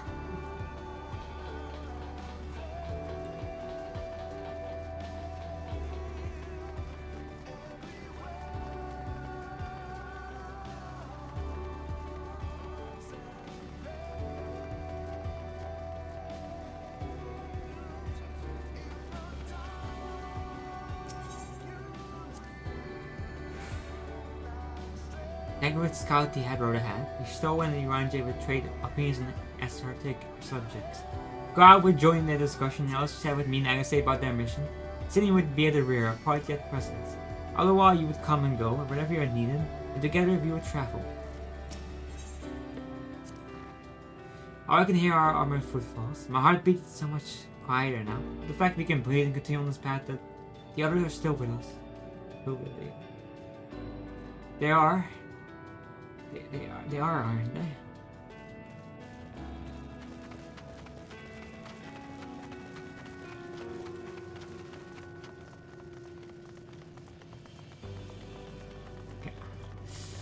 God! Oh my god.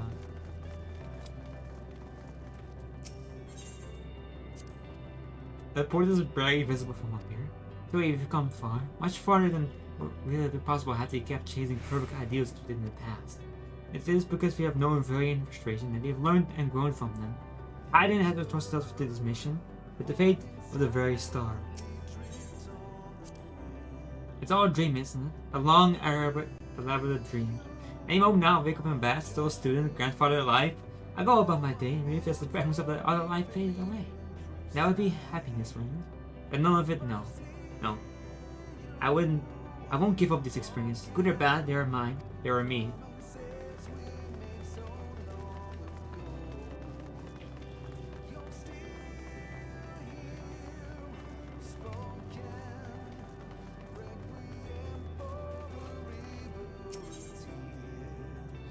Alright, Nia. You have a good one. Thanks for showing up. And I will. Rest assured I am fine, but thank you for your concern. Love yourself. But we can't afford to be too leisurely. Nearly we rush unduly. We've crossed an impossible distance in where we are now, and we're but a few steps away from June's end. It'll be all over before we know it. Me? Oh, I still have plenty of Lexington left in me. Don't you worry. It's you I'm worried about. You always push yourself so hard for us, for everyone. While we're here, we make sure to bear our share of the burden. Oh my god.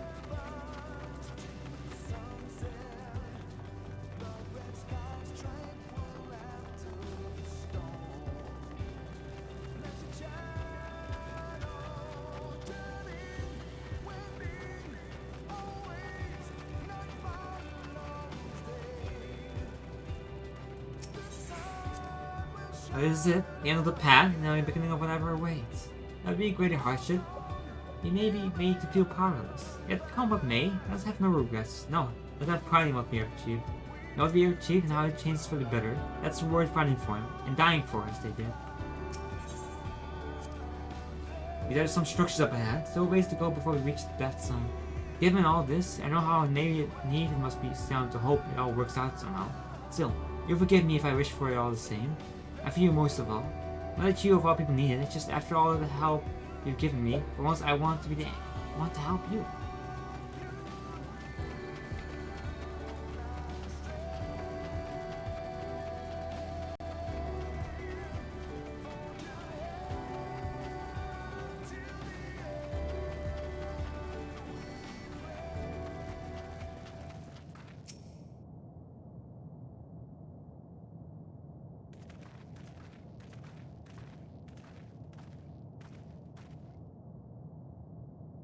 This almost.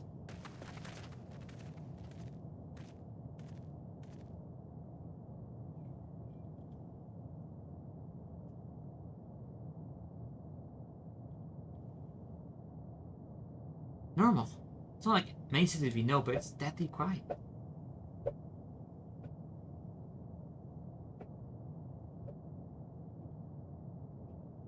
Mayhap the inhabitants are within the buildings, or just invisible to our senses. Among the boat counts, there's simply no one here. Midian! Midian!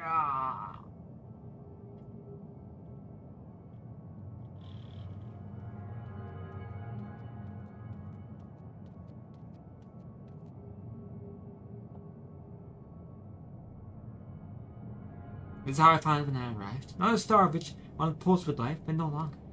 How it ended, I do not know. Invasion, sickness, suicide, none can say. No need to speak for the dead. They are gone. Gone, search all you like, but you only end up turning back.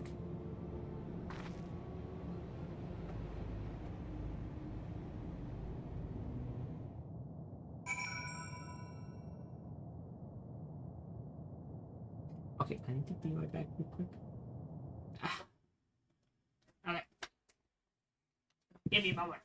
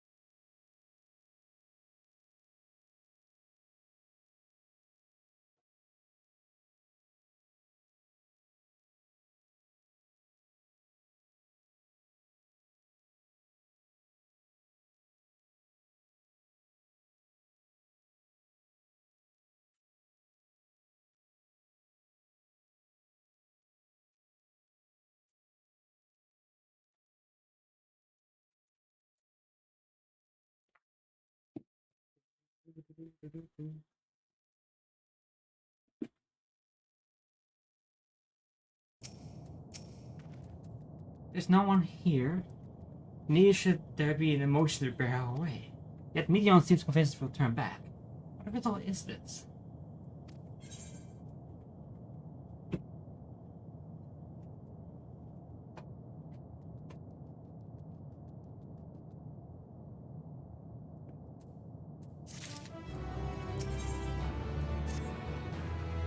Whatever Midian may have said, if you confirm with our own eyes, we need to have a look around. Indeed, at the very least, it doesn't appear to be sprawling place like it was before. If we sped up, it shouldn't take too long to cover the earth.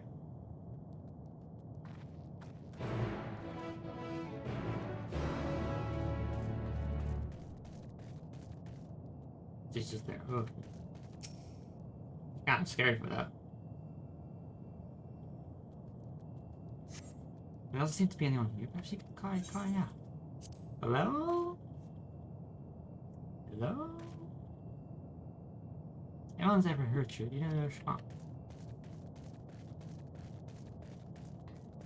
Tree-like object. The object resembles a tree. Perhaps they have been fashioned from a stone-like material. Erected in the place of an actual tree.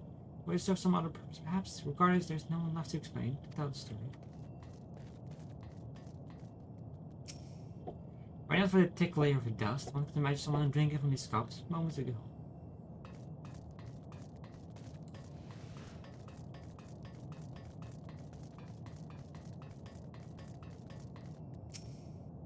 The base remains reminiscence of the bar, but neither pages nor staff are anywhere near the scene. X-shaped containers for lining the shelves, a loose few sitting on the counter, vessels for the beverages in all likelihood. A venue bustling with activity, though it was not.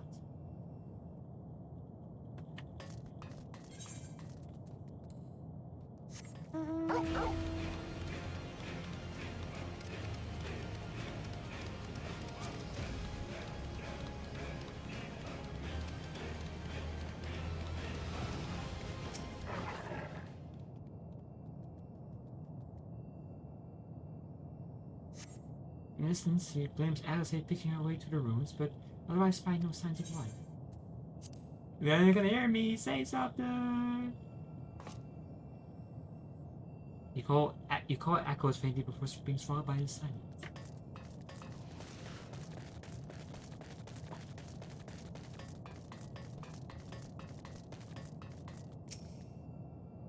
The set slightly off the ground appears to be a door, but the objects to the left could be letterboxes. The door is rusted shut, and the film of dust all over just no one has gone through in a long, long time.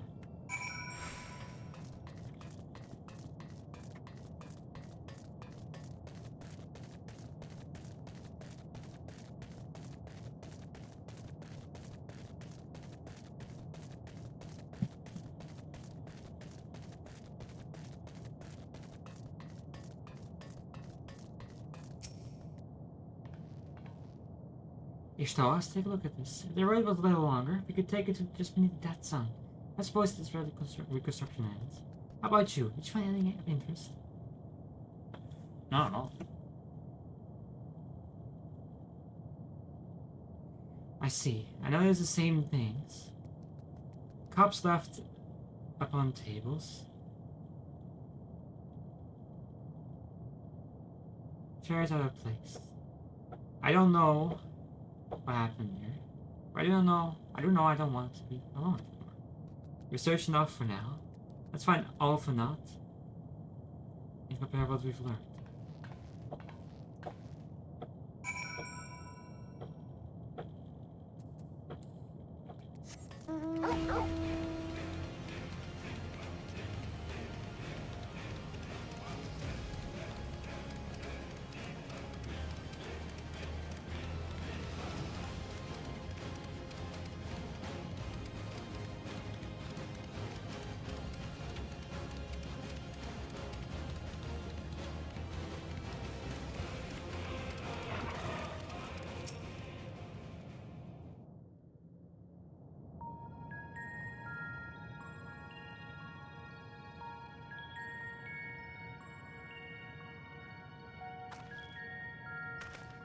Did you find anything?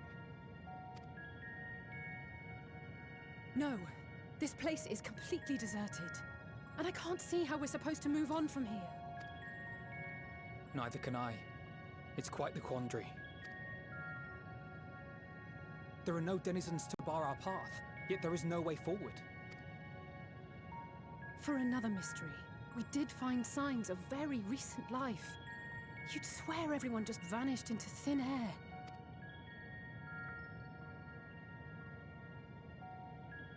I wonder how many ruined worlds like this has Meteor seen.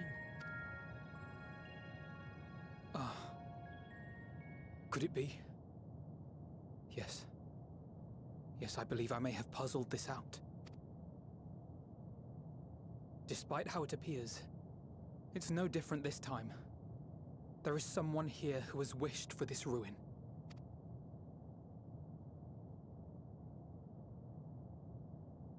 And I believe that together, Alize and I can overcome their will.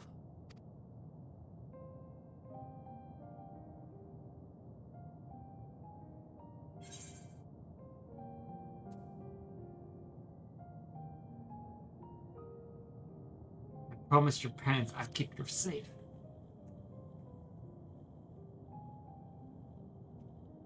I know. I know. But if there is a chance this will work, then I would take it. For everyone, and for myself. I will not pretend otherwise. I have my fears.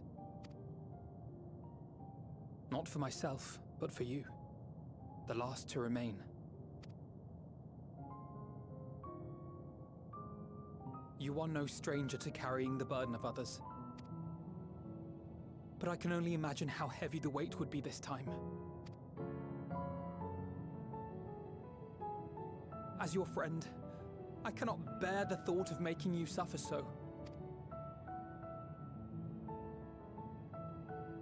Then why suggest such a thing? It's too much to ask of anyone, even him. Why must he be the one? Why must he fight alone? More than a hero, he's a dear friend. Not only to us, but to so many others. There are so many people in the world who care for you, and yet...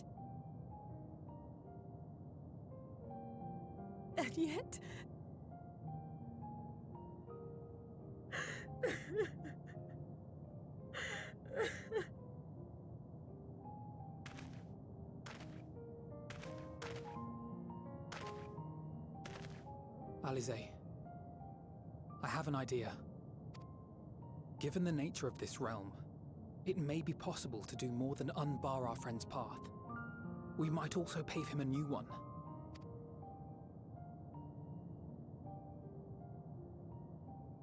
For instance, a path where he finds happiness at journey's end.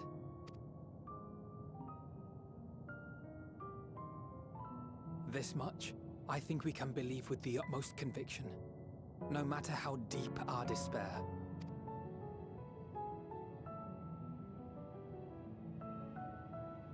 So please, believe in us too, and press on.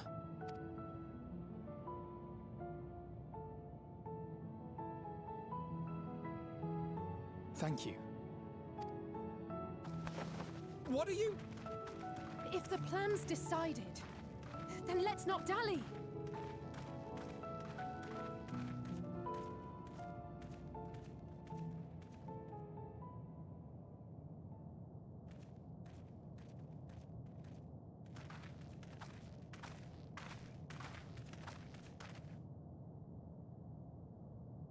Ah, there you are. It was as I said, was it not? It was. We couldn't find anyone. But this place isn't entirely deserted, is it? You are here. You sought out a star of promise and found a ruined husk. Like us, you explored the devastation. Like us, you were stricken. Horrified by the thought that so many lives could be snuffed out as if they were worth nothing. And the thought that you would have to bear the terrible tidings to Hermes. That which you saw and felt, you shared with your sisters. As did they share their own grim, overcome by the pervasive despair of these stars. Some of you inadvertently ushered their peoples to their ends. Knowing the horrors you know, anyone would feel the same. They would fear what lies ahead and struggle to move forward. Fear. I had forgotten that such a thing existed. so focused have I been on shepherding despair. If you can remember, then you can still face and overcome your own fear.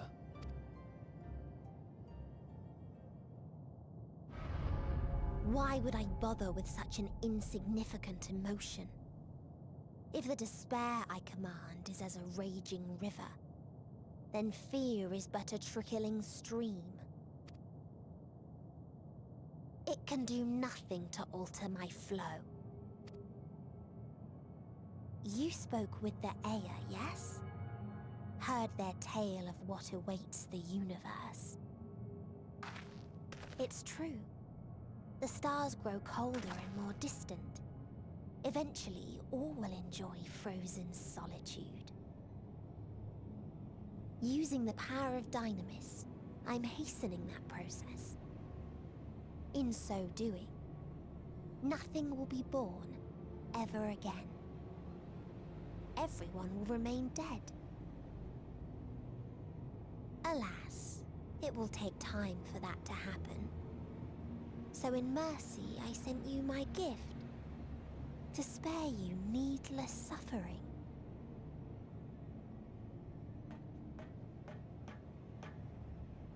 Don't worry. Even if no living witnesses remain to mark the event, I'll make certain that Atheris has a proper end.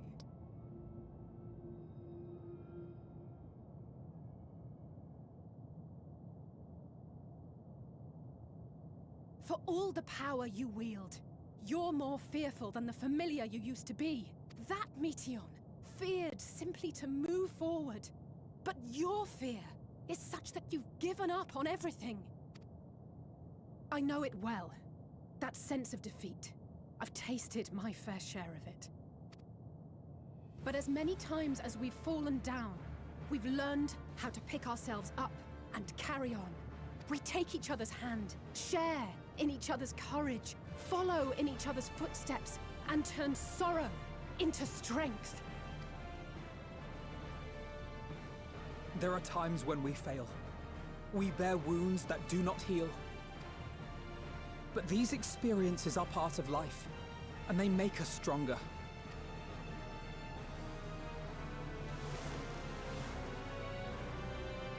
We rise, fall, and rise again.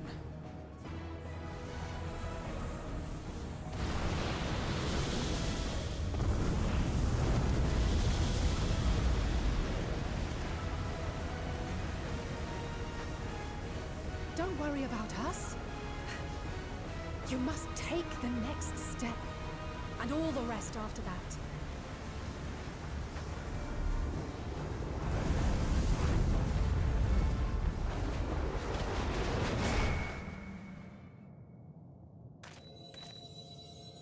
Oh.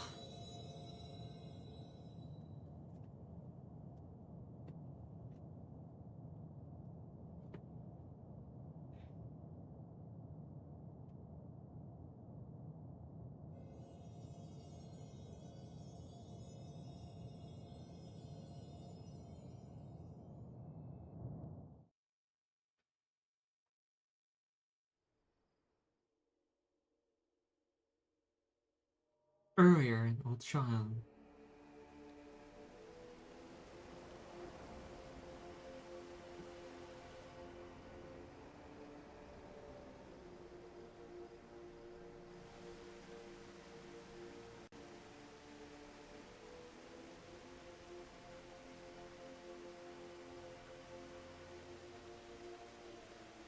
Please, please, oh, please let them all be safe.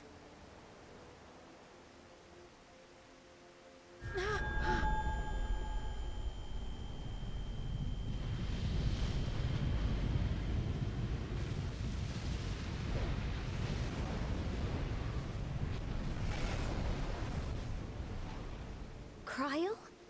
Are you all right?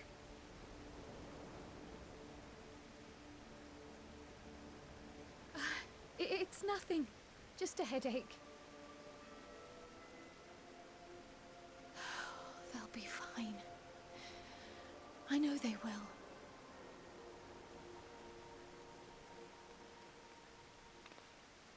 Apologies for the interruption. A man arrived on the last ferry, an associate of the Scions. He wishes to speak with you at once.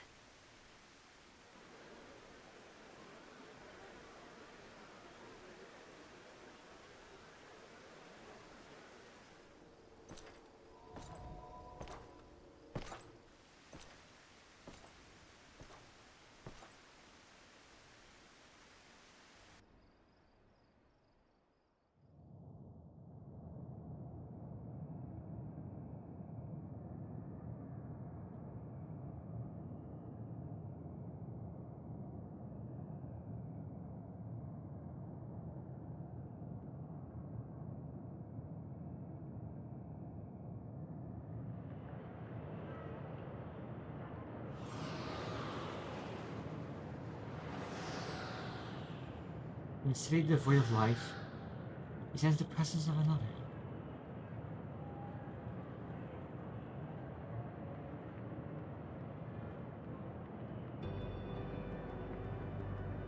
The sorrow of a thousand worlds weigh heavy, and yet you can walk on.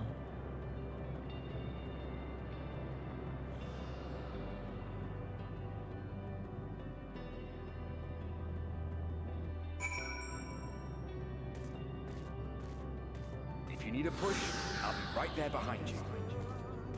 Over it.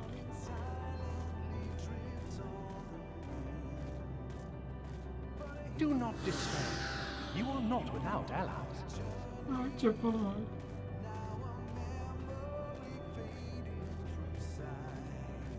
What we have sown in blood, we have reaped in suffering, and it cannot go on.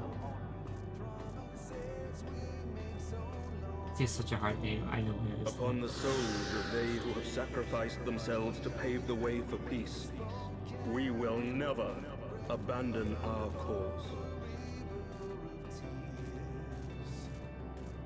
While it is true that man succumbs all too often to anger and avarice, he may yet overcome his baser instincts through the forming of bonds with others. Such victories are rarely won without sacrifice, but the prize is worth the price.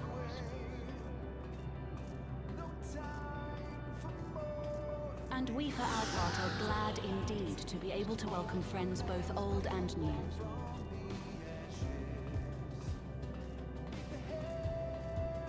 Save your tears for the morrow.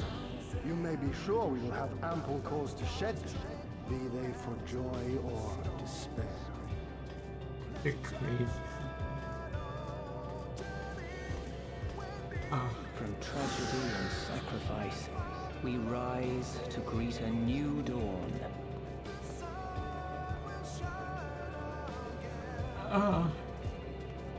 A future shaped by the choices we made in ways we could never have foreseen.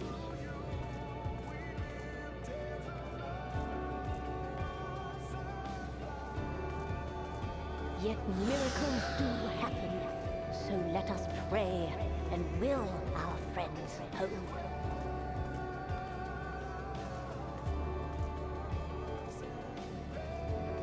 I won't stop praying until I know they're safe.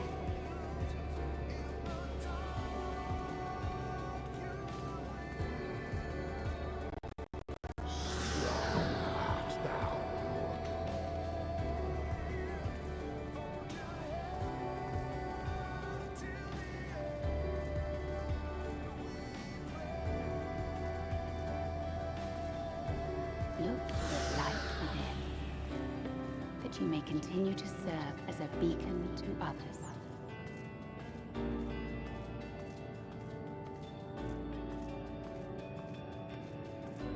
Let's finish this.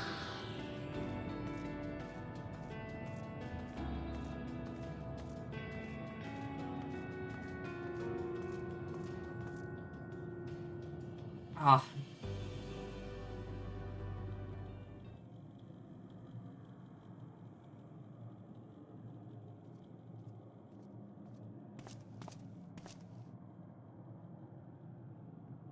Here the path ends. There is no way to reach our nest.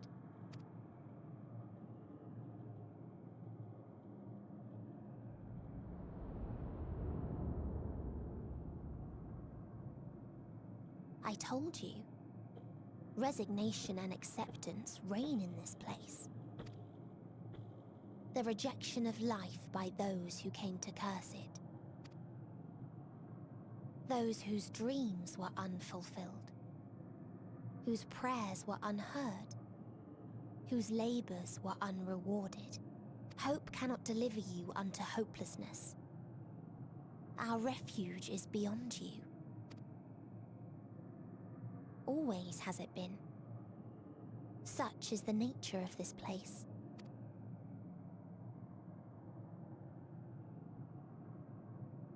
You should have remained on Atheris.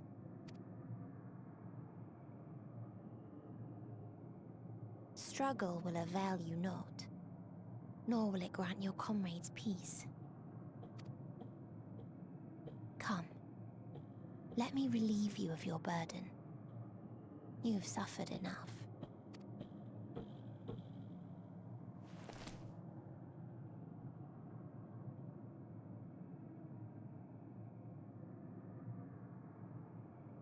Asm's magic.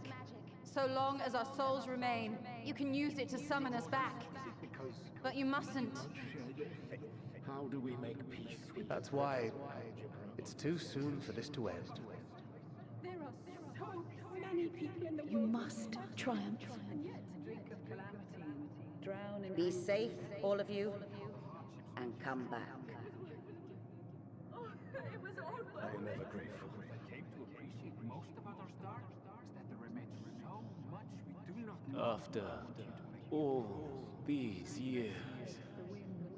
Is this the answer I was hoping for? So long as we remember, our fates remain ours to shape. And Godspeed. Perhaps when our time comes to return to the star, we shall remember these few days we have lost.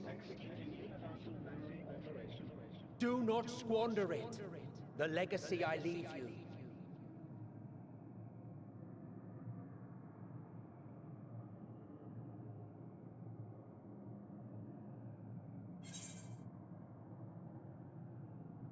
I won't forsake our cause.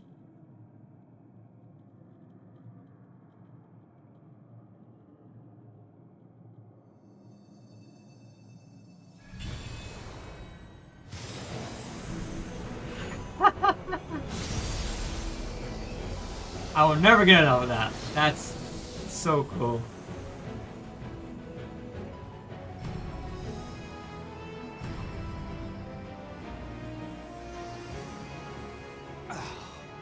I bid them remember, but all this time I'm the one who had forgotten. A right fool you've made of me, Hermes. And to add insult to injury, I've been denied a sound rest, forced to watch this clamorous show. Oh, come now. It's been a gripping tale.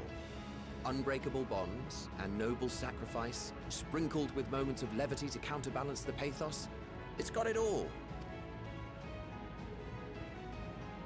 I, for one, would have been perfectly content to watch enraptured from the stalls.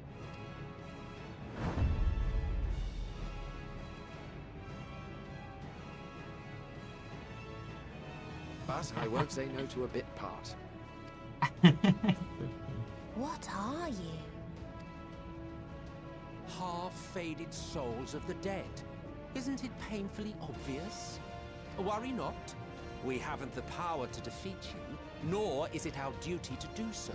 Not anymore. That being said, we do have a score to settle. So here I am, Vinar. I suppose you needed me to tie it all together, these frayed threads of our history. But knowing you, I suspect there's a joke in it too. Oh yes, I can imagine you gloating over my forgetfulness. Were I feeling charitable, I might assume you had left room for the possibility of this outcome. Even so, you'll get no applause from me. A single gesture will not lighten the burden I've had to bear. Still, you must be commended. Our methods would not have brought mankind this far. And so, as a show of respect to the last of us, I make this declaration.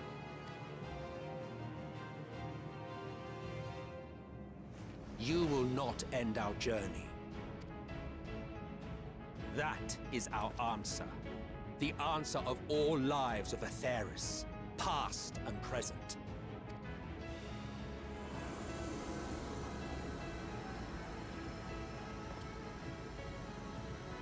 As you've called us to the stage, so shall we perform.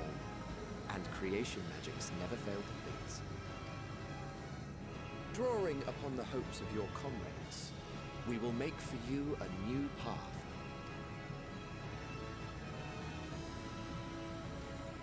What form said path takes depends on you. So focus.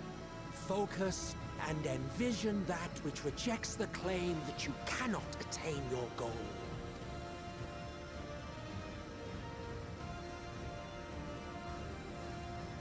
Manifest. Manifest. Manifest. Ours Manifest. is the wisdom to weave the fabric of reality. Ours is the power to create.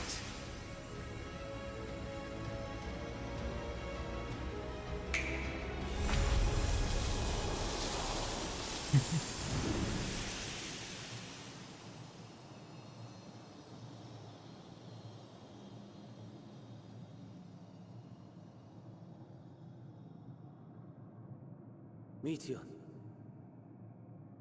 though I gave you these wings to soar the heavens,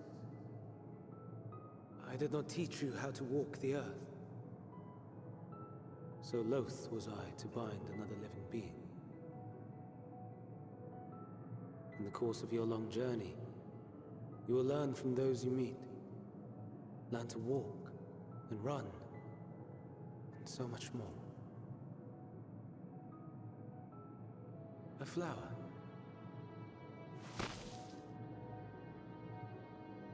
Yes. Upon your return, I will gift you a beautiful flower.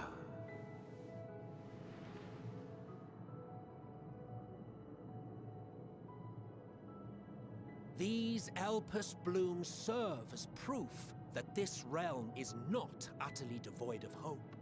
No more can you deny its power. No more is yours the dominion of despair.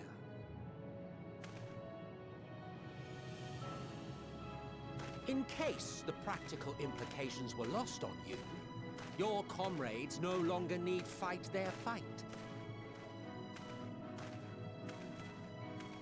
So go on. Call them back to your side.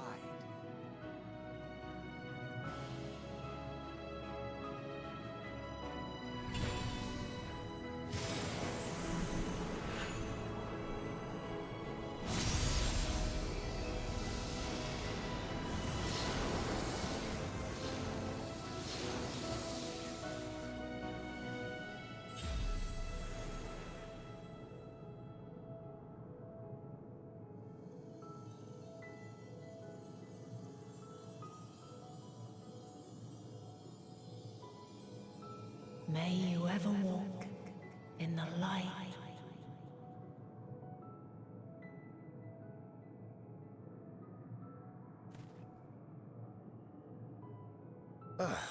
How disappointing. Not even a single scar in the making to brag about. You'll find a way regardless. Honestly, this is far more than any of us could have hoped for. Let us be thankful. Indeed. That we thus stand reunited is a gift. Let us not squander it, and see that we all return to Aetheris. Aye. As soon as we've averted the final days. Good to see you again. Our heroic sacrifice paid off, I take it. Come, my friends. Let us carry on and finish it. Together.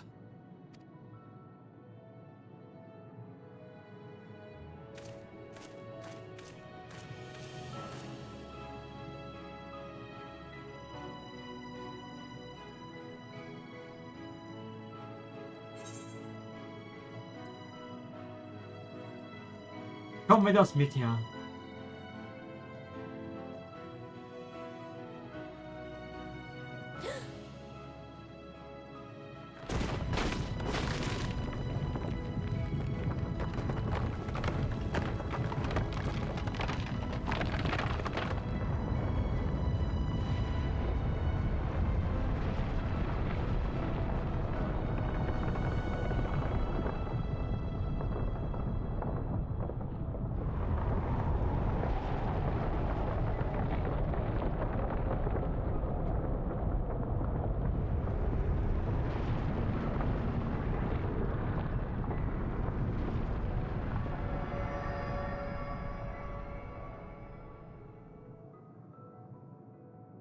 Can you hear me?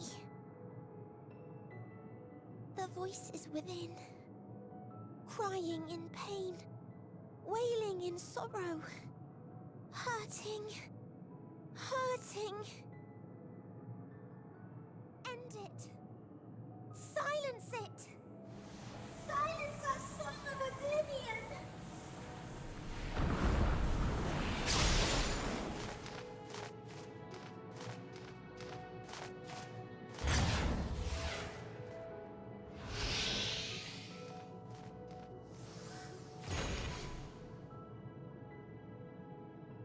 The way is open. They can proceed. So it seems.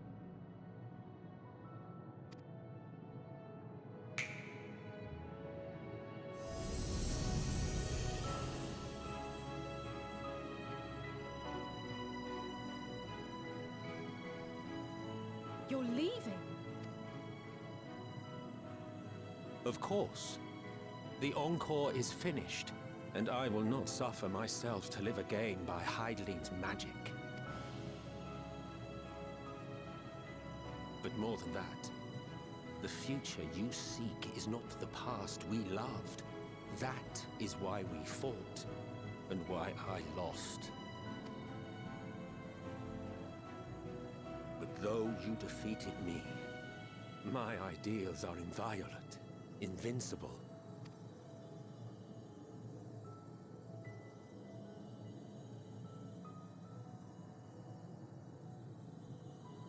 Spare me your pity. I have no use for it.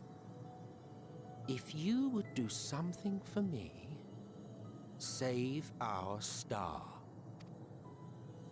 See this tale to a triumphant conclusion, and with elation in your hearts, bid the final curtain fall. Only then may it rise again, and a new tale begin, with new parts for all to play.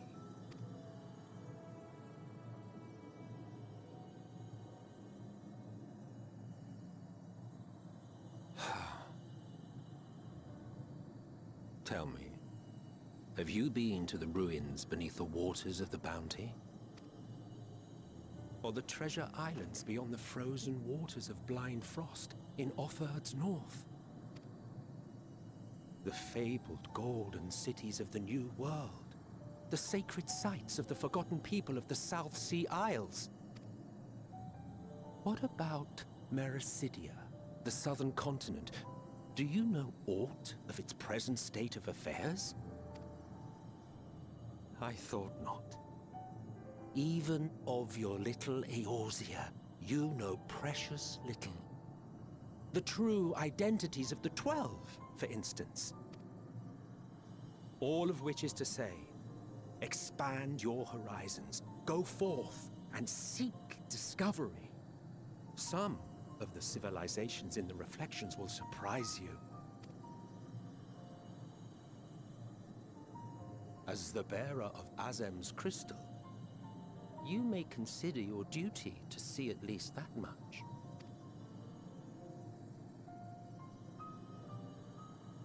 I certainly did.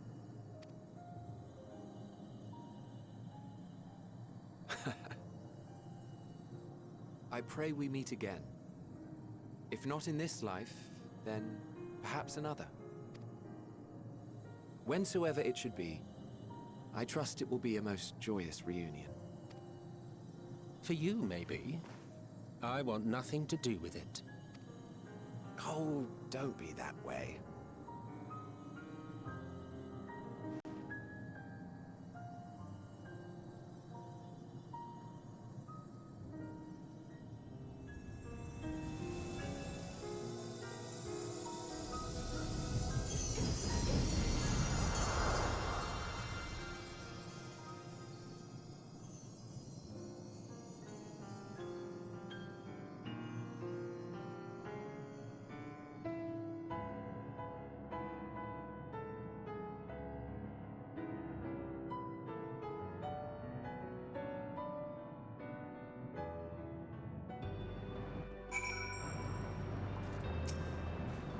I don't think I ever knew what to say to the man. In retrospect, I always felt like the wrong thing.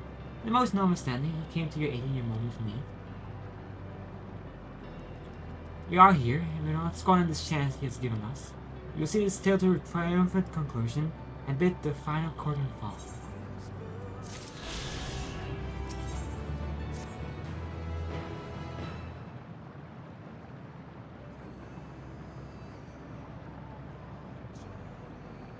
Are you ready to show us?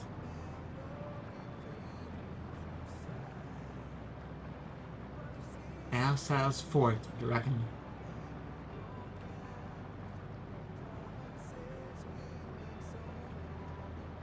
When we come this far, I know everyone's resolve is beyond doubt. But I'll say only this. Yeah, that sun swirls the emotion and millions were hoarded. The emotion of innumerable souls who strove for happiness but failed. It was the destiny of ultimate tool that bared our way, not for us to rebuke and acknowledge. It was but a passing judgment on the tragic legacy of others to be alive at this moment.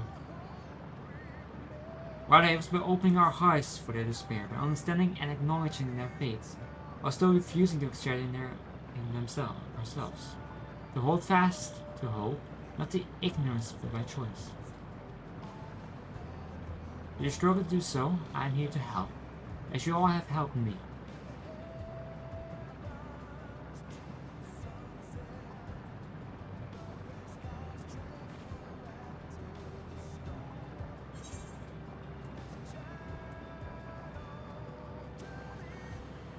Let's put an end to the end.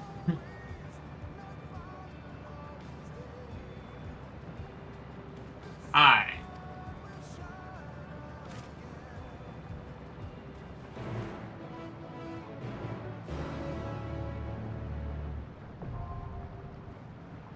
Oh.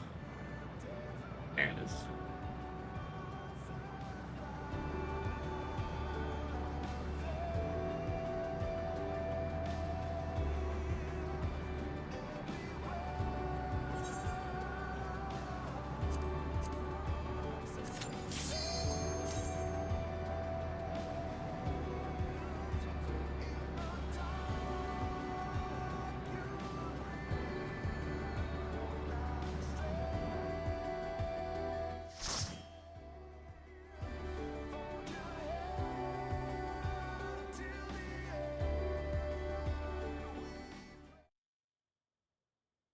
So you are finally here, in this place between death and rebirth, where life knows no dawn. Come then. Follow me down into the darkest depths of despair. You got the bird.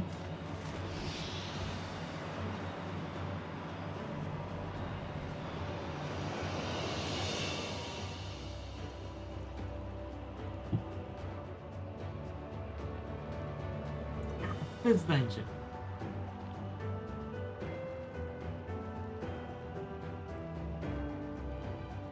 This was fun because that's the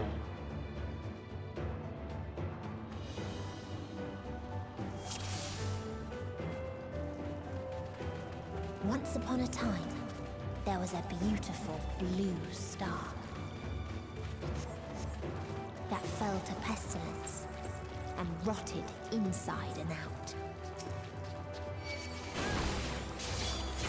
The more its people clung to life, the more they suffered. Our focus over there.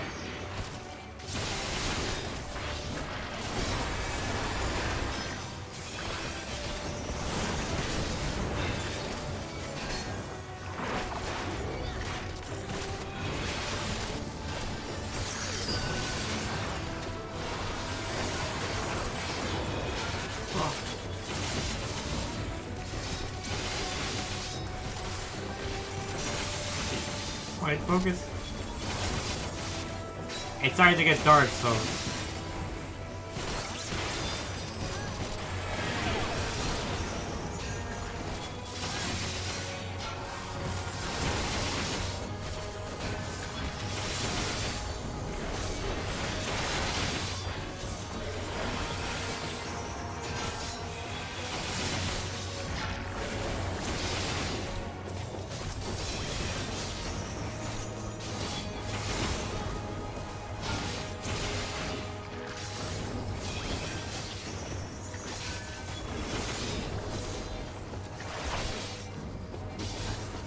Fine.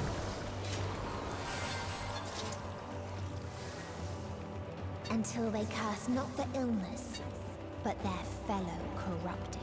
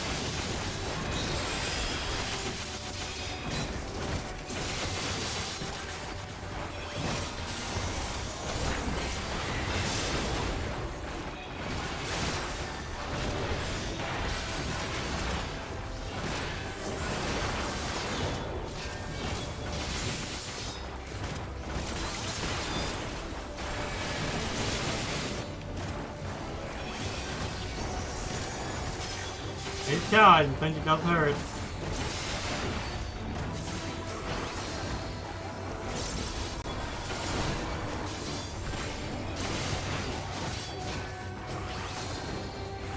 My cat really wants to be.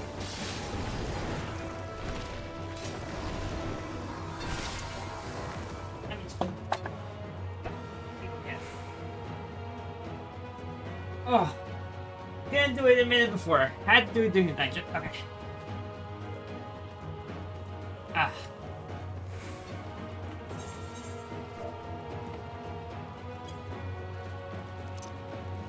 Can you move out? Those who lived, those who died, became.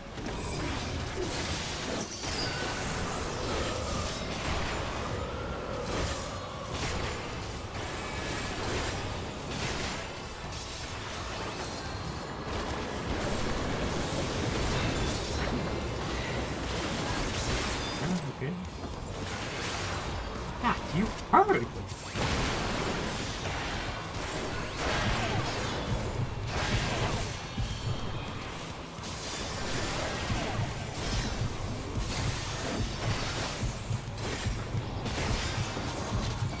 How did I have 5 stat markers?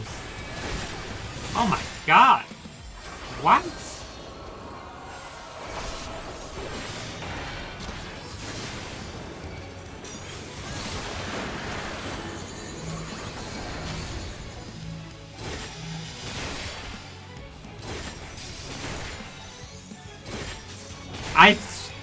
I do not, I honestly no way.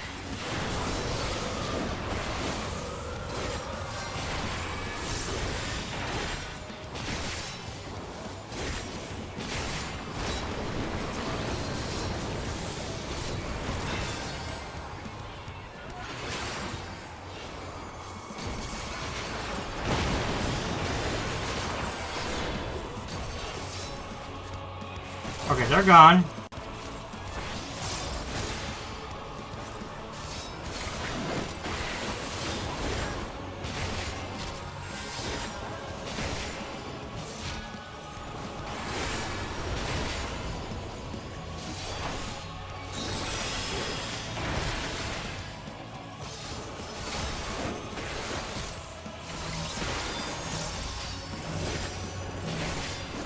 I lived.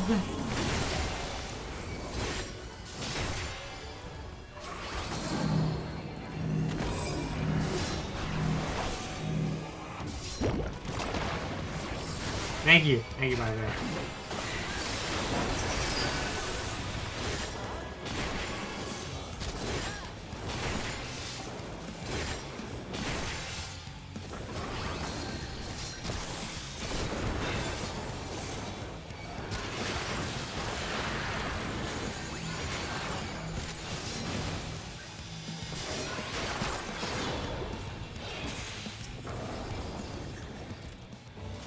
God, I need to rush that back because I'm full mode because I got 5. Yeah, there we go. I need. Do I have that? I need that. I kind of need that. I would love to have that. A brilliant star eradicated disease. Before destroying the self-same lives it had saved.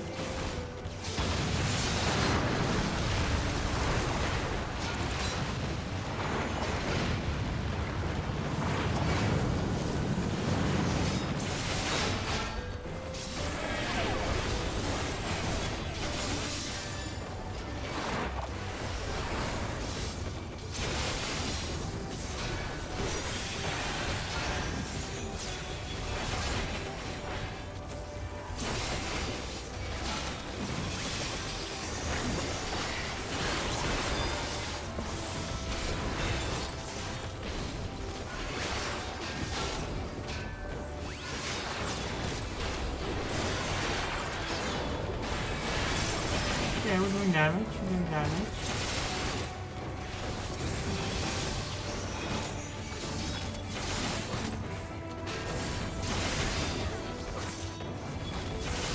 Yeah, they hurt them.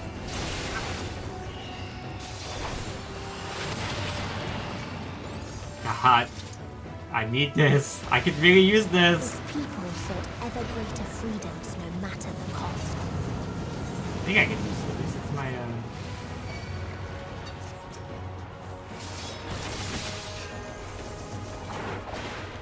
They tried to fight us with fire and steel.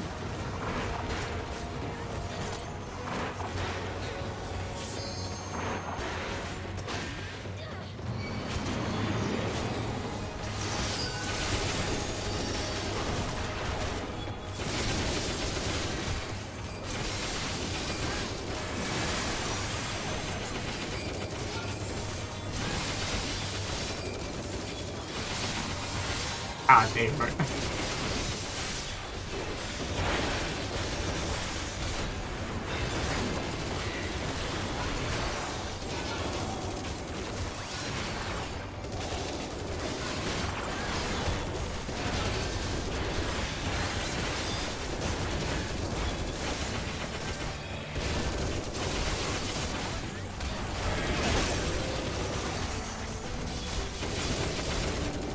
Oh Lord, they hurt. That was close, but we got it. We got it. I believe. Oh.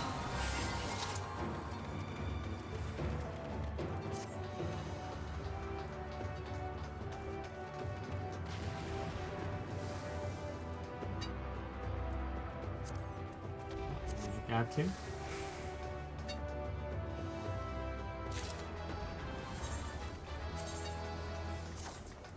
Oh, that feels good. Alright.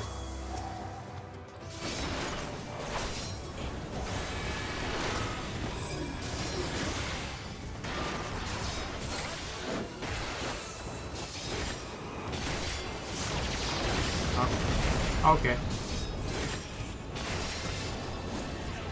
It hurts. It hurts a lot. God thanks.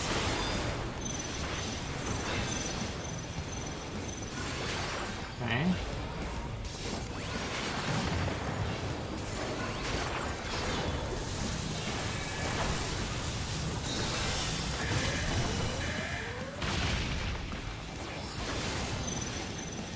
Oh, Vita died.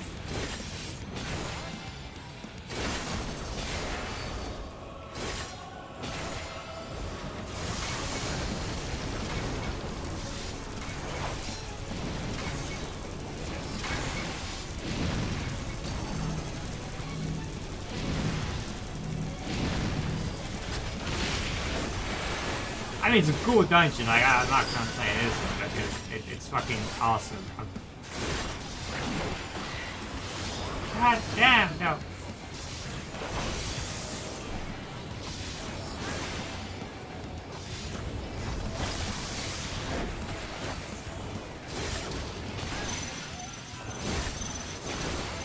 Okay.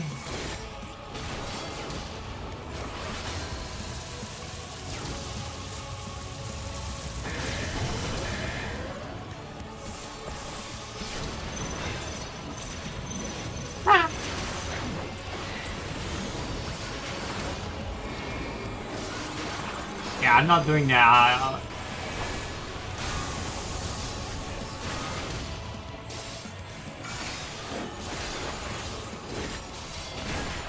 This one's gonna hurt. Woo!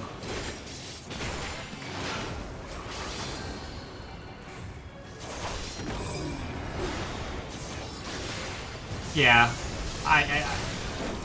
they're on the same like side as me, where it's like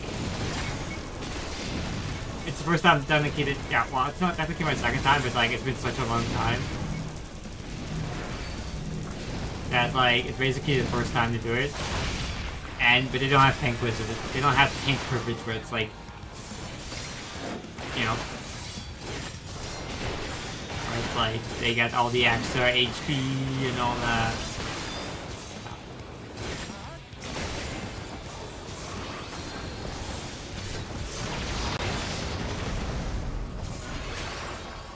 Our healer's doing good. He's doing amazing.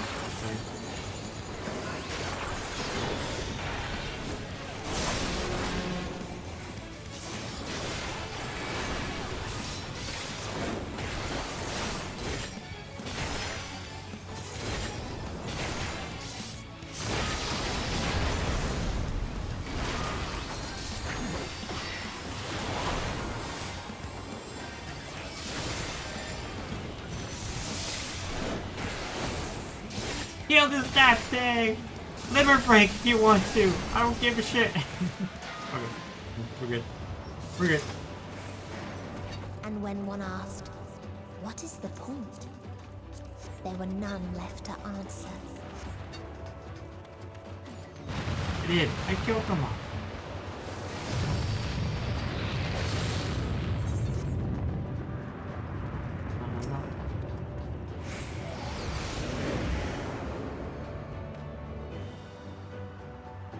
Oh, look how beautiful this is. Okay, well, I think.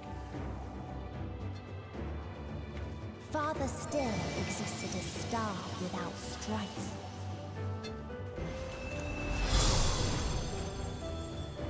Where none remembered life's trials or its joys.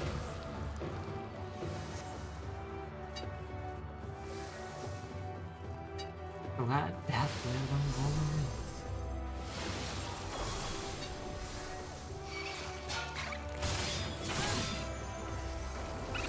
Yeah, I'm not.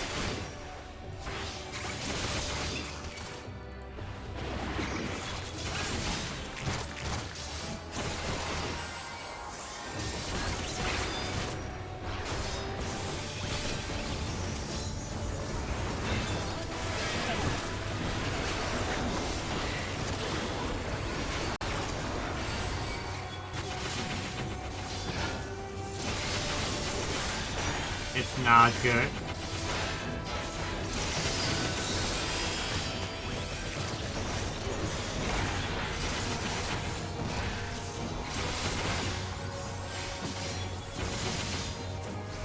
I was gonna pull a little slower, but man, God.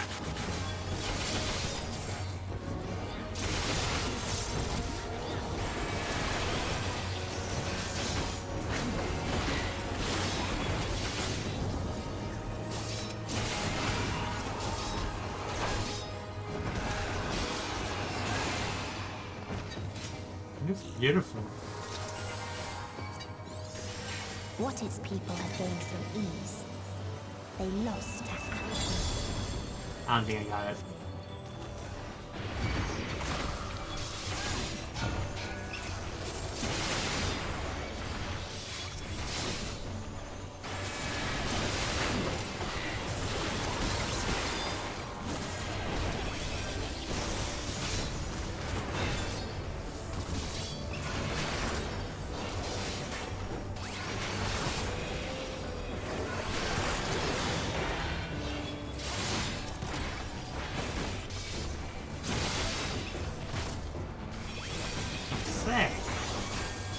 It was out of my reach a little bit.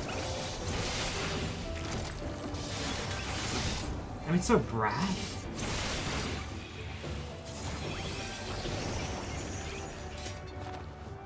Where do we go? Oh, we're going up there. Okay.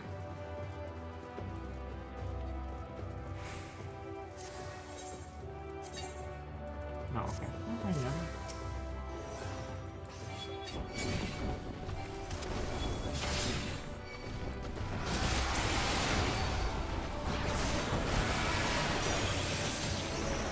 Ah!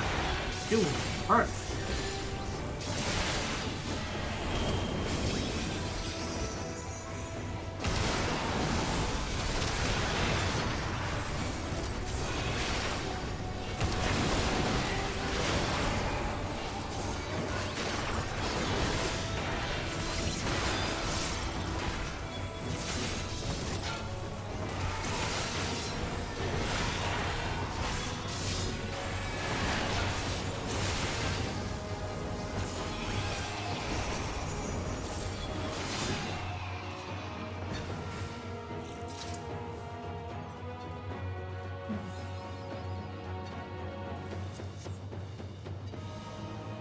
Oh.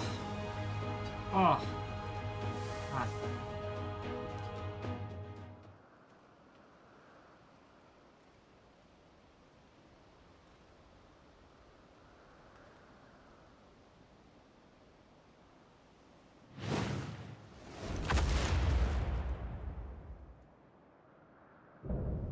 Alas, mercy. Rah. La. Rah. La. That's rah. Rah. That's so hard to say. I think it's a fun fight though. I think I remember, I might remember this one.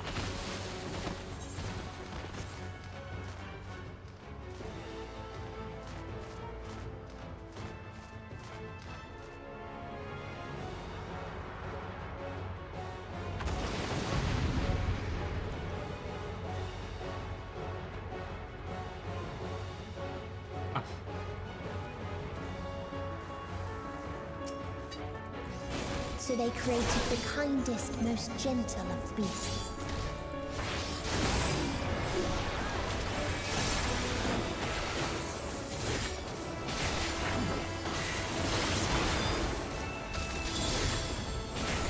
Ow! Holy shit!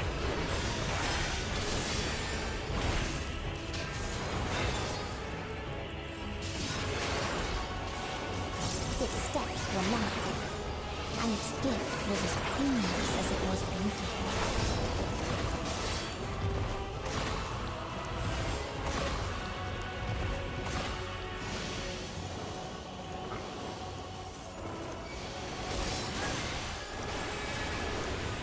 Oh no, giant!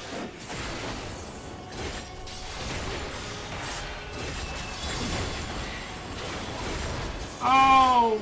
That goes the Reaper again. Bathed in its golden glow, they all slept happily ever after.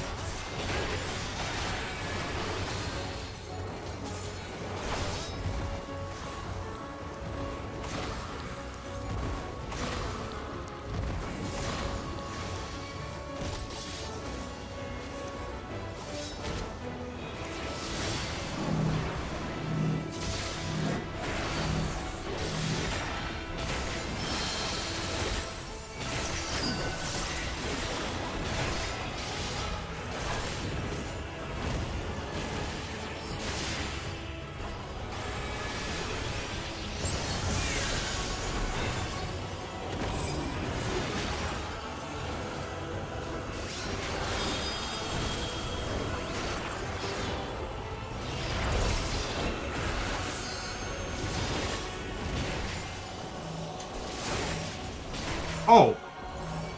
What?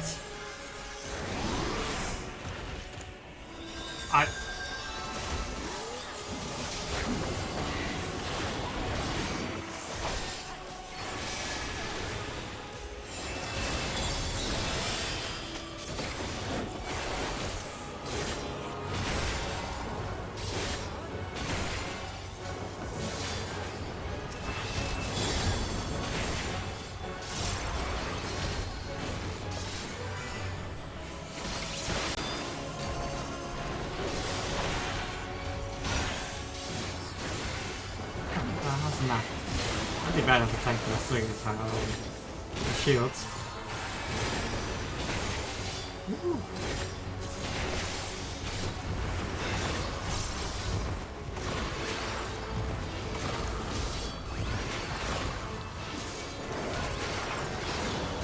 Oh, I'm dead. Oh. I live to tell the tale. I got a second mark. That was a little awkward, so like sideways.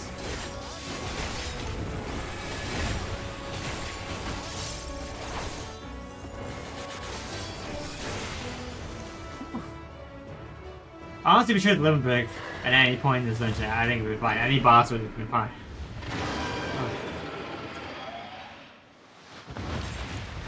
Oh. Ah, I'll give it to her. Oh, not mine.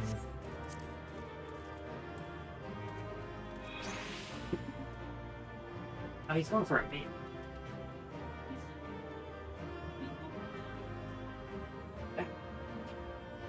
Ah.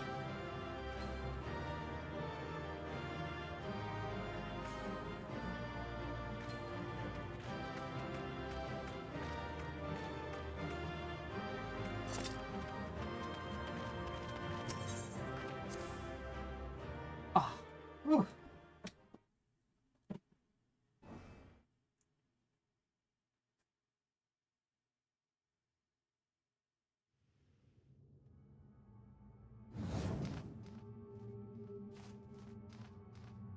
That you still stand. Your determination defies all reason. The souls within me writhe and recoil in your presence. What must I do? What pain must I visit upon you to make you surrender to despair? No one is unbreakable. What pains one may weather may bring another to tears.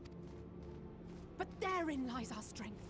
For when we fall, our brothers and sisters are there to raise us up, again and again, without end.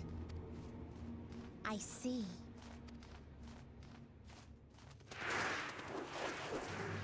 But no matter how much hope exists, ever will there be more despair.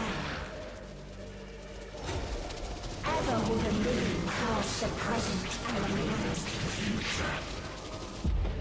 So shall sin into life ceases to be.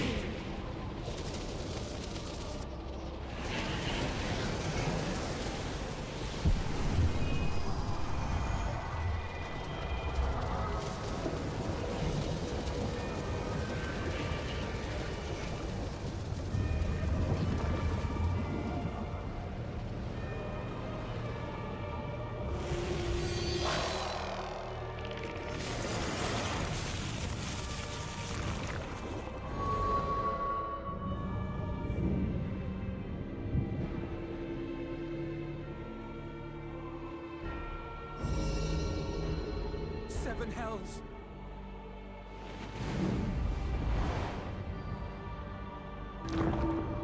On your guard.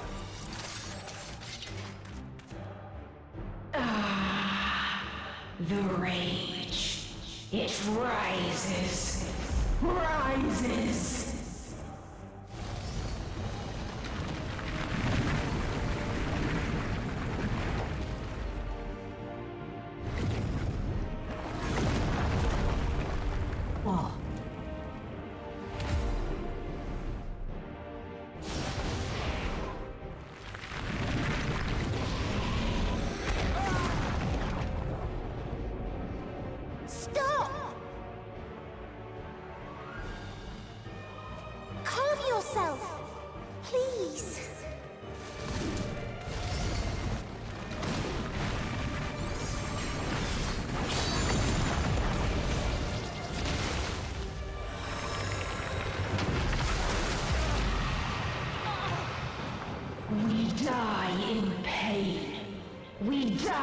in suffering.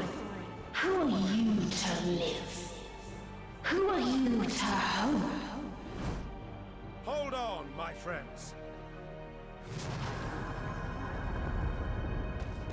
Oriange, watch out!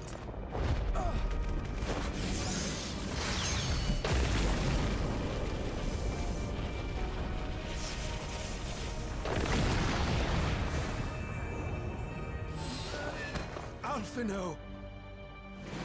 We cannot comprehend. We cannot know. We cannot know.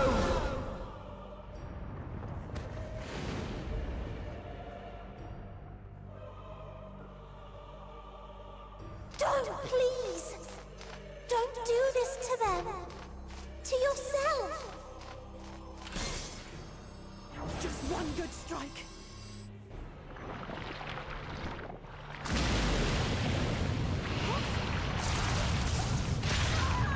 Stop! Please stop! We will not suffer alone. All will know our pain. No, you don't!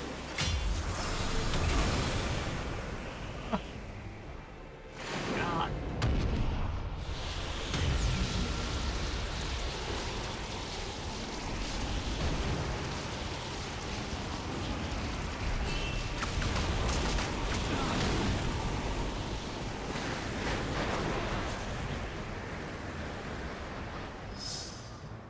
All are washed in ice, a frozen waste, forever silent.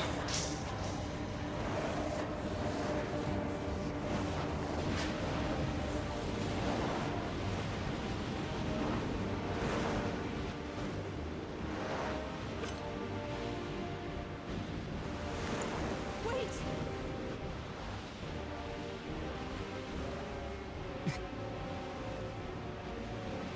Don't!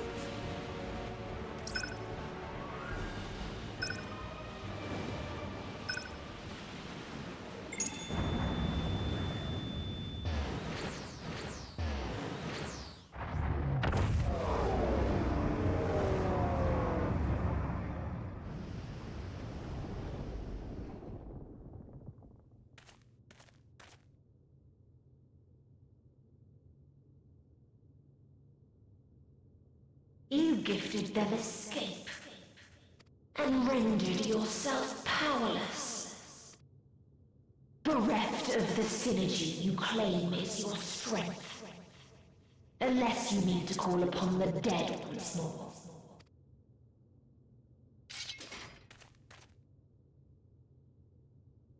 Defiant to the last, but you will be one with us ere long. You will be battered and torn and made to crawl. You will weep and wail and curse your impotence. Curse your life as it fades. As we did. As we died. Such pain and sorrow we felt. Such anguish and rage. We tried. We tried, but it was no use. Only when we surrendered did we find release. Only when we embraced death. So join us in despair and embrace yours.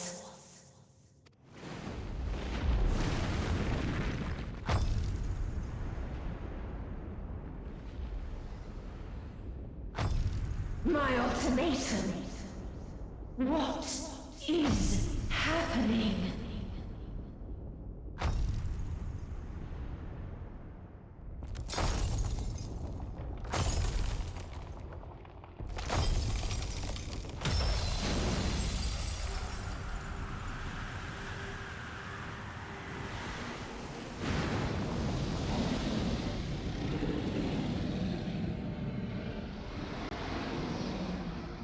At the end of everything, I find you, my friend.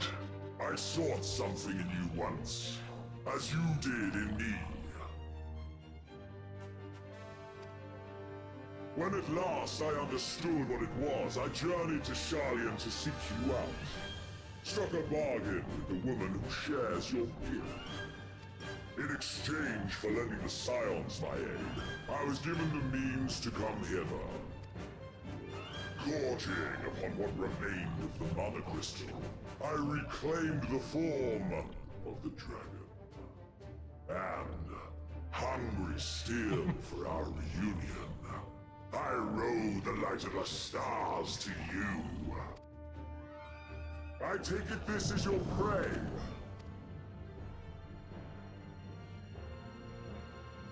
But why does it still live? Surely it is no match for you. I assumed you would be above something so banal as despair. Am I mistaken?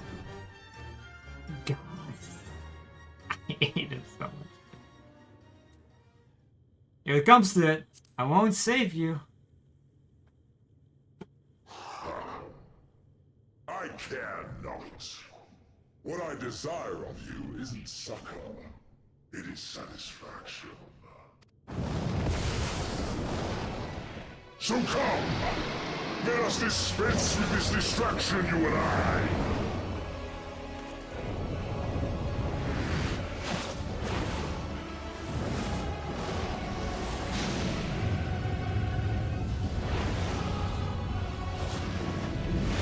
You struggle in vain. You will not silence our song of oblivion.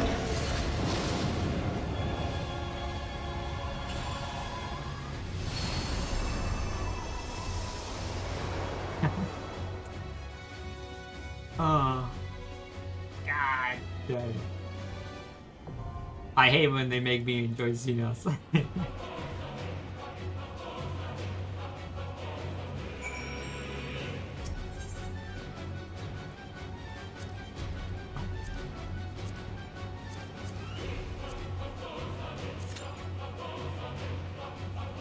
6 minutes?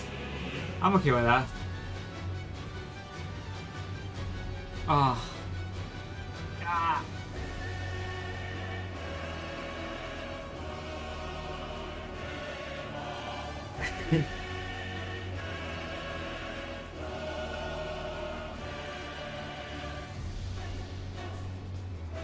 It's so fun because I don't think any other game, just by showing the game, not the people I play with, the game has made me feel like I played some games, I've enjoyed them. There's some really good games out there. They're great, right? But like one game is like Signalis, which I played. That was pretty cool. Yeah. I enjoyed it a lot.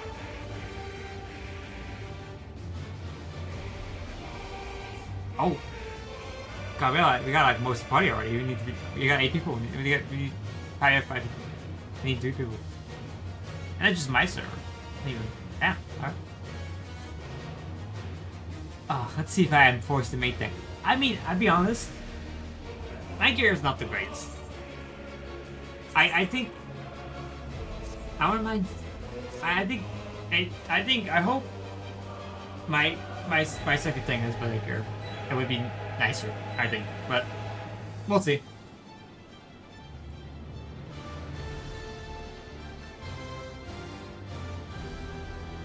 On tomorrow.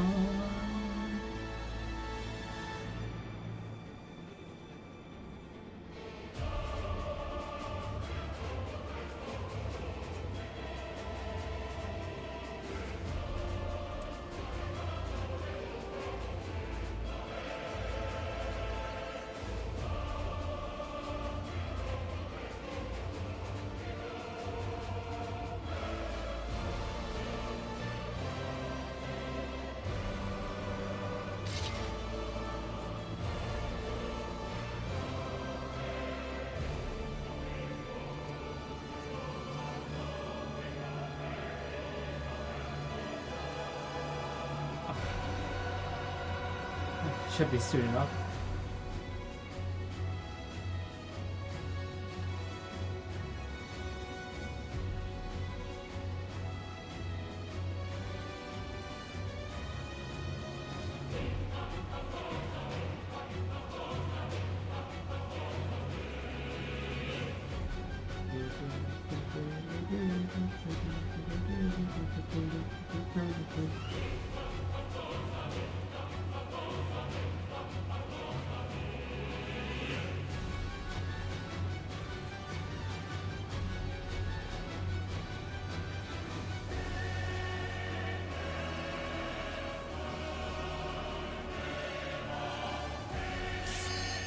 There we go.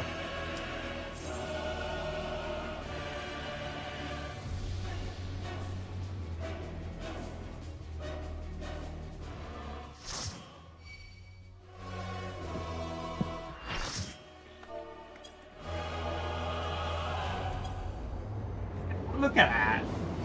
On the back of the dragon.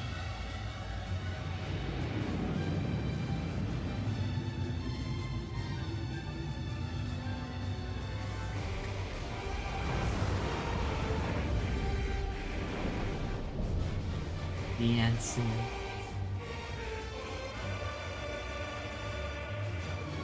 You will never reach it. Will never reach the deliverance you seek.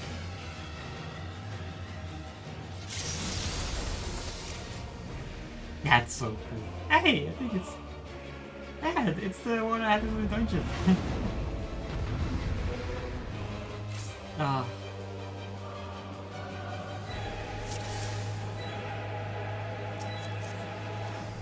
Our hunt ends this day. There is nowhere you can flee that we cannot follow. Yeah, it's very much, okay. Even stars must die.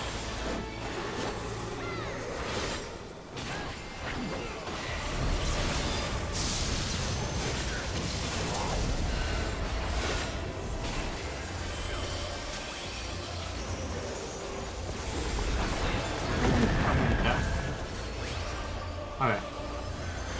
Yeah, it's so big. It's like, oh, how does the card that big this now?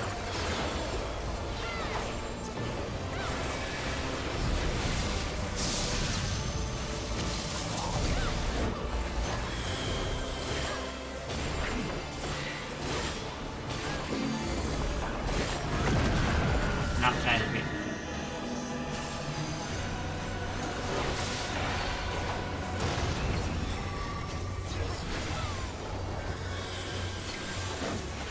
Utterly futile.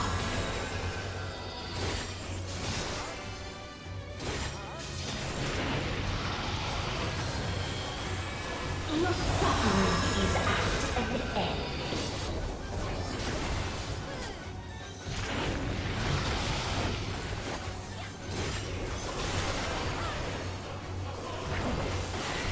This is a kindness. Okay.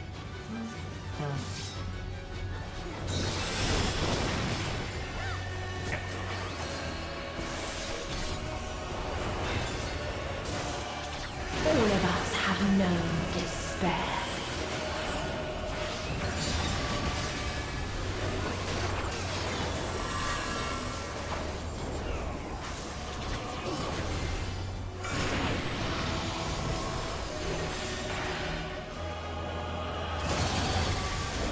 Woo! Woo! Ooh, that hurt! We have seen the end.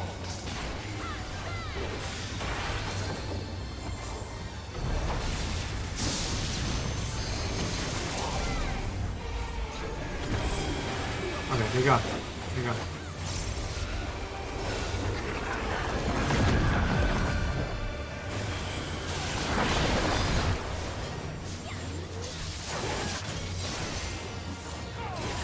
The same end.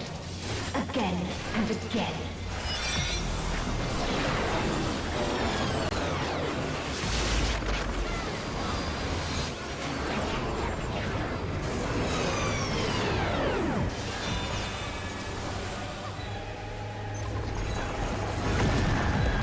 What? That's crazy.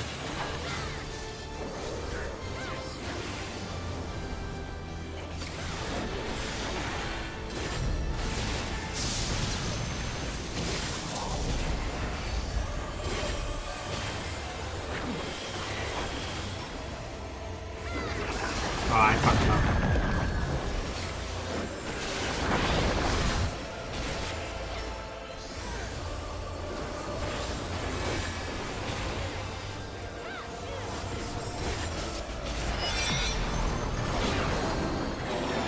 I can't zoom out though.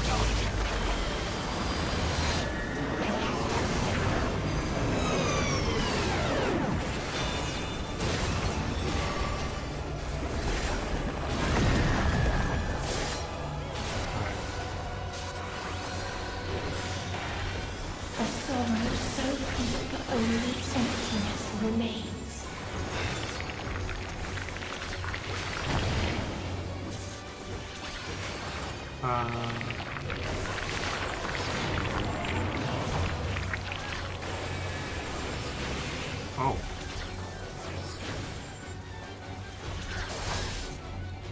Ah, stop it! Stop it! Tis so lonely under the stars.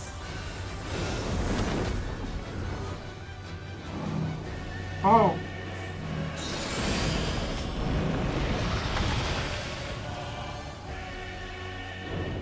Oh, there goes one of the healers. Oh! For you,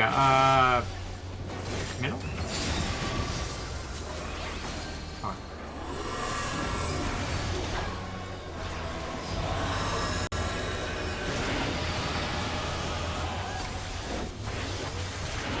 Ah. Ah.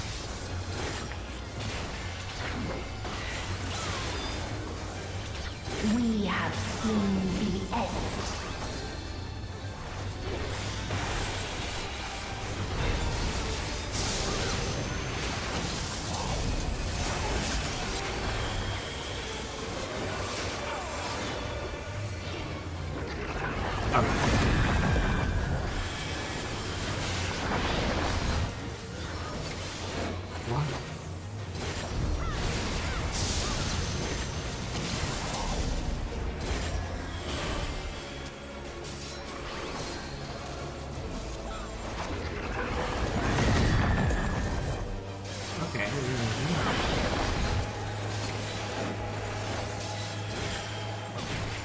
The same end. Again and again.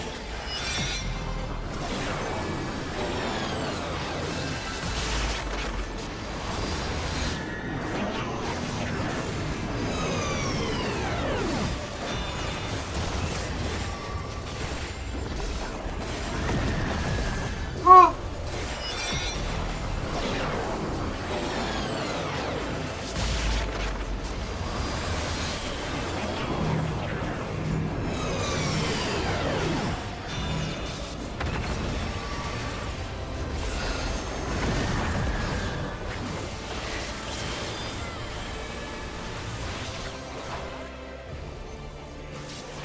This is a kindness.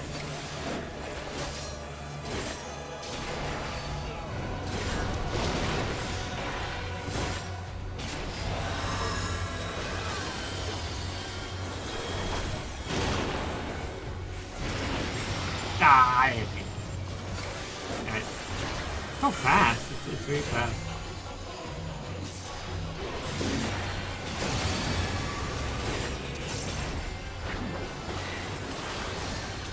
All of us have known despair.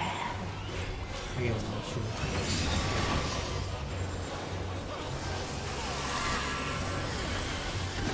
Okay, we added this. It's really fast. To the inside, right? No, no. I fucked up. Man, I thought this was fun. I Fluffy. Yeah, I mean, I'm going to the end. I can't stop. Oh. 9 hours, almost 10 actually. Oh.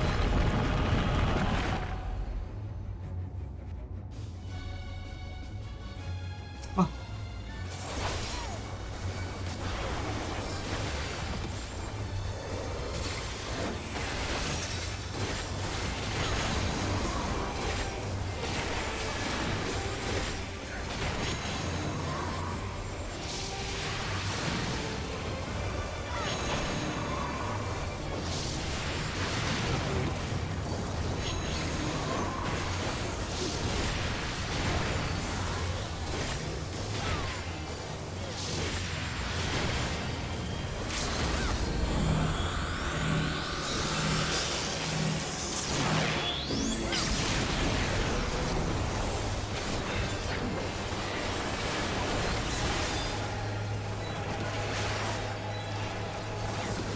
Oblivion.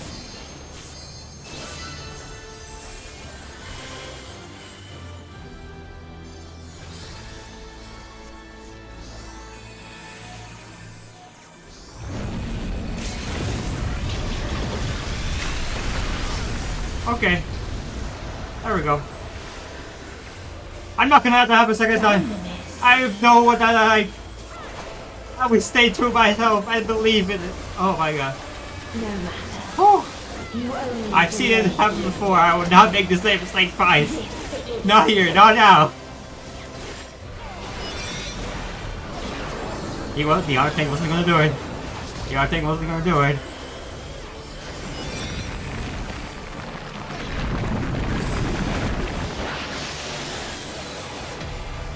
I just found me. Oh my god, that was scary. Your time has come. It always does.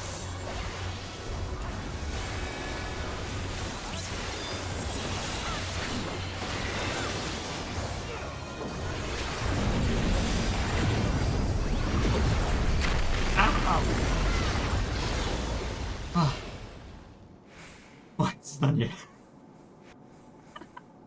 I'm going crazy.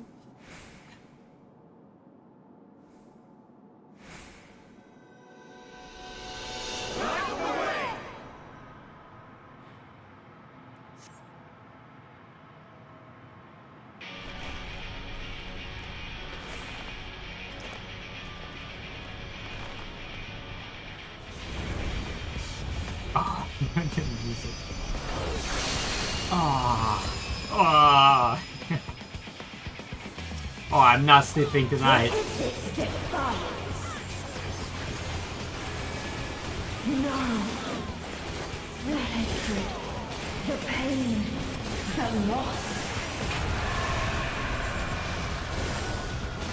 We cannot suffer it again.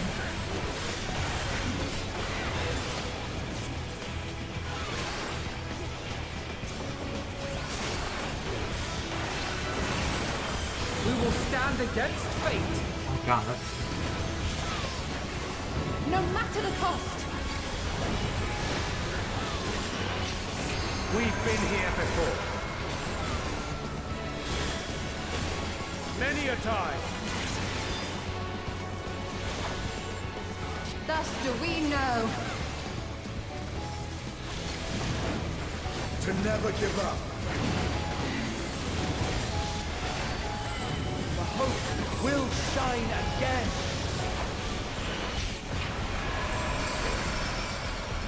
Oh, that's so much. What we saw. What I saw.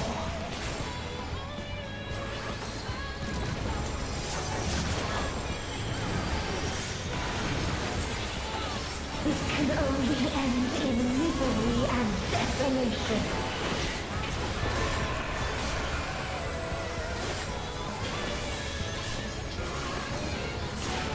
No life, no star, nor the universe itself.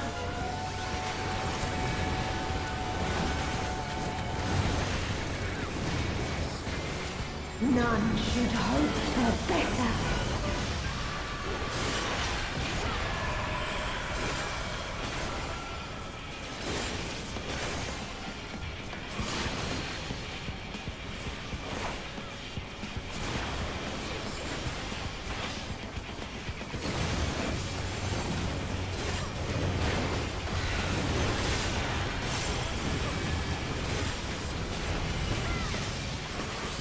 I believe now B might be okay.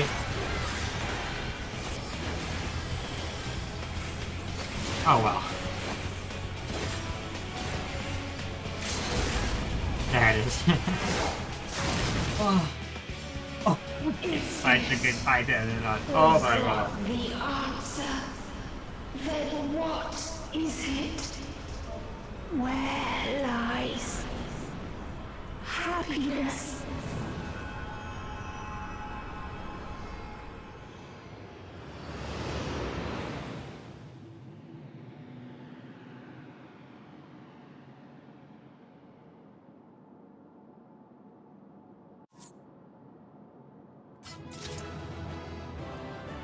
Oh, there you go.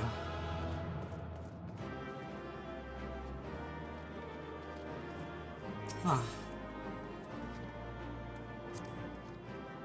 Oh, I have 4 recommendations for that.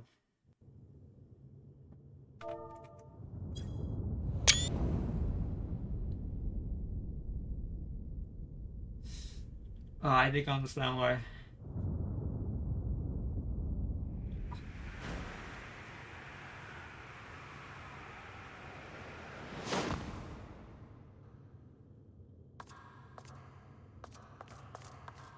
God, such a good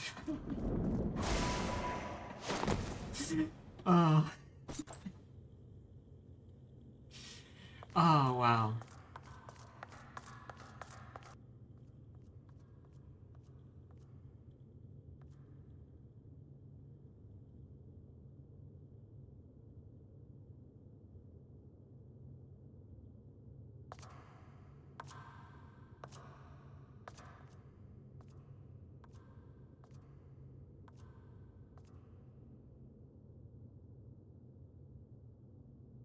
No matter where we flew, there was only darkness and loneliness and pain. We couldn't find the answers Hermes yearned for. The answers he deserved.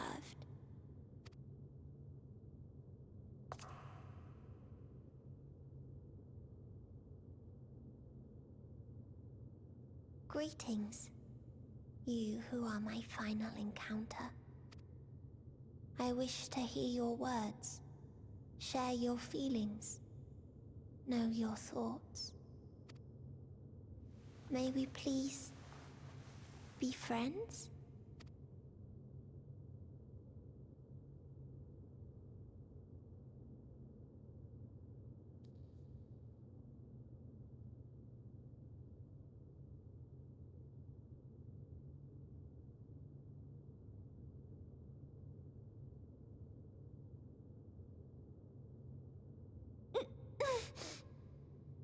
Yes, I can see them.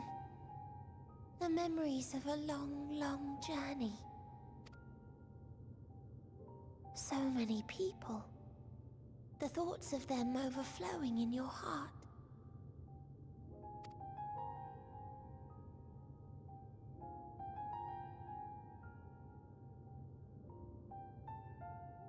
What they live for. What gives their lives meaning. There was never a single answer.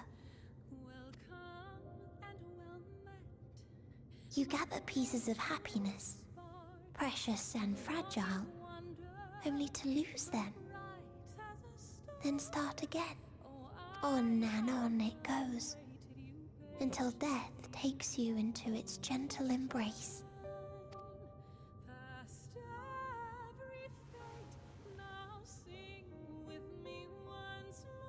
That which Hermes sent us to find was there all this time, on Atheris.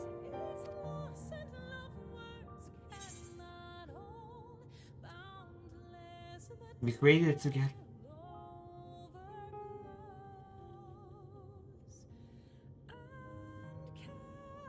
Like a field of flowers, perhaps. At first a single blossom.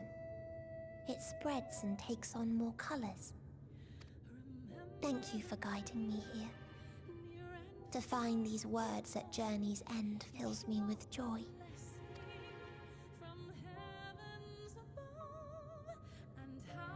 And so, before I fall forever silent, there is one thing I must do.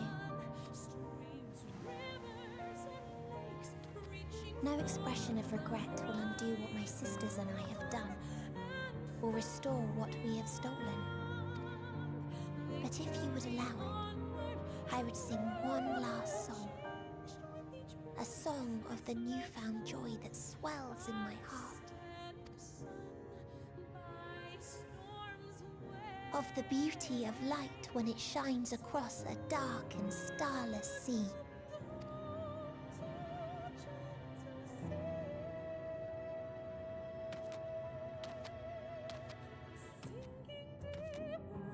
Of a dream that from the soil of worlds now lost to sorrow, life will spring forth once more, nourished by gentle rains and caressed by uplifting winds. A song of hope.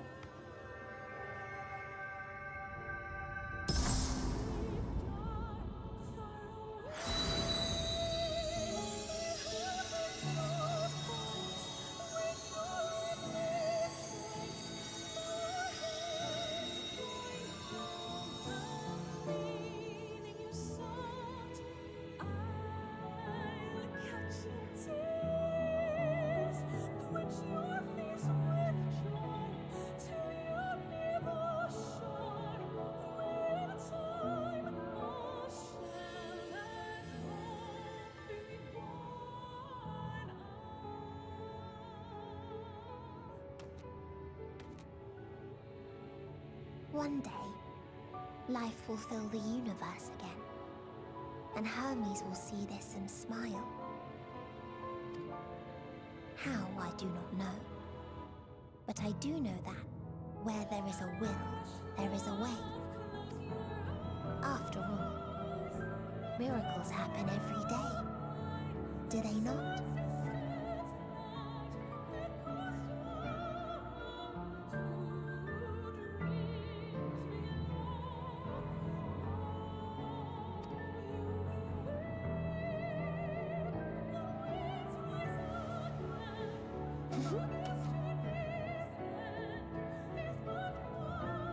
I will create a path back to your ship, where your dear friends await.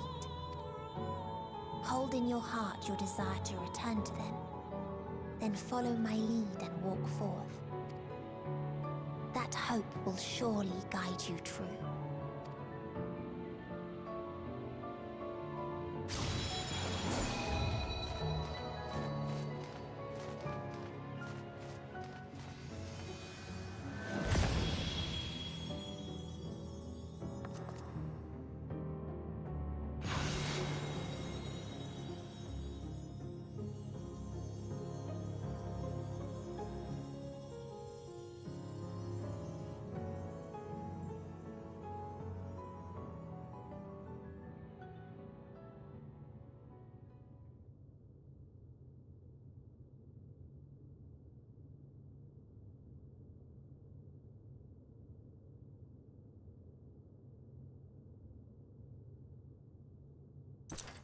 You mean to return to the world where you are hailed as a hero.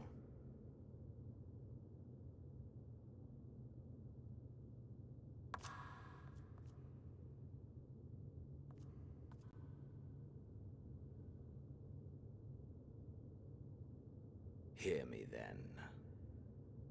Not as a hero, but as simply you.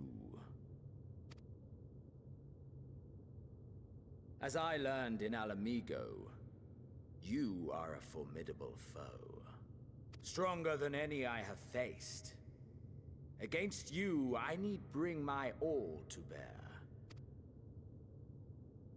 I need burn through the candle of my life. This is the sole pleasure I know. And it is the sole pleasure I have to share.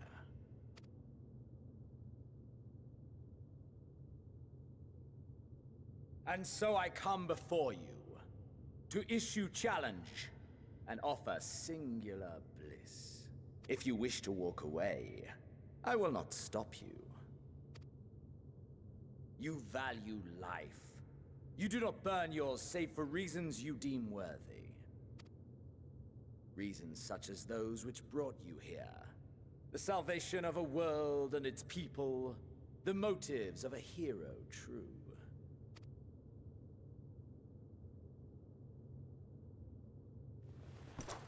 But there is more to you than that. You know this to be true. As surely as you know the thrill of pushing your body and soul to their limits. Of confronting ever mightier foes, dancing ever closer to the precipice, wondering if this will be the one to finally fill the void. Such pleasures you seek for their own sake, and no other reason. Is this not so, adventurer?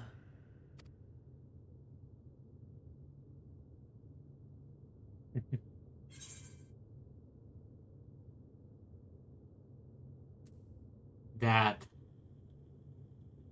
I can't deny.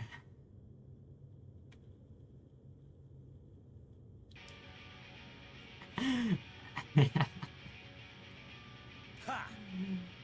Acceptance! At long last!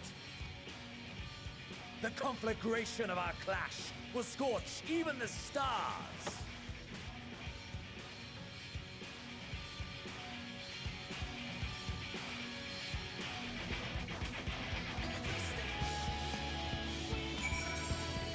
I Yes, let's do this.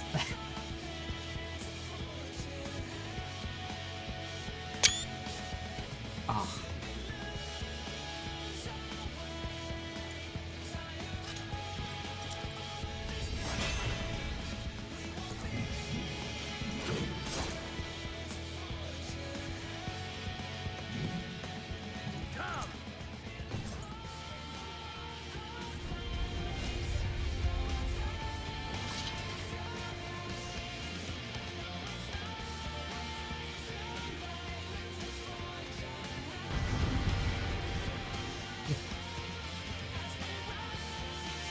God, I love these games.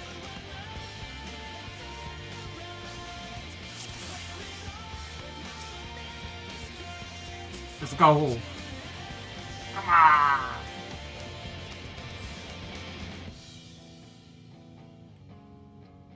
So once bladder, your power swells.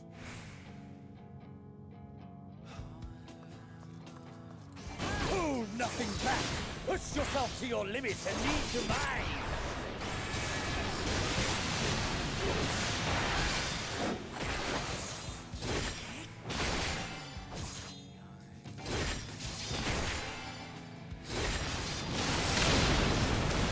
Ah, I see. Is this truly the best Heidelland's chosen can master? Shit, don't ignore me now, huh?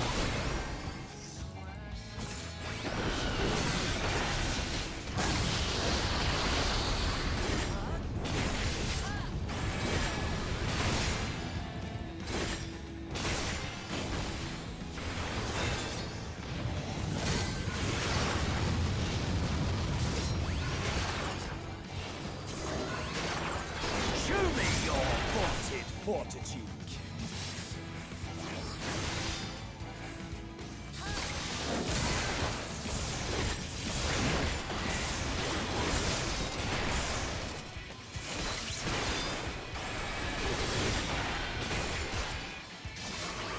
Soon you will know the full extent of my power.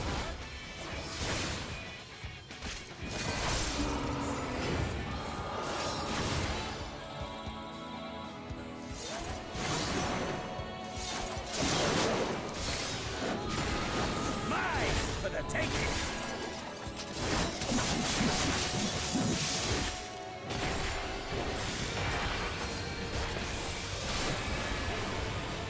Mine for the taking. Test of your free practice.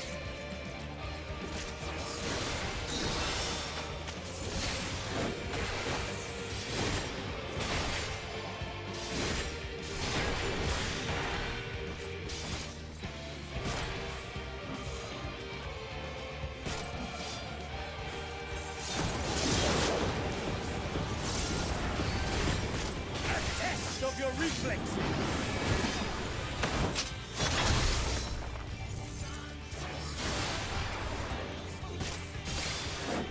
I guess it's not fair, I do that.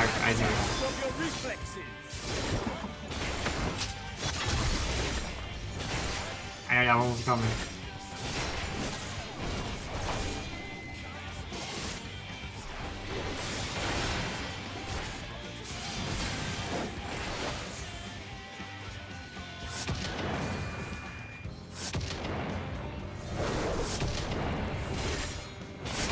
Mine for the taking.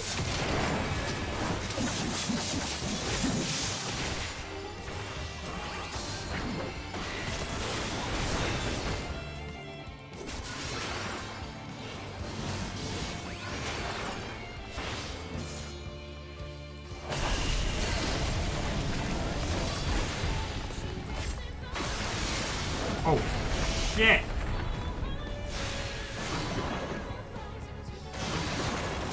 Oh, that was a dodge. Of your reflexes.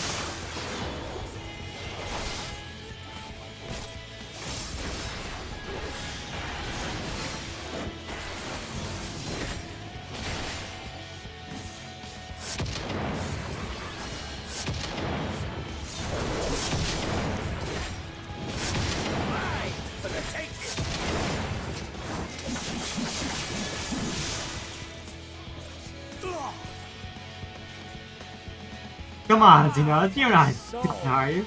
How burns! Wow.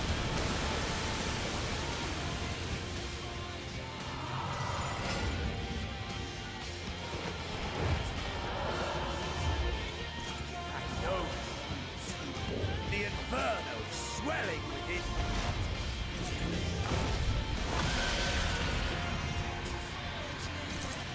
Come! Let all creation be consumed by our ravenous fervor! I have you!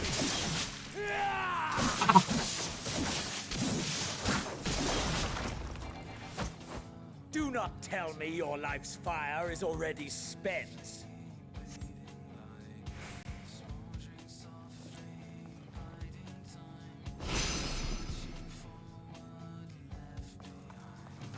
Yes, yes! Rise once more! It mustn't end yet!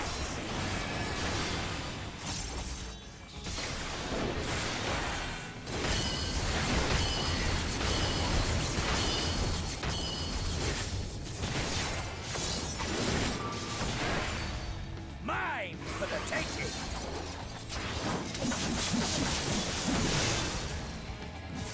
I have you!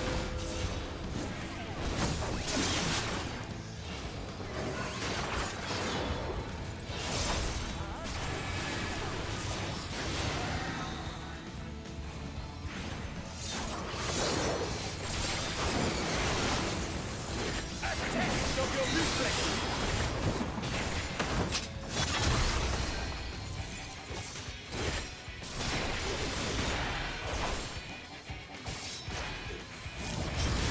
Show me your vaunted fortitude!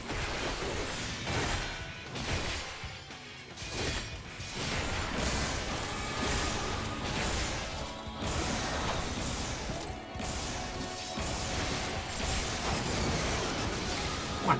Mine for the taking!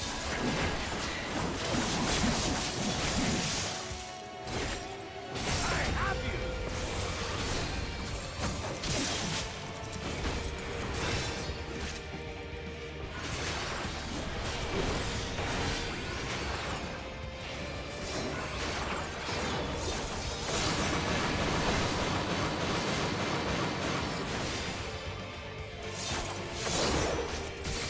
Mine for the taking!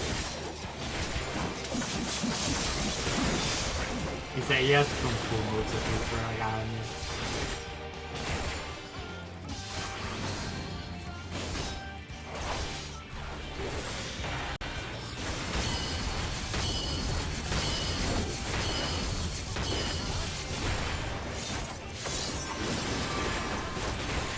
A test of your reflexes!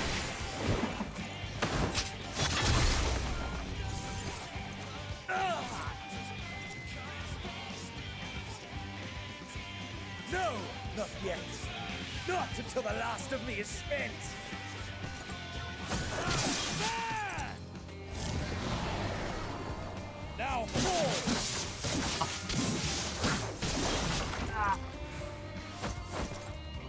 This is my moment! Our moment!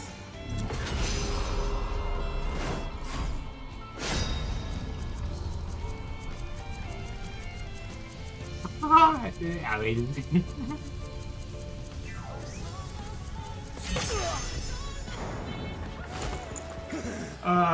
Such a fun night.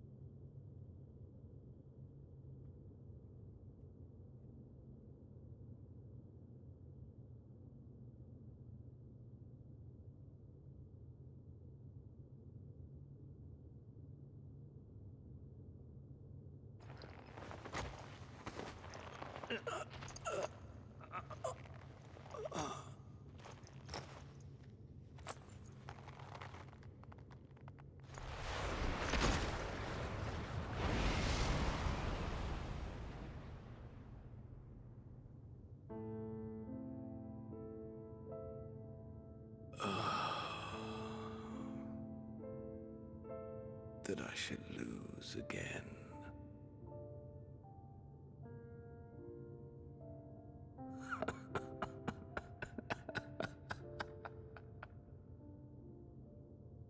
How disappointing.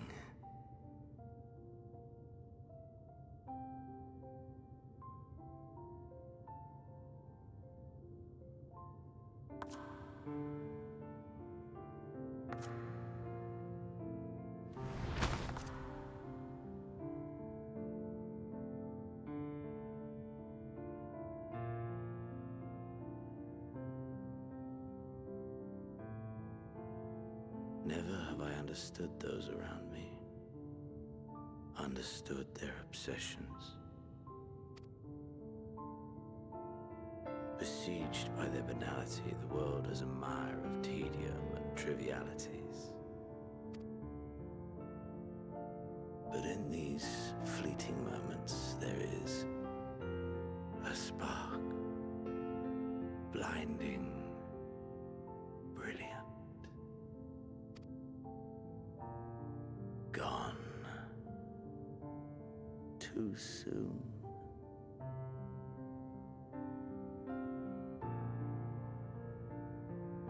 What of you, my mirror? Born into this world, bestowed name, bid to seek out strife and adventure.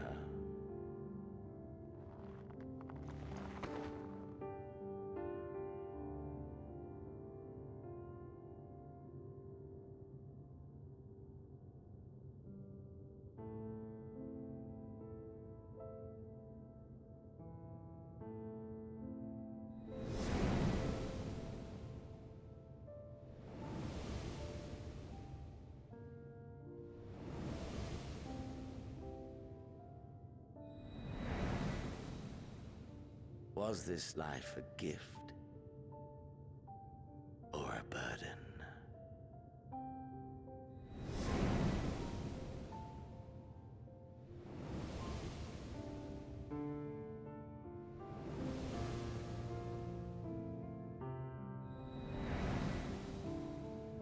Did you find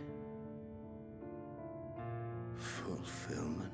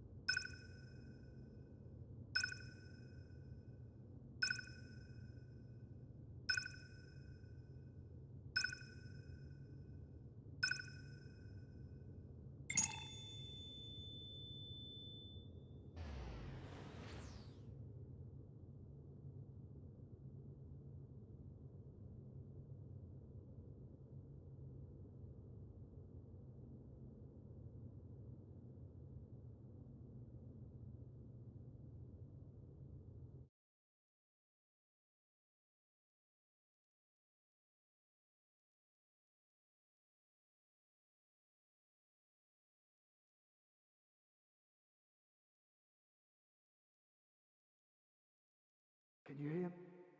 Safe. Must tend to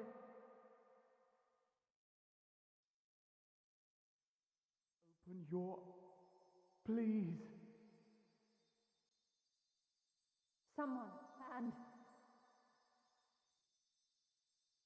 Please.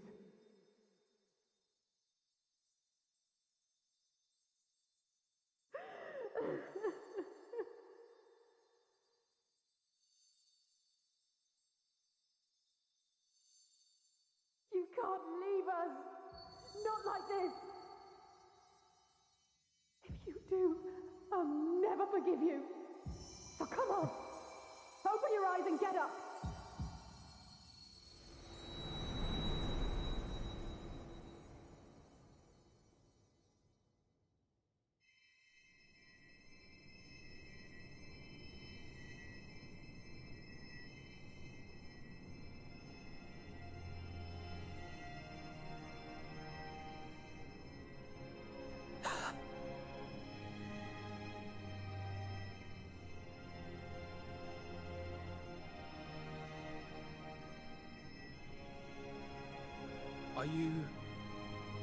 Are you with us?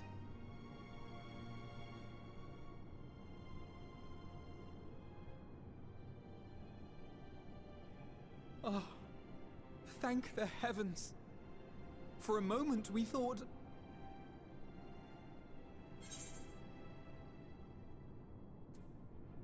Everyone alright? After what you've done, you're the last person to be asking that. You... How can you keep your promise if you're not here?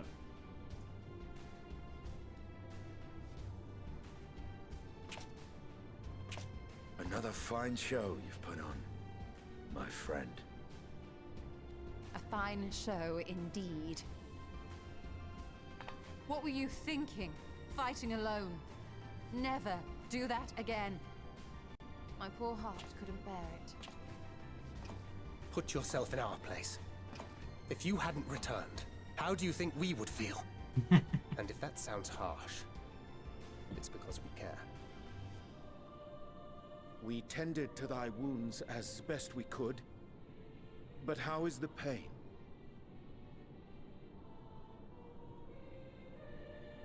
Oh, you feel that for a couple days. Maybe a week or so. That is gladdening. Grievous as thine injuries were, however, I would counsel repose for a time. Gladdening!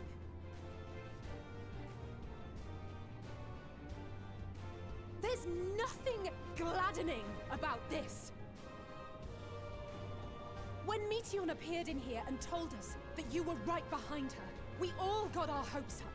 But you never came! And when you finally deigned to appear, you're within an ilm of your life. Damn you! Damn you for making us worry!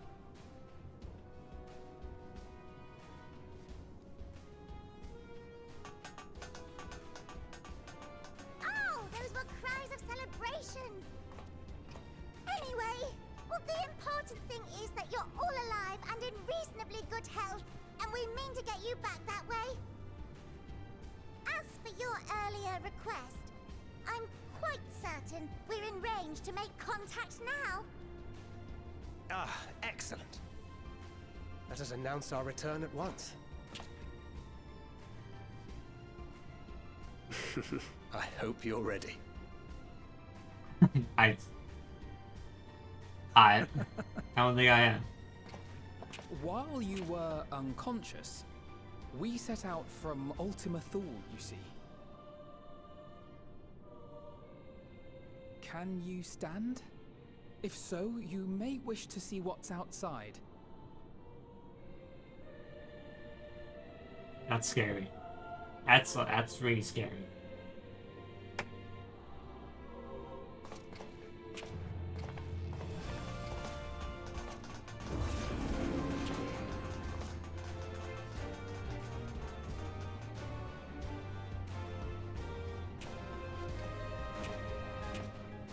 We're home, my friend.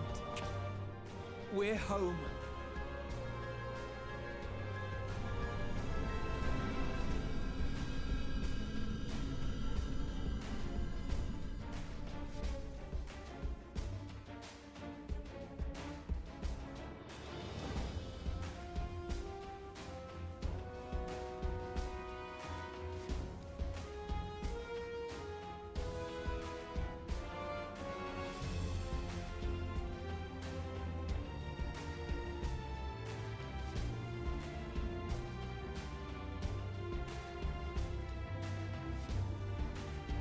I was going to the expansions again. Now, I guess for second time. Some moments there for first time, really, because that was really, you know. And there are some weak moments in Endwalker, I won't lie. But the end just is insane.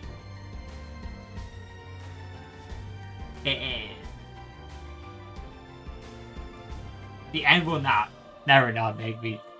It's just.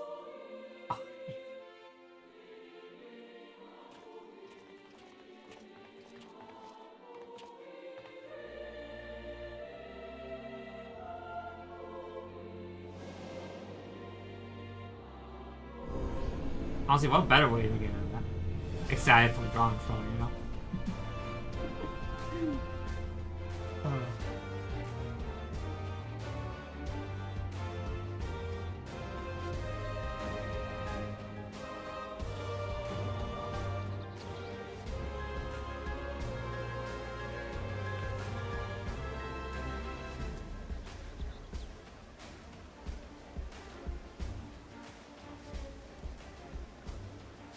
Is that?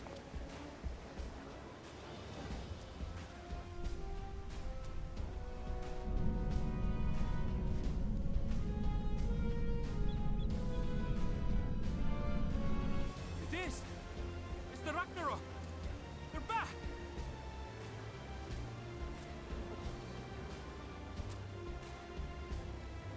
Thank heavens. Truly. They've done it! Welcome home. Yes!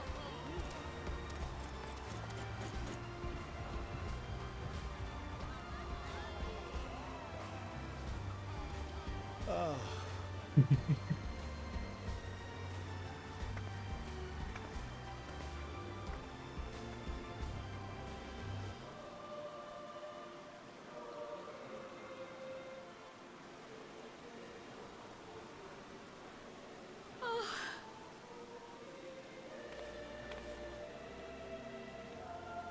Welcome home, everyone!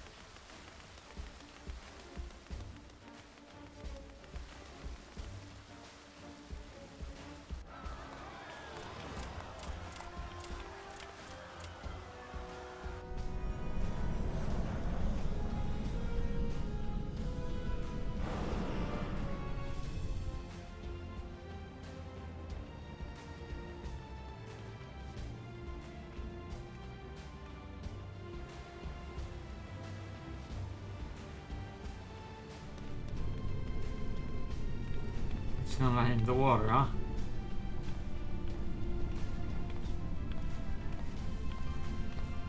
Welcome home!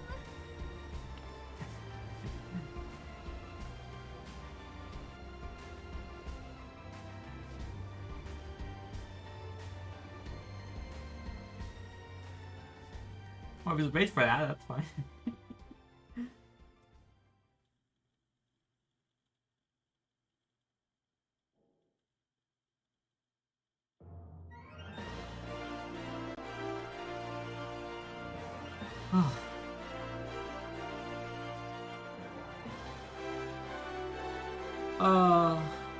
What a game.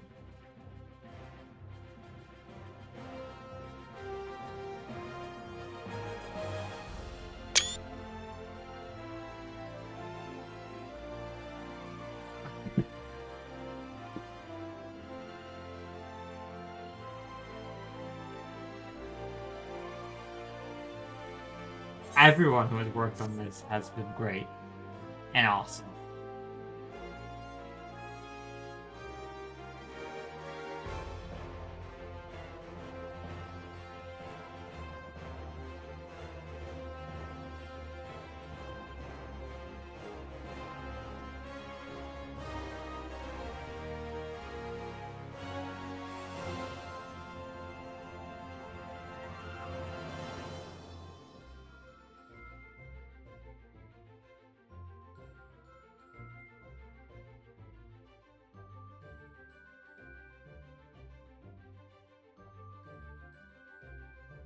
you soon.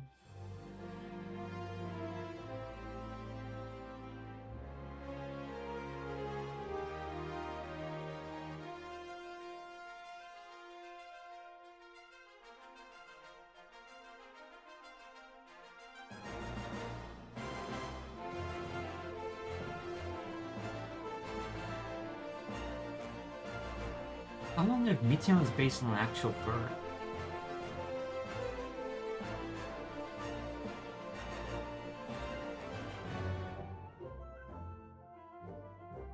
Soul bird.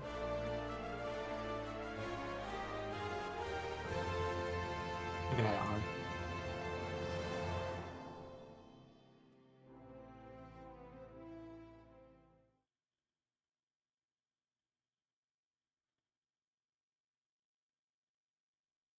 Dearest mother, dearest father, this letter will be the very last that I write to you from the rising stones.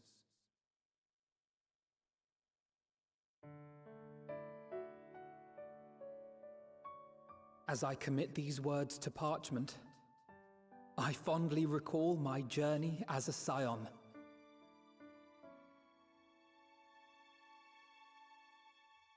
From the time I first walked into the Order's former halls, to the time I set forth to forestall the final days.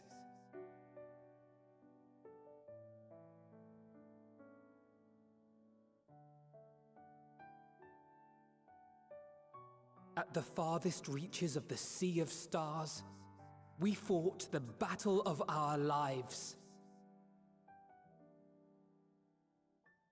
Fought against despair itself, a veritable maelstrom of it, fed by the resignation that dwelled in the hearts of beings not so unlike ourselves.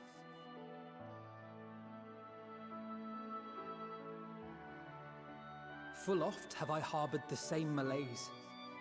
Have I been brought to my knees, crushed by the weight of sorrow and defeat, convinced that I will never rise again.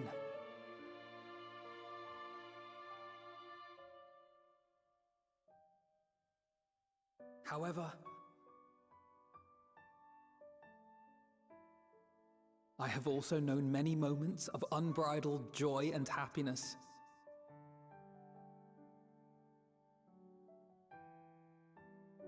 By this truth do I find hope within, blooming resplendent, like the Elpis flower.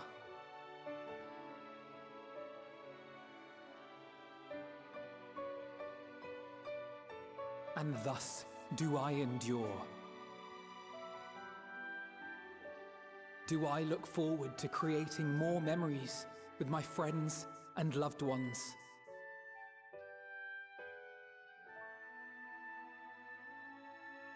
For from these fertile seeds, yet more hope shall spring forth. And they will grow to become shining lights that illuminate the dark.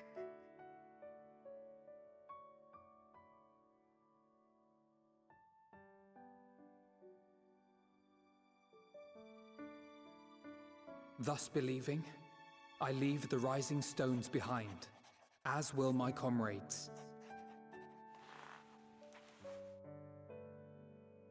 For, as we have decided, after careful deliberation,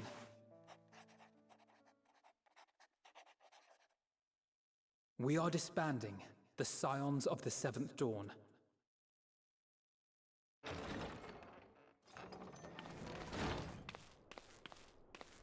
you are, Alphino.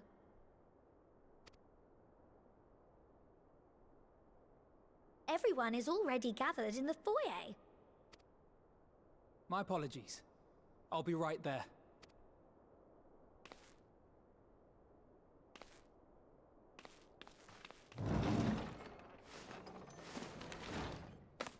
At least, that is what the story will be. Oh.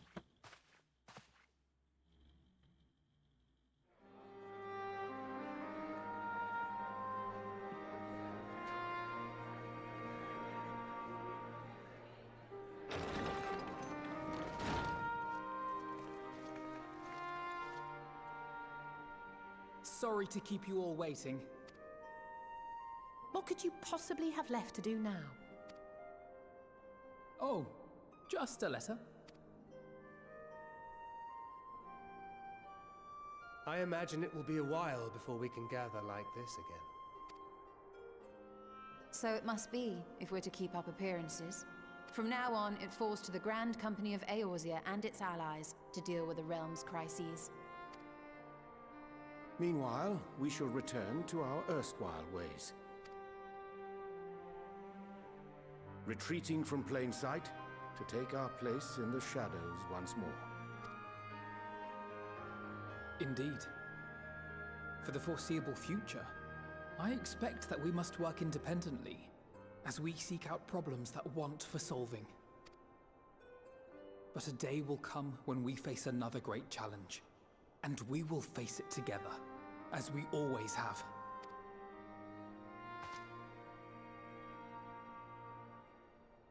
As much as I look forward to that day, I do hope it doesn't come anytime soon. Well, formal association or no, if any of you should require my services, you need but ask. I'll be glad to keep my lance arm honed. I'll hold you to that. So you had better keep your link pearl on hand.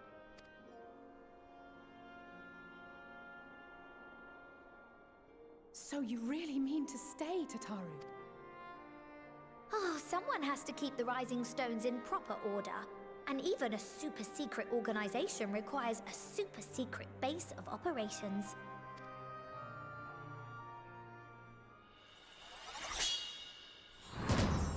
To the rest of the world, it will be naught more than a workshop for Eorzea's foremost up-and-coming artisan.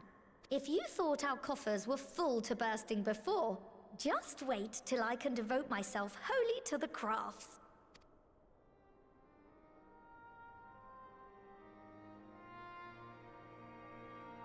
Plotting to build a mercantile empire to rival that of Lord Lodorito, are we?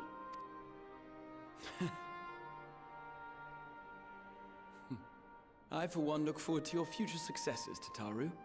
As do I our next meeting.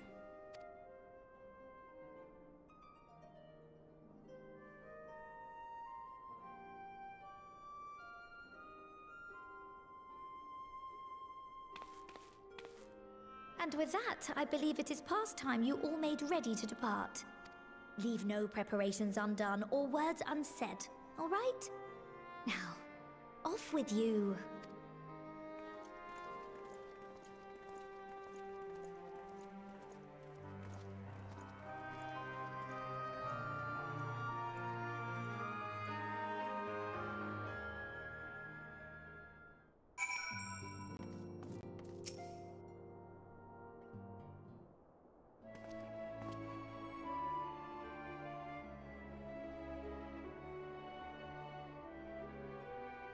Ishtar, thou hast spoken with our comrades? But his parting be not forevermore. It's not the last occasion for sorrow. I came to the Pixie's path, and navigation of such far was a perilous endeavor indeed. We did part, however, to overdose embark upon a new beginning. Though bereft of its purpose as a vessel, the moon yet remained hospitable for the creatures of Aetheris.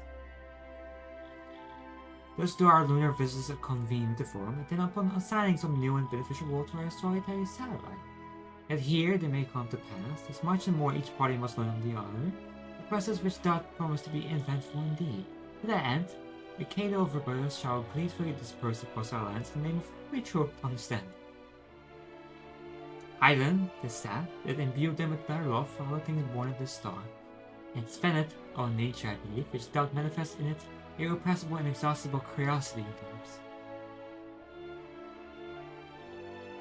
Having been the step which they strove to achieve, and wished most keenly for their long labors to be rewarded, that their abiding affection for man resulted in a boon for all. Moreover, I hope to continue our acquaintances, and share in such knowledge as they see fit to impart. You are the first to truly understand me.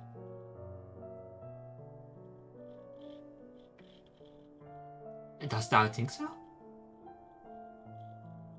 Your brothers are certainly possessed of a unique outlook, and it had been my pleasure to act as their facilitator upon this star. Yep, I might yet serve as a bridge betwixt them and our fellow man, as Mumbrella once did for me. Oh, that's what... but I shall digress no further. The day ship belongs to science, the seventh dawn, to mine incomparable companions. Oftentimes hot-minded pretensions caused thee grief, and mine actions spurred others to suspect betrayal. Yet, here amongst you I still stand. No amount of words could express my gratitude for thine acceptance and forgiveness. Thus instead I do proffer my humble support. Be it unto the deepest abyss or the highest heavens, even if I must needs founder across stormy seas, ever shall I answer their summons.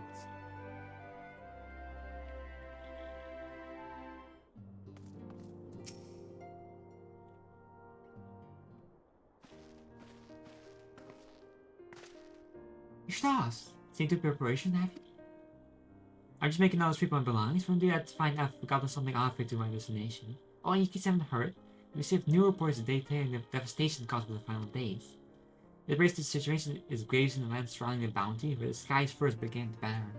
After that, the calamity was observed in the far north, in Garmouth and the frozen lands beyond. We also had reports in the heavens catching fire in isolated locations, one of which was the area in the northern empty.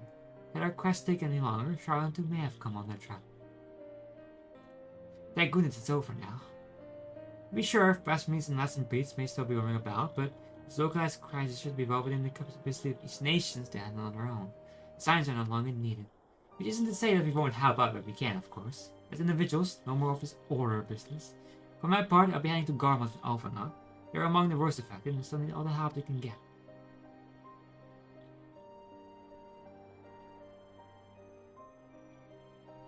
It won't be easy. An invaluable part of aiding those in need is coming face to face with tragedy. Knowing doesn't make it any easier, though. Though of course my weakness. I am the ability to fix every problem and save every lost. No matter how much it hurts, I won't give up. I'll do what I can for as many people as I can, begrudging no effort. And should I find myself discouraged, I'll remember you. Think back fondly to one of your many moments of triumph and the accompanying determined expression. And for those that still annoy me in retrospect, I like when you activate the teleporter without warning. I should you hear about me. I want you to remember me too. Remember that I'm out there somewhere, trying my very best. Think you can keep up with me?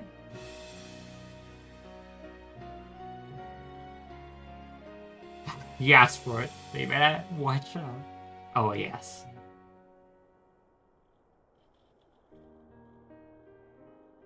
Next time you meet, I'll be fasty and blue, so don't be surprised when you find yourself morphing at me.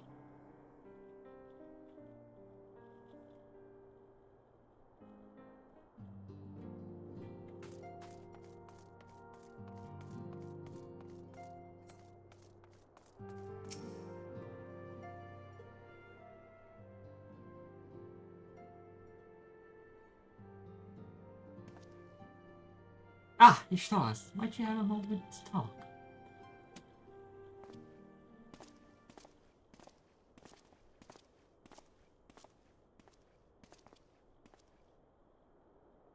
With science stepping away from the public eye, I've been left to consider new endeavors I might pursue. After speaking with the crowd, I decided to be assisting her in rebuilding the students of Baldesia. Not only am I indebted to Master Gala for giving me a new home, but had our order never existed, I would never have set foot in the Crystal Tower.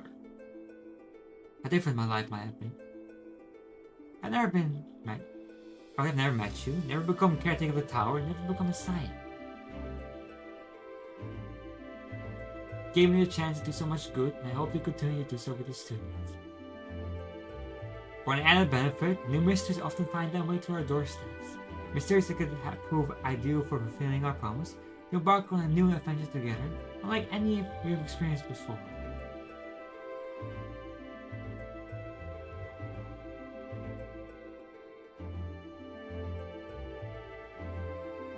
And if you have the time and the inclination, my friend, I stand ready to accompany you into the unknown.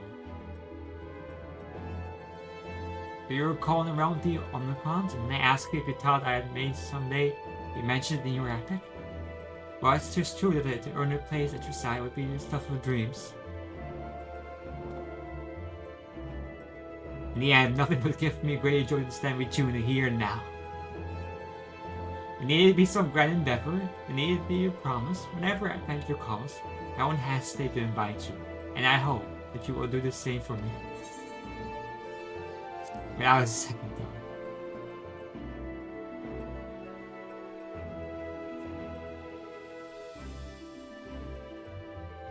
I'll hold you to that. As much as we've already seen, there's still so much we haven't. Who knows? Perhaps we will even encounter survivors of the Amazons for them out there. After all, given how they do through the stars, it isn't impossible that someone found themselves far from home. And should we encounter a wayward traveler awaiting the commands that will never come, I would bid them seek adventure with someone and with that partner find a new purpose, a new dream. Where if crystals can hold fast to dreams, why not unequals? Whenever your plans may lead, you don't hesitate to send word. Should the commission of interest come my way, you'll be the first to know.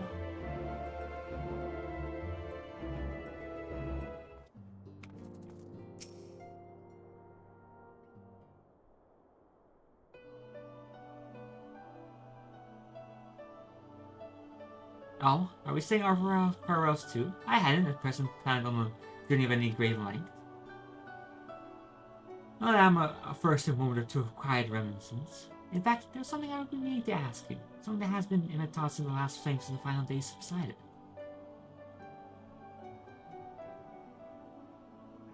During our travels, we have witnessed more than lifetime word of oddities and spectacles, one that can be easier called or remembered. And nestled among those memories are certain essential facts, the history of Iteris and the ages, glimpsing of the Ea of their culture and philosophy. Rather than simply hoards of treasure in my mind, I wonder if I should not be disseminating them in the form of records or for wider consumption. When needed, I have penned reports and prepared briefings, but ever have I balked at the idea of binding the subject to my studies in a book or a tablet. To it is given shape and interpretation, when we seek to capture it with our words, it's invariably molded to fit a narrative, no matter how well intentions in the rendering. An event is described as sad, summation which fails to express the emotional complexity, yet the word on the page of endures, a pale shadow of rarity. Throughout history, some have deliberately embellished the truth, but I admit many, if not most, deviations are the result of similar linguistic shortcomings, piled one upon the other until its end result is unrecognizable from its origin. Which is why I fear that writing and counting my own words would be akin to diluting fine wine with water. Yet even with the potential for corrupted meaning, I do of course realize the importance of keeping written records. Without them, my search for wisdom would be painful and unfair indeed. But what say you on this matter? Should I take up the quill, reflect upon those for experience only we have shared, and seek to preserve them for prosperity? Aye, let them be read and remembered.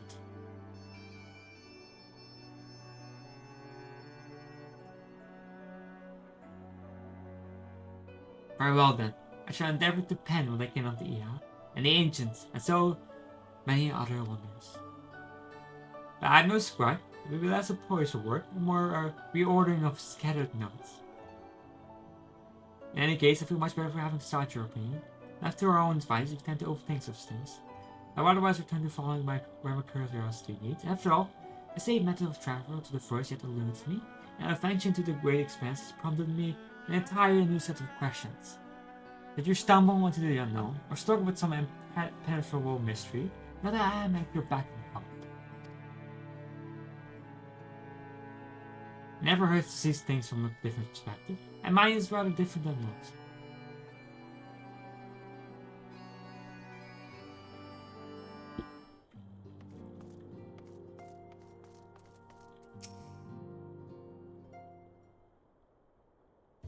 Oh, really the music?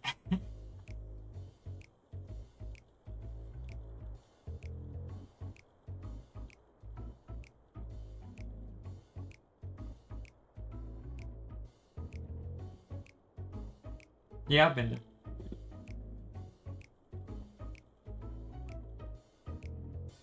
you have something to say, then out with it.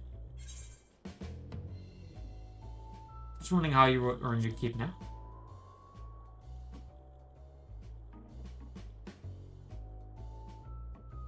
The talking to the science is the solution was more than a mere pretense. Maybe if you were calls to action, we should be compensated this before. Why are you so concerned for me anyway? In any case, I didn't want for option, even if some are worse than others. No sooner did Emmerich hear about our disbandment than he offered me a position as the guardsman in the Imperium District. As a former Asu Dragoon, I'm guaranteed to be popular, he said. What did you take me for? Even though his manner, he's perfectly capable of finding employment and power. Some days ago, a Hannish envoy arrived with word from Fritra. The worm requests my presence as soon as things have settled here. He didn't dare to mention why I'm needed, but thanks to dragons, I guess not. In Tavne, like elsewhere, the phenomenon caused by the Foundation abated when you were defeated Meteor. But it has too late for those who had already transformed. Life is beginning to return to normal for the survivors. Those who sought refuge in Sarin, most have already returned home. And many do not have home to return to, nor loved ones. By an arrangement between Fritra and the Forum, their souls may remain in Sharon if they wish, to work and study. Fritra was always a sort of minister. It's gratifying to see him become one in name as well. One who has the complete confidence of his people, if the envoy tone was any indication. I often find myself speaking favorable of dragons of late. Not so long ago I have assumed benevolence with ulterior motives, but it's clear that he cares for his people, and they turn revere him.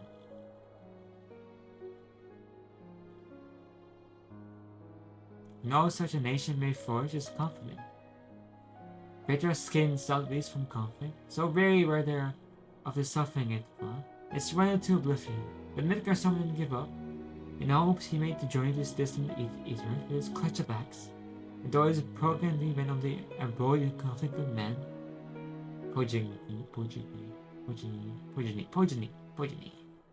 There were times when it descended, hated to abate in harmony. That's their legacy and their triumph. In my lands, I feel the weight of their struggle and the strength of their resolve, and it lends me strength. These things I would never have learned had I not joined you. If you ever had need of me, I will come. At the very least, it might be an opportunity to earn a coin. Earn some coin. Not any coin, some coin. Earn coin.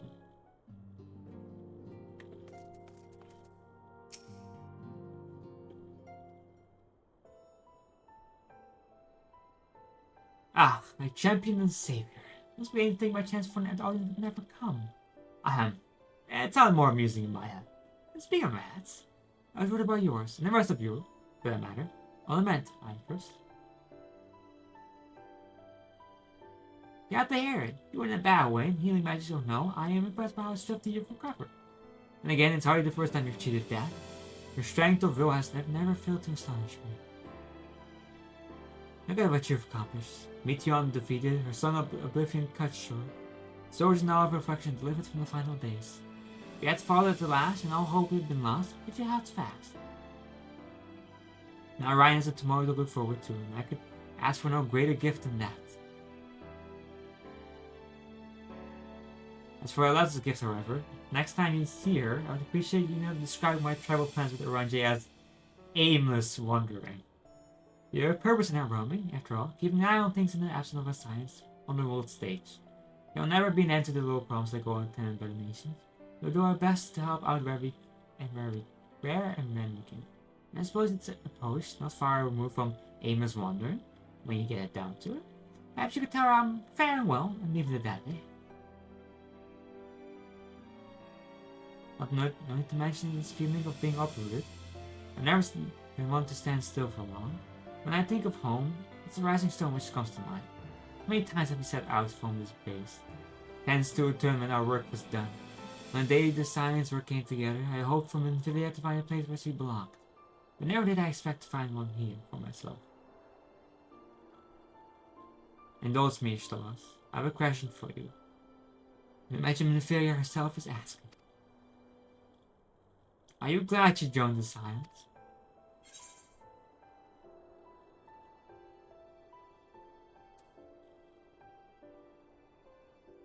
Never been a dull moment, that's for certain. That's one way of putting it. In many ways, the experience left us far stronger than we began. But all good things must come to an end, at least for a time. If you need a helping hand for infiltration or reconnaissance, you know what to ask. I'll come running and you'll likely get a certain funny talking fortune teller into the bargain.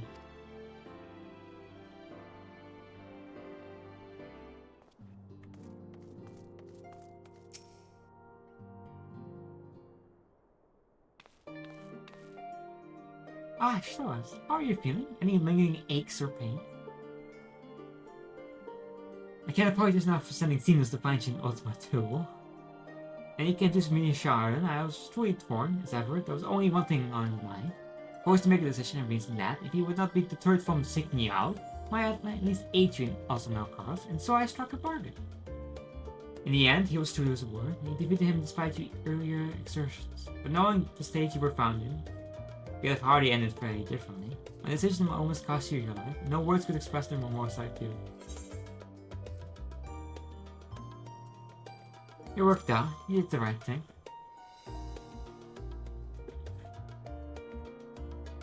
It's a relief to hear you say that. Thank you. Time and time again I've been made to feel woefully inadequate. I was much use in battle, nor could I face a foe with my nerves getting the better of me. I always felt to you and the others. I must, and will, do better. I shall begin with the restoration of the Sun's separation. Though our work shall run with strength of its ties with other nations, we may be prepared to face whatever threats arise in the future. Of course, this isn't something I can accomplish alone, but thankfully I have this conscious of help in Raha and Okia, and our other remaining members. Together, we'll continue Grandfather's work. As before, should the commissions will take us down dangerous locales, we may need to call upon seasoned adventurers. Such times might you be willing to assist us, not because you feel obliged, but mind you, but because you feel allured for the task itself. I'll be there when you need me to.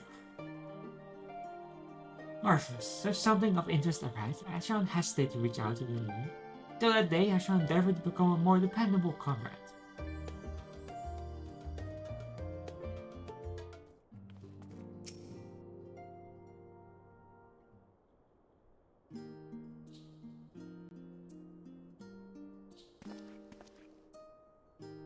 Ah, sure. Please forgive me for delaying the gathering. I was writing a letter, you see, to my parents. As busy as father has been, sending to the advent of the Exodus, has been enough. He had been good enough to show conservative silence. And besides, I made them worry enough for a lifetime. Henceforth, I will endeavor to write as often as I am able. A little effort to set their minds at ease while we continue to be away from Charlotte. What Alice and I are up to assist with Garmon and Gruffy, you see. The uncertainty remains over what will become of the nation. You cannot well leave the capital without any help. You will join those members of the Osabaka team, still stationed there. Lucia and Maxima have helped the relief effort, with support from my allies, the people of Garmon among them. They will gladly be joined by those who have finished treating the temple across the land. As you misunderstand, we do not seek redemption for failing Nicinia and her sister. That's a burden we must always bear. Nay, we go because of the truth of the Lord Prince's words. Through that, wherever ideals individuals may espouse, nations are not moved to action as they stand to benefit. For the foreseeable future, the founding empire will be at the mercy of both internal and external forces. Though I do not doubt the intention to continue, the greater powers involved in the relief effort, our allies may well find themselves drawn into a political agenda. In going, we seek to ensure that the needs of people come first, and understand their hearts, they might better help them to begin anew. I'll visit when I can. By all means, folk that will I be for your visit, and I believe I speak for Alice as well. For fairly as long as I've been over here, even at my side, watching over me in good times and bad. How many times have we gathered to share tidings? No one can possibly keep count. The world is changing and I will continue to do so, but no matter what the future brings, I hope that I can ever look to you, in good times and the bad, as our dependable comrade and a dear friend both.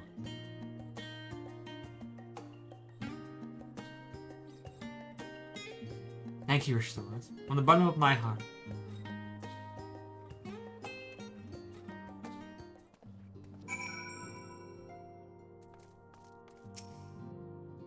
broken your show, have you? If so, I'll take this and everyone else. With your permission, then. Your attention, please. It does spoiling the mood. The time of departure is upon us. In my capacity as your receptionist, I bid you all safe journeys. Till next we meet, be well.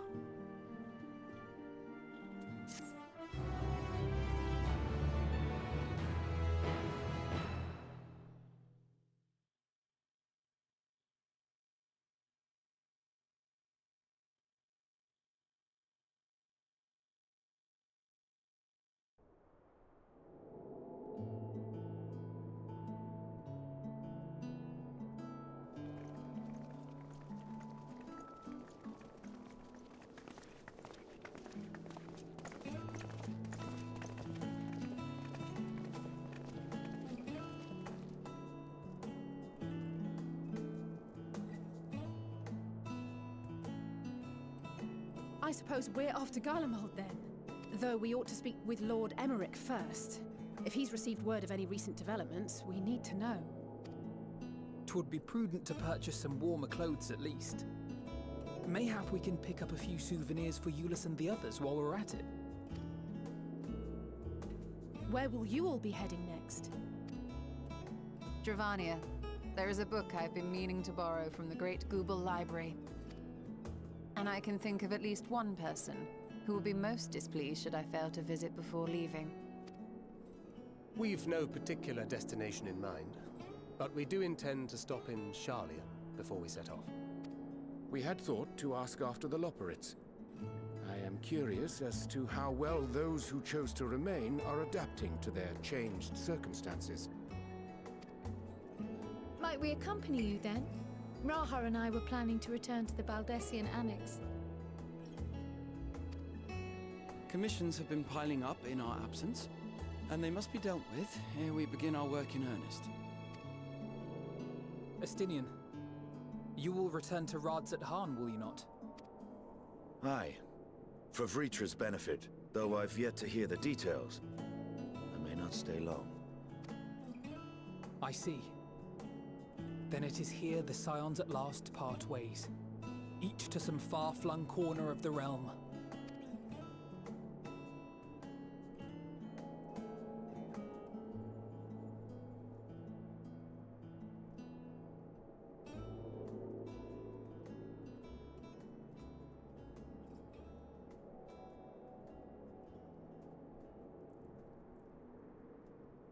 Perhaps.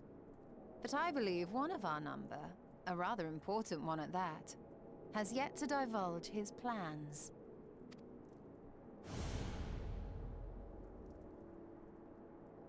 Quite right.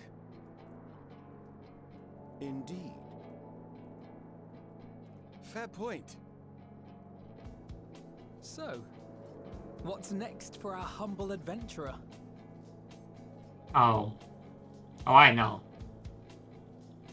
We do know, yeah.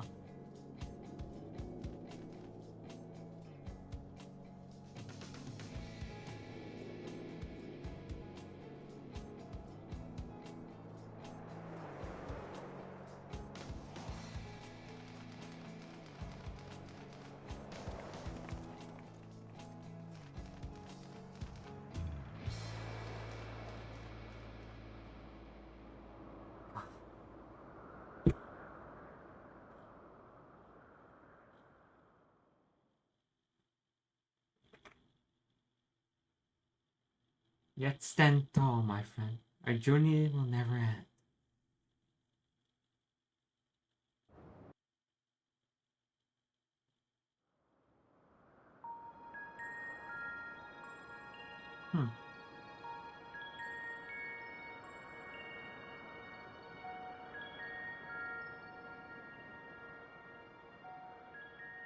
The constancy of this place never ceases to amaze me. An ocean of souls, shimmering and eternal.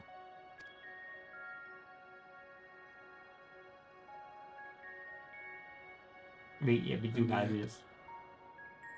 Something stirs. Yes. Steeped in darkness, deep as starless night. The beast hungers. Alas, I dare not investigate in earnest before the coming of my guiding star, as he foretold.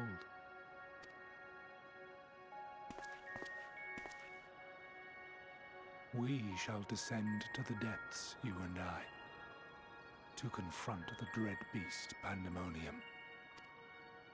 Pneumonia. Oh, the sights we shall see. The sights we shall see. I mean, I kind of excited for that. That is very cool. That is, I know. Those the raid series are very cool. So I'm very curious about that.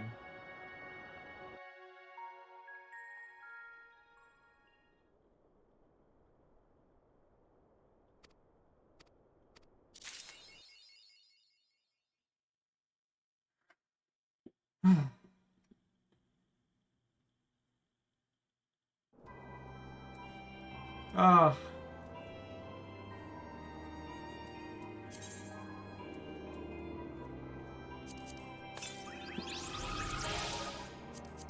Oh, I got in my. That makes sense.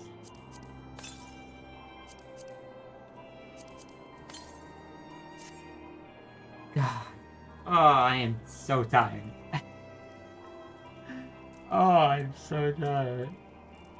Oh, that was good. Ah, oh, got post endwalker. But no.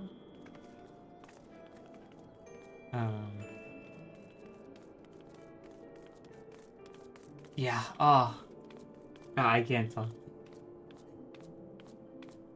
I think I'm gonna go get a cup of tea and myself. I process the story. It's great. It's a great game. I love this game. It's great. It's awesome.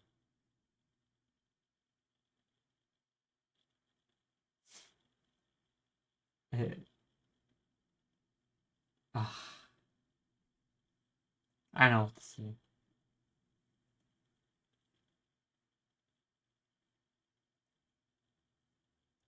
We shall go post and walk at some point before control.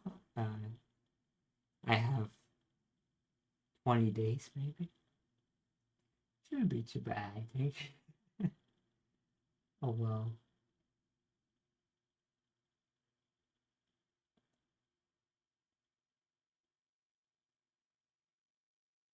Yeah, why not? Let me go read the links. Ah, thank you all for being here in the stream.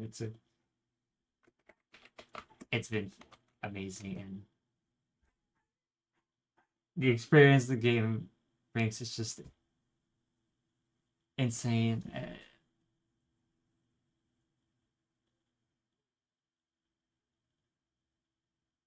11 hours, yeah. Well, I couldn't stop. I could not stop. I could not stop. I'm tired. I'm gonna get some. I need to get something to drink because I'm thirsty. Yeah.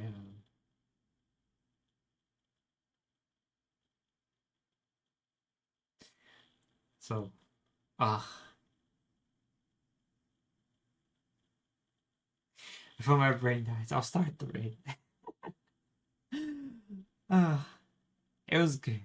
It's a good game. I love this game. It's great. Alright. Y'all have a good evening, good night, good morning, wherever you are. Thank you all for being here. I appreciate that. Love y'all. Bye bye. Have a good one.